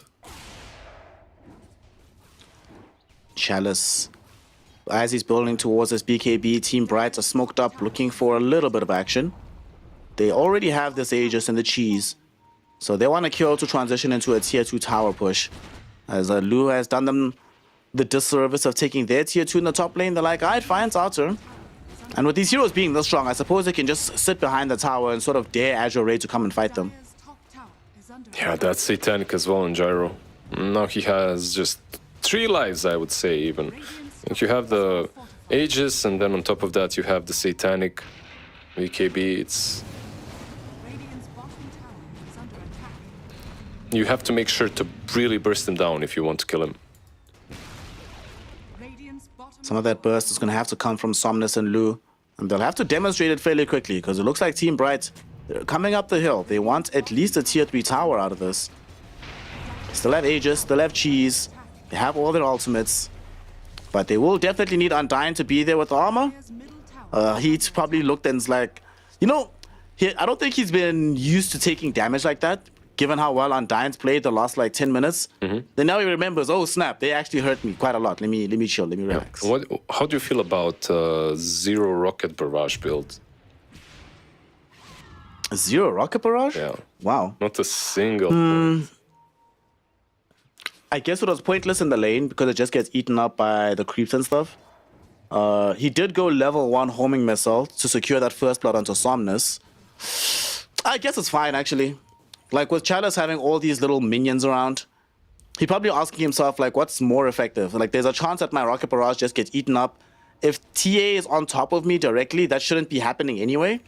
So if that's happening, I'm probably close to dying. So I should just not worry about it. I'm fine with this. Now that I look at the game, it probably makes sense. Yeah, just also, even last patch, I always felt... Yeah.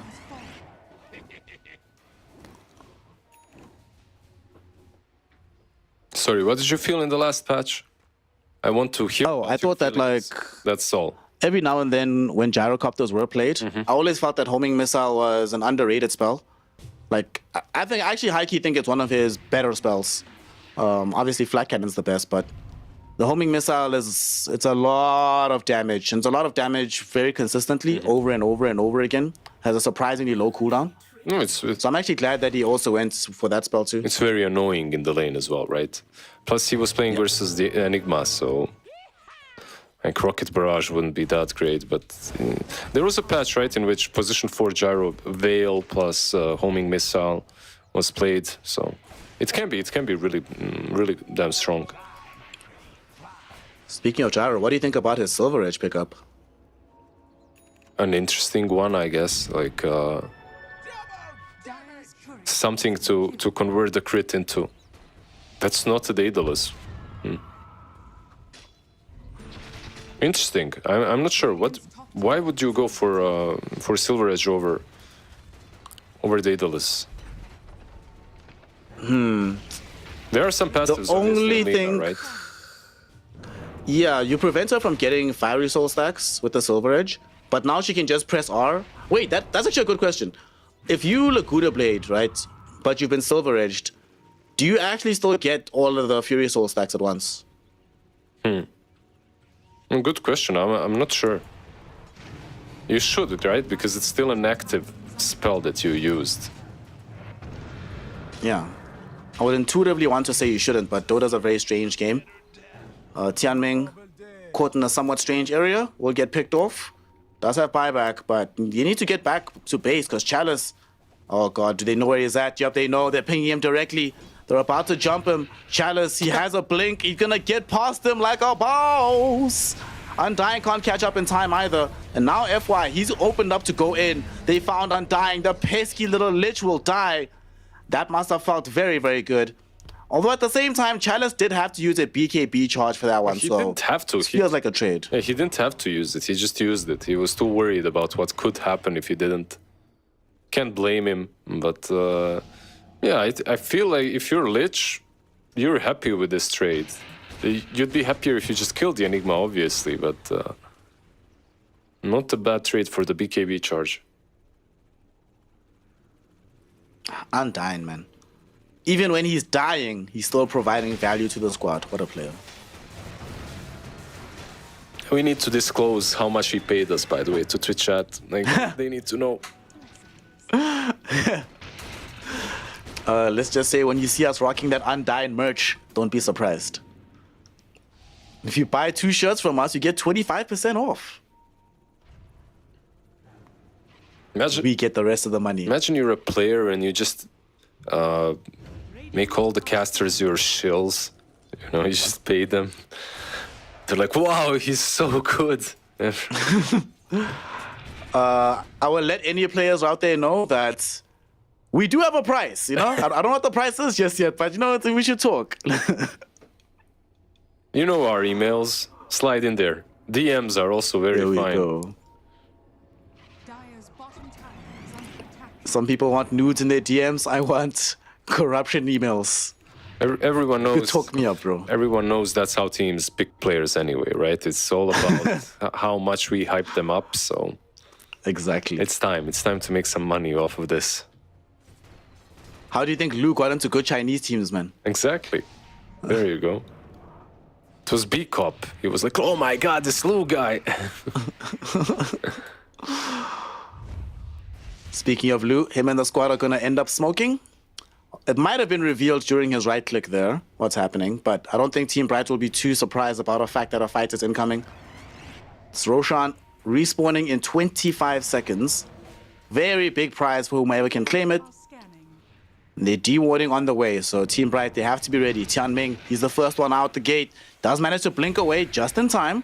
Doesn't suffer too much damage just yet. Does have an annoying homing missile towards his face, but what can you do? And speaking of the homing missile, it came from Gyrocopter, who just gets eviscerated by Somnus, showing off all the damage that can come from Alina. And now they have to buy back on the Gyrocopter to have any hope for this fight. We see Irving just barely able to get away from the Batrider before the lasso comes in. Gonna make the fight a 5v5, but a buyback used already on the Gyrocopter, and they still have Black Hole at the ready. Yeah, they have Lasso, they have Black Hole. Like, they still have some spells that they can utilize against him. There's no Laguna for 15 more. Good old Lina with E-Blade and level 5 Dagon. Let's go, baby. Level 5 Dagon, E-Blade, Laguna Blade. That's a lot of magic damage. Quite a lot. And she got the Spell Amp talent at 20. So all of this is pretty significant. And the robe. Oh, and she has a Seri robe. Yeah. Okay, Timeless Relic now. Even better. 15% spell damage on top of everything else. Level 25, slowly coming in. Dire's bottom tower is under attack. How do Team Bright get out of the situation? The spy at the back on Heat has to pay off for them. And slowly but surely they're being peppered with damage by Lu from the high ground. Phoenix already down to half HP at this point. And look at this. Jeez. How are you supposed to play against this? This is just so strong. And now they've been zoned away from the Roshan pit. They could potentially go in. And they have a TA, so this doesn't take long at all to finish off. They don't have a single smoke. Phoenix? Oh, Phoenix. There was a potential Lotus Orb, but ends up getting killed off. Does buy back though. Irving gonna get zapped by Somnus. Both of them forced into buying back. Black Hole will come out directly onto this Gyrocopter, and it's gonna eat up most of the duration of his BKB. And now he's been doomed. He's been chased by Somnus, and he has been killed. No buyback for the Gyrocopter. Lu still alive, sitting in the melt form, waiting for the Sun Ray to go away. Sadly, it doesn't. He ends up dead. Forced into a buyback of his own. FY with BKB trying to just get back towards where his team is. Doesn't get bashed by Irving. And Somnus finds 2 heroes on the high ground with the LSA. That's going to be a straight up dieback on the Pango. He kills Undyne, who doesn't have a dieback of his own. Still has the money to buy out if needed.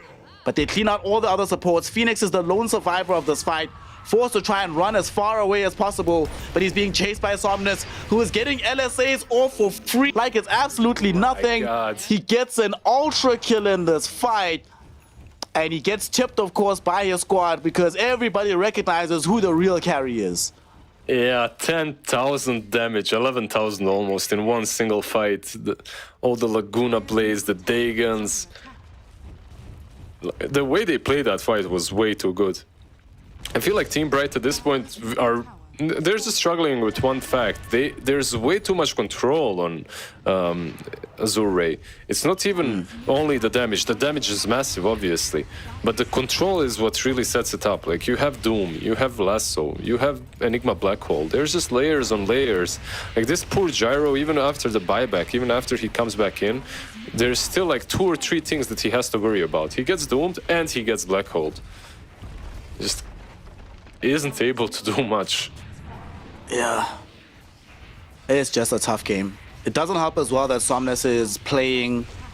I think like after that other death down bottom, something snapped in him. He's like, all right, fine. Y'all don't think I can carry games no more. Let me show you. Let me demonstrate. Yeah, I feel like nuts fight from him. He grew into the shoes that he thought he was in. You know, like he was playing like he's this strong throughout the whole game, and now he's actually this strong. So you can't even do anything to him. Okay, right, they're still in. Like, Aegis, Cheese, and Aghanims have spawned down bottom. I don't think Team Bright can contest this, though. Yeah, there's just no way. They can't get you in time. They also take it way too fast. Somnus has an obscene amount of damage. Lu has an obscene amount of damage. So who's getting what? Lu should get the Aegis since he bought back last time. And they give Chalice the Aghanim Scepter. Are they actually going to keep it onto him? What do you think? Do you like this this additional damage black hole that pulls in? I'm not sure. Why not? Let's see. He didn't use it yet. Who else could you give it to? Some Bat Rider. Let's go. Double Lasso. I like that. Maybe Doom, so you get the AoE Doom as well. Yeah, that would be a good thing, but no, Enigma actually uses it, so Chalice will be pulling them in. I do like it. I do like it on Enigma quite a bit. Yeah, we've reached 33k gold lead. Yeah, we've reached that point in which there's just these 2 cores that are dishing way too much damage. Lich, you're a superstar. We all love you. You played like a boss, but it's very difficult to protect versus this amount of damage. And no matter what, buddy, you're the MVP in my heart. Even if y'all lose this game. And that might happen because Azure Ray are coming for the jugular at the moment. Somnus will help to take down the tier 2 tower. And they pick up an Arcane Blink for Lu here. Okay. That's very interesting. Why this over Swift Blink, do you think?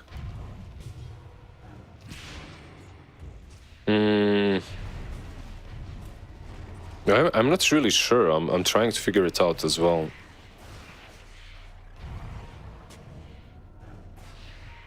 I don't know. Because it's a TA, right? So you normally don't expect to be losing HP anyway. So you can't be after the health regen that you get from the blink. Yeah, I have no idea. 200 HP and 100 mana. I don't know really. It's kind of just interesting. Well, we're going to see what happens here as Irving looks to try and zone them away with the Rolling Thunder. Was hoping to set up a fight in that moment. Unfortunately for him, misses completely, and that means that AR no longer have to worry about Rolling Thunder. Yeah, that's probably the biggest control spell that they have anyway on side of Team Bright. So if you're AR, you're kind of feeling safe now. There's literally nothing stopping you. Oh, they're actually going to get a straight up lasso kill. Phoenix grabbed, even though he had the Lincoln Sphere, they pop it, they immediately burst him down. And they also know for a fact that he does not have buyback. Yeah, nice little flame cloak there with the Lina as well, just flying over, getting in. They're going in? Okay, Irving jumps forward, he's also going in as well. And they found a Reflected Doom. That is quite nice, it bounced back on the Lotus Orb. But FY will just calmly and patiently wait this one out. As soon as it's finished, They're gonna definitely re-engage here. And now there's no more Supernova as well. It's been expended by Imitator. Doesn't have any more tools, but Somnus has all of them. Dumps a full payload onto Irving, blowing up the Pango, who also doesn't have buyback. Irving, without him being here, there is no control, there's no team fight. So that just means there will no longer be a lane of racks. Full megas are about to be available for Azure Ray. And Lu, he's standing next to the Ice Spire, eating a lot of damage from the Chain Frost, but he doesn't care. They just easily kill off Imitator. They've dragged back in this gyrocopter. There's gonna be the final black hole of the game. It works out for them. They don't lose a single person, and the Ancient falls behind them. GG, well played. Azure Ray get the W and proceed in the TI-12 qualifiers. I 100% expected this to be a 2-game series, but yeah, Team Bright looking way stronger than expected. Like, this is the one series today that I thought, okay, might go 3 games, but 99% won't.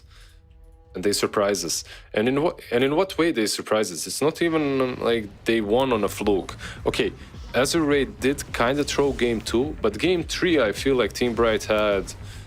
They just couldn't utilize their timings. But they definitely did have a time in which they were in full control of this game. Yep. They played really, really well overall for the side of Team Bright. I think that thing you're mentioning about them not being able to utilize their timings, between that and not always being able to accelerate the pace of their farm when they are ahead, is maybe one thing they can work on, but they've certainly shown that they're not going to be a walkover team here. And man, this fight, the game could easily have broken right here, but being able to keep going for as long as they did. Yet again, shout out to Undyne, our main sponsor.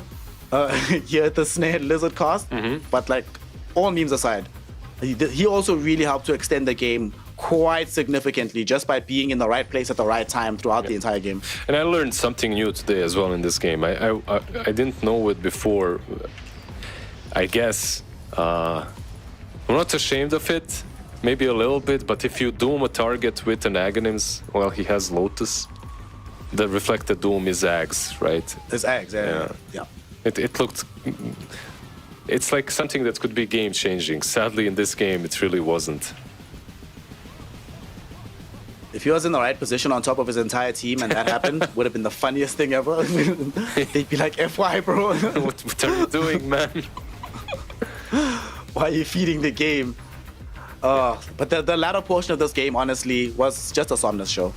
Somnus with this Lina, once he started feeling himself, that exact thing you said, he grew into the state of the game he thought he started in, and he eventually got there and felt like a final boss. Yeah, he definitely did become that boss. Like, it was also a perfect Lina game. You know that Somnus likes to play Lina, and then you see Queen of Pain picked up, you see Phoenix, you see Gyro. Yeah, 100% he's gonna pick it up and yeah, go godlike like he did in this match. 11,000 damage in one of these fights. That's quite a lot. In one fight, by the way.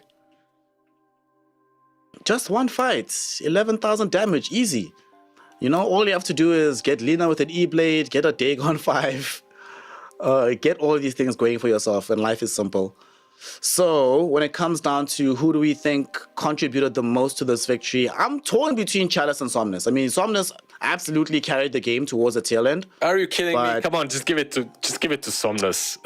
Fine. Take it, Somnus. Yeah. 43,000 hero damage. 3.5k building damage, not that significant, but his impact in these fights was just absolutely out of this world. What a legend, what a guy. And he did this without having to make many moves early on, right? He was literally playing like a turret, just chilling and farming for a large portion of the early game. I did like your, I'm torn, I'm not really sure which way I'm supposed to go. Between this guy that was spamming Malefice for 15 minutes of the game, or this guy that literally just single-handedly won team fights. Zap. Fine, we'll take the Zapper, it's fine. You know why I didn't want to give it to Somnus, right? I'm still, in my heart, feeling the pain of January and Lina. All the Lina games I had to play against, all the Lina games I had to cast, I had to see, you know. I didn't want to put Lina... Now people have the idea. People know that Lina's still a good hero, so they might end up playing it again, man. Okay, that's true. We've just cursed the whole region. Yeah, no one wants to see Lina in every single game, but at least it's not the same Lina. That Lina was kind of boring. This one... Not as boring. It's quite fun. Like, you're kind of zapping people, you're running around, actually bursting them down. That last Lena patch was, first it lasted for 2 years, and second it was just annoying. That right click that you can't deal with was way too much.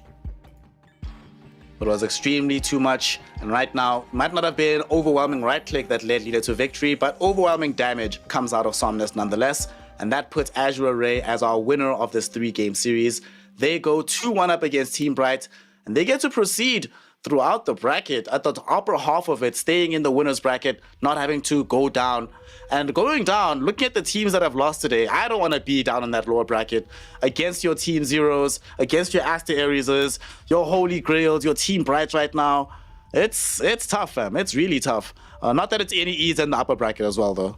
Yeah, like both brackets look pretty damn solid. A lot of new faces, sort of new, not necessarily super new, but / new faces in lower bracket battling it out. I hope that actually we have a surprise by the end of the lower bracket. Like, I'd like to see some big brain going through, you know, not necessarily, I don't know, Aster.Aries. Come on, guys, you've been around for 10 years already. Do something. I'm kidding, but yeah, it's an interesting region because so many teams are in the qualifiers. You definitely feel like 2 slots would have been better. At the same time, it is what it is. It's going to make it competitive. That's definitely going to be true.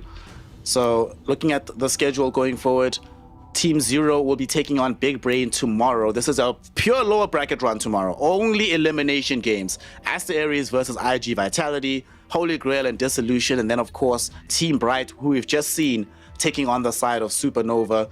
So it'll be the first games for Disillusion, Supernova, as well as Big Brain, as they got to get the buys in the lower bracket round.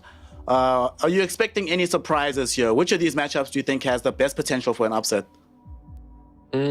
Aster.Aries and iG.Vitality will be a fun one, but the team that I will be looking the most at is Bright. I feel like Team Bright today, they proved to me that if they clean their act up, like, they have a chance to play with the big boys.